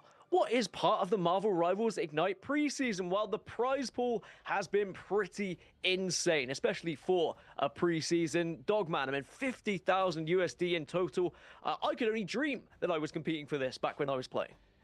Yeah, this is a big chunk of change for all these guys. I mean, especially as the teams moving up from MRC, you know, on top of the fact that there's a lot of other squads getting salary now in the partner teams, and you know, with all the new skins, the esports skins as well coming alongside with a Deadpool in game. I mean, yeah, it's awesome. $50,000 and 16, like you mentioned, for first place, dude. So 50K just for the preseason is kind of nuts. It's absolutely nuts, and it's only going to get bigger and better as we move forward through the seasons as well, and I cannot wait for it. Now, in terms of map pool, of course, we have plenty of maps. There's new maps that are being added constantly throughout the game. Shib, I know you have your favorites, and I know we've seen some played a little bit more than others so far in preseason. What are you expecting today, and what do you think of the map pool at the moment? You know what? I love the map pool, without a doubt. I want to see more Yggdrasil, but that's just me being a little bit selfish. One of my favorite maps, and teams just aren't electing to run a lot of Yggdrasil. We're seeing a lot of Midtown, Central Park, which, you know, I love those maps as well. I'm not going to lie to you. Domination across the board is a game mode that I personally favor. So, you know what? We're seeing a lot of fun, exciting stuff. I just think that these, you know, these early spawn hold triple comps are fun to watch. So looking forward to seeing more of that. Well, if you're not familiar with Marvel Rivals competitive and Ignite in general, we have an interesting system that you might not have necessarily seen if you are lower ranks. We have the ban and the lock scenario, where a lot of our players will get the chance to get rid of heroes or protect heroes that they may be wanting on their team, which is a very important phase in competitive Marvel Rivals. Dog, I mean, this is something that a lot of teams have had to learn about when it comes to bans and locks and knowing how to target enemies and what to protect for your own sake. Yeah, it's as you mentioned, we have a lot of new players joining us, so welcome if you're coming from the more casual side of Marvel Rivals and maybe dipping your toes into competitive for the first time. But yeah, Gask, we have the Ban and Lock system, which is a 10-step system, in which if you just follow it by the numbers, how's the it's prediction pretty going? simple, right? It may look complicated, 64% on TSM, TSM, 36 on Nightmare. Really, Nightmare has not won a single game, but Nightmare asynchronous a little bit where the Nightmare, remember, they left the game pretty fast yesterday. Sorry, the team on the bottom will go for the protect first, and then the team gets a choice to ban against that just for the other squad. So it's 4 specific bans for both teams at the end of the day, right? So like you mentioned, there's a lot of sort of theory crafting that goes into it. I've seen a lot of already memes kind of go into people, you know, in the coaching staffs of a lot of teams being maybe not the best drafters, but sometimes it's hindsight, right? And the best strategy and the best players are always the most flexible. Let's see it. From what we've seen so far, so you have to maybe slot in the correct choices. But yeah, it's a lot of fun so far with the ban and lock system that's taking place in Ignite, which is different than MRC's global ban system. Certainly has been a game won and lost sometimes in the ban environment. If you ban badly, you might not be able to succeed. But this is the lay of the land and how the teams are ranked up in each group at the moment. Starting us off with Group A. Obviously, Shib, we've seen SG absolutely dominate, but there is still everything to play for everyone else in this group. Oh, yeah, Sentinels and against 100 Thieves are today, so one of them lost a map to fly at the if you need a win. Yesterday. We talked about how crazy this bracket is, this group is, in just the Americas region. Swamp Gaming kind of dominated their group, though. The fact that that's available, Swamp hadn't lost a single game before that, and so it's just so tight-knit, even though it looks so separated here. Swamp, NRG, 100 Thieves, Sentinels, Cafe Rose, all of these teams have talent. I'm just looking forward to seeing who actually makes it through.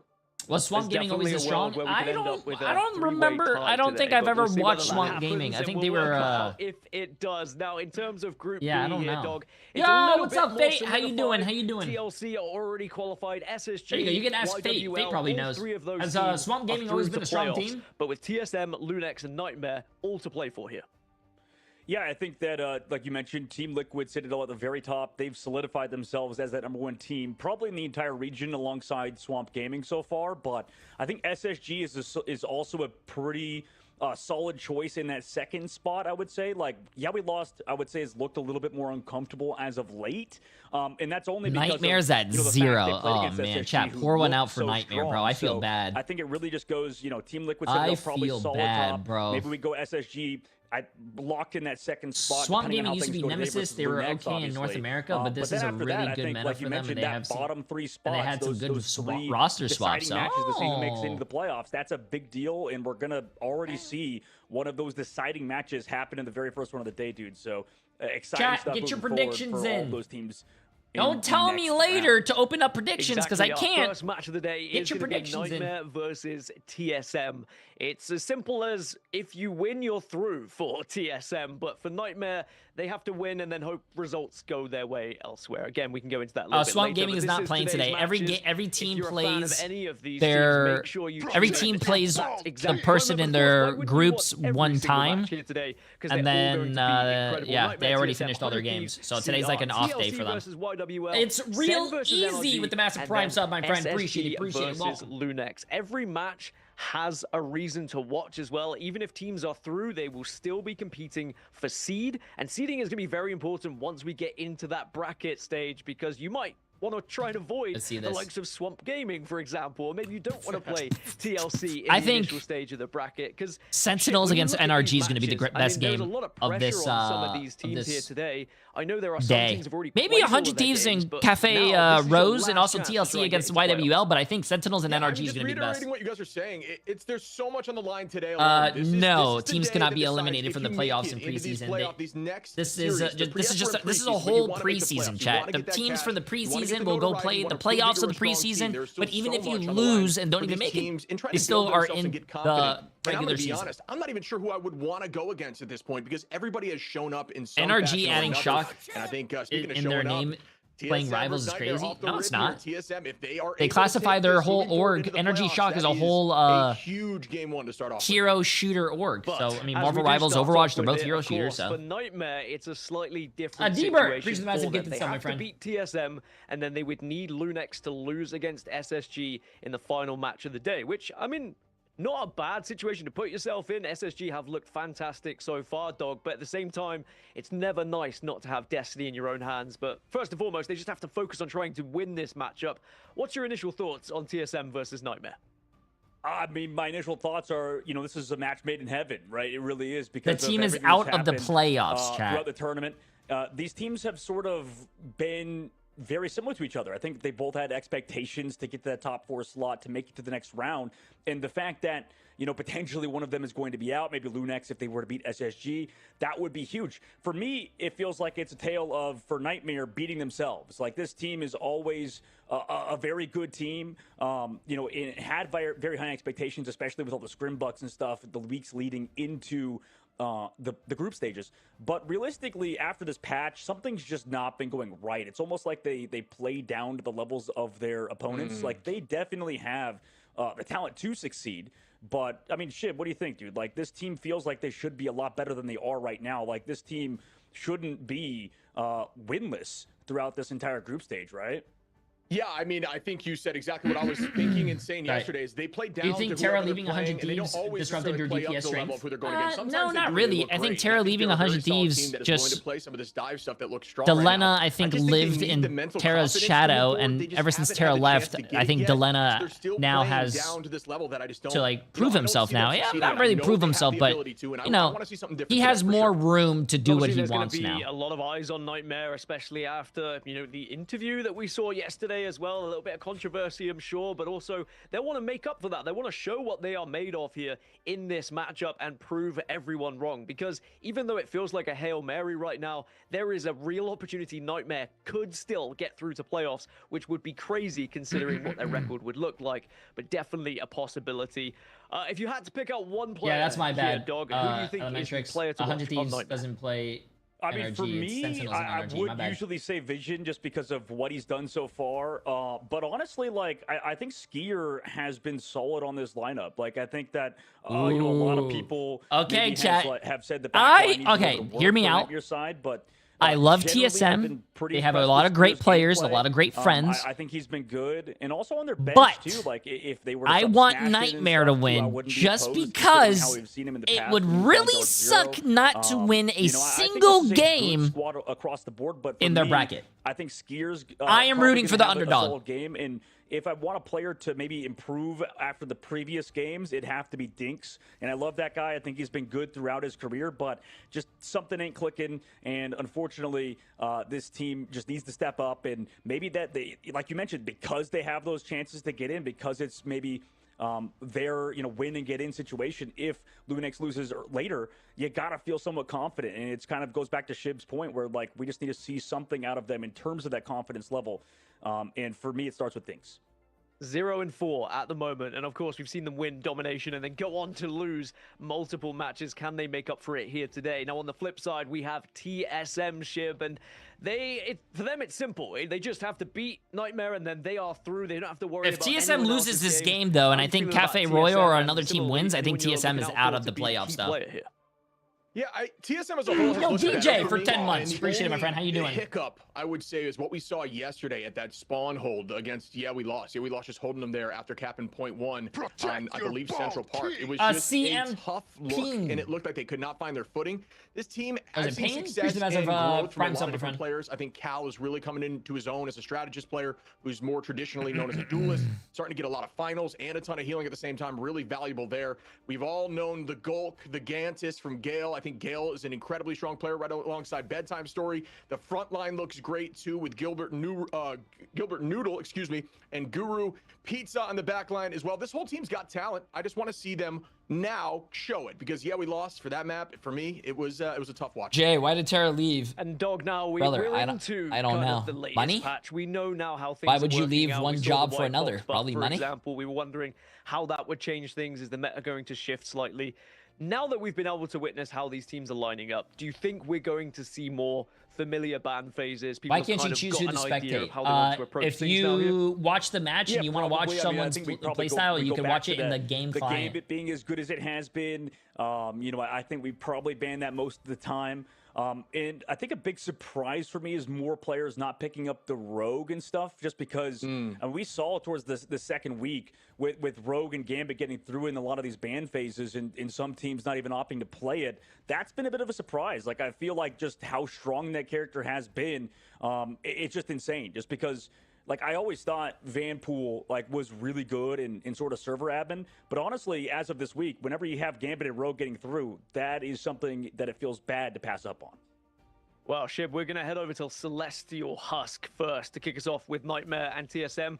As I've already alluded to, we know that Nightmare have been very successful on domination. Do you think we might see an early Nightmare lead here?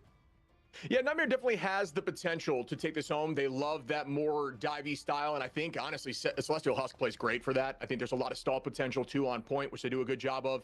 Keep your eyes out for portal plays off of the back of strategy results to get there and just stall. Get the point early, hold to that 70%, win one more fight, and it is game. And they've done it before, and then they've crumbled. Rivals does have one of the best casting / viewing experience. I think in order for them to kind of put that Overwatch had a good viewing experience, actually. I don't know if you guys remember the All Access Pass that you could buy. That allowed you to spectate anyone you want and it was really good, but then they ended up taking it away for some reason, which was a big L. I think TSM, but the casters for Marvel Rivals Ignite are really good. About ready. It's TSM versus Nightmare, and to take us away, we've got Dogman, we've got Ship. Guys, crush it. Oh, reunited, and it feels so good, brother. We are back at it once again. Doggy, it feels good to be out here with you, my friend, as we start up the band. No, 100 Thieves goes good to be back. Good to see after this honestly, game. The last game, too, of the group stages, it's exciting to get back to it, right? And, the fact this preseason has been so action. Okay, I can already tell you right now, I love Nightmare's bans. They ban the Elsa first, and then they save it for their own team. That means Vision is going to go absolutely insane. I love when teams ban Elsa first. I don't really like when teams ban Gambit. We've seen how good Visions has been on Elsa, but avoiding it sometimes is okay, right?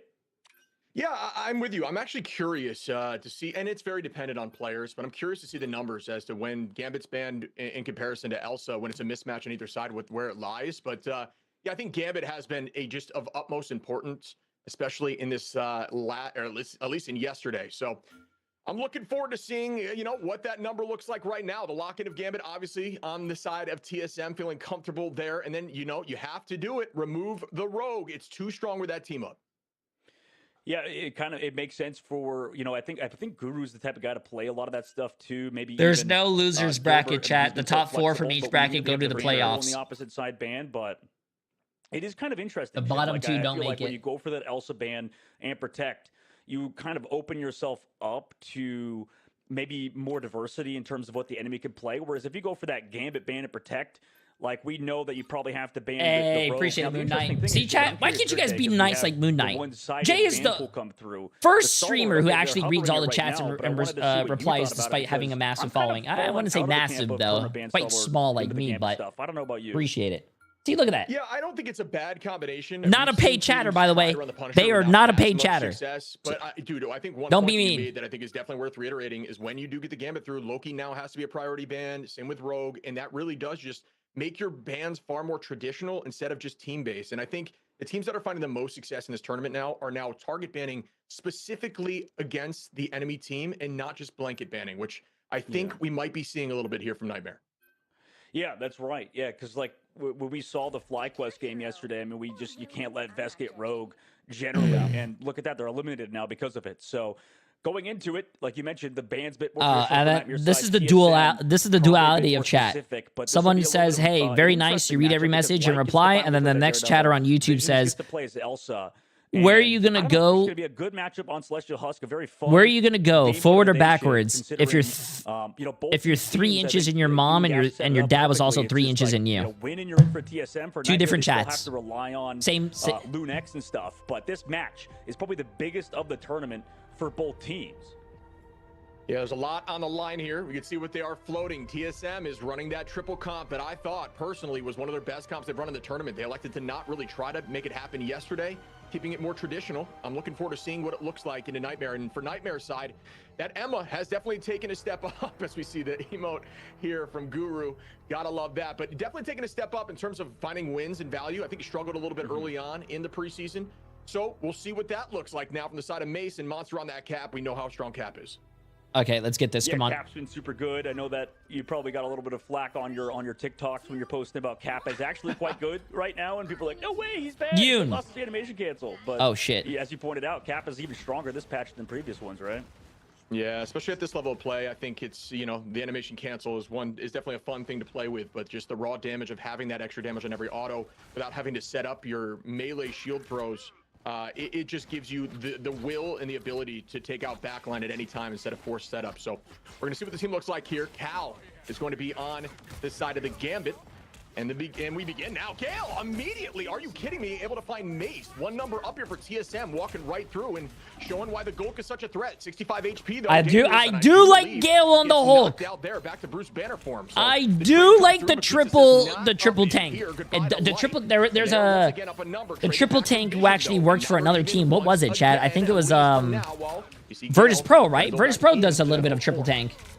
Sometimes back with Portal, but it's too late. TSM's claimed the point, but this is kind of traditional so far. We've seen some from TSM. It was a good bubble from Guru from him to block off the healing, but Vision still gets to go ham. I mean, Vision's just getting KO after KO, still free to get full impact, by the way. So he's at that tier 3 Elsa form that Shiv is terrifying to play against. Yeah, Elsa in such a good state right now, even with that HP nerf from the last patch, 25 HP being removed there. Making some of those breakpoints more viable, but we can see now Nightmare, that portal play actually really did work for Mace. I thought it might have been premature after the take of point there from TSM, but it really did buy them the space to be able to take that right back. And now they're going to be up 28% to 12, which would have been the fastest turnaround in terms of point capture we've seen yet. Vision in an off angle already has the Glartrox available. Keep your eye out for that Apex Predator. Light on the back line. Oh, that's big. Is it big? It looked big. Uh-oh, no kills with the Apex Predator. That's bad. Clobbering time goes out from Gilbert. Does that seem to get value? Not quite enough inside of that boundary, as now the boundary gets launched right back to the side of TSM. Yeah, they were anti-2 Mace with the Eye of Agamotto. I mean, we've seen big eyes before, and it is enough to get rid of BTS. Again, removing him. But Gale, you mentioned the Golk before, unfortunately. Yo! TSM! Get walked on here. Come on, guys. So, listen. Listen. If TSM loses this, kind of like it goes back down to the thing is they delay. That would be actually really bad. They are losing to a team that has not won a single game, chat. Yeah, and he's going to have to jump off point at this point. That's brutal. That's a really And that's going to prove what is TSM? Are TSM just a bunch of streamers, chat? On a map like this, where they can stall you with some of the CC from their side of Skier, obviously, with the force physics, right? So, ult advantage is going to be slightly in the favor of TSM, but Nightmare are looking really good. Like, TSM has a lot of great players, bro, but I don't know, man. They got to work together as a team. Huge target as BTS almost had ult available. What a play as now Guru goes down and Monster stepping up in this moment. All right, that was brutal. I mean, just stagger pick after stagger pick. I don't think I've seen BTS alive longer more than a few seconds. It's been a really hard game so far as Monster's been able to do whatever he wants. Damn. Nightmare capped the map. Excellent work on round 1. Damn, I don't know what happened since last night or something, or what was it? It was last night when they played, right? I don't know what happened, but hey, they're looking like a different team. Do you think that could be a viable switch up for TSM, or maybe it goes back to the thing where they got spawn camped by, we lost yesterday. It looks like all Vision 7-0. See, this is why I love a team that bans the Elsa, and if the other team doesn't ban the Elsa, your team gets the Elsa for free. A lot of good flanking avenues. I think that map lends itself to being a very flankable map, and Light was consistently in the back line. You see there 6-1. Pizza Demon and Gale are the only ones that get a final hit too. Damn. We honestly haven't seen a lot of Rocket in this tournament. Honestly, one of the first full showings of Rocket in a map. And I think it's not a bad idea. I agree Phoenix is a good counter, right, if that wanted to come into play. The BRB is massive, but Rocket does a good job in staying healthy when there's dive on the line, just kind of playing his own life. And I think they're kind of using that to this advantage, but there really wasn't enough pressure to even get on top of the Rocket. No, you're right. Yeah, that's a lot of difference that Nightmare has put in terms of the play style today. But coming into it, Shib, right, TSM do have that Psylocke ultimate, nothing to counter it in terms of straddle. It's on the opposite side. They go for that fast portal, too, on the flank. And let the games begin here as Guru. Yo, how you doing, Woofles? Very traditional for TSM, usually trying to find some sort of crazy pick or kidnap potential. And they are starting heavy, but escapes right there in that moment. Vision in a dangerous spot. Gale just jumps right over, unluckily, but is still able to find Mace. There goes. And dance of the cutter. Bro, I love the Gale Hulk. Oh, but walks back into it, thinking the bubble was still there, but it was not. I love the Gale Hulk. Down now as Vision finds one. I mean, this is crazy. How are they not getting more out of the Psylocke ult and stuff?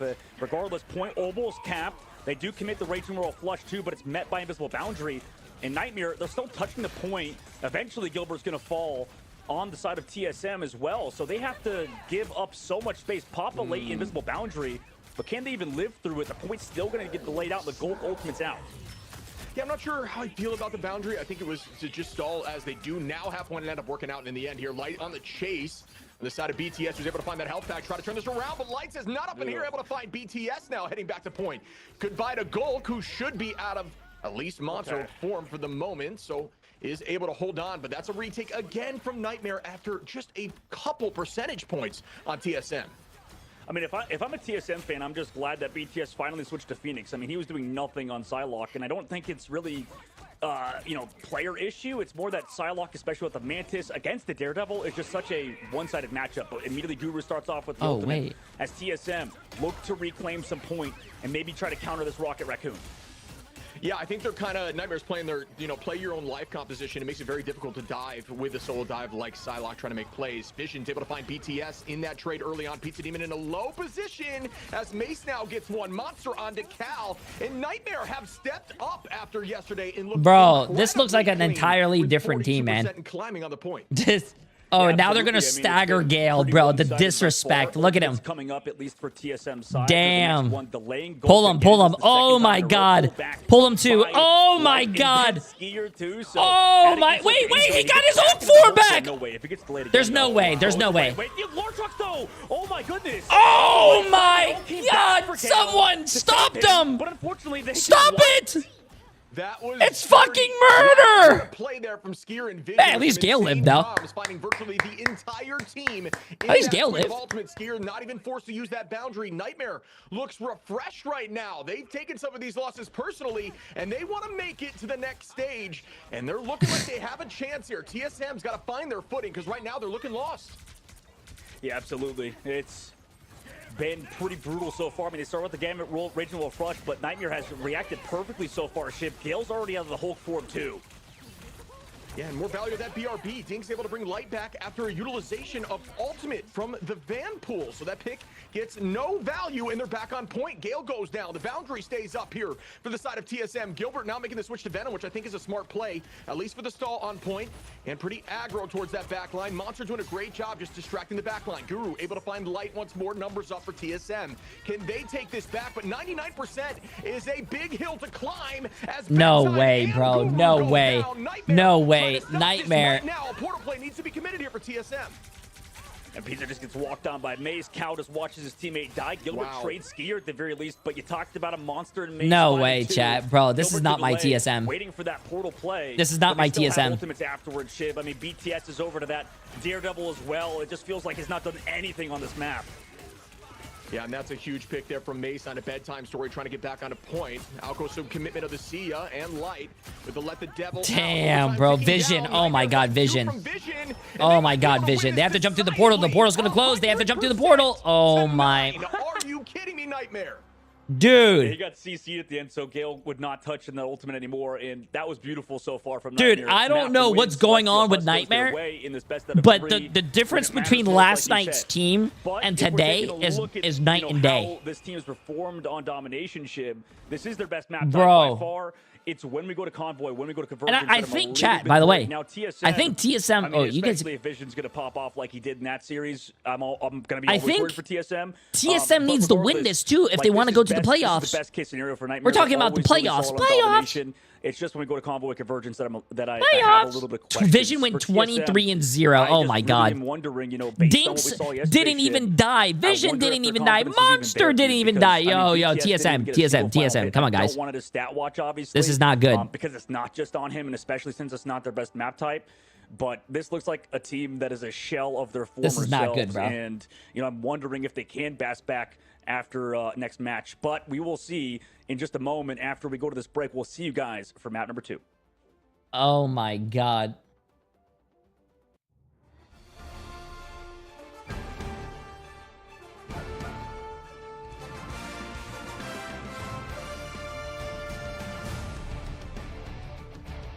God damn, bro. Hey, listen.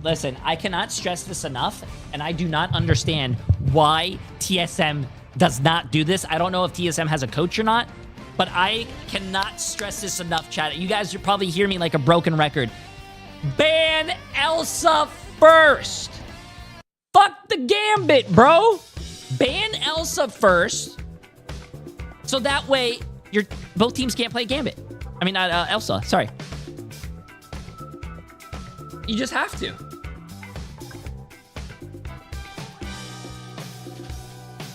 Like, I've been saying this for like the past 2 weeks now. Ban Elsa, get her out of the game, and then you can ban whatever next. I think it is, I mean, sure, Gambit is strong. Don't get me wrong. Gambit is very strong. There is a lot of different variations you can play with Gambit, like the Star-Lord, blah, blah, blah, blah, blah, blah. But it's Elsa. We're talking about Elsa. We're not talking about practice. Practice. Come on.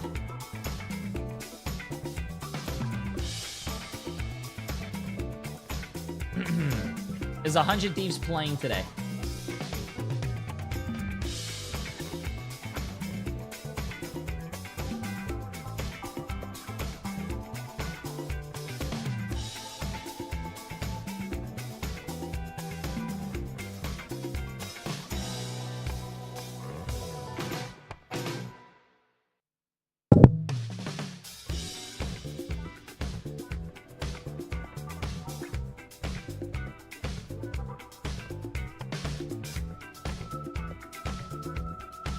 My first time tweeting, bro.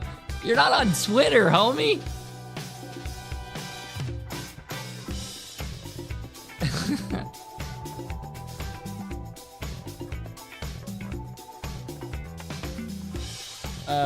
What do you mean, average J3 viewer? Hey. My viewers are like me. They are very smart. They are very talented. Tall. Jacked as fuck. And have a full set of hair, okay? Don't you ever... Welcome back, everyone, to Marvel Rivals Ignite. Yo, Q Andrea, preseason, and boy, oh boy, do we have a game on our hands here. Oh, TSM on the brink of elimination. Remember, if they lose this matchup, they're done. Because that would mean either Nightmare or Lunex would be able to progress through this group into playoffs. Yes, the first game of every match is a domination, known yes. Nightmare is strong at it, dog, It's but this usually puts like them that, at such an advantage now going into maps 2 and maybe 3. Absolutely, and they look to, you know, despite everything that's happened, to be maintaining their sort of mental, right? And that's what we talk about a lot. It's a mental game because it is esports at the end of the day. And, you know, I think that for TSM, I mean, just a brutal match overall, and I really want to see them rebound on Central Park because that's their map pick. We've seen them play here yesterday, so too. the first map of the series is a random to potentially not the best game cough versus map we that lost. teams know. Yeah, So they had can a really practice and solid whatnot. point take, and But just then got after stuffed that before the map, street space even whoever began. They loses could not gets to get, choose the next map them of Ratatask like for 5 actually moving maps. forward at all. The cart there, so it was just quite a tough look. And you know what? They just got to forget about it. But their backs are truly against the wall. They need to step up. Both teams need to step up. Huge advantage for Nightmare is they will have map 3 should it go there in their favor in terms of their map choice. But TSM did not look like TSM in that domination at all. No, not True. at all. I think now the concern for me is Good shit. with your back against the wall, with the pressure Yo, on, Q Andrea how as suddenly well do you with the deal massive with it? The 200 only advantage I bits. think that Appreciate TSM have here, dog, is the fact that we've seen Nightmare in this position 3 times, and they have gone on to lose the entire match. So I think TSM can definitely go off of that. But you know these players far better than I do. Do you think TSM will be feeling the pressure here now, knowing they are just 1 map away from being out of this competition? I think so. I mean, the only thought that comes to my head is I hope they still care, you know? Like, at the end of the day, like, a lot of people know these guys are content creators are coming in. They're very good, very high-level esport players, too. This team is, you know, historically good. Like, back when they were Solaris, I think they've always competed at a high level. Just, I wonder how they're feeling because, like, you know, it's a similar situation to what you said about Nightmare, where, you know, you have to kind of bounce back. You have to have that resilience. But at the moment, based on how the last map looked, I wouldn't say so. Regardless, I feel like the TSM of old, the old Solaris team that I think would bounce back, would play weird stuff. They would do things like Namor, you know, Hela if they want to at points. But the current version of TSM is in this weird sort of space where they'll play anything. Now, it's kind of like back on the original point that you said, Gask, like Nightmare's a team that plays down to their competition a little bit. And I wouldn't be surprised if this is a close map because of it. Yeah, certainly expecting a closer game now, and I hope it's going to be a closer game. Maybe we go to the full 3 maps, but that means map 2 is ready. It's locked. TSM is going to bounce back Chip, and then Doc, bounce on it? away. What? I don't All think right, that's what let's you're get back supposed to into it. do. And I'll tell you what, the composition from Nightmare was very difficult to try to find a priority target on, so they ended up turning it a little bit there and trying to find light, and did a few times, but it's much more difficult to play a self-survivable comp on defense in something like Convergence, because you are just going to target who's on point, and that will kind of be the mentality of the team. It kind of does shake up what they want to do here for Nightmare. So we'll see what that looks like. On attack, it's a different story. Definitely can still run that, but it struggles a bit on defense. But off the rip, Nightmare will be attacking. Okay, well, they immediately go for that Elsa ban off the rip due to, well, Visions was popping the hell off last map. Wow. It was kind of like what we They saw out of every banned map Elsa? so far, but this time Okay, they now we actually have a won game. Now we have a game, you chat. know, those incredible stat lines from Visions. That results in the game protect coming out of Nightmare's Now we have a side, game. and the Loki ban on the opposite spectrum, but you know, that probably means the Gambit protects come through, and shit, we might have ourselves a mirror Gambit composition for both teams. Yeah, I don't think that's a bad idea. It was a big problem with some huge ultimates in the last go-around. I like the comp they were trying to run, but it really did struggle into a mean Elsa. So goodbye there from the side of Vision, who's now Oh, I do like the Rogue ban. The Rogue ban is really good. Ooh. Gambit, which means immediately. I really do like that Rogue ban. Likely on both sides that they're feeling like the team can run it. But again, it's not necessarily fly. They don't have vests, so they might decide it's not as much of a threat to them. I played Yeah, against I you a think game or there two was ago. another and had it. aspect Oh, of I was it probably, was I was putting playing light Shotgun on Punisher the, going in the on back line. You probably did. We TSM lost. Get that protects for bedtime story Star-Lord, Yeah, at least with I played the quick Gambit. play, mess around. Since that was banned out in the last map, that makes sense. Matches paused too. But yeah, I don't know. I think that is a good pickup. That is a good change considering Light on the Daredevil looked very comfortable. I think he was kind of doing pretty much everything in terms of countering what BTS was doing on Psylocke. So Are you doing that the enabled flights them too? a lot. But now they get the Star-Lord at the very least. That's Emily? going to allow the Vanpool Yeah, band to you come want out to? on the opposite side. As it looks like we have a bit I'll of do a it later, pause going dude. on in the band phase due to Or I could what probably do it assume to now. be online technical difficulties as it happens. Yeah, it does happen I don't like think that. so. And we will welcome Gaskin back in, buddy. Yeah, I think a big takeaway there so far is the gotta fact move that my we fat will head. see BTS on the Star-Lord, which I do think will help a lot with that Gambit combination. Mace What do you is think of paying the Gale role to of the band lose so for far, sure. buddy?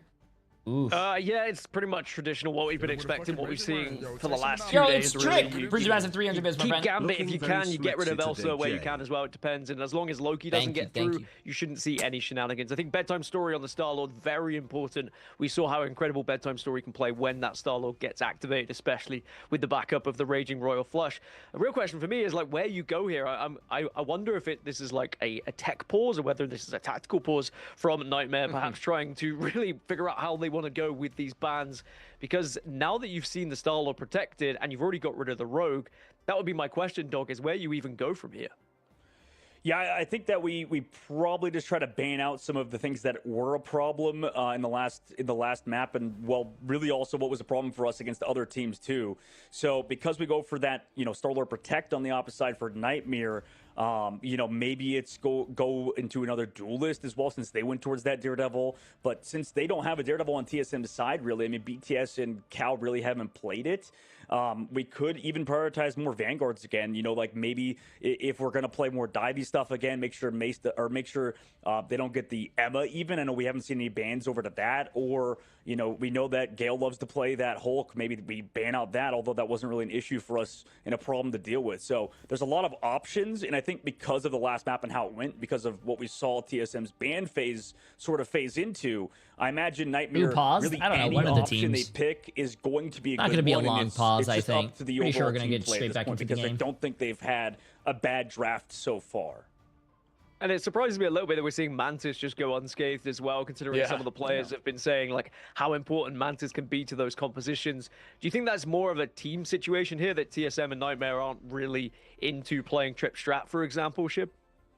Yeah, I think that's definitely on the table. I'm surprised about that because we have seen Gale run a strong Mantis in the past. I'm curious why maybe that wasn't the case there in map 1, but yeah, I mean, there's a lot of options here. We might see the Mantis, we might see the Vanpool, which I don't think got as much value as we maybe would have thought on the last go around. Jay curses whoever he bets on. No, I don't. Strategies that don't necessarily need to aim to heal. I think, you know, obviously Invis is a good target, but does have that self shield and invisibility to try to stay healthy as long as possible. But Rocket, just keeping those right clicks out can stay healthy, and you dance with your Invis in the backline. But if opposed to something like a Luna, where even if one of those, you know, shots misses, you're taking extra damage, it really does play better into that. So maybe that's the case as to why they don't, you know, they maybe won't ban it out here. Well, looks like the bans are back under the way. The pause has there continued, you go. so I'll allow you two fine gentlemen to continue your casting. Thank you, Fine Gaskin. Oh my goodness. The Vanpool comes out and gets protected and banned, so they do get that one-sided focus towards the Vanguards. Then the Star-Lord sort of mismatch comes through on the opposite side. But I like what you pointed out, Shib, earlier, I think, is the Mantis stuff. I mean, like, I think it's interesting because it's like you said, like Gale obviously has a very good Mantis. I think a lot of these players have a good Mantis in general because it's kind of relatively easier to play sometimes. But it's very have we seen Squirrel or any of these games yet? Oh, that was my worry no, when we no, saw no, bedtime no, story on the Psylocke and stuff. Like it just feels like it's missing that Mantis. It's missing Gale on the Mantis, for example, but. It's just something. There's no way they're going to play that specific composition that is available because it's like you said, it's so strong. But I guess if your teams can't play it, I mean, you can't force it, right? There's no way, bro. Yeah, I mean, it's definitely something I don't think we're going to see a ton with the top sides of the bracket in terms of placement and seeding. If you allow Mantis and Ultron through, I think that comp is super viable and strong right now. I'm surprised that is the case, but you're right. I guess they're just not as confident on it, and that's totally okay. It's very much, you know, a team-based hero shooter where there are plenty of compositions that can absolutely work, and the comp here is going to be running this gambit and very much trying to pocket the Star-Lord for the side of TSM, where Nightmare, we're going to see what they elect to run. I don't think Vision, was going to stay on the Iron Man there. Something a little more traditional with the flank from Light, and Monster is going to be looking for that backline flank with Light on the Vanpool. I mean, they switched it up, put Visions back on the Phoenix. We've seen a lot more Phoenix as of this last week. But on Central Park, it's up to TSM, right? Tournament hopes in the line here, Shib. And they're on defense first. Nightmare going to be on attack. So TSM feeling more confident in their defensive push and hold, where Gilbert Noodle is going to be on that cap for the first time this series. And let the games begin. Right on top of Skiers in a dangerous spot. Great damage there. Not going to be enough to get the KO, though. Looking backwards towards Monster, who is trying to apply some pressure on the back line. Light holding the height here. I will not be surprised if he decides to flank around and go into that strategist doorway. Very much where strategists like to run to, but it's kind of simple to understand where they're going to be and where they'll retreat to at all times. Gale in a dangerous spot goes down quickly. Gilbert Noodle trying to stall for a bit, but goodbye Gale from the side of Light. Now looking upward towards that cap, who's just trying to stall and doing just that, distracting. BTS in a bad spot as now goes down from Light. Guru able to trade one on a maze through the chaos, but the number's still up here once more for Nightmare. I believe a portal play already needs to be committed, and he talked about pulling out, maybe the neighbor, and that is going to be the case. Nightmare. Okay, I was going to say, like, I am is just done rolling. Like, I got to be honest. Like, he's a good Hulk player, don't get me wrong, but this team is not working around it. Nightmare obviously have a prepared game plan around the Hulk. Everybody's focusing on him. The rest of the team is forced away. And, yeah, just stop playing the Hulk, please. We're going back over to TSM with Guru onto the Emma, and this feels a little bit better for TSM off the rip. And I like that mismatch, too. I like BTS versus Light in the Psylocke duel. I would somewhat favor BTS into that. Now, for Nightmare, I think their team plays a little bit better. I think Visions on the Phoenix is always going to be gross and very difficult to deal with. But like you said, Shib, I like Gale also going over to the Namor in this upcoming fight. With TSM, though, they still have a 4-minute hold they have to do in second phase now as an early invis boundaries pop. Yeah, I'm going to be honest. It looks like TSM's playing a little bit nervous here. They're trying to take that early point. To get Why would no? There's no way TSM would play nervous. Where it initially begins, and it's already free pushing right past them. They've essentially switched spawns without having control of point. And Mace is going to find a 3-piece, make it a quadra. Oh here. my Are you God, joking? bro! Nightmare looks refreshed, and TSM is kind of on their heels. They've got to bounce back and figure this out because Nightmare looks unstoppable right now.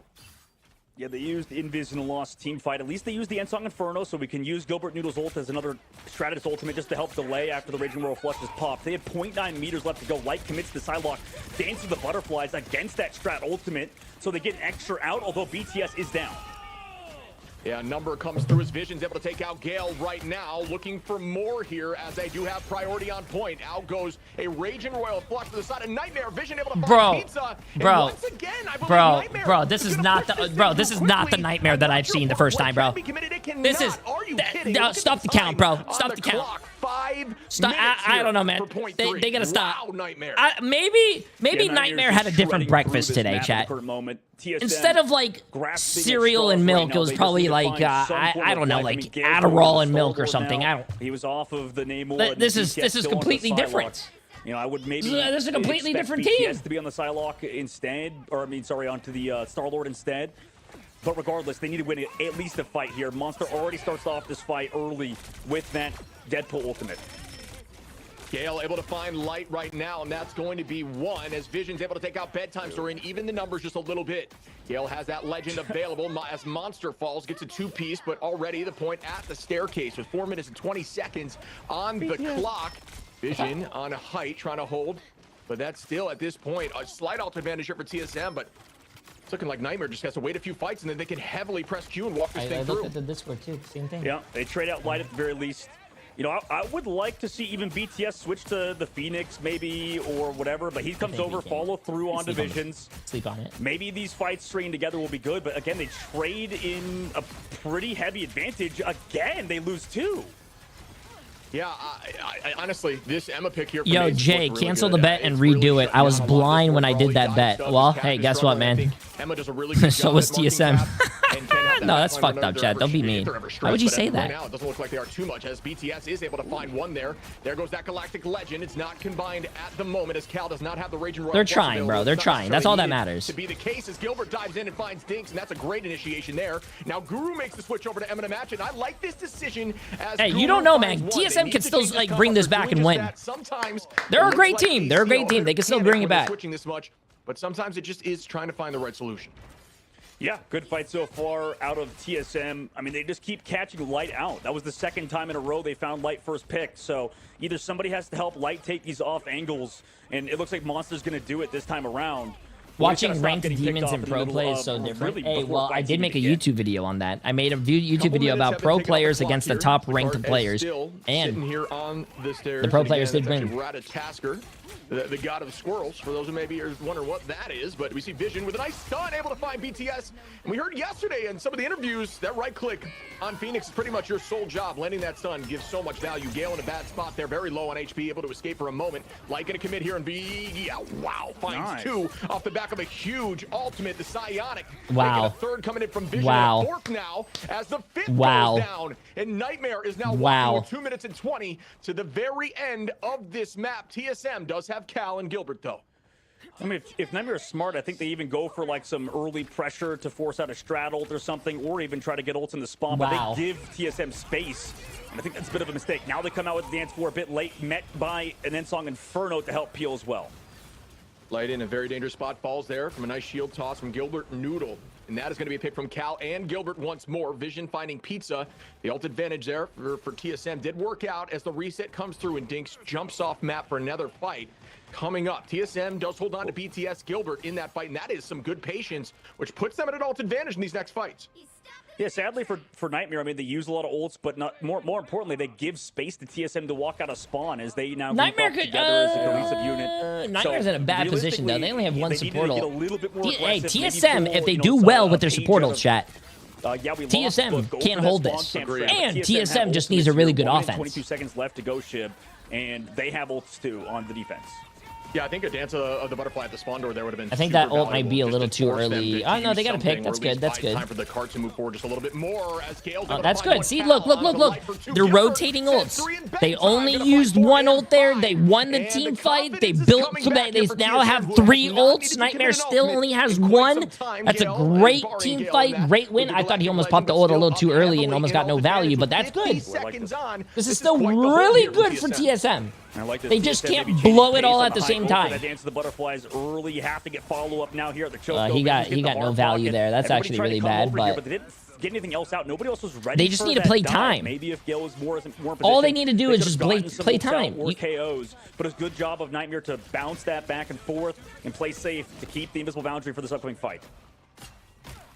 Looking for the first initial pick here. If you can find one in the neutral, put your team at a heavy advantage. TSM holding on to Gilbert with that freedom charge is also a great ultimate for this situation. Monster on the back line forces out one as Pizza needs to use that boundary. Cal able to find Light. Okay, this is good for Nightmare. They have the second strongest. They have their support ult still. As we are heading to an overtime situation, Gale finds. Wait, this is big. This is big. This is big. They almost have Cal. Both teams almost have the Gambit. Who's gonna win, chat? Gambit or Vision? Of the front line, Pizza finds one on a Mace. Gilbert onto Dig. Scale onto Vision. The portal needs to come through. Oh wow, great play. I'm not sure it will. It does not. What a hold by TSM. Yeah, excellent hold by them for sure. What's my friendly neighborhood Spider-Man doing, bro? To me right now, Shib, look like they're hey, told you guys though. Great hold, great hold. TSM can still do this. And I don't know if you guys remember, Nightmare is a really good team on King of the Hill. They always used to win the King of the Hill. They always lose the next two maps to get reverse swept.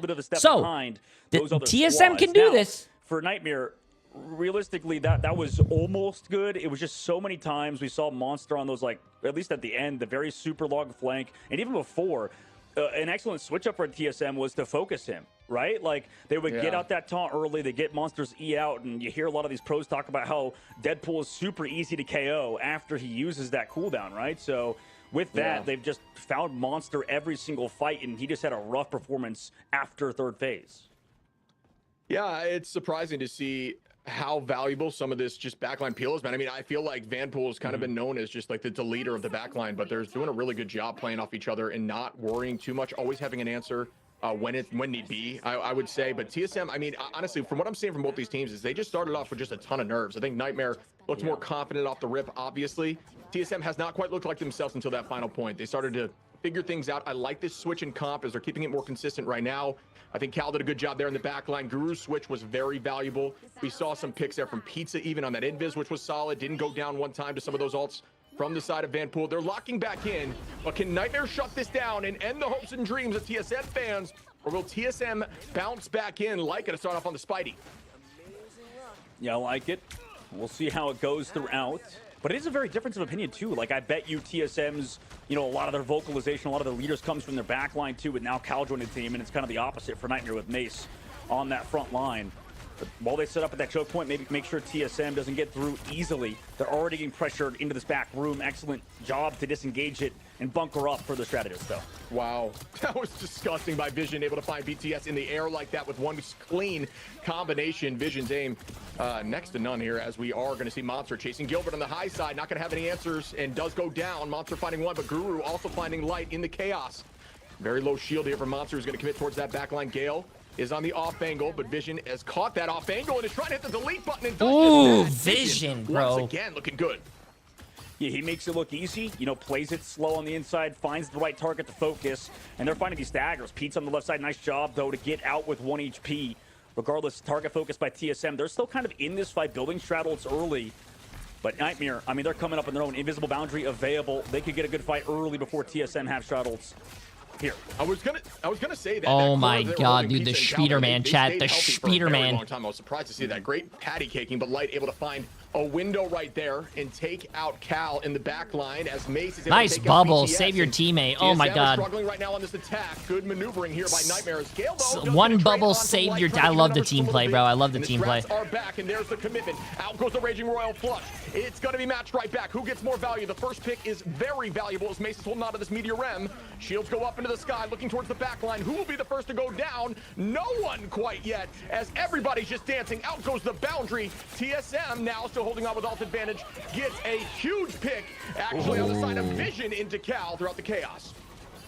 Yeah, this keeps happening though in this right side angle. BTS keeps 1v1ing Visions and getting my god, no. Like just absolutely just smoked. Like it's just not even fair. It's over, bro. It's over. Opposite side of the map, did you have it's over, bro. Committed follow up there by Gilbert, so they leave. Oh BTS no, behind, bro.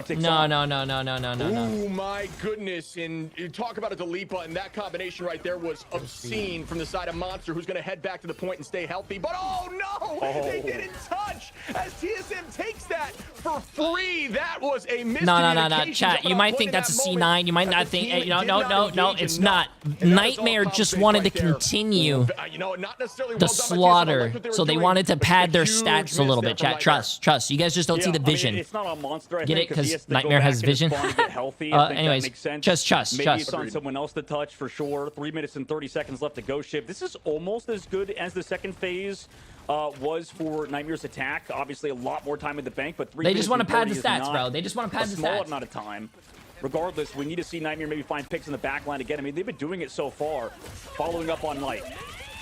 Light able to find Pizza and just doing a consistent job of being annoying to that backline as Spider-Man does, but Cal makes him pay for it. Is able to find one as Vision takes out BTS once again. That trade there, Vision has been dominating that back and forth right now. Guru still holding the front line, but they are going to have to drop back as a team. Yeah, absolutely. Nice job to at least focus on Visions, but the big thing with Visions is not finding these KOs necessarily. It's just living. He's able to dash back, get some heals from his strategist. Now in this upcoming fight, though, we do have Feast of the Abyss. They want to go aggressive on the backline right now. Die for TSM. Nightmare will need to outlive that. And here goes the engagement once more. BTS saw the Psylocke play coming in from the side of Vision, tries to mark it, but lost in the chaos. Out goes the Raging Royal Flush. Can they get value out of this? Oh, Mace in a very tough spot. When the laser's charged up like this, able to find one, make it two. As Gale gets the third, there's going to be a fourth from BTS, and the cart is moving. And now TSM is making this look like a game, folks, as they're pressing through towards point 2. Well, think about switching off of stuff. Chat, here. Nightmare just wants to pad the stats, bro. You chat. Stop. You guys might be concerned. They're just here to pad the stats. Oh, he got pushed. Oh, he still got a kill. Nice. Huge. Yeah, and just good patience there. Skier does not have to commit the boundary, so does have an answer for Gale and Guru here. The best case scenario here for the side of TSM is somehow Guru's able to trance Skier prior to that ultimate getting committed, while Gale uses that Galactic Legend to find a few picks. 2 minutes on, though, is plenty of time, but Nightmare with a great retouch there. Yeah, excellent for sure. Visions to read that on the right side, too, to go aggressive before TSM do. But wait, who is that? Oh, that's the Spider-Man. What's Light doing over there, bro? Is he punching walls? Defensive hold. They do have straddles to counter it, but are they grouped up together? Cooldowns used. They go for the far flank shift. This is a very interesting approach to it, but let's see if it takes too long and if it's too telegraphed out of TSM. Monster holding on to the Freedom Charge here with the invisible boundary available too. Out goes that Sonic Seduction from Guru. Not sure it lands too much value in that moment. Good movement there by Nightmare to stay away. But there is going to be the Galactic Legend commitment from Gale. Pizza Demon does have that boundary available too to match it, and it is going to be a little bit better, which just means a little bit later, so it will last quite a little bit longer as we see another pick come through. Oh, the chance at a pick. It doesn't actually land with a huge Freedom Charge to stall. Skier onto Pizza, Light onto Cal. Oh my God, Light. Popping off in these fights. Oh my God, I can't believe the Spider-Man's working, bro. This is kind of something you see on a lot of teams that don't really know what they're doing. Like TSM goes for that far right flank. For what reason? What was the purpose of that? They took time off the bench. This is fucking crazy, they had bro. like a set strat, if they had a set play, I understand it. But doing a flank just for the sake of doing it is never worth it. You have to set something up. Unfortunately for them, they didn't. They popped Gale's ultimate. At least you get ults out with Monster and Skier. But they really need to win this upcoming fight. Maybe get somebody caught out here aggressive forward. Yeah, TSM is just playing comfort picks, Nightmare, and it seems to be working out for them as we see a ton of commitment here. BTS starting off, able to find one. Dinks in a bad spot. That's a good start. That's a good start. Oh, Dinks, bro. That's fine. They might be able to get the TP. Driving backwards, able to get that health pack. They're going to not elect to fight that quite yet. Skier. Yeah, there you go. There you go. Yep, Mace is going to the Jeff. This is something that I never thought I would see in professional gameplay, but we're seeing this. Keep your eyes on the back line. Can they stay healthy through the chaos here? Light gets picked off from 4, though, which is massive. Oh, that's bad. Oh, no. I think they're going. Yep, they capped too. Wow. I think Light might need to switch here, chat. What are your thoughts? He does have ult, though, but maybe switch off after the ult. I don't. I feel like he might need to switch. Towards the cart. Weren't set up for that dive with the Spider-Man. Regardless, it almost feels like Nightmare at points are clutching defeat out of the jaws of victory. And with a minute left, they still can do it, right? They can still get the hold, but TSM, are they given the space to set up Gilbert Noodle's Feast of the Abyss? That's a huge pick there from Mace, switching over, obviously, to try to counter Gale here in that Galactic Ledge with the Meteor M. He can pull off the map at this point. I don't think in a professional match you stay on Spider-Man because maybe you could pull someone off a map. I don't think your whole reason to play a character is because if you hit a pull on someone. They want to overcommit. If 35 seconds left to go, if they time this perfectly, Shiv, this could be super awkward for TSM. Angela's much easier. Aggressive they go because of all the ults. Guru immediately pops it off with the MO early, but will he find anything off it just from some stall, just to buy some space in the card, it looks like. Yeah, not sure it was enough value there. As I do like seeing some of that all, sometimes countering Gambit, as everybody will be charging at you, so you can use that psionic there. As BTS is able to find Dinks, though out goes the Oh, they killed the Invis woman through the Invis ult. That's big. That's big. The clutch needs to happen here for TSM. Nightmare. No way. No way. No way. Nightmare wins their first series. Nightmare wins their first series. Oh no, it's against TSM, bro. Will it come in time? It does not. Oh no, bro. That's bad on Easter, bro. You're not having a great Easter. Insane, Shiv. Well, first of all, for Nightmare to get it done, they win it 2-0.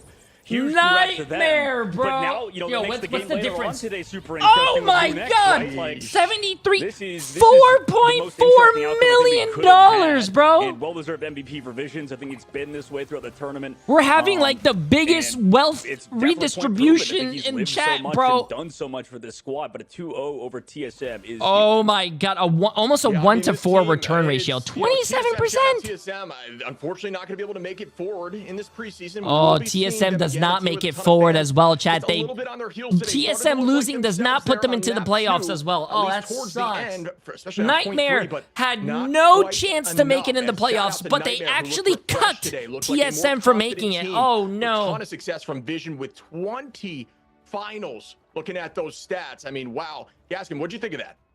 Unbelievable. How on earth have Nightmare pulled that off? Especially considering they're 0-4. They were 0-4. You would have thought they were dead for right. Nah, ain't no way someone said my mom beats me, my dad beats me, my ex beats me, but I feel safe with TSM because they can't beat anything. That's fucked, bro. Because it does give Lunex the opportunity later against SSG. But that's as we've already fucked. alluded to, sadly, that will be the end of the road for TSM because even if it went down to tiebreakers, their map records are just not good enough against the two teams that they would be tied with. So, Nightmare, get the job done, boys. I mean, initial thoughts, Shib, coming into this, we knew that Nightmare were good enough in domination, but we didn't know how it was going to go once we moved into Convoy and Convergence. What did you learn from that map that we just saw? Because it looked like they were a different beast today. Yeah, I think Nightmare just started playing more comfort picks. They looked like they were just playing heroes that they were more, consistently playing in ladder and had more time on, and they just looked locked in. They looked great on the Emma. We saw TSM are not making it to the preseason playoffs, but they will be in the regular season. Just finding success with their compositions, and then obviously Vision with 20 finals is absolutely obscene. And then Dog, Nightmare, they give themselves the best opportunity. Of course, it isn't guaranteed yet. They're going to be, I'm sure, watching very closely to match 5 later on, biting their nails. But this is going to be a tough one for TSM, of course. They're like eliminating another team essentially here. Where do they go from here? How do they progress in terms of when we get into the main season? I mean, there's a lot they need to work on. I think that last game I would kind of not pay attention to as a TSM fan a little bit, just because of the fact that there was a lot of things that just looked disconnected, primarily BTS and his front line. It's been like this whole tournament, and a lot of that is meta-dependent, so, at least they could look at it that way, where, maybe this patch just wasn't theirs.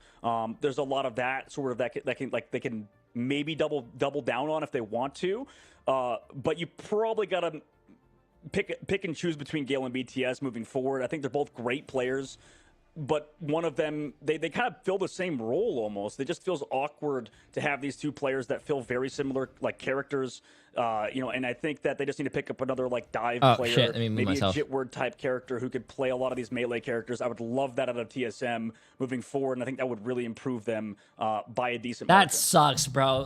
Chat, I feel so bad for the people who lose, but sadly there can only be one winner. Chat to one of the Nightmare players right here, right now, and I think we've all been waiting for it. It is going to be an interview with Mace. Mace, I'm sure you've got me now. How are you feeling about that victory? I'm sure you. Oh, I bet you Dogman's very happy to see Mace. I'm feeling good. What's up, Dogman? How you doing? Oh, I'm great, Mace. I'll play security guard. I'll play security. Don't worry. Just before I let you and Dogman, before you guys go at it, you are going to be a big SSG fan going into the rest of the day, I'm sure, because I'm sure you've worked it out yourself. If SSG beat Lunex, I like that jersey though, chat. I'm not gonna lie. How are you feeling about just everything? I really like that jersey. I mean, overall, like obviously it feels good to win for sure, but I think overall, like going into Ignite, there's been a lot of disappointments. You know, throwing 3 back-to-back 1-0 leads. You know, it does take a little bit of a toll, especially like momentum, wise. True. We were pretty confident going into this, but heartbreaking loss after heartbreaking loss after heartbreaking loss, it does get to you a little bit.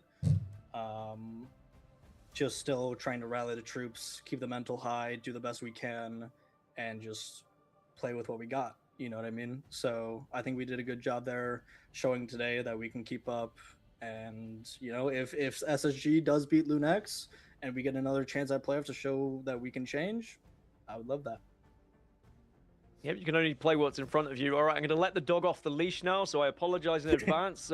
What do you mean? Man, apparently there is beef between Mace and Dogman from Overwatch days. Mace has been waiting for this interview, so really the floor is more. I'm going to Uno Reverso. It's yours, dude. You got the floor. What do you want to say, Mace? Lay it all out there if you want. Listen, Dogman. I mean, there's no more beef between us. You backtracked everything on your stream. Like, you apologize. You said, I played pretty well. So it's like, I don't know, you kind of diffused the situation before I even got here. Maybe if we had an interview last week, we would have had some, clashing. But I mean, Dogman backed out. You know what I mean? So it's just that's where we are. This is the interviews that I like, bro. There's personality to it. I like it.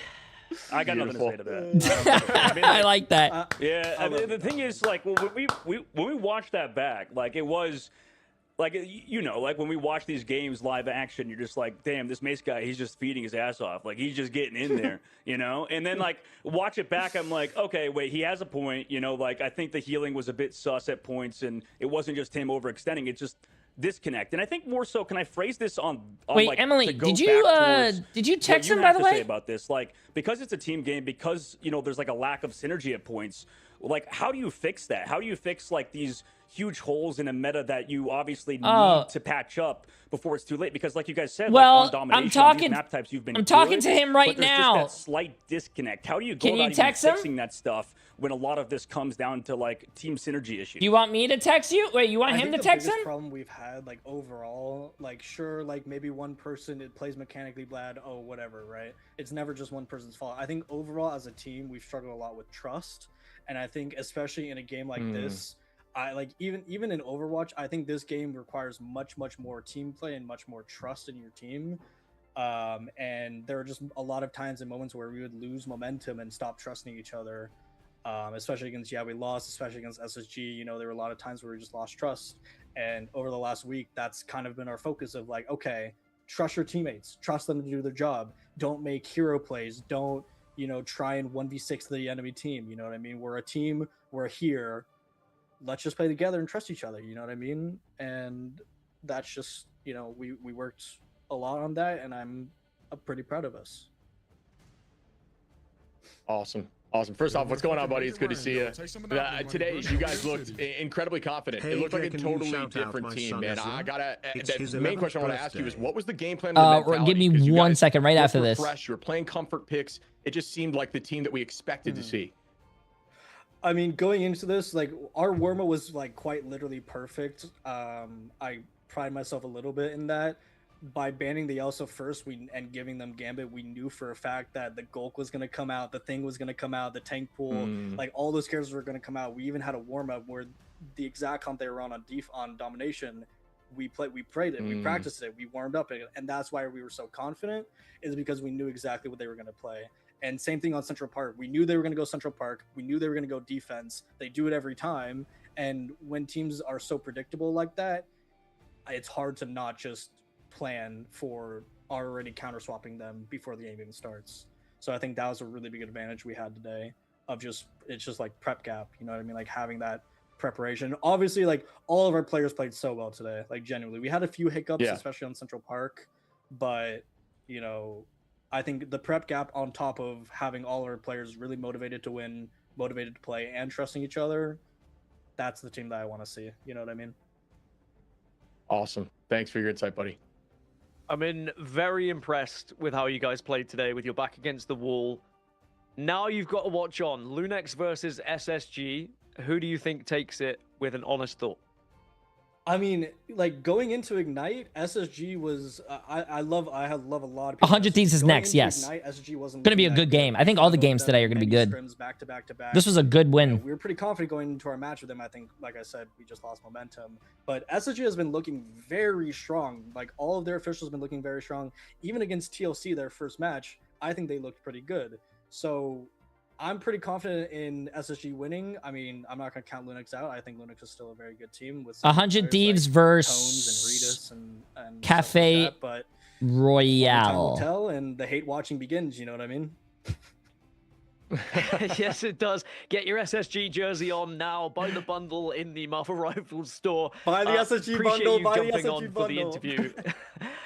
Thank you so much, Mace. Congrats, and we'll see whether SSG can get that win for you. Take care, mate. Thank you.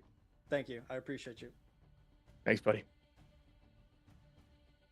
All right, well, I mean, we got the Mace and we got the Dogman together, but I have to say you guys were very cordial, and I think he's right. You guys diffused the situation, and at the end of the day, you can only call a spade a spade. Mace played very well today, deserves their victory, and now they have to watch on and hope that Space Station get the win. Is it Cafe Royale? Oh, Cafe Rose. Fucking Jesus Christ. Well, he's better than me saying pretty insane to Crazy Raccoons. That's what I said the first time. Oh, absolutely. Yeah, it's a little insane, and that's what happens when you're given time to chill. You know, like if the interview happened a day ago, you know, maybe that completely changes. Like everything flips on its head. But you know, if Nightmare gets eliminated early, you know, maybe they're hitting my line to back up their Stratus line after the tournament. Who knows? We'll have to see after this, Gas. Yes, we will. All right, well, that's going to be our first match concluded here in preseason of Marvel Rivals Ignite. Then we've got 100 Thieves versus Cafe Rose coming up. Don't go anywhere. We'll be right back after this break.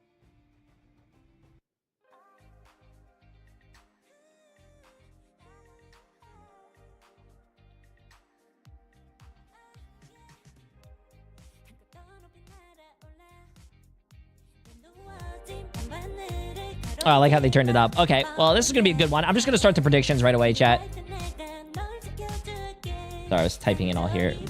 You have 100 Thieves versus CR, bro. When I see CR, I see Cafe, not Cafe. My brain goes to Crazy Raccoons. 100 Thieves against Cafe Rose. Okay, chat, get your predictions in. This should be a good game. I guess I'll go down here. Or I go over here.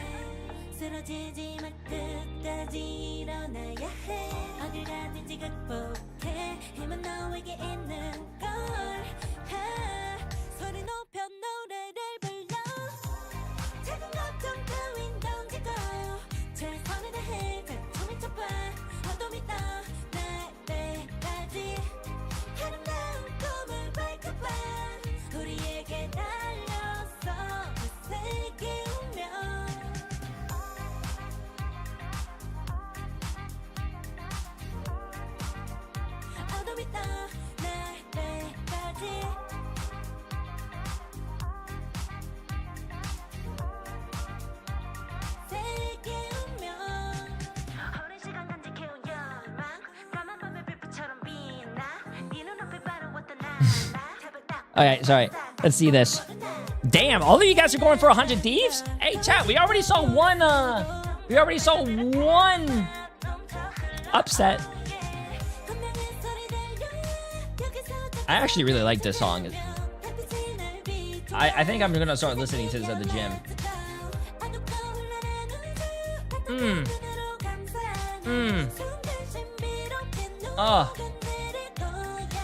Oh, chat, shit. You guys ready for the drop?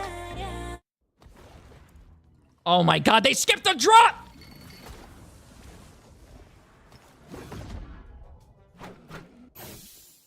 Fantastic!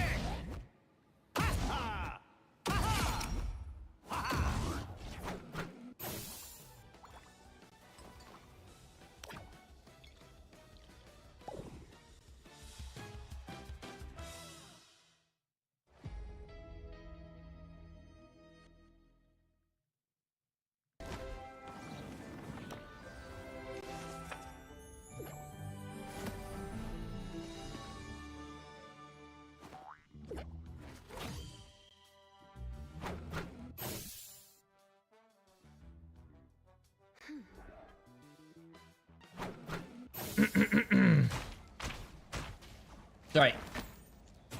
What happened? Who said that Boba versus the eggs was better than the last match? Hey, whoa, whoa, whoa, whoa, whoa, whoa, whoa, whoa, bro. Nightmare winning their first match is a really good... Hey, that was a really good game, chat. I don't care what you guys say. That was a banger, bro. Banger.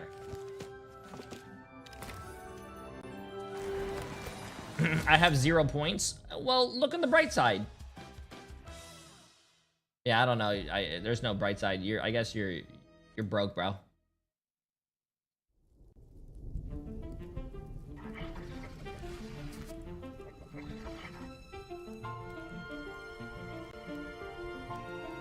Yeah, there's no bright side, bro.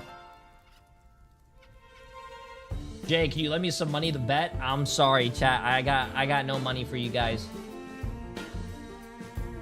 I'm sorry, man. 5 million. Listen, if you put all your money on Cafe Rose and they win, that's a 1 to 7 return ratio. If you put 100,000 on it, you get 700,000. Hey. Oh yeah. By the way, sorry. I was listening to the interview.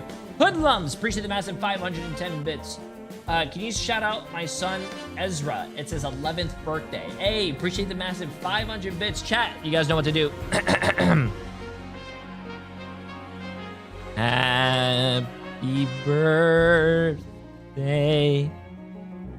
to you.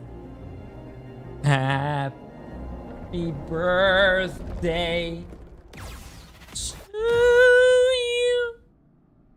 Happy birthday to Ezra. Happy birthday! Preseason, it's week 2, it's day 3, and we've already had 1 match already, and it was a swift 2-0 in favor of Nightmare. But now we move our attention to 100 Thieves and Cafe Rose. Now, Shib, it's pretty simple here for 100 Thieves. If they win, they are through, and if Cafe Rose lose, then they are out. Yeah, I mean, that's the simple and short of it. And 100 Thieves have started, they're just looking better. I think they're starting to come back to their own. It's similar to I what hope we you saw have a great birthday. WWW. Picks. Vinny on that. Groot looked amazing yesterday. This whole team is locking in. They look decidedly better than Sen yesterday. I'm just going to be honest. They were dominating those matchups. And, you know, I wanted Sen to look better there. I know they have the potential, but 100 Thieves is now in the same boat where I wanted them to look better, and they had the potential, and they are doing that. So just comes with time, and I'm looking forward to seeing how they perform here. Oh, speaking of 100 Thieves, let's take a deeper dive then and have a look at this roster. It's been very interesting to see their ups and downs so far through this preseason. Dog, talk me through this squad, because I thought they were going to be the team to beat this preseason. I thought they were going to be right up there at the top, but they definitely started a little bit Okay, chat, let's see this. Let's see this. Everybody was with you then. That, like, 100 Thieves, I think, before the season, definitely seen as that top dog, and then have looked shaky, right? But that's most of the teams except Swamp Gaming and Team Liquid Citadel. Those 2 teams have been at the top, whereas every other team has had glaring flaws. Very good, but now they're... Thieves, they've been solid in different things, in different formats. I just don't think it's 100 Thieves meta right now, man. In the entire scene. And then you've had Self step it up, by the way, as like that new up-and-comer. Delena as well is kind of elevated into that star role that I don't think we saw him sort of reach until, like, maybe if we're going all the way back to MRC Season 0 when he was formerly known as Ant. But this roster, I think that realistically the only downsides is sometimes like Vinny will go down because he's being focused a little bit too early and stuff, and maybe Winnie's not fully in sync with Millennium or something, but regardless, this team can get better if they work on their aggression, I think, and they're definitely on that way, but they need to kind of string together a few good wins back to back. Swamp Gaming did not play last year. No, I don't believe so. Franchise. I think what was I know that someone in chat said they went by another name. Got over that hump of domination. They got that domination. They went by another name. And I think now they can just move away from the we can't win dominations that other teams seem to find themselves in as well. Now, as we look at Cafe Rose here, Shib, I mean, this is a team that has a lot of pressure with this game. As we mentioned, they have to win, give themselves a chance. I'm still mad at 100 Ds for wasting our time server maxing. I will root for Coffee Team. Yesterday we saw a couple of off-meta selections from them. Yeah, Cafe Rose currently 1-3, but I don't think that's an indication of how strong this team is. They have some really good dive potential. We got to talk to No Binds, who's incredibly confident there on the Venom. But then we started seeing teams target out certain bans to this team that kind of put them and threw them for a loop. I think across the board, their backline is great, their Vanguards are great, and even the Duelists are playing very well. Pro Builders pulling out the Atoms, still finding some great success. Looks really good on the hero, if I'm being honest. But I just think as a whole, Atom compositions right now are just not as strong, and this is a team that really likes to run it. So that's, I think, their biggest weakness, but as a whole, the team is very good.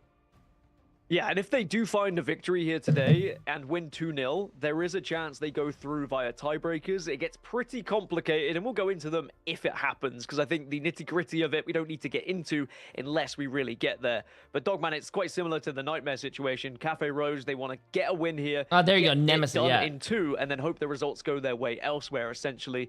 Do you think that takes the pressure off in a way that you I don't think 100 just Thieves have are to win, safe. I think and they then need to hope win that this. Something else is going to happen for you. You essentially almost resign yourself Because they well, we'll let have, fate decide there's a at lot that of people who have like 2 For sure. wins. It kind of comes down to what I believe Vess has said in the interviews for FlyQuest and stuff. You know, because when you kind of reach these situations where, you know, a lot of the fate is out of your hands and stuff, you just kind of, you can play a little bit more free, maybe. Like, you just kind of don't care as much in terms of It's heal you know, pool negative meta press 'cause of or anything dive. like that. You just play to your strengths, and I think No. Cafe Rose can do it. And you know, they definitely are already in a great spot playing with house money as an MRC team. Well, Burning T'Challa is where we're going to start things off here. We've not seen 100 Thieves win here yet in the preseason. Cafe Rose, they're 1-1, so they have actually found a victory on domination here on Burning T'Challa. I think it's their only one, so not really surprised that's where we're going to be heading, probably with their selection. Shib, how you feeling about Burning T'Challa? I know you were questioning, you didn't feel like we'd seen it enough yesterday. Well, now you get it prime and ready.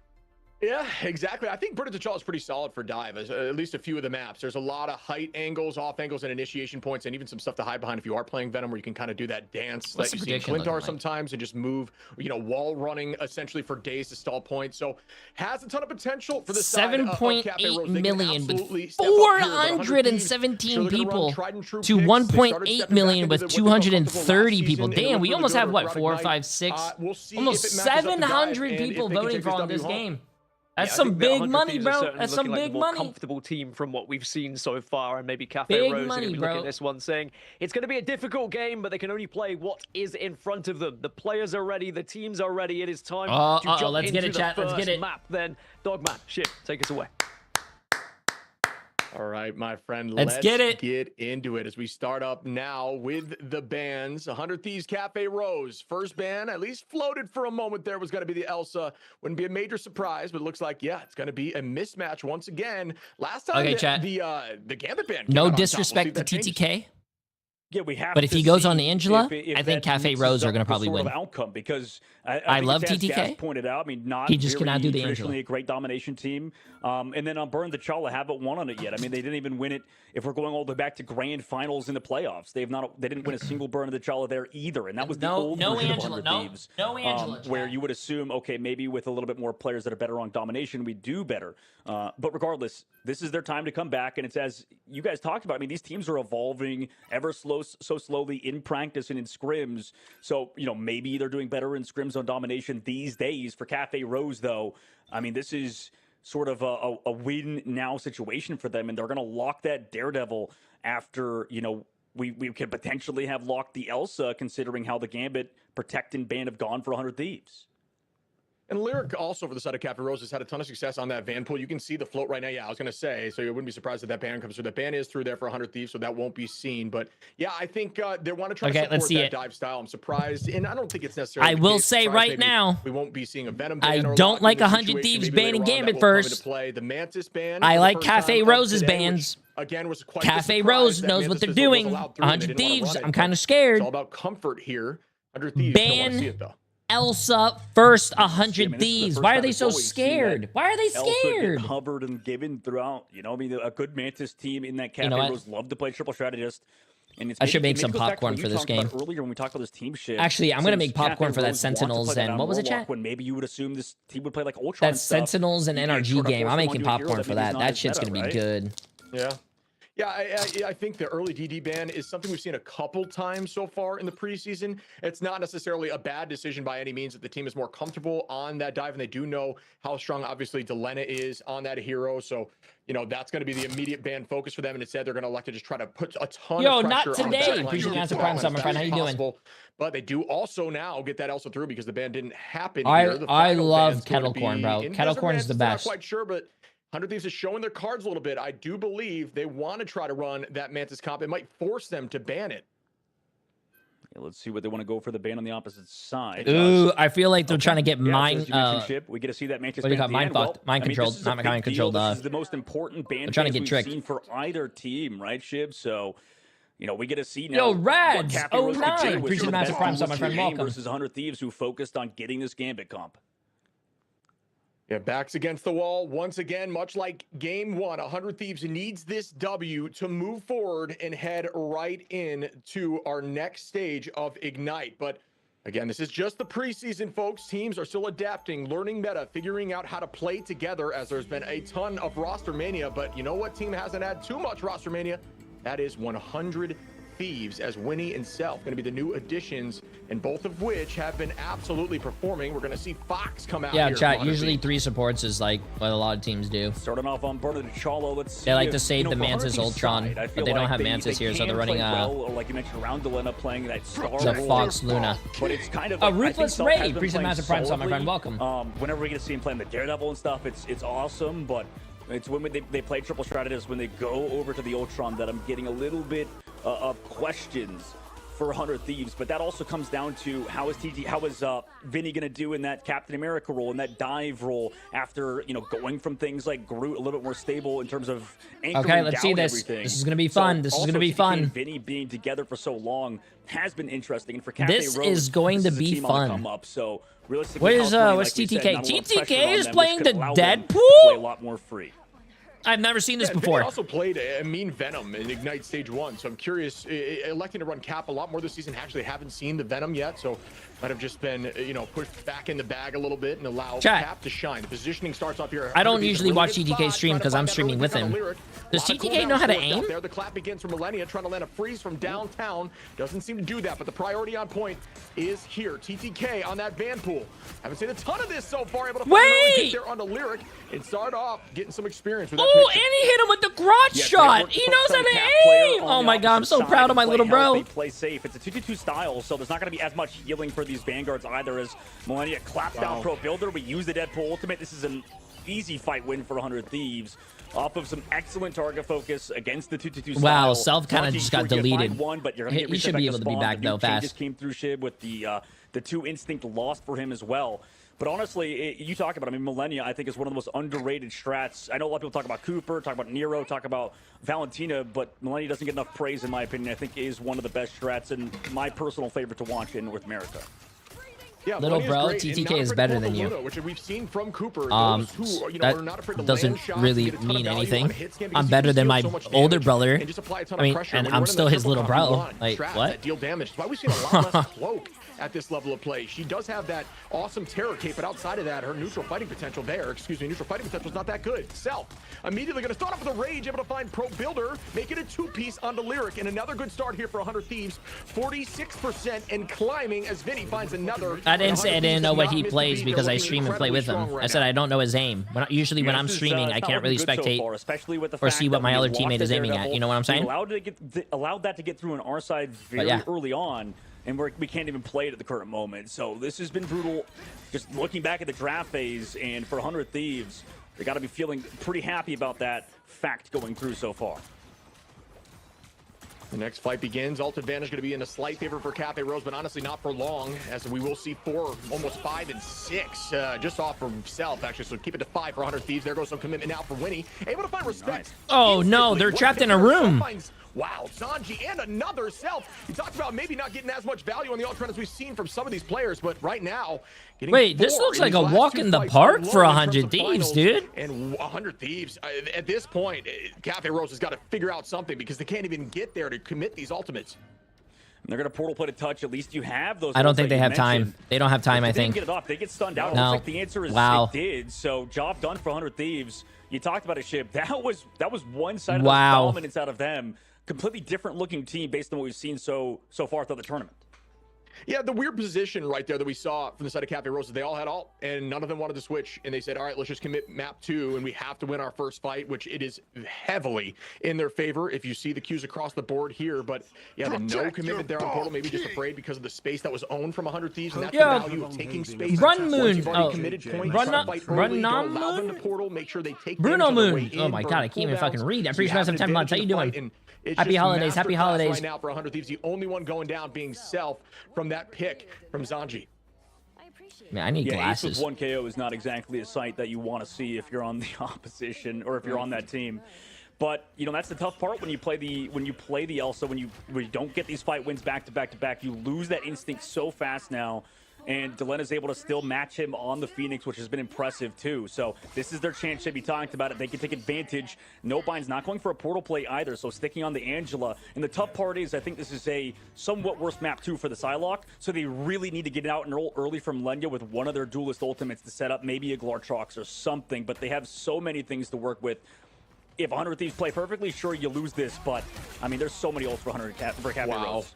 Your older brother would spank you in a 1v1. I know this as an older brother. Instantaneously with some really good tracking in that fight. Brother, my job is to play video games, man.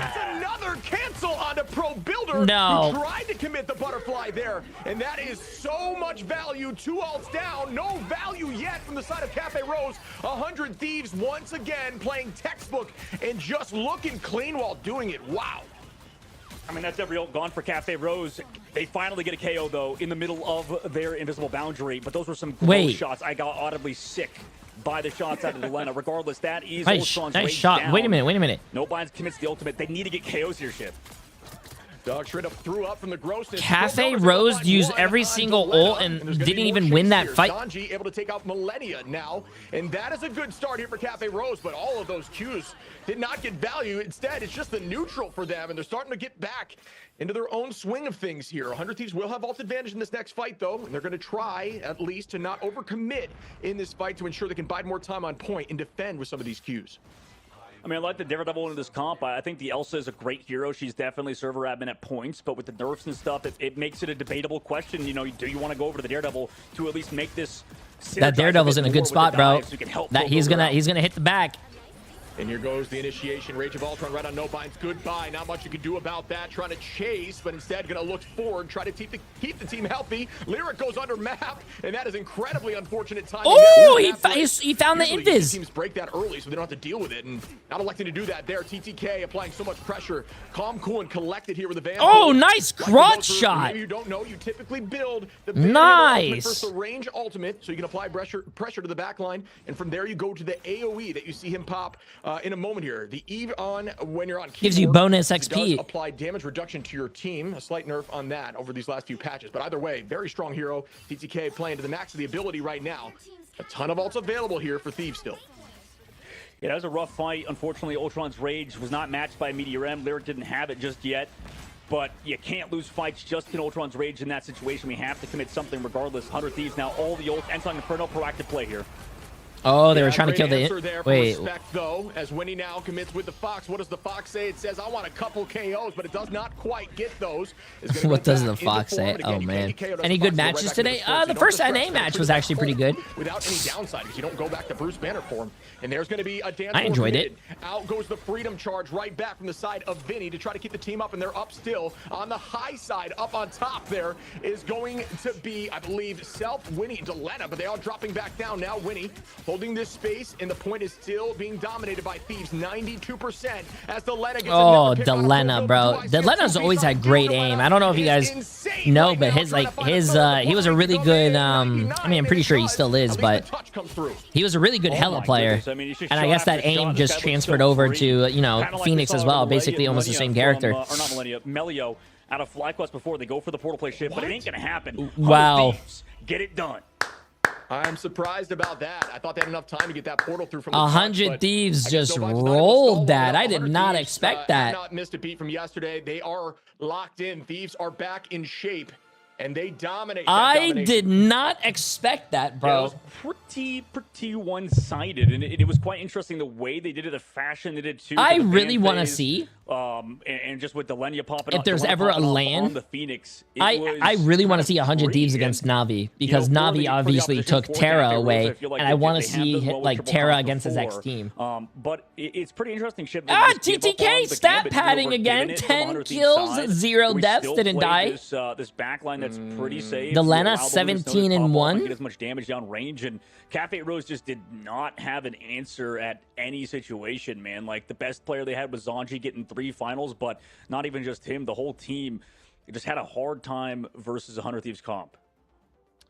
Yeah, I'm with you. It might be the first time we've seen a team that locked Gambit didn't need to run it necessarily, but either way, you know, I mean, they did need to run it if I'm being honest, but either way, this is a tough look here for Cafe Rose. Again, for those who maybe don't know, they did lose a couple players early on just due to age restrictions, but the team is still very, solid together. They look great day one, struggling a little bit right now, but they can bounce back. But outside of that, 100 Thieves, again, incredible. 7 finals efforts, Atlanta, a ton of damage. TTK not going down a single time. The whole team performed. Very impressive. I mean, I didn't really know what to expect going into this one. I didn't know if we were going to 3 see 100 I mean, at their very 3 best. healers always look good, chat. We saw the performance yesterday. Ultron, like I said, Ultron, they banned Mantis, but Mantis is usually a really good pick as well. Really keep up with just the aggression that we saw out of 100T. I don't know if it's going to get any better for Cafe Rose, which I think is my concern here, dog. I mean, from what I've seen in that first map, there's nothing that suggests that Cafe Rose have what it takes to take down 100 Thieves. I know things change a lot now going into Convoy or Convergence. I mean, if you were Cafe Rose, if you were the coach of Cafe Rose, where would you rather go here? Do you feel like Convoy or Convergence has a preference for them?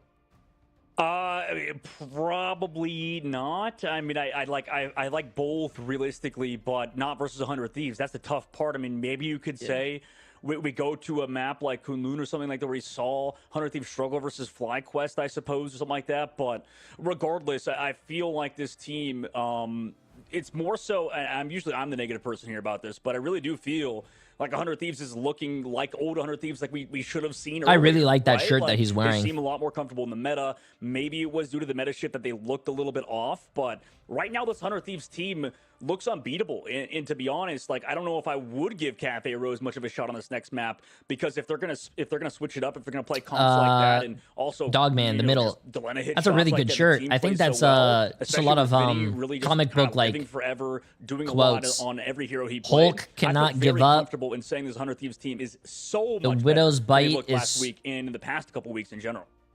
And Chib, it seems to be somewhat of a pattern. I don't know what that says. If you look at 100 Thieves, you look at FlyQuest, teams The that Panther had follows. expectations to perform early on. That's a pretty cool struggled shirt. to begin with, didn't look like themselves, but then started to find their footing a little bit later on here in preseason. Sadly, it was far too late for FlyQuest. What do you kind of take that down to? Why do you think these teams struggled to begin with? Like, as why I say, are with the they Widow's taking Bite longer than others to is adjust to this meta?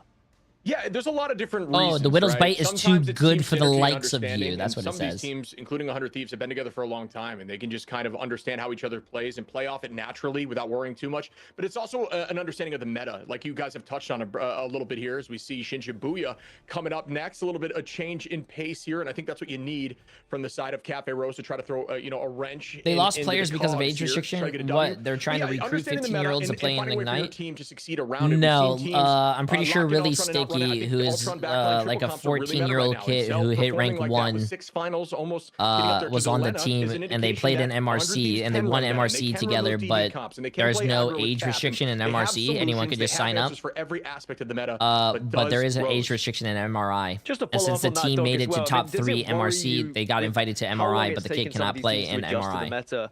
Obviously, it's a very fast developing meta in Marvel Rivals. We get patches very regularly. Seasons change. Because you have to be We are gonna 16 see years, a lot of 16 things years change old, some of these older, heroes. older.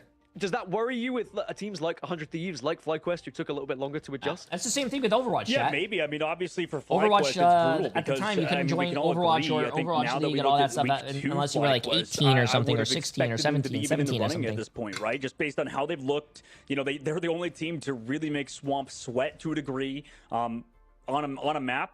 But regardless, it does feel, I mean, I kind of want to agree with you. I think it is a little worrisome, but also from the flip side, I understand it just because it is tough to develop into a patch that just released a week and a half before the tournament. Like, this is obviously not just about Marvel Rivals esports when a patch drops, but, you know, and obviously the players like to think it is. Y'all glaze TTK too much. I like him too, but he isn't the top 5 best things in the tournament. Sorry. Okay. Like, the game is not just about us. That's your opinion, all the time, but he's also my friend, and he's like a little brother to me. So my chat and I cheer for him. And the teams that adapted the fastest in terms of Swamp Gaming and Liquid Citadel are definitely let's go TTK. Top, but as long as you make it into the playoffs, it may not matter, right? If you figured it out at this point, I would say that I still think they're going to do well, and I'd be scared to play against 100 Thieves right now. TTK said I remixed didn't even want TTK to go thank Another thing at the moment in preseason shit, I think the players that's going to change to need to do what they want because they are the one playing. Sometimes you got to do what. Sometimes you got to go against what your coach says. Different results in variants. Absolutely. We talk about targeted bans being a thing, and I think the ban phase becomes ever more present and more important as you go into best of 5s because you download the problems and then you really start picking them up. Chronics for 24 months, absolutely matches, right? If you get that third, then you can really hone in second on who best you team, like in general. I have no idea, bro. Like I would love to see Virtus Pro against Swamp Gaming though. Weaknesses in modes and try to exploit that a little bit more. I do think best of 5 is a better indication of talent, team versus team, but still best of 3. If you're able to take it too sweet like that, you can run some more cheeky stuff and get away with it. Real question is, Dog, if we had best of 5 in preseason, do you think we would have seen different results? Would we have had the same tables that we have right now? I think so, yeah, because then you allow domination to go through a little bit more, and some of these teams are very dom reliant, and then maybe they can go to an extra convoy or convergence map that the teams they play against are like least comfortable on. Because I mean, I feel like if you're good at like one dom map, you're probably good at most of them, if not all of them. Comparing that to convoy convergence maps can be all over the place, I guess. So yeah, I think that we probably would see something different there for sure, Cask. Well, 100 Thieves and Cafe Rose at the moment, 100 Thieves are looking like the dominant force. However, for Cafe Rose, it is pretty much do or die now. They have to come back and win both of these if they would like to have an opportunity of progressing through to playoffs. No, there's no pause. I think they're waiting for the next That's for sure. They would have to go into tiebreakers. Start. They'd have to help the other teams lose later Which on is today, weird. but They there is didn't take a still break. Usually they take breaks and for between them, that's what matches, they've but I got think to they're cling on to. That is the situation. I don't think As they're for doing 100 that. Thieves, if they win this next one, they qualify for playoffs. It's easy breezy, simple as you like. And I'm really hoping that we see a little bit more of an effort here from Cafe Rose, because it did seem like they just rolled over and showed their belly a little bit in that first map there, Shib. Is there a reason, do you think, that maybe 100 Thieves were able to just really target them in that ban phase? Was it already won before we even got into the map? Well, I think the ban phase was important, but honestly, I just think they lost confidence completely. You know what I mean, buddy? They left the first point completely open. It didn't even make an attempt for Portal and just held on to ult, and you can't be doing that. That feels very laddery to me.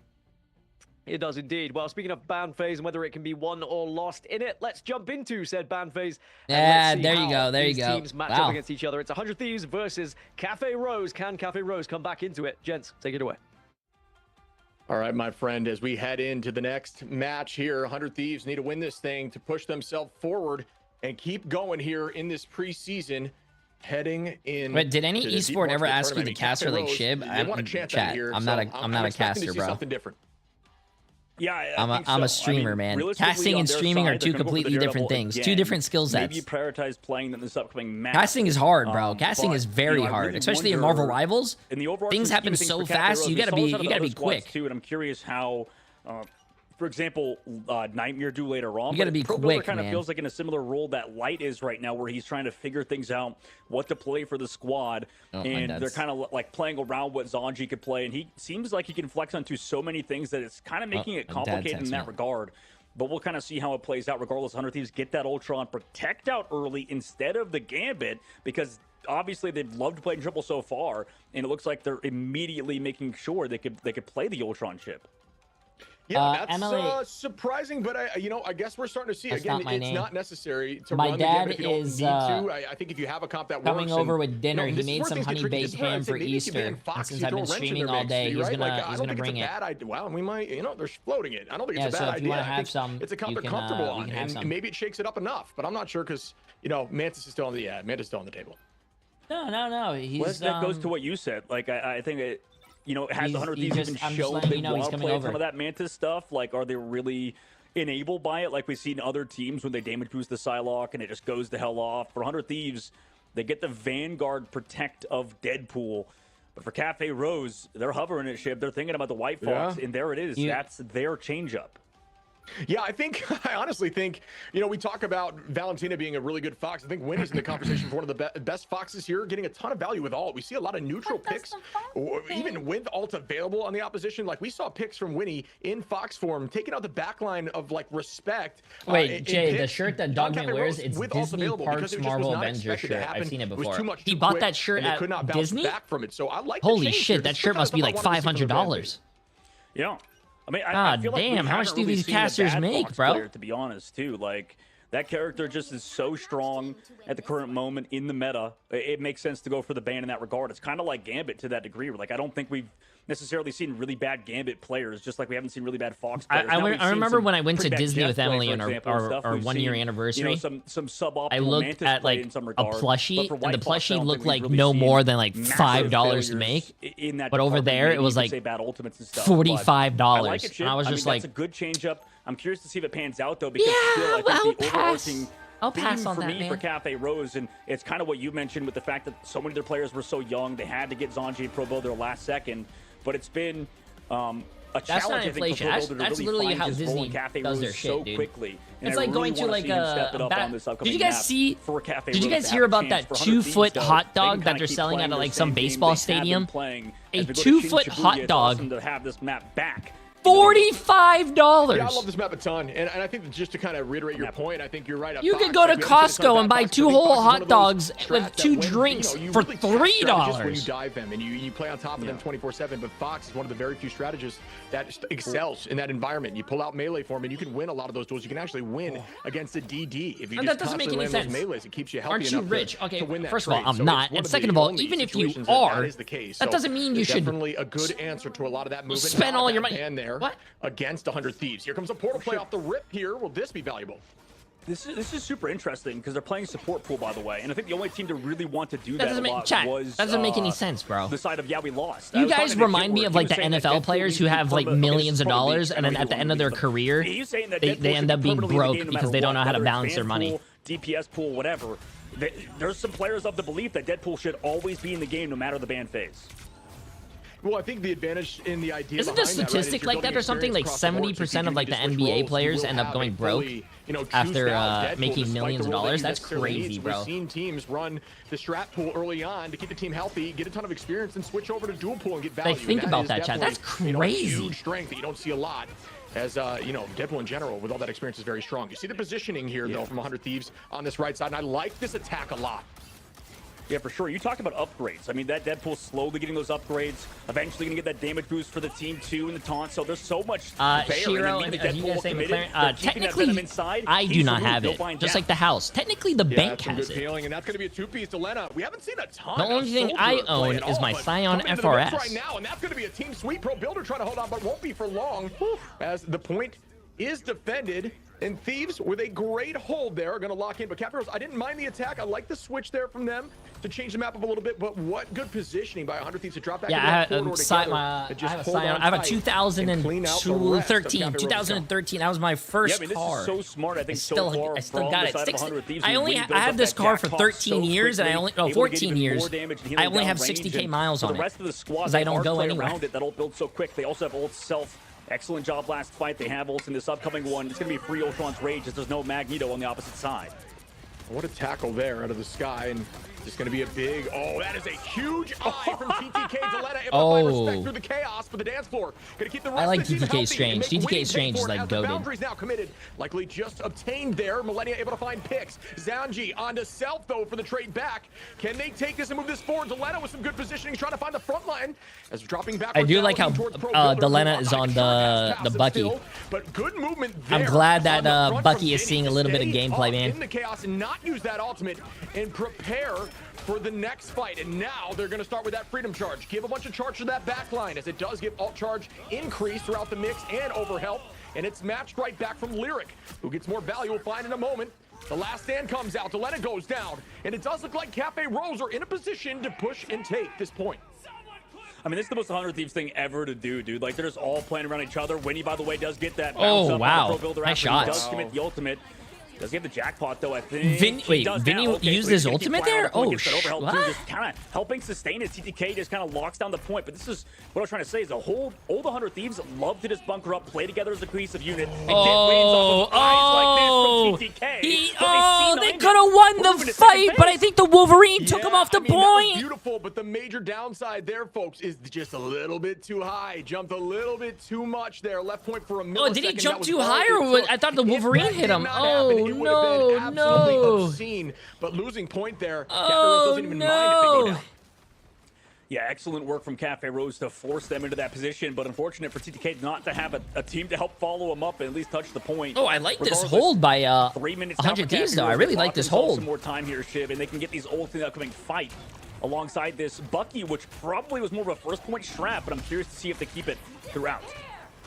Yeah, I mean, you're just trying to manhandle binds here on the Venom. Millennia able to find one. Delena finding respect. Make it 3 now as Delena takes out picks. Do I see 4? We might here on the Lyric, who's trying to run away and cannot for long. As the triple comes out for Delena, and now they're on defense, holding them right at the point.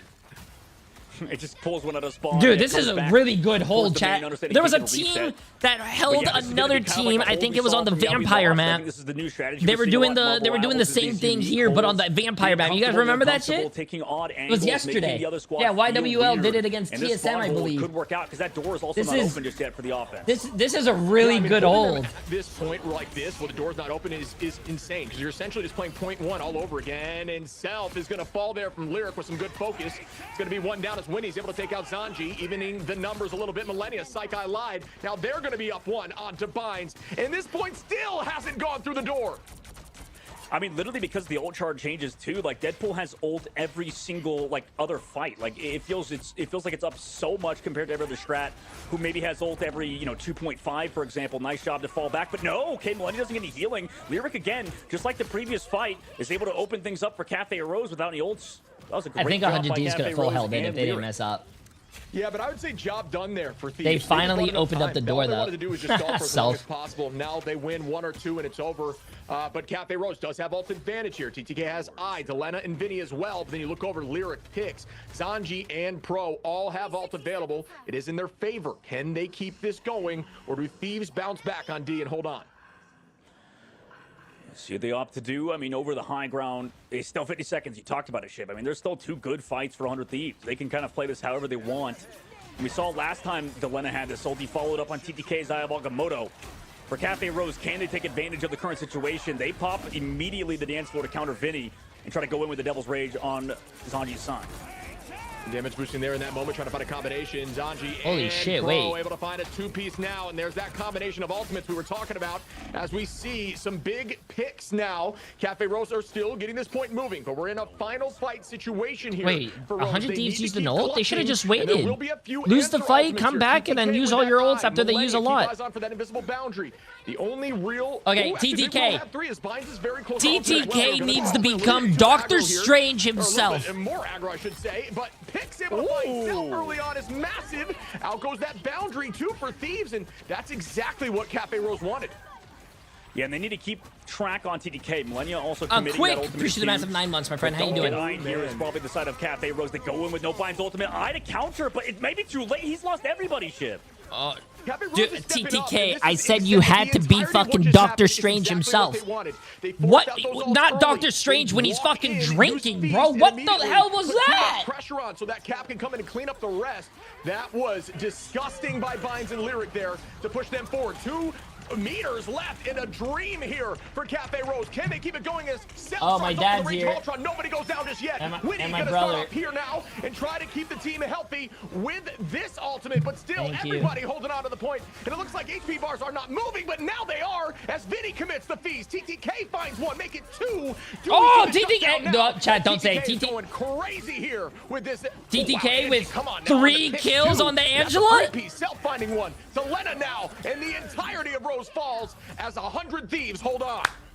I mean, that was real close to the very end, but It's that factor we talked about with Deadpool. I mean, he got what, like 6, 7, 8 ultimates in that entire round. No, I'm not gonna let him cook on the Angela. Looks like he's committing the don't say it. Katana's ultimate, right, with the final exam commitment where he's landing the jackpot, getting bonus health for the entire for himself, and then also getting the healing factor refresh too with the upgrade. So, I mean, I think that overall this comp has been disgusting when Winnie's been playing the Deadpool. Only downside is that you talked about it. Lyric just kind of diving this back line, Self getting picked sometimes from across map. Can we see the stats? Has had moments where he's looked really good on first point, but can we see the stats? Oh, my dad is also here. Before this round starts, chat, I'm gonna go say hi to my dad real quick. Looked like a better team. Oh shit, but stats. Still some chance for Cafe Rose to win this ship. Delena, 19-3, TTK 20-2. Ooh, Millennia also. Yeah, everyone's doing really good. Yo, I'll say hi to you, but on the defense. What? Yeah, 100 Thieves comp, at least on defense there, was just making Venom's life impossible. Binds really not able to find too much value, besides the fact that it was pulling a lot of attention and focus. And realistically, when you are playing a dive Vanguard like Venom, like Cap, that's your goal. You don't necessarily always see it in the stats, so it did help them a ton. But now we see Thieves change things up a little bit. Vinny going to be on that group. TTK staying on the Strange. Everything else is going to stay roughly the same. But I think the idea of this group is any of that overcommitment from the Vanguard dive, they're just going to wall off and try to focus. And we're going to see a portal play come in right off the rip here. Let's see what they can do. Easter baskets. They go for the portal play around the back side of the map. Just kind of a traditional map flip, but for 100 Thieves side, they put Delena back onto the Phoenix. And I was curious if they would stick with the Bucky stuff. But they're just going for that 2-2-2 style to try to get a kidnap on the height. Maybe just like bait and switch to allow Self to get an angle. Where is Self at the current moment? It looks like just with the unit towards the point. No, I really like this switch here, honestly, by Cafe Rose on their defense. This is really good positioning here, and that's going to put TTK in a very tough spot, able to drop back. Picks almost finding that. Self, very low, going to burn that passive. So that is another win here for the side of Cafe Rose. What a switch to answer that portal. But here goes that commitment, like you're talking about. Winnie immediately starting off with that ultimate, walking them forward. TTK is able to find one on to Pix in the back line, and they will be up a number after a huge tackle comes in from Self. Yeah, nice job to bring him back. Green's used as well in the height. We might see more of this later on. I'll talk about it later, but TTK takes down Lyric. Even more have to touch. This Deadpool stuff, you build up that ult so fast. They also have other straddles coming up in a second. Cafe Rose can't even touch. We're head to second phase. But Chip, I really think as long as Vanpool gets banned, or maybe even I just came back after saying hi to my dad and 100 Thieves capped, and they have 5 minutes. Tough first point conversion convergence maps, because you build up that ult so quickly. Have a good night, Dad. Love you.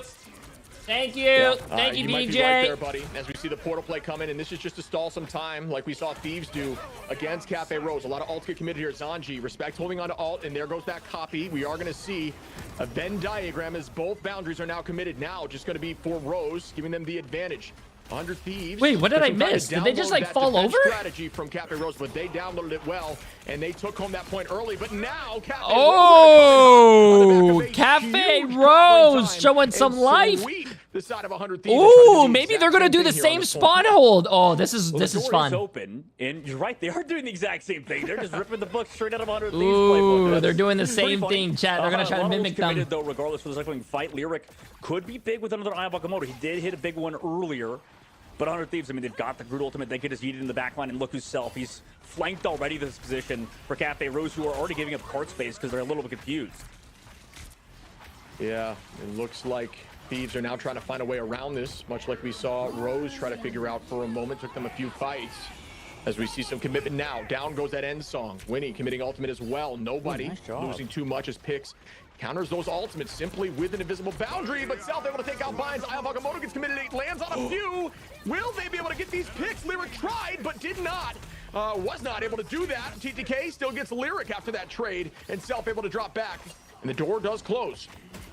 Yeah, door closes. Everybody else just funnels towards that cart. I almost thought it was a good fight. This is still a good hold. The fact they lost somebody earlier after that invisible boundary enabled the side of never mind.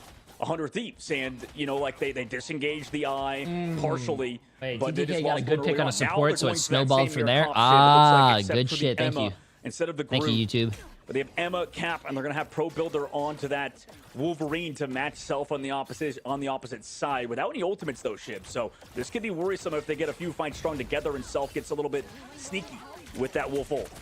Yeah, Cafe Rose is got to move forward here and try to get 2 fights out of this so they can build ults, but the lettuce is not up in here. Goodbye binds off the rip, now looking backwards and takes that height right back, looking for Zanji, and oh man, that was some good tracking. But a huge tackle comes right back. He went a little too aggressive and he lost his life for it, bro. First picks, able to find that one. The walls are up, they're broken now. Invisible boundary committed. Lyric, Emma just trying to burn this front line, and there goes Vinny, and that's what this comp is going to be able to do now that they have Pro Builder also on that Wolverine. They're just going to try to just destroy this front line and play a new style of Vanguard Buster. Zanji finds God, after watching pro players play, I feel like I need to lower my sensitivity. I think my sensitivity is too fast, but I really don't want to change my sense. Zanji alive, trying to just like hard int away from the squad when it looked like usually Deleno would get that KO. So excellent job from him. Allowed Pro Builder to get that tackle counter to Self, who was finding the tackles earlier. Now in this upcoming fight, Cafe Rose can draw it out. They can maybe get a big ultimate with the Unsung Inferno, but it's going to be tough to deal with the pressure that's going to come from Winnie's jackpot in a moment. And there goes more commitment. Unsung Inferno comes down to get rid of some of that overhealth instantaneously when it does land. Good crystal pull there from Lyric. Does have Psionic available too, but it's very difficult to land Psionic into a Groot who maybe has wall available. No, it doesn't look like Vinny does, and a tackle comes through. Out goes Crystals to try to counteract. Is that going to be enough to keep Vinny healthy in the front line? It is. Self trying to move forward here. The whole team going to stay healthy, and out goes the boundary, but this time from the side of Pixel, who is keeping Cafe Rose healthy. TTK goes down from Lyric, and the defense side here from Cafe Rose is looking insane right now.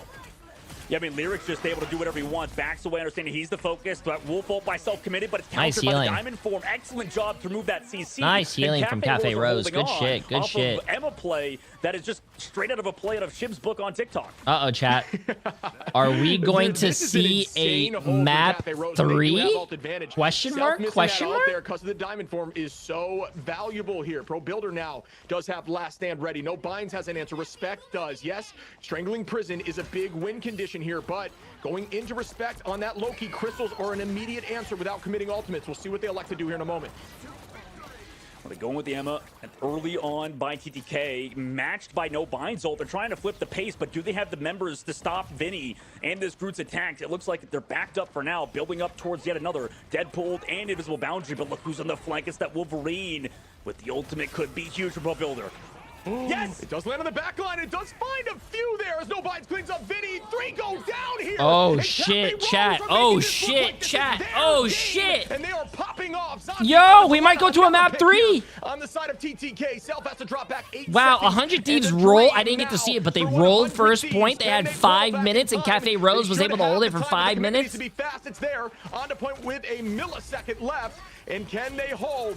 Cafe Rose going to commit now with the Psionic, and that doesn't seem to do too much. Does pull Vinny, and Vinny goes down. Oh, no. Pick comes in, and Cafe Rose. No, that's a hey, chat, we're going to a map 3. 100 Thieves are falling down, and that could be it. It is. 100 Thieves lose this, and it goes to map 3. 5 minutes. Oh my God, Cafe How? Rose. What a crazy turnaround. That sliver of How, hope bro? they held on to so strongly. 100 Thieves losing on a map that you would assume they would be solid if Cafe Rose wins the next game, chat, $8.5 million go bye-bye. Excellent observing towards the very end. $8.5 million go bye-bye. The player we were talking about that had to make a difference coming through on that Wolverine and being absolutely huge, just like Self was on Wolverine, was matching it, and also a well-deserved MVP for Pixel and Cafe Rose's strat line, who played it perfectly. Maybe that's also why we see Invisible Woman sort of targeted as a last ban and could be a factor moving forward to counter these Wolf plays when there's no Magneto on the field. Wait, the Invis Woman has 9 final hits? Holy shit. 9 finals and looks really good. I'm just not sure the early Ultron lock like that is worth it in this meta right now. But hey, you know, I'm not on these teams or behind the scenes on stats and scrims. And I will say that the side of Cafe Rose on that defense took a page out of 100 Thieves' hold, portaled quickly to bide time, and then from then on just kept winning some of those battles, and that was all that was necessary. Taking fights quickly, building ults, and then winning alt fights. Cafe Rose locked in, and we will see if they could take home game 3 right after this break. That is actually crazy, considering how 100 Thieves had a great... They lost a point on first point on defense, but then they had like a really good hold still over there, and it looked like they were setting the tempo and everything. And then on offense, 100 Thieves rolled them for 5 minutes. They had 5 minutes and like 20 seconds, but they couldn't finish it, man. That is crazy.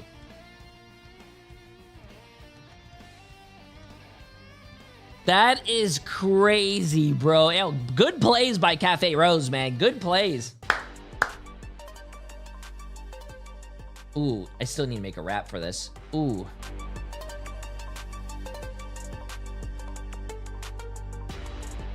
Yeah, they had 5 minutes. All 100 Thieves needed to do, which I don't understand. They had 5 minutes. Go in there, bait all the enemy team's ults out, and then don't use any of your ults. And then after they use all their ults, then you can use all your ults. And then, bro, you have 5 minutes to come up with a plan. 5. Chat. 5.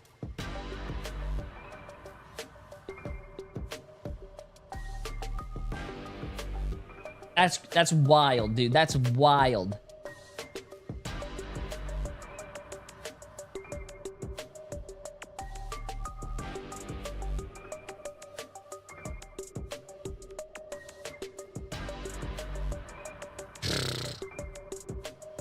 Yeah, I mean, that map is very, I think it's defensive heavy, right? So. Damn, dude, damn. Jay, would you ever be a coach? No. I'm a streamer, chat. Oh, my dad's text me. He said, enjoy. Thank you, Dad. I love you and appreciate you. Happy. There you go.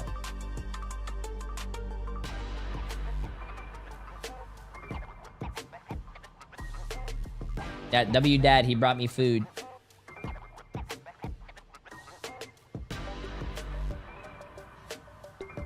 Oh, no. I'm okay right now, though. I appreciate it. Maybe in a little bit. For the Sentinels and NRG game, I do want to make popcorn now. Because I think that game's going to be insane. Jay, how old is your little brother? I don't have a little brother, man. I'm the youngest.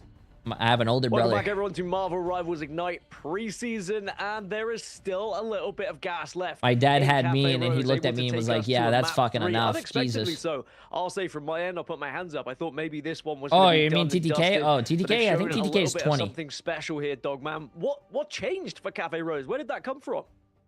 I mean, the comps, right? This is kind of what we saw out of a lot of the top teams so far, is just figuring out what to switch to at the right time. And you saw 100 Thieves didn't react, right? They kept playing the Ultron stuff. They kept playing the Deadpool and slowed down their pace to a halt. Whereas on the opposition, I mean, they also kind of slowed it down, which kind of threw 100 Thieves off, right? They allowed their Wolverine to set up flanks. Self, we didn't see as much out of him after the counter Wolverine swap came through. And that's what's enabled Cafe Rose on that map. So huge Wolverine plays out of Pro Builder and the squad. Shib, do you think this now puts Cafe Rose at potential advantage going into Museum of Contemplation? Because momentum's on their side. They're going to be feeling themselves a little bit here, and maybe 100 Thieves going to be a little bit worried. Yeah, momentum is a huge thing in Marvel Rivals, and mental's huge. We heard a little bit ago the conversation that, you know, if you're not feeling it as a squad, you're going to struggle. We saw that from Nightmare, as Mace kind of mentioned. They were struggling a little bit, but now they're feeling more confident and they're finding their footings. That's why the games are looking better. It's just the inverse, right? If you lose like that on a map that you felt confident on with a pretty decent hold, and you just get kind of swept for like 5 straight fights, you're going to go into this next first fight feeling a little bit on your heels, and it's going to make it more difficult as we head over to Museum of Contemplation. And I don't know what the mathematicians are like behind the scenes at 100 Thieves, but it turns into a pretty dicey tiebreaker situation if they lose this matchup. I'm sure they are cranking the numbers behind the scenes at the moment to make sure they can work out, are we through? Are we not going to be through? They probably are going to have to wait for results happening elsewhere, but the main Are 100 Thieves out if they lose? Just finding a win. I think they were just talking about that. Now, I'm not going to count out I don't know what the standings look like right now, or what they're going to look. At the end of the stream, we're probably going to know what the standings are, though. 100 Thieves, if you were on 100 Thieves, you know, as an ex-pro player yourself, what would you change up going into this map 3? I mean, like, I would assume it's just going to be... The ban phase was generally kind of fine. I mean, I would be okay maybe getting rid of the Invisible Woman and stuff towards the very end if they're going to play more Wolverine stuff. Obviously, it's a bit different on Museum. I think this is going to be a big change-up. But regardless, for 100 Thieves' side, I think that it's always tough, right? Because they definitely looked like a way better Bring team. the Angela out on Museum? I don't know about that, man. Like it's the classic situation where you take why pro players can't play Cloak and Dagger? That game was almost unlosable. They could play Cloak and Dagger. It's just that there's other characters that are a lot better right now. Talked about the fact that they've gone to 3 maps every single time. Like 100 Thieves literally just snatched defeat out of the jaws of victory right there. Like it genuinely seemed like 100 Thieves had so much time to work with second phase, but some of these maps, Shin Shibuya at least in pro play, that is, can be deceptive, I guess, right? Like it feels like you're right there towards the very end, and then you just get stopped. So realistically, if you get stopped that many times in a Streets phase, it's probably just going to be up to switching your composition a little bit. They just got to do that, right? I think the Deadpool stuff was good at the very beginning, but they just couldn't make plays off of Self. They couldn't do stuff with him later on, and I think that's what stopped them in that second phase. But I mean, Ship, Cafe Rose should be more than proud of themselves, not only with the performance so far, but just in general here in preseason. Remember, of course, they competed in MRC, find themselves now in MRI. There's always going to be a lot of eyes on you. There's going to be that situation where you feel that extra pressure. But even if they don't qualify for playoffs, I think we're still pretty excited to see what they can do going into the main season. Oh, 1,000%. This team showed right there on their attack on point 2, being down ultimates, being way back in point with a minute left. They won 3 consecutive fights down ults. They had huge commitment on every single ult play and won. They have the talent. They showed it right there against 100 Thieves, a storied team, a team that doesn't make a ton of mistakes. And they kept finding that little crack in the defense and pushing forward. And that is truly what won them that map. That attack, that point 2 with a minute left, won them that map. Well, yeah, and it was a brilliant watch, wasn't it, Dog? It was, and I got something too on that. Like I feel like a real factor that I've been missing on, and I don't know if you guys agree, but I think that we haven't seen a lot of like TTK so far, right? Like, damn, you know what? Like, I feel like he wants to go over to Ange a lot of the times. Like, I feel like he feels like he's a little bit more proactive on that hero compared to Doctor Strange. I don't know, what do you guys think about that? Because I feel like the reason why 100 Thieves maybe aren't winning as much or being as proactive is because we don't have TTK on a character that can make plays as much as an Angela can, for example, like we've seen him do on map number 1. Well, I do think that there has been a little bit of talk on Reddit or whatever social media platform you'd like to use about TTK and how deep his hero pool is. How much does that come into the equation, Ship? Because comfort is everything, but of course meta sometimes just shifts you away from your comfort zones. In a scenario like this, should you just be looking towards comfort instead of playing the meta? Yeah, it's tricky, right? Because I do think as a whole right now, the meta is very much shifted towards dive, which I do think controller players struggle a little bit on. I think that Cap, Venom looks so good right now. And I think TTK is dominant on virtually like a lot of the mainline Vanguards, those Vanguards that are more V1s and hold down point and make huge plays. But you know, maybe it's not as much of his meta, but still, he still has big time. We saw some huge alts, like we saw that Strange ult. If that hold there on that point 1, if that Strange ult just didn't go the inch too high, it would have been game winning. But you know, again, you're right. I think we saw him. They're gonna play a third game. Yeah, they're just yapping right now. Maybe it's just not quite his meta. They're trying to figure out if it's Dallas or Northern Virginia. We've seen TTK has been playing incredibly. Yesterday, in particular, really surprised me. Hey, they're talking about my goat like that, bro. I can't talk bad about TTK. Speaking of, actually, no, you can. He throws my games. Ready. So, gents, enjoy this. You can talk smack about him. 100 Thieves or CR? Chat, map 3, let's see it. Map 3. Folks, 100 Thieves, knowing them, they want to bounce back heavy and take this home quick. Museum of Contemplation has led to a lot of fun matches over this preseason. No, they're not doing the server thing again. Come out to I think what they're doing is that on North America, I don't see them taking breaks a lot between games. I want to see who you got because I mean, like you guys are talking about, like they're speeding it up. Competition's going ham right now.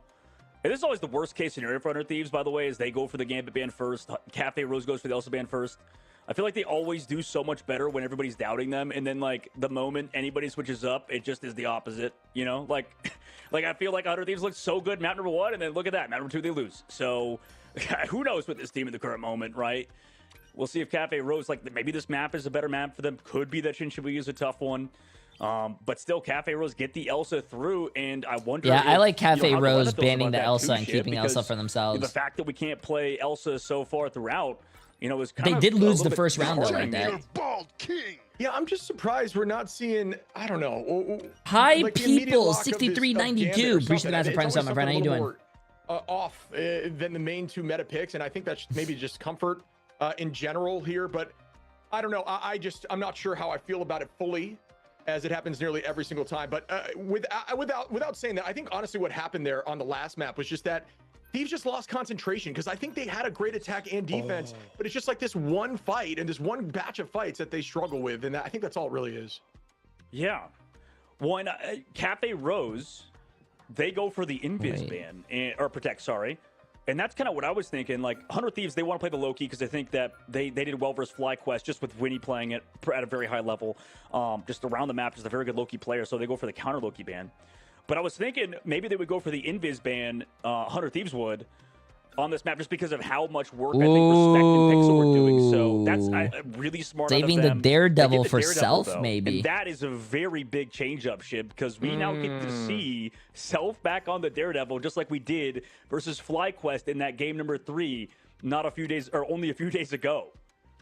Yeah, and the group ban there for Vinny, this is one of those maps that group can find a ton of success. There's a lot of like small chokes that not only can you wall off, but you can set up for, and I think setup is massive on Museum. So removing that too, but you're right. Yeah, Self going to be able to play that DD. We've seen what happens when Self's on DD. It is disgusting, and I'm looking forward to seeing what it looks like now. Pro Builder showing that Adam pick. It's looked really good on some maps, and some maps I'm just not sure it's always the answer. So we'll see what it looks like here, as 100 Thieves will be attacking first.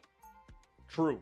I don't like that. I just like, maybe it's just like how I'm feeling about Pro Build. Like, Pro Builder's a good Adam Warlock, don't get me wrong, but I just like, I kind of agree with a lot of people. Like, why would you run Adam Warlock if you could run Ultron and stuff? You know, like, it does feel like Adam's just not as good this patch. And even with the Mantis stuff, like, they were doing Mantis, Adam Warlock before. So I don't know. What do you mean Adam Warlock is not good this patch? He has the fart cloud, bro. All you need is a storm. I still think Cafe Rose ban phase went pretty solid. I just bro. We'll They're talking bad about the fart cloud, man. Take a look at the map overall, Museum of Contemplation, and we have to contemplate the mathematics of the current moment, just because of the fact that if 100 Thieves lose this, they could be out of the playoff ship. I mean, that would be crazy if 100 Thieves don't make no matter it what, it goes to. Yeah, it goes to tiebreakers, right? And you never want to leave it in the hand of tiebreakers. There's just too much permutations of what could go wrong in situations that would leave you out. And 100 Thieves, I mean, we know they have the talent to move forward. It's just, that would be absolutely insane here. Cafe Rose just stepping up whenever they need to. See what it looks like now as the defense begins. Remember, Thieves can't be on that group, but Lyric is going to be on that group on their side to help take some of that space for free. Dropping back already.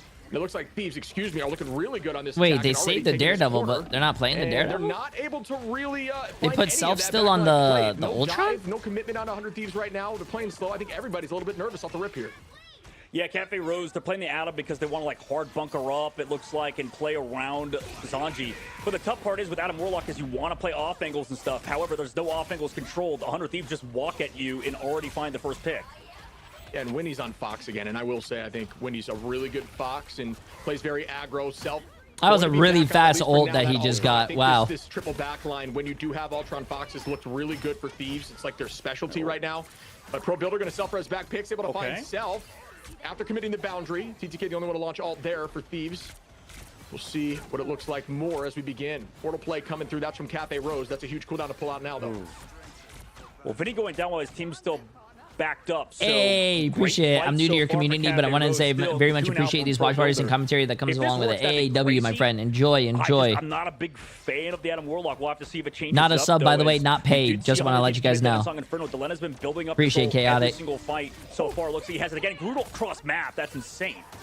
Wow, and they are able to find one through it. Yeah, I know, dude. That is insane. Finding one through that is obscene. Usually you need a combo to make that happen. Just some really good targeted damage, it looks like, from Zanji. And that's the thing. I mean, Elsa's so good at percent-based damage. Remember, I'm scared for 100 Thieves, chat. They gotta... It seems like they're stuck. If you combo well, and that's why when you get those full stacks, you become an absolute demon. TTK gonna be on that Van Pool, and that ult is available. Right towards the back line. They're gonna look for some commitment from the dive, but gets pushed away. I think they know that he has ult now. With the Rage of Ultron, trying to break this shield that is from Strange and no binds. There's the dance floor now to answer back. Self in a tough spot, half HP in a dream, is able to escape for that moment. Nobody goes down. Yo, Tigress, appreciate the massive gifted sub. I hope you're having a great day. For Thieves, can they get value right now? Delena in a low ceiling, very hard to break. Out goes the Eye of Agamotto, but Winnie says not up in here. Goodbye to Binds, excuse me. And the res comes through now. TTK and oh, good healing to save your teammate and whatnot. Also a big res though from Bro Builder. Uh-oh. I mean, right now it's kind of working. The res coming through does bring back all these members, but you also have the Fox ultimate from Winnie, 100 Thieves side ring out of ult soon. Zanji off map with the Glortrox. He finds two. No ways. The res to come back to find those KOs. And Cafe Rose again. Wait, how did TTK fall off the map? Absolutely insane. Everything was committed there, and the res was massive from Pro Builder. They used everything 100 Thieves, but you got to track that Atom. If you do not have an answer for the Atom, every ult you commit is just value for the res. I saw the Glortrox, but I didn't know he fell off the map. That boundary, and everyone's full HP after that with no answer. Uh-oh, this is bad. Gonna be the only one with if Cafe Rose full holds this chat, Delena close as well. Will 100 Thieves be able to do this as we are entering final fight territory? Well, right now, TTK being like sort of maintained Deadpool right now. You do have the Animal committed by Lyric. Jumps away, though, as Delena gets the peel. But can they find him? Soul Bond is well committed. The Venom is found on Lyric, but that happened before. Can 100 Thieves finally capitalize? They have ult advantage. We go in with Invisible Boundary. Can we get the KOs? Yeah, that was a massive ult there from Millennia playing aggro with that. Nice play by Delena. Good shit. Good shit. Brain play there as Pro Builder goes down. And nice play. We see a fourth here. Delena with some nice shots.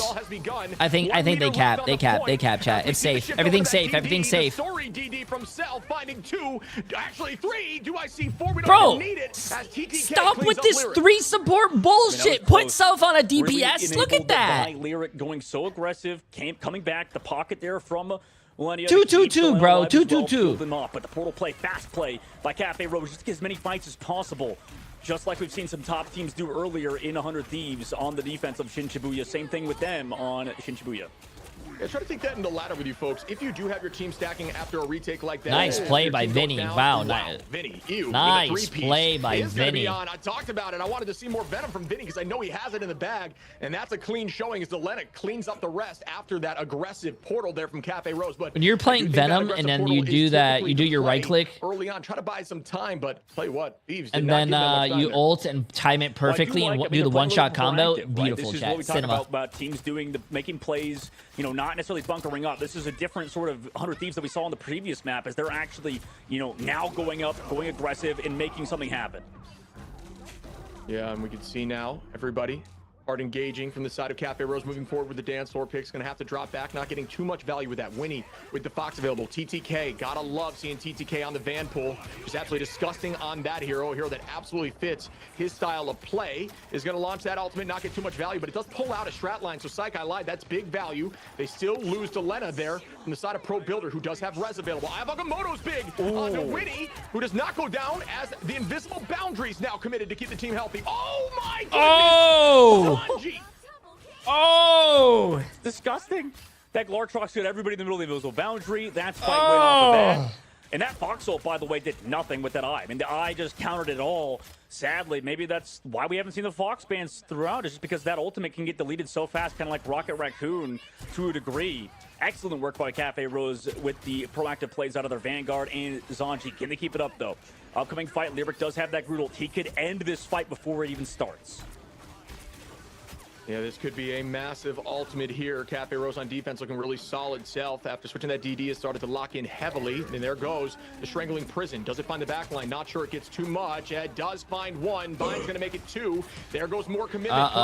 Chat. Seconds, this might be a GG's for 100 Thieves. Within 3 at the end in order to push this into OT. There is the 5-second countdown beginning. Winnie trying to look backwards. Are they on it? No, I bro. There for the touch. Good clean play there. Bind's now looking towards CTK, who tries to stay alive but goes down instantaneously. The boundary comes out. The feast gets committed. Who gets more value? He didn't get any kills with that too. Ultimates. We'll see in a moment. There is going to be the dance of the butterfly towards the back line, but you got to keep eyes on point as Delena's able to find Zanji. That's a big pick. Now looking towards the back line, but the rest comes through. Everyone will be back here from Cafe Yeah, Rose, no, I think this is 100. This is where it ends for 100 Thieves, I believe. He was through the wall at the time, but Vinny's trying to stall. Nobody else is there. 100 Thieves got stopped second phase shift. That school bus is broken down. Wow. Cafe Rose. Oh, that was a good play by Cafe Rose. They right woke now. up, chat. It They is woke up, but this is insane. not looking You good know for what? 100 Thieves, Everything dude. I said about the Adam comp, this map, it has absolutely worked. I take it back on defense. It looked really good. It kept getting value. The overcommitment of ultimates to try to sweep, and then you look at the KO feed and you just see everyone back in the fight. And then they're committed strat ult, something from respect, the invisible boundary. Next thing you know, not only does everyone have a ton of overhealth, but they're all full HP as well, right back in the fight after you used every single ultimate. Very clean play. I don't know if I'm crazy, but dude, the Vanpool, by the way, just like my biggest problem with this character, and I saw Why this is when I was Elsa watching Best unbanned in POV map for 3? FlyQuest. Oh, It that's just feels because like apparently the character 100 does Thieves so doesn't much, think but, Elsa's a so problem. little at the same time. Like, it just feels like TTK. I mean, look at the damage. Like, he was doing a solid amount of damage for sure and stuff, and so was the rest of the squad. But I mean, they just had no capitalization off of like Vinny's dives and stuff. Like, after Vinny went in, he would get frozen, get CC'd, go down. But like, I mean, the Vanpool would like flank, get his ult. You know what I don't like about 100 Thieves though? I get a lot of teams do this, what was he doing? especially 100 Thieves running 3 tanks, 3 supports right now. But like, Self is such a good dive player. Kind of like doing a lot, but also you. But they throw him on Ultron most of the time. On Vanguard Deadpool, like it's or another tank. Yeah, I mean, it's tricky because there's, as a we talked DPS about player, you seeing get another Lennon DPS strat player that who's have really to good aim and, can make forced mistakes, on but when you those, have Bond just available, when you have Loki it's Crystals painful. available, when you have a ton of these different answers, and maybe Crystals weren't available necessarily there, but when you have invisible boundary or the invisible shield available, Like when he switched to keep Daredevil, yourself chat, healthy without forcing you he to popped aim off and try to track for heals, and while still keeping your team healthy, it is a really tough situation for Vanpool to play into. And although I think he's incredibly strong right now, obviously it's nearly impossible to get finals with that ult, but still ton of distraction value there from TTK. A great stat line looking good, but now gonna switch it up and go strange. Yeah, I mean, maybe if we get like the Mantis and stuff, we could like get the actual damage on range. But you're right, without the damage boost, that could be a difference maker. But it's interesting, we could go for a strat pool or something in the Ultron. We're making 100 Thieves uncomfortable by putting Delena them on Adam makes onto sense the because Adam he actually comp, used to which play is, Adam for. I mean, Delena's good on Adam. Don't get me wrong, but it is interesting that when mixed Terra up was what on the 100 Thieves team as have to well. do. And Pro Builder's going to be I do like the Storm pick. I do like the damage Storm pick. I is think the Storm idea is with low-key Zanji. You just slept wanna on. make Zanji a raid boss, and is farming that out relatively quickly. The whole team is, because of that Storm damage boost, folks. It's not just breakpoints that change. You farm your ult faster when you deal that you more can't damage. tie on It this is map. a math equation based You on can damage. actually TTK tie on a with big payload, but bubble it's lands very that, rare. And they're able to clean up respect. Good start there, as Self is going to be on that Magneto. Millennia finds Lyric, and 100 Thieves are locking back in here, and they want Can't believe this they're done. running They want goats. 1.1. Yeah, that's a lot better. I mean, you can see the immediate impact TTK has with that ult after switching off of Deadpool, going over to the Doctor Strange. Excellent job. The bubble by Self, like you mentioned, Shiv. Now this upcoming fight, he's going to be holding on to this to help peel off maybe that Groot, trying to counter Lyric. Let's see if Lyric can get a little fancy with that Groot ultimate, as Strat ults could delay the fight out. You don't think they're getting past first point? I mean, with the goats? We'll see if he's I out don't of the know, fight. man. Res is available here for Delena, trying to do the same thing they saw from Pro Builder. Pick's going to launch the dance floor from Cafe Rose. Doesn't seem to keep the team or give them enough value for a return pick right now, as the entirety of the front line of 100 Thieves is fully healthy. Delena just trying to find an off-angle pick at the moment and protect the back line. This is really smart positioning. Waiting for Bond, potentially. Crystals are going to be committed instead. Don't need to overuse cooldowns. No Binds is going to be healthy from that ult. Nobody goes into the Glartrox, though. That land does not No come one's in from dying, Self bro. on Ults the- are being the popped. No meatball one's there. dying. No one Meteor died to the M Venom. No one has died to the nobody's Mag. getting value off these ultimates right now. The tackle comes in on the TTK. Oh, who tries to TTK. reverse eye, and it's Oh! missing. TTK get a pick TT, off. they brought Respect TTK goes down. in, and he had Another eye, and he got should fall bubbled. here. At Oh, least the passive gets shit. I popped. hate Respect doing and that, picks bro. will fall. As a What an Bucky answer player, there by I TTK. hate pulling in like Yo, a Builder, strange, man. and then the He's like, strange okay, just I'm pops gonna his get him, ult, guys. and They'll I'm bring like, it back into it, fuck. they get eyed. I was the one that did that, and I feel so bad because your Or team one of just these all gets straddles, ult. You which bring they them haven't into your needed to team, use. The tough part is basically. Cafe Rose haven't gotten any cooldowns forced early, and that's why 100 Thieves have just been able to get so much done, even with the Adam Warlock playing so far back. Cafe Rose need to isolate somebody and maybe get some early cooldowns, some shield usage by 100 Thieves, but they commit immediately with the invisible boundary. Yeah, when we're seeing that Museum can absolutely be one of those triple hold maps, as 100 Thieves are doing it clinically right now. Pro Builder able to find Millennia is a good start, but is traded right back as Lyric finds... Oh, Lyric goes down. The res comes in from Delena to keep Millennia back in the fight. We saw the attempt there from Binds to get more value. Zanji able to take out Vinny, though, who it will res as well. When you see that res available, you essentially just intentionally Zanji's as a team. Pro Builder trying to land one. Does find Winnie, who's still No healthy, way, bro. There's no way and he's gonna 100 try to Thieves copy is that actually with a going to good hold this, teleport out to right? use invisible Who, boundaries and if what they do you... need it. Yeah, What is Winnie gonna do? Vinny got his ult Oh, canceled by okay. that Wolverine grab, saved it for the invis, or rather saved it for the res. Invis counter for the defense. Zanji comes in with the large rock. Does it connect on anybody? It looks like there's one in it itself. And also, Milena goes down. Okay, wait. This is huge. This is huge, chat. This is huge. This is huge. I don't. TTK, if he has teleport, teleports to the point. Cafe Rose has no ults. 100 Thieves almost have. They almost have two. Well, they have one, but almost have two.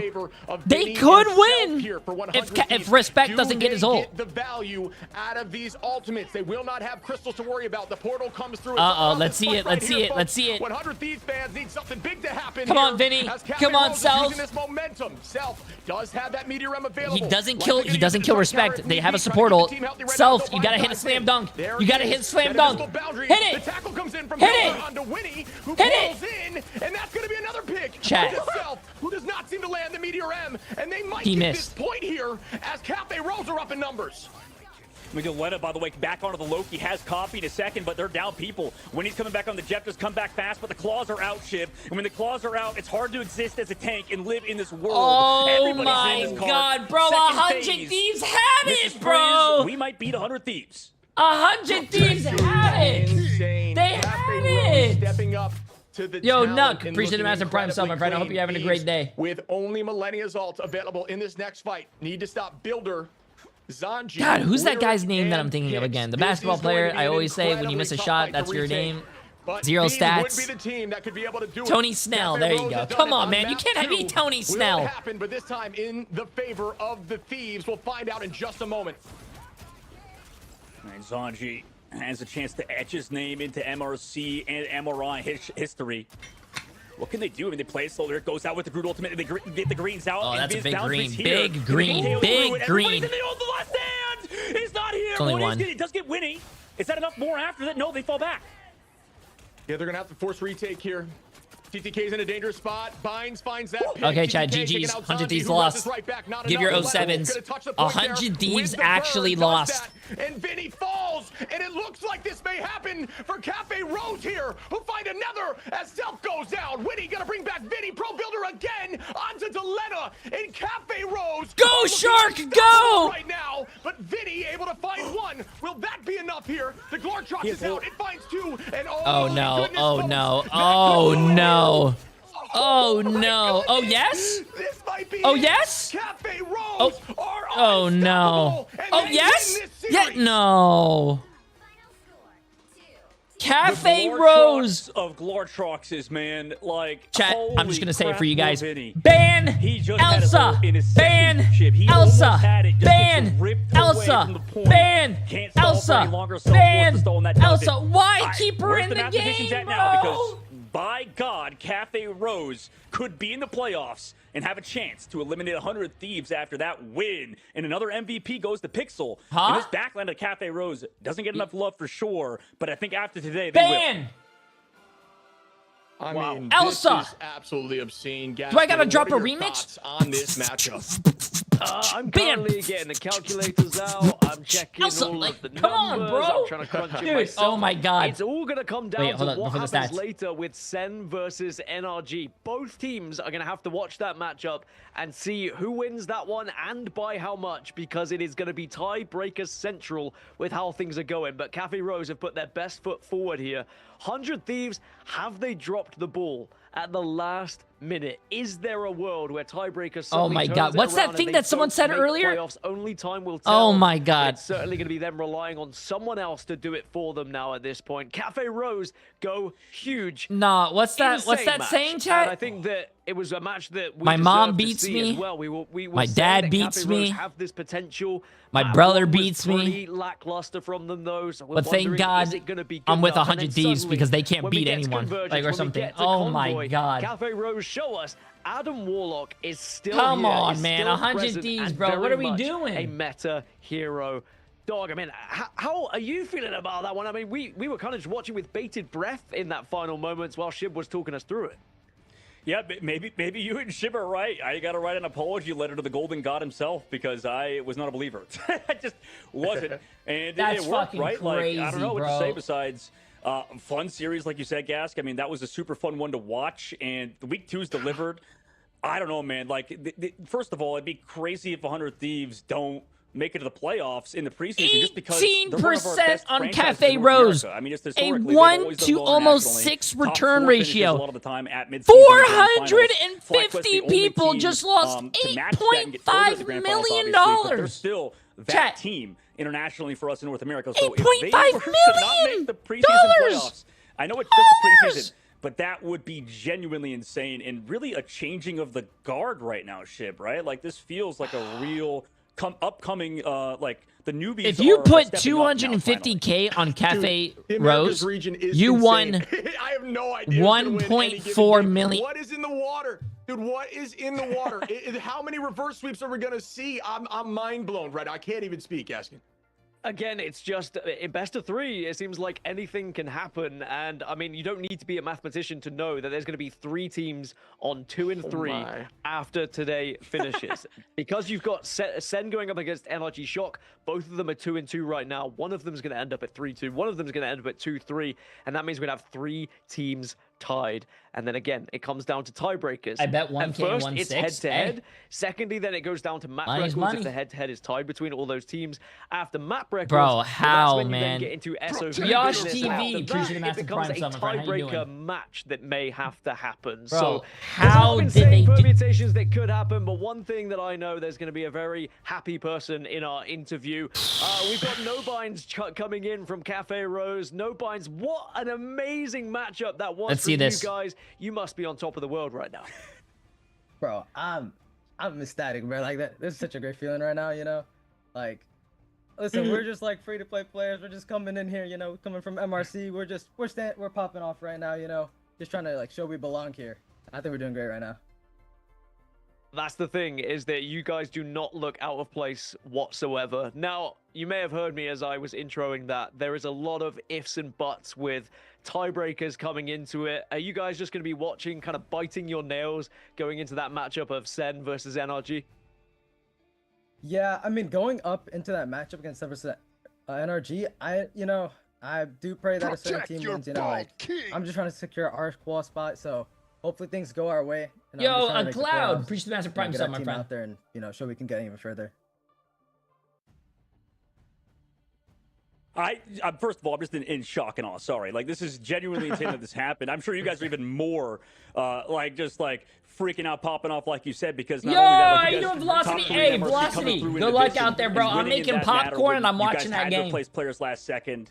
I mean, first of all, just to allow you to get kick some ass out there, bro. Kick ass out there, dude. Like, do you have any shout outs to anybody in your team? Obviously, Pro Builder and Sanji coming in doing work. But what the heck is that background? Oh, he was a part of the mission to go to the moon. I mean, shout out to honestly the whole team. I love all my teammates. They're all great players. Shout out to my boy Chris or Lyric. You know, he was hitting those crazy griddles for us, securing for us. You know, shout out to Zanji on the Elsa, bro. He's like popping off, literally hitting fat ult after ult after ult. Which I don't understand. Why don't they ban Elsa? Goats, you know. And then Pro Butter just, you know, on the Wolf. Holy, absolute masterclass. And then, of course, I do want to shout out the boys, Sticky and Tree. You know, they are the goats that helped us get into Ignite. So I do want to give them a shout out too. But no, the team is great. Of course. Well, this kind of comes down to like vibes and stuff too, because obviously leading into this matchup, I mean, you guys versus 100 Thieves, I think you had a good read in the draft. Can you walk us through that maybe without giving away too much information? But if we go back and take a look at, you know, I think the second map's draft was a really good change up for you guys, and the third. What really gave you the edge in that draft phase versus 100 Thieves? I mean, I think with every Ignite team, like every team has their like gimmick, and so as long as you play to like ban around that, you know, like even if, you know, they're extremely insane players, you know, you just try and get rid of their best comps and, you know, try and make sure you could run your good comps. And then, you know, that's just how we went about it for the ban phase. Wait, what did Velocity say? Beautiful. I mean, but I can't imagine the hype and what the team comps sounded like at the end there, kind of piggybacking off of what Dog said. I mean, so also shout out, again, you kind of mentioned Tree and Sticky. You lost 2 players right before this started. You've gained 2 new players, and you're playing against some of the best teams and showing up and beating some of the best teams. So want to draw attention to that again for the chat, so in case they weren't aware. That is awesome, and congrats to you. But what do you attribute these wins to? Because you guys are just locking in crucial moments. I mean, I think I can contribute as well. I mean, we just like what, like Appreciate I said the last massive time on the prime sub podcast, as well. we just like Massive. hard grind. We're just putting the time in. Like, listen, we're I free don't to play usually players, I don't man. get Like, we're, ads, like, but doing this ever. whole But I wish I had partner ads org during that teams, like, you game. know, That's like, fucked. we're just like we're free to play players beating all your these teams. I just think that's like crazy. Like I just think we're really like showing them that like we deserve to be here and that we're gonna try and dominate. Or Pits of Safaro. Appreciate the massive prime sub. Awesome, man. I appreciate you. Real quick, guys. Got one question. Who sits in those chairs behind you, Binds? Who sits in the chair, right chair to that right chair? Who sits there in this what it looks to be like a science room or something? Like, are you in the basement also? Like, what's going on there? Yeah, I mean, like I'm not actually in a basement. I think it's like outer space or something. Like I don't like actually like I'm kind of homeless, like I said before. You're actually Venom himself. Is that what you're saying? Yeah, and then for the chairs, we'd be doing stuff in the basement. That's all I gotta say. Just some invisible spectators. So everyone's supporting you, I'm sure. No Binds, last question from me. Can I play Adam Warlock in ranked again? Is he officially back? Bro, Adam is broken. That character's broken. That's all I gotta say. That character can like make or break games. All I needed to hear. Perfect. Yeah, no, now I'm back on. No one can complain at me in ranked. Thank you so much. Emily, why don't we use our basement? Your time, bud. Congrats again on the win, and fingers crossed for you that maybe it can go your way in the tiebreaker. Thank you. Official buckets. Appreciate massive new tier 1 sub, my friend. Appreciate you. So, unbelievable performance from Cafe Rose in the end. Chat, I live in Florida, As I said bro. We don't to you have guys basement. earlier, we still don't really know how it's going to go and how it's going to shape up. We're going to have to wait for Sentinels versus NRG Shock's match to really see how these tiebreakers are going to work. And as I said, I'm sure the mathematicians behind the scenes are going to be trying to work those things out. But before we get there, we have TLC versus We Lost. I think this is going to be another good game, but I really want to see the Sentinels game. The Sentinels and NRG game, I think, is going to be massive. Marvel Rivals Ignite. Plus, you've got the new blood of We Lost. We just saw Cafe Rose. And that was a really good game, though, chat. Today we saw TSM lose to Nightmare, which Nightmare has never won a game. Citadel. There's only one way to find out. It'll be after this break. Don't go anywhere. And we also saw Cafe Rose beat 100 Thieves. Hey, we have some good games today. Now, TLC against YWL is going to be a good one, because I think Team Liquid Citadel is also a really great team right now. I think they're on the top of their bracket, or groups. And YWL is another great team. I think they were the MRC winners, right? Sentinels and NRG is going to be good. It's going to be good. It's going to be good. It's going to be good.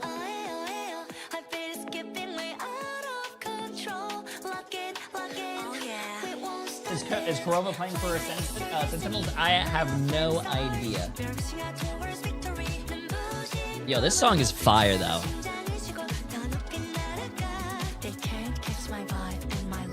Oh, yeah, ready? Let's go.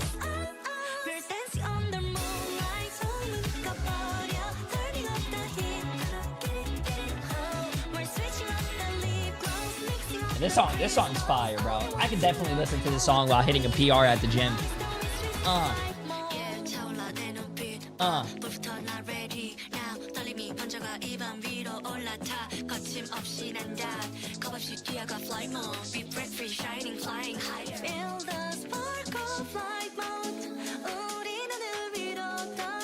This is the first time I hear this song, and I hope I don't overhear it. Oh, well, watch this tournament with me, and you'll hear it 400 times. Okay, I'm going to start the predictions for you guys. For the next game, we have Team Liquid Citadel against YWL. Get your money on the line, chat. Put your money on the line. Put your house on the line. Put your car. Put your firstborn son. Put your dog on the line. Come on. We got bets going on.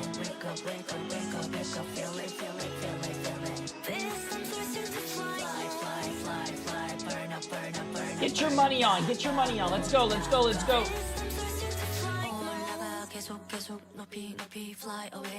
Okay, so remember, Team Liquid, I don't want to, you know what? I'm not going to say anything because I don't want to, like, change your guys' bets or anything, but I am going to go to the bathroom while you guys bet. We have another 3 minutes. Chat, it's going to be a good game. Get your water, go to the bathroom, do some stretches. It's going to be a good one.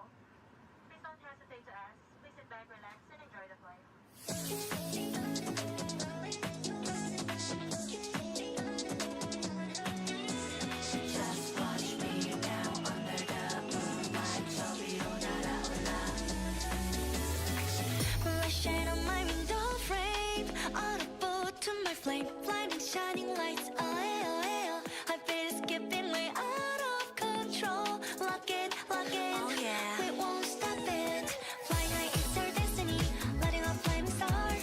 We're reaching out towards victory. 눈부신 꿈으로 차가운 심장을 쉬고 더 높이 날아가. They can't catch my vibe and my life.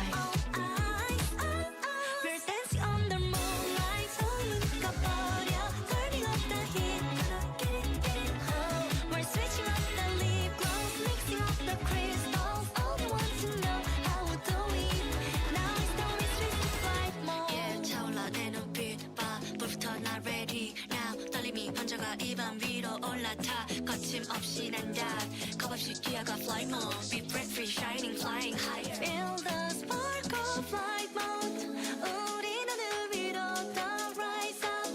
사라져, fade away, moonlight. Gonna burn the night out. Every time my heart's flight, we go higher, eyes wide, right through the starlights. 차가운 공기속을 realize 지금이야, take flight. We're dancing on the moonlight. 손 묶어버려, turning up the heat. Get it home. We're switching up the lip gloss, mixing up the crystals. All they want to know how we do it. Now it's time we switch to flight mode. Wake up, wake up, wake up, wake up. Feel it, feel it, feel it, feel it. This I'm switching to flight mode. Welcome back, everyone, to Marvel Rivals Ignite preseason, and boy, do we have everything. It just seems like when Dog and Shib are casting, we get these best of threes go in the distance, and I am all for it. We just saw an incredible matchup. Cafe Rose somehow, some way taking down 100 Thieves. We're going to have to wait to see who is still going to progress in this group, because there's still matches to play. Before we get there, we've got Team Liquid Citadel against... This is a pretty close bet. 200 people against 200 people, but Team Liquid has more money. Because this is the pristine, unbeaten Team Liquid Citadel going up against a raw, powerful... Gifted sub.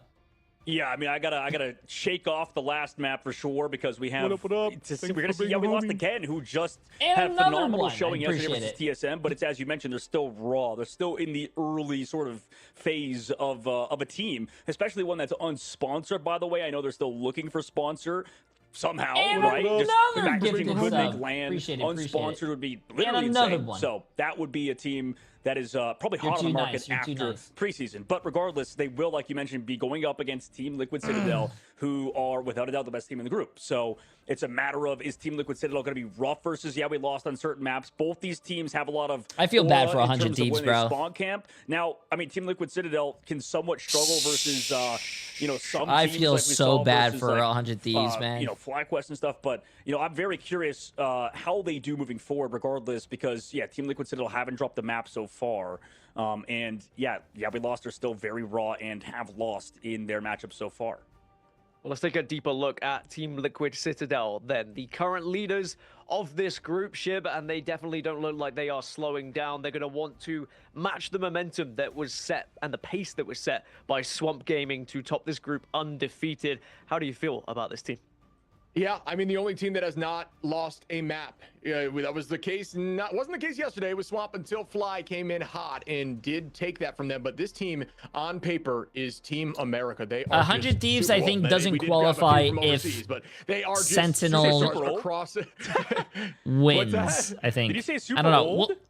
No. Team I don't know where America, I was hearing that. Nero's a little bit. No, grabbed a few players from overseas and in Poly there. I'm talking about the Cap front line. I'm just saying this team is all-stars. They are Team America. Okay, They've got so much talent on their team. Cooper, Energy, Nero, Poly, Speedery, Sparchief. I mean, I could list every player here and talk about why they're in the conversation for the best in their significant role. So, like, they are just a really locked-in team, haven't lost a map.